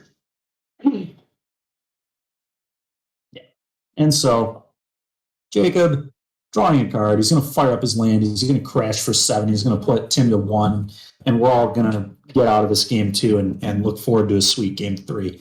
This one's been over for about 4 turns, and just the nature of blue white. This is what blue white does: get ahead, get massive advantage. Yeah, I would just, like I said, just ultimate the Teferi and get the flawless victory. Exile all the permanents, maybe draw to rip, so you can exile the whole graveyard. Okay, yeah, I'm in. Yeah, shove out a little bit. yeah, sure. It does. It's a little tilting. You know what I mean? To be in this position. We've all been dominated by a blue-white deck, Oh, and it's just it's very tilting. Yeah. Oh my gosh! I mean, I'm never getting out of the it. thing is, Tim is also playing a control deck. He's probably doing just fine. He'll be all right. Let's get the flawless victory. Yeah. Fatality. Jacob wins. Flawless victory. Yeah, Jacob. Jacob here just, there's a Jace now, and it's just, He's bounce. yeah, Jacob's gonna be like, no. I'm just gonna be like, I thought I told you a few turns ago, stop it. Just, which counter spell do I use? Who knows? Oh, a prismatic ending on the snap. Okay. Okay, Jacob, come on now. Let's use our counterspell. There's no. What is this? Solitude. Oh, he's just flashing it at me and stuff here. Because why not? I see. Because why not, man?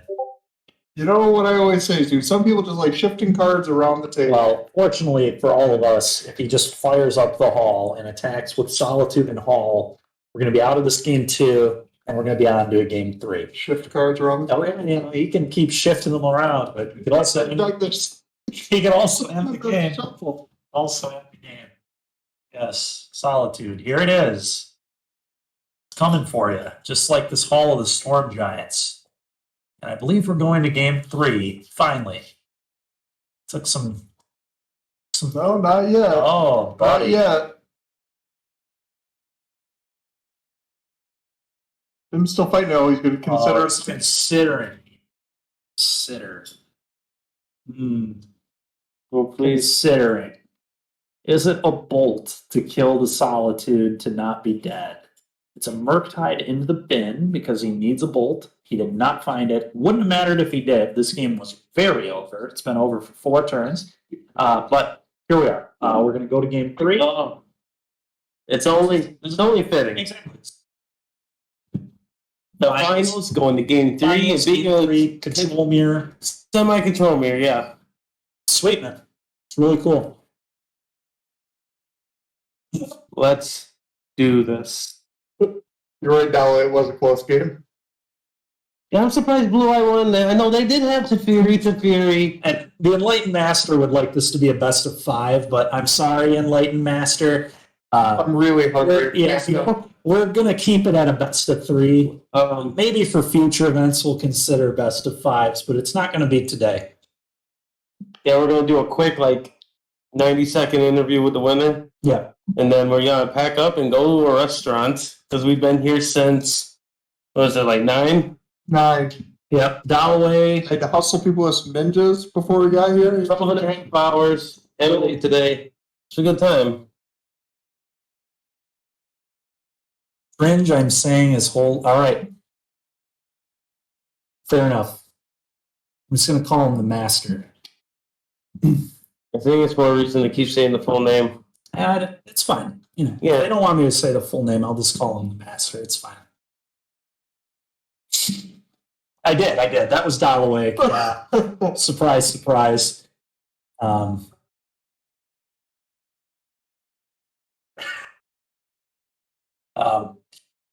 My favorite comment from Dalloway there is that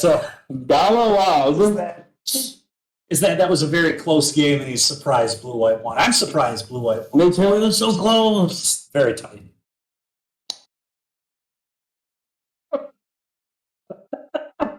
It's disappointing. That's fair, Dalloway. That was nice. That was really good.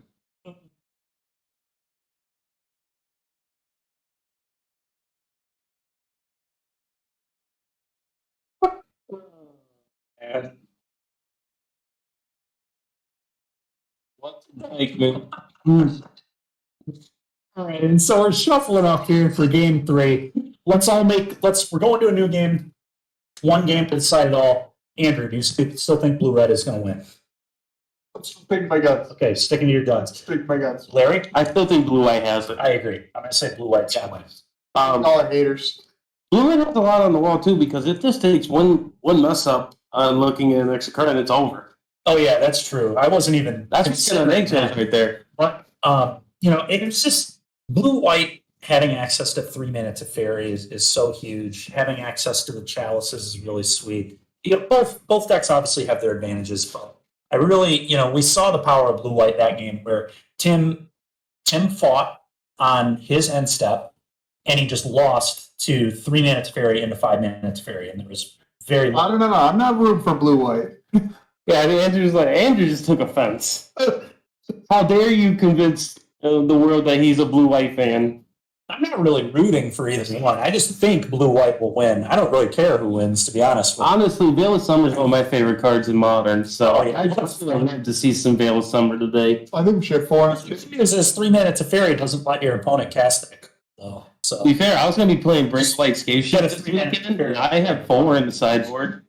Not that I needed them, I just like the card. I'll play a main board. I have no fear. Main board Veil.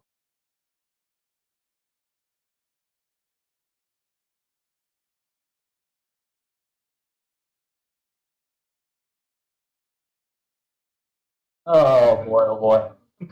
So looks like we're about to finish the shuffling here and get on to this last game. I want us to win together. That'd be Danny. All right.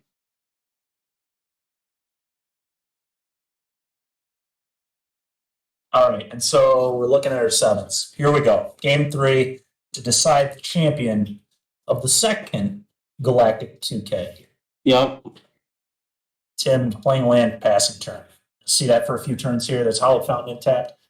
Tim. Tim needs to prioritize getting on the board Yes. faster. Very, He very gave his opponent too much time. way too much room to maneuver too. He had no pressure to hit those walkers. That was the huge issue. Both Teferis came down with nothing in play, and you're not going to win that way. Nope. We need to see more of what we saw in game 1. How Snapcaster. It is pronounced win because he's winning. I didn't consider that. It goes out to you. All right, so fetch happens, and then consider. This is exactly what you need to be doing. So Yeah. Just very quickly set up your Land, thing. land go. And Jacob. Should also play a land here. Can I just pass it over? Yep. All right, Tim. But that playmat's gonna fall off the table. Yeah. All right, so Tim with a fetch here. I'm just getting another island the way he fetched last game. Nope, tap steam vents. Okay. The second got to consider. One consider joke, you should have been here the whole day. That's all they've been doing. Oh yeah, they don't end. Yeah, They don't end. yeah, I'm gonna Very have. subtle with I am Yeah, gonna. be happy. Yeah, exactly. Be happy I'm not also making subtle puns. I'm gonna hit you out with my car. I don't think I have a choice. I got to do it for the people.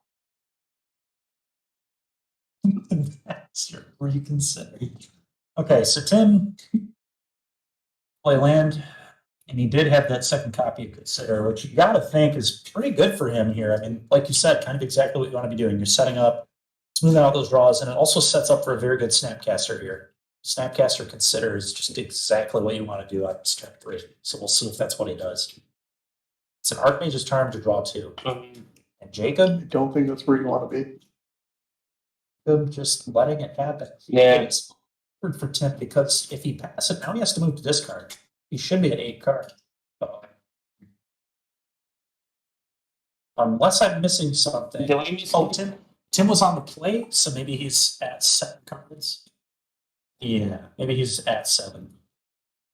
Because he was on the play, right? So if you're on the Yeah. play, your land drop puts you Should be 6. at You should be at 7. Okay.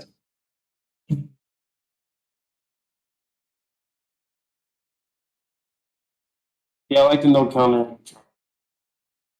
Yeah, You're it's kind of interesting because Tim is, if he's resolving these draw 2s and Jacob isn't, like Jacob is going to fall behind.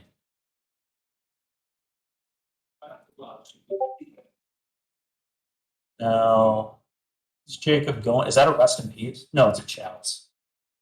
Chalice for 1. And Tim just gonna, I mean, we've seen that chalice for 1, isn't the biggest deal, actually. Yeah, but that shuts off though. Does. It's going to not allow Tim to, he's going to have to reconsider his options. But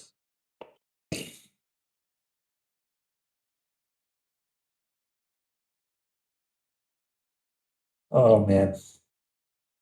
All right, so Jacob That's a rubbing memory deluge. That's excellent. And this is not what Jacob wants to be. Jacob is in trouble. Yes. We saw this same type of thing kind of happen in game 1 where these draw. It's a counter spell. Not Shields a are big down. deal. Not a big deal. Shields are down. This is time for This is Tim to Murktide. slam a Murktide and get on this board. Murktide hold up counter spell. Yep. That's exactly what he wants to do here. Does he have it? That's the question. Because it will be massive if he does. Looks like he's just passing. Oh man, missed the land drop? Wow, countering that deluge ended up being an excellent decision from Jacob. Does he have another deluge here from Tim? It is another It deluge. is. And you better believe Jacob is countering this too. Oh, Is that a tap? What is that? Oh, is he responding with that's a his deluge? own deluge. I like this. This is smart. If your opponent is going to resolve one, you might as well resolve one too. Yep. And he can also hit this your storm, right? Yeah. Spew. I think he has both. Maybe not. No fluster storm in this list. I got it confused with the. I didn't know the speed. Does he have no dispute at all? Nope. Nope. Okay, so I guess he's not going to be able to counter Tim's spell, but he is going to resolve his own spell. He doesn't. And the thing too, Tim does not know that Jacob does not have dispute in his deck. There's really no way to know that. So Tim might play like his opponent could have a dispute, which is worth noting. Because honestly, if I were in Tim's spot here, I would definitely be considering my opponent having a dispute. Now,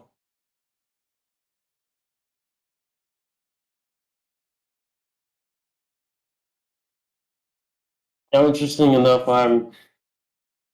if he's the blue-red player, do you think he takes a land? oh, absolutely. He probably took two. If there were two, he took two. Yeah. I mean, land drops are a huge deal in these matchups. Tim right now, he need like we've said, he needs to get on the board. Something needs to Is he another? he needs to make something happen. I might snap off a Murktide though if I saw it. Oh yeah, Oh, 100%. it's true. It's hard to know if there's one in his hand already or not. I feel like he would have slammed it already last It time. depends. It depends what the contents of his hand were. But Jacob's deck has no really good answer to Murktide. Right. It's just solitude. Yep. And that's obviously a 5 mana commitment. I guess the best answer to it is resolve a 3-mana Teferi and bounce it. Is probably the most scary answer for Tim. So Tim needs to be sure that that doesn't happen. He's going for a moon, but that's really not. And that isn't doing really anything. It ties up his mana for his walkers. It does, but I don't know that this is really where Tim necessarily wants to be. Now it does make that hall just a mountain, which is a pretty big game. Oh. Okay, and so Jacob just passing it over, Tim passing back. A lot of that draw go action.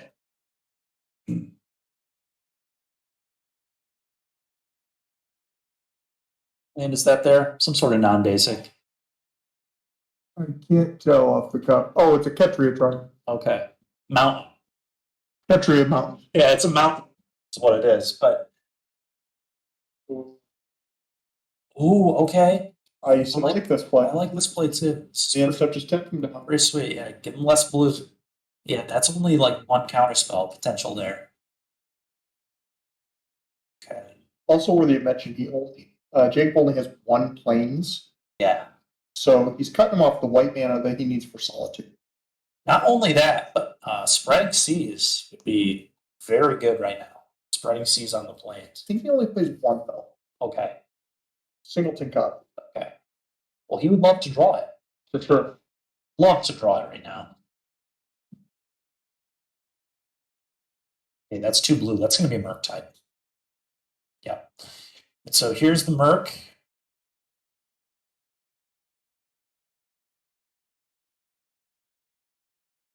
This, at the moment, looks to be an okay spot. Oh, this is Murktide. Sure is.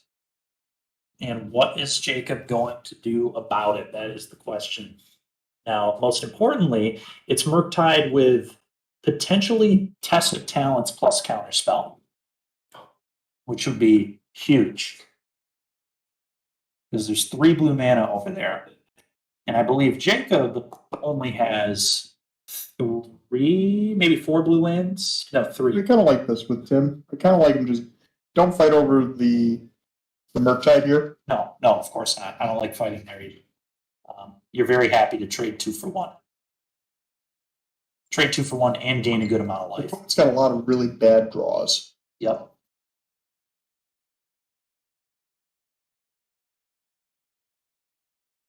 And Blight total should be going back to 20. some technical issues. Yep.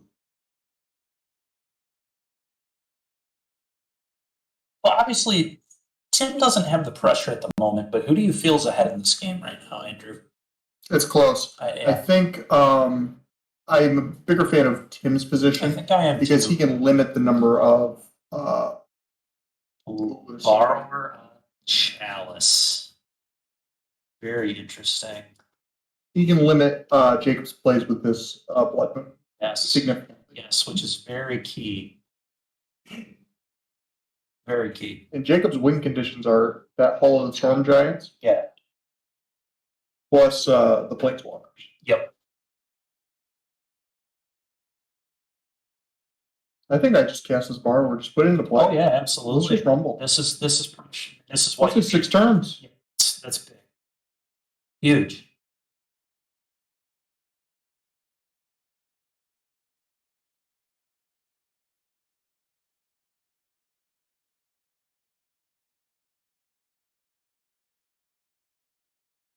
Considers back online. Yes. He is yet again considering his option. Yeah, I don't like the Murktide here. I think this Brazen Borrower is going to go the distance. I don't know that it's going to go to the distance, but it's going to put Jacob in a really rough spot. Oh, is this a flat? Ooh. It's a flashback delusion. I That's think gotta we be have, a yeah, we got a counter. There's no way. It's a counterspell, just natural counterspell. Now, what does kind of concern me a little bit, I guess he still has 3 blue. Tim still has 3 blue, which still represents test plus counterspell, or Flusterstorm plus counterspell. The only thing Tim needs to worry about is 3 mana fairy plus counterspell. But if he does have counterspell test, he'll be in great position. How many? It's tough to tell how many cards each player. Jacob's got They're both doing 5 or 6. Yeah, they both have plenty of cards. Jake's got 5 cards in hand. Yeah. And so here comes an attempt at 3 mana Teferi, I think. It could be a prismatic ending, though. I know he's got one of those in hand. A The prismatic. question is what he's going for, the Blood Moon or But you the... got to go for the moon, I think. Because we see another Solitude in his hand, too. And he'd like to just be able to cast that and stop 2 for 1 himself. You're not going to win this game if you're pitching white cards to Solitude. That's not a winning strategy. I think he needs to, yeah, he needs to go up to the Blood Moon, Yeah. get it offline. Let's get our mana back on. And it opens up our mainland again, too, which is very key.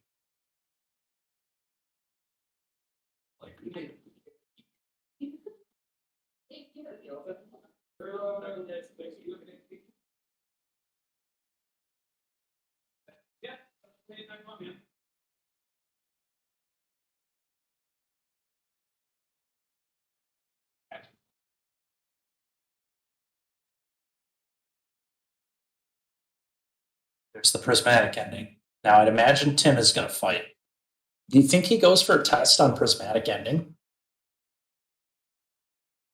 I think that's actually a pretty powerful line here. That would be kind of disgusting. It may remove literally all of the answers other than like bounce effects, because who knows if he brought in the singleton purge. And do we know if Tim's got the test of talents in his hand? We don't, but I'm assuming the way he's played the game, it's very Based on plausible. the screen? It's very plausible that it's there. Just the fact that he keeps leaving up 3 blue every turn, you know it's not Archmage's turn. That's not double counts. But if he's either leaving up Flusterstorm plus counter or Test plus counter, and he's thinking about this hard. Okay, he lets it go. No, I'm not sure I like this. He's got a counterspell. I think we take advantage of it. Yeah.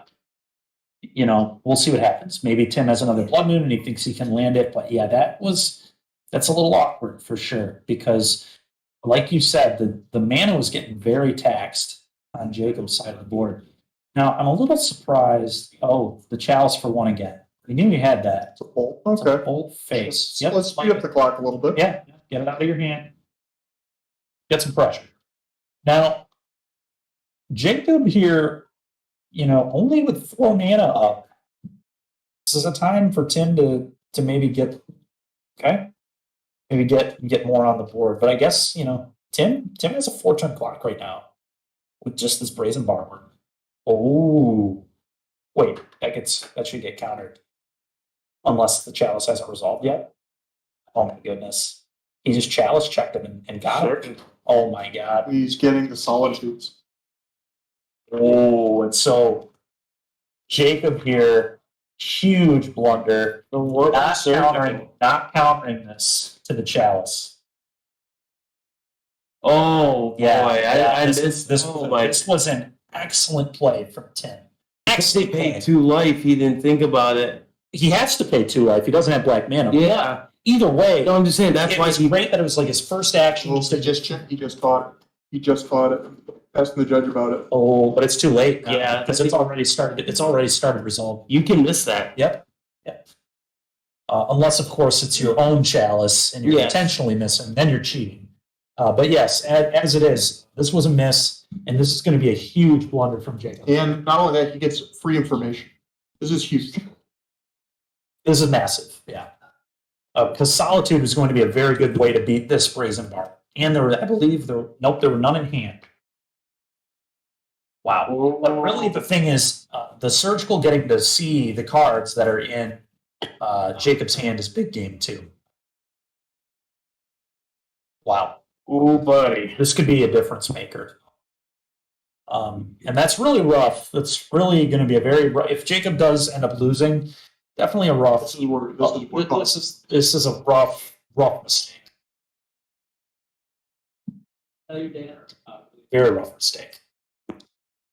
Both these players have clearly played very well all day. We've been talking them up, and yeah, Jacob's going to kick himself for this if he loses because of it, for sure. But I will say, Jacob's hand is still fairly strong. Oh, he's So- frustrated. Yeah, you can tell. It's hard not to be right. Yeah, that was a very, very big mistake. That's the kind of thing when you've been playing, you're fatigued. Down to 9. Ooh, That's his only way of buffering the life total, too. yeah. Yep. Huge problem. He's gonna have to. And now he knows that there's only one counter spell. Yeah. Granted, it's an uncounterable counter spell. But it doesn't really matter. You can just counter the thing that you're trying to counter twice, which is going to be a 3-minute Teferi. Tim has 4 cards, maybe 3, maybe even more than that.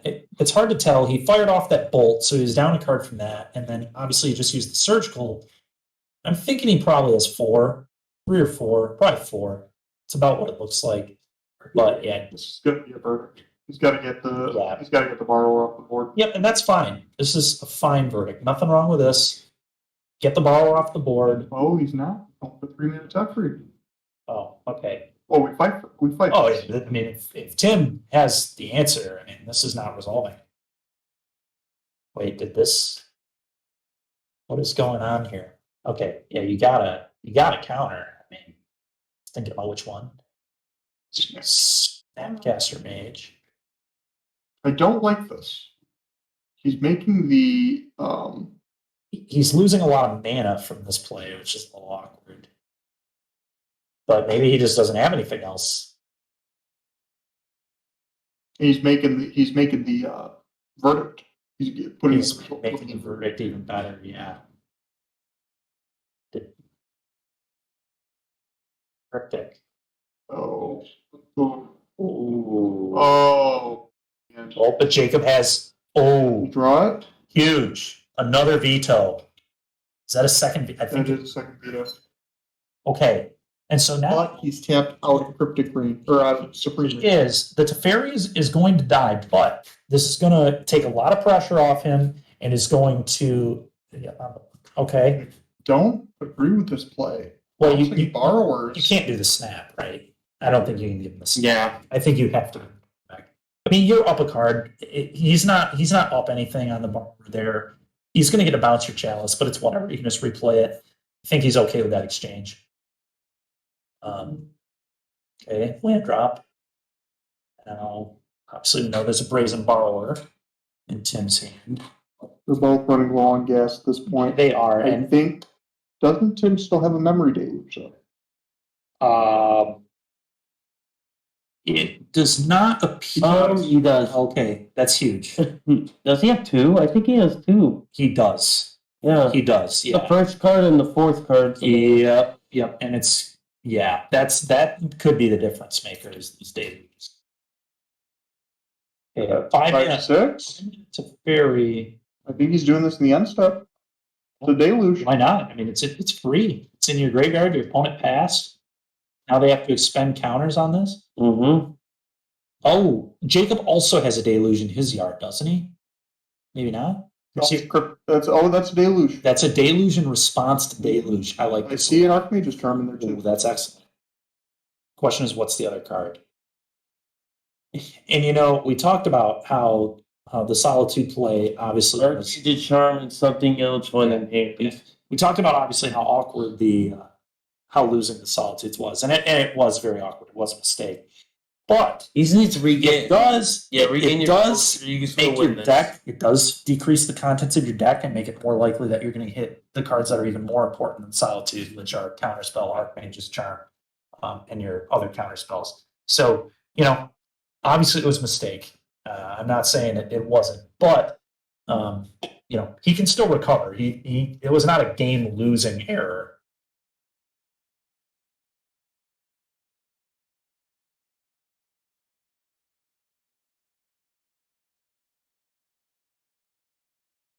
Jacob here. He needs something. He needs some help. We're in a lot of danger to that brazen borrower that is in Tim's hand. You got to start forcing more action.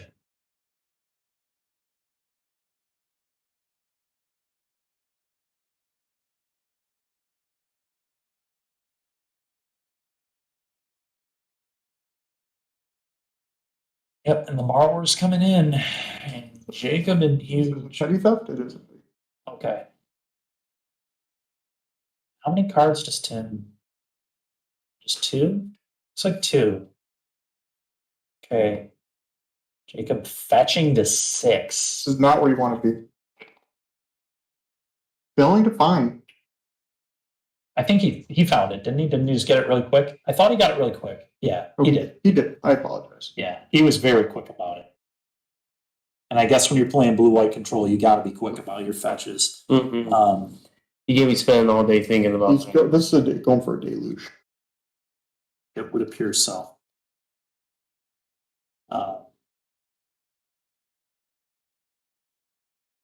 Tim's got a response. He's got to answer this card right now. He does. Charm. He just turned. And he's going to 1. And if Tim has a bolt, this game is over. But we know he has a deluge to flash back, so he can definitely dig to 1 here. 5 you, put you to 1, bolt you. Is that a bolt? It's the game. It is bolt, and Jacob does not have it. Nice. Well played by Tim there. Well Absolutely. It's played. going to be fun. What a It's going to be game. fun giving him a little interview here. He definitely. No, Eric, so we're not going to do these We're not? because of time. Oh, fair enough. But that was a heck of a match. The surgical. Yeah, It was huge. obviously Jacob's going to kick himself for that, but I mean, again, both these players in the finals of an event. Jacob just came off a huge win against Raja Solomon, definitely one of the best players in Michigan. Really, just an amazing Magic player in general. So that was a huge win for Jacob. He should not kick himself too much. This is a huge accomplishment, making the finals of a tournament, especially one as competitive as this one. So, you know, rough mistake, but you know, he played very well in a lot of spots today to get to this position. So he should definitely shake this one off and be proud of what he accomplished. And obviously, great job for Tim. Taking down the whole event is sweet. But it was really good. That great clips line. I'm sorry, it was nice. I'm a big fan of that line. It was really good having this being able to do the stream today, and I look forward to doing more of these with the team in the future. And you know, maybe next time I'll even be on commentary. So Yep. But yeah, we're just gonna put a bow on our stream for today. Yeah. It was a good time. 10 hours. 10 hours. Excuse me. Let's wrap things up and go grab some food. We've been here since 9. I'm office. But we thank everyone for watching. yep. Thanks everybody. Yep. See you next time. See ya. Oh.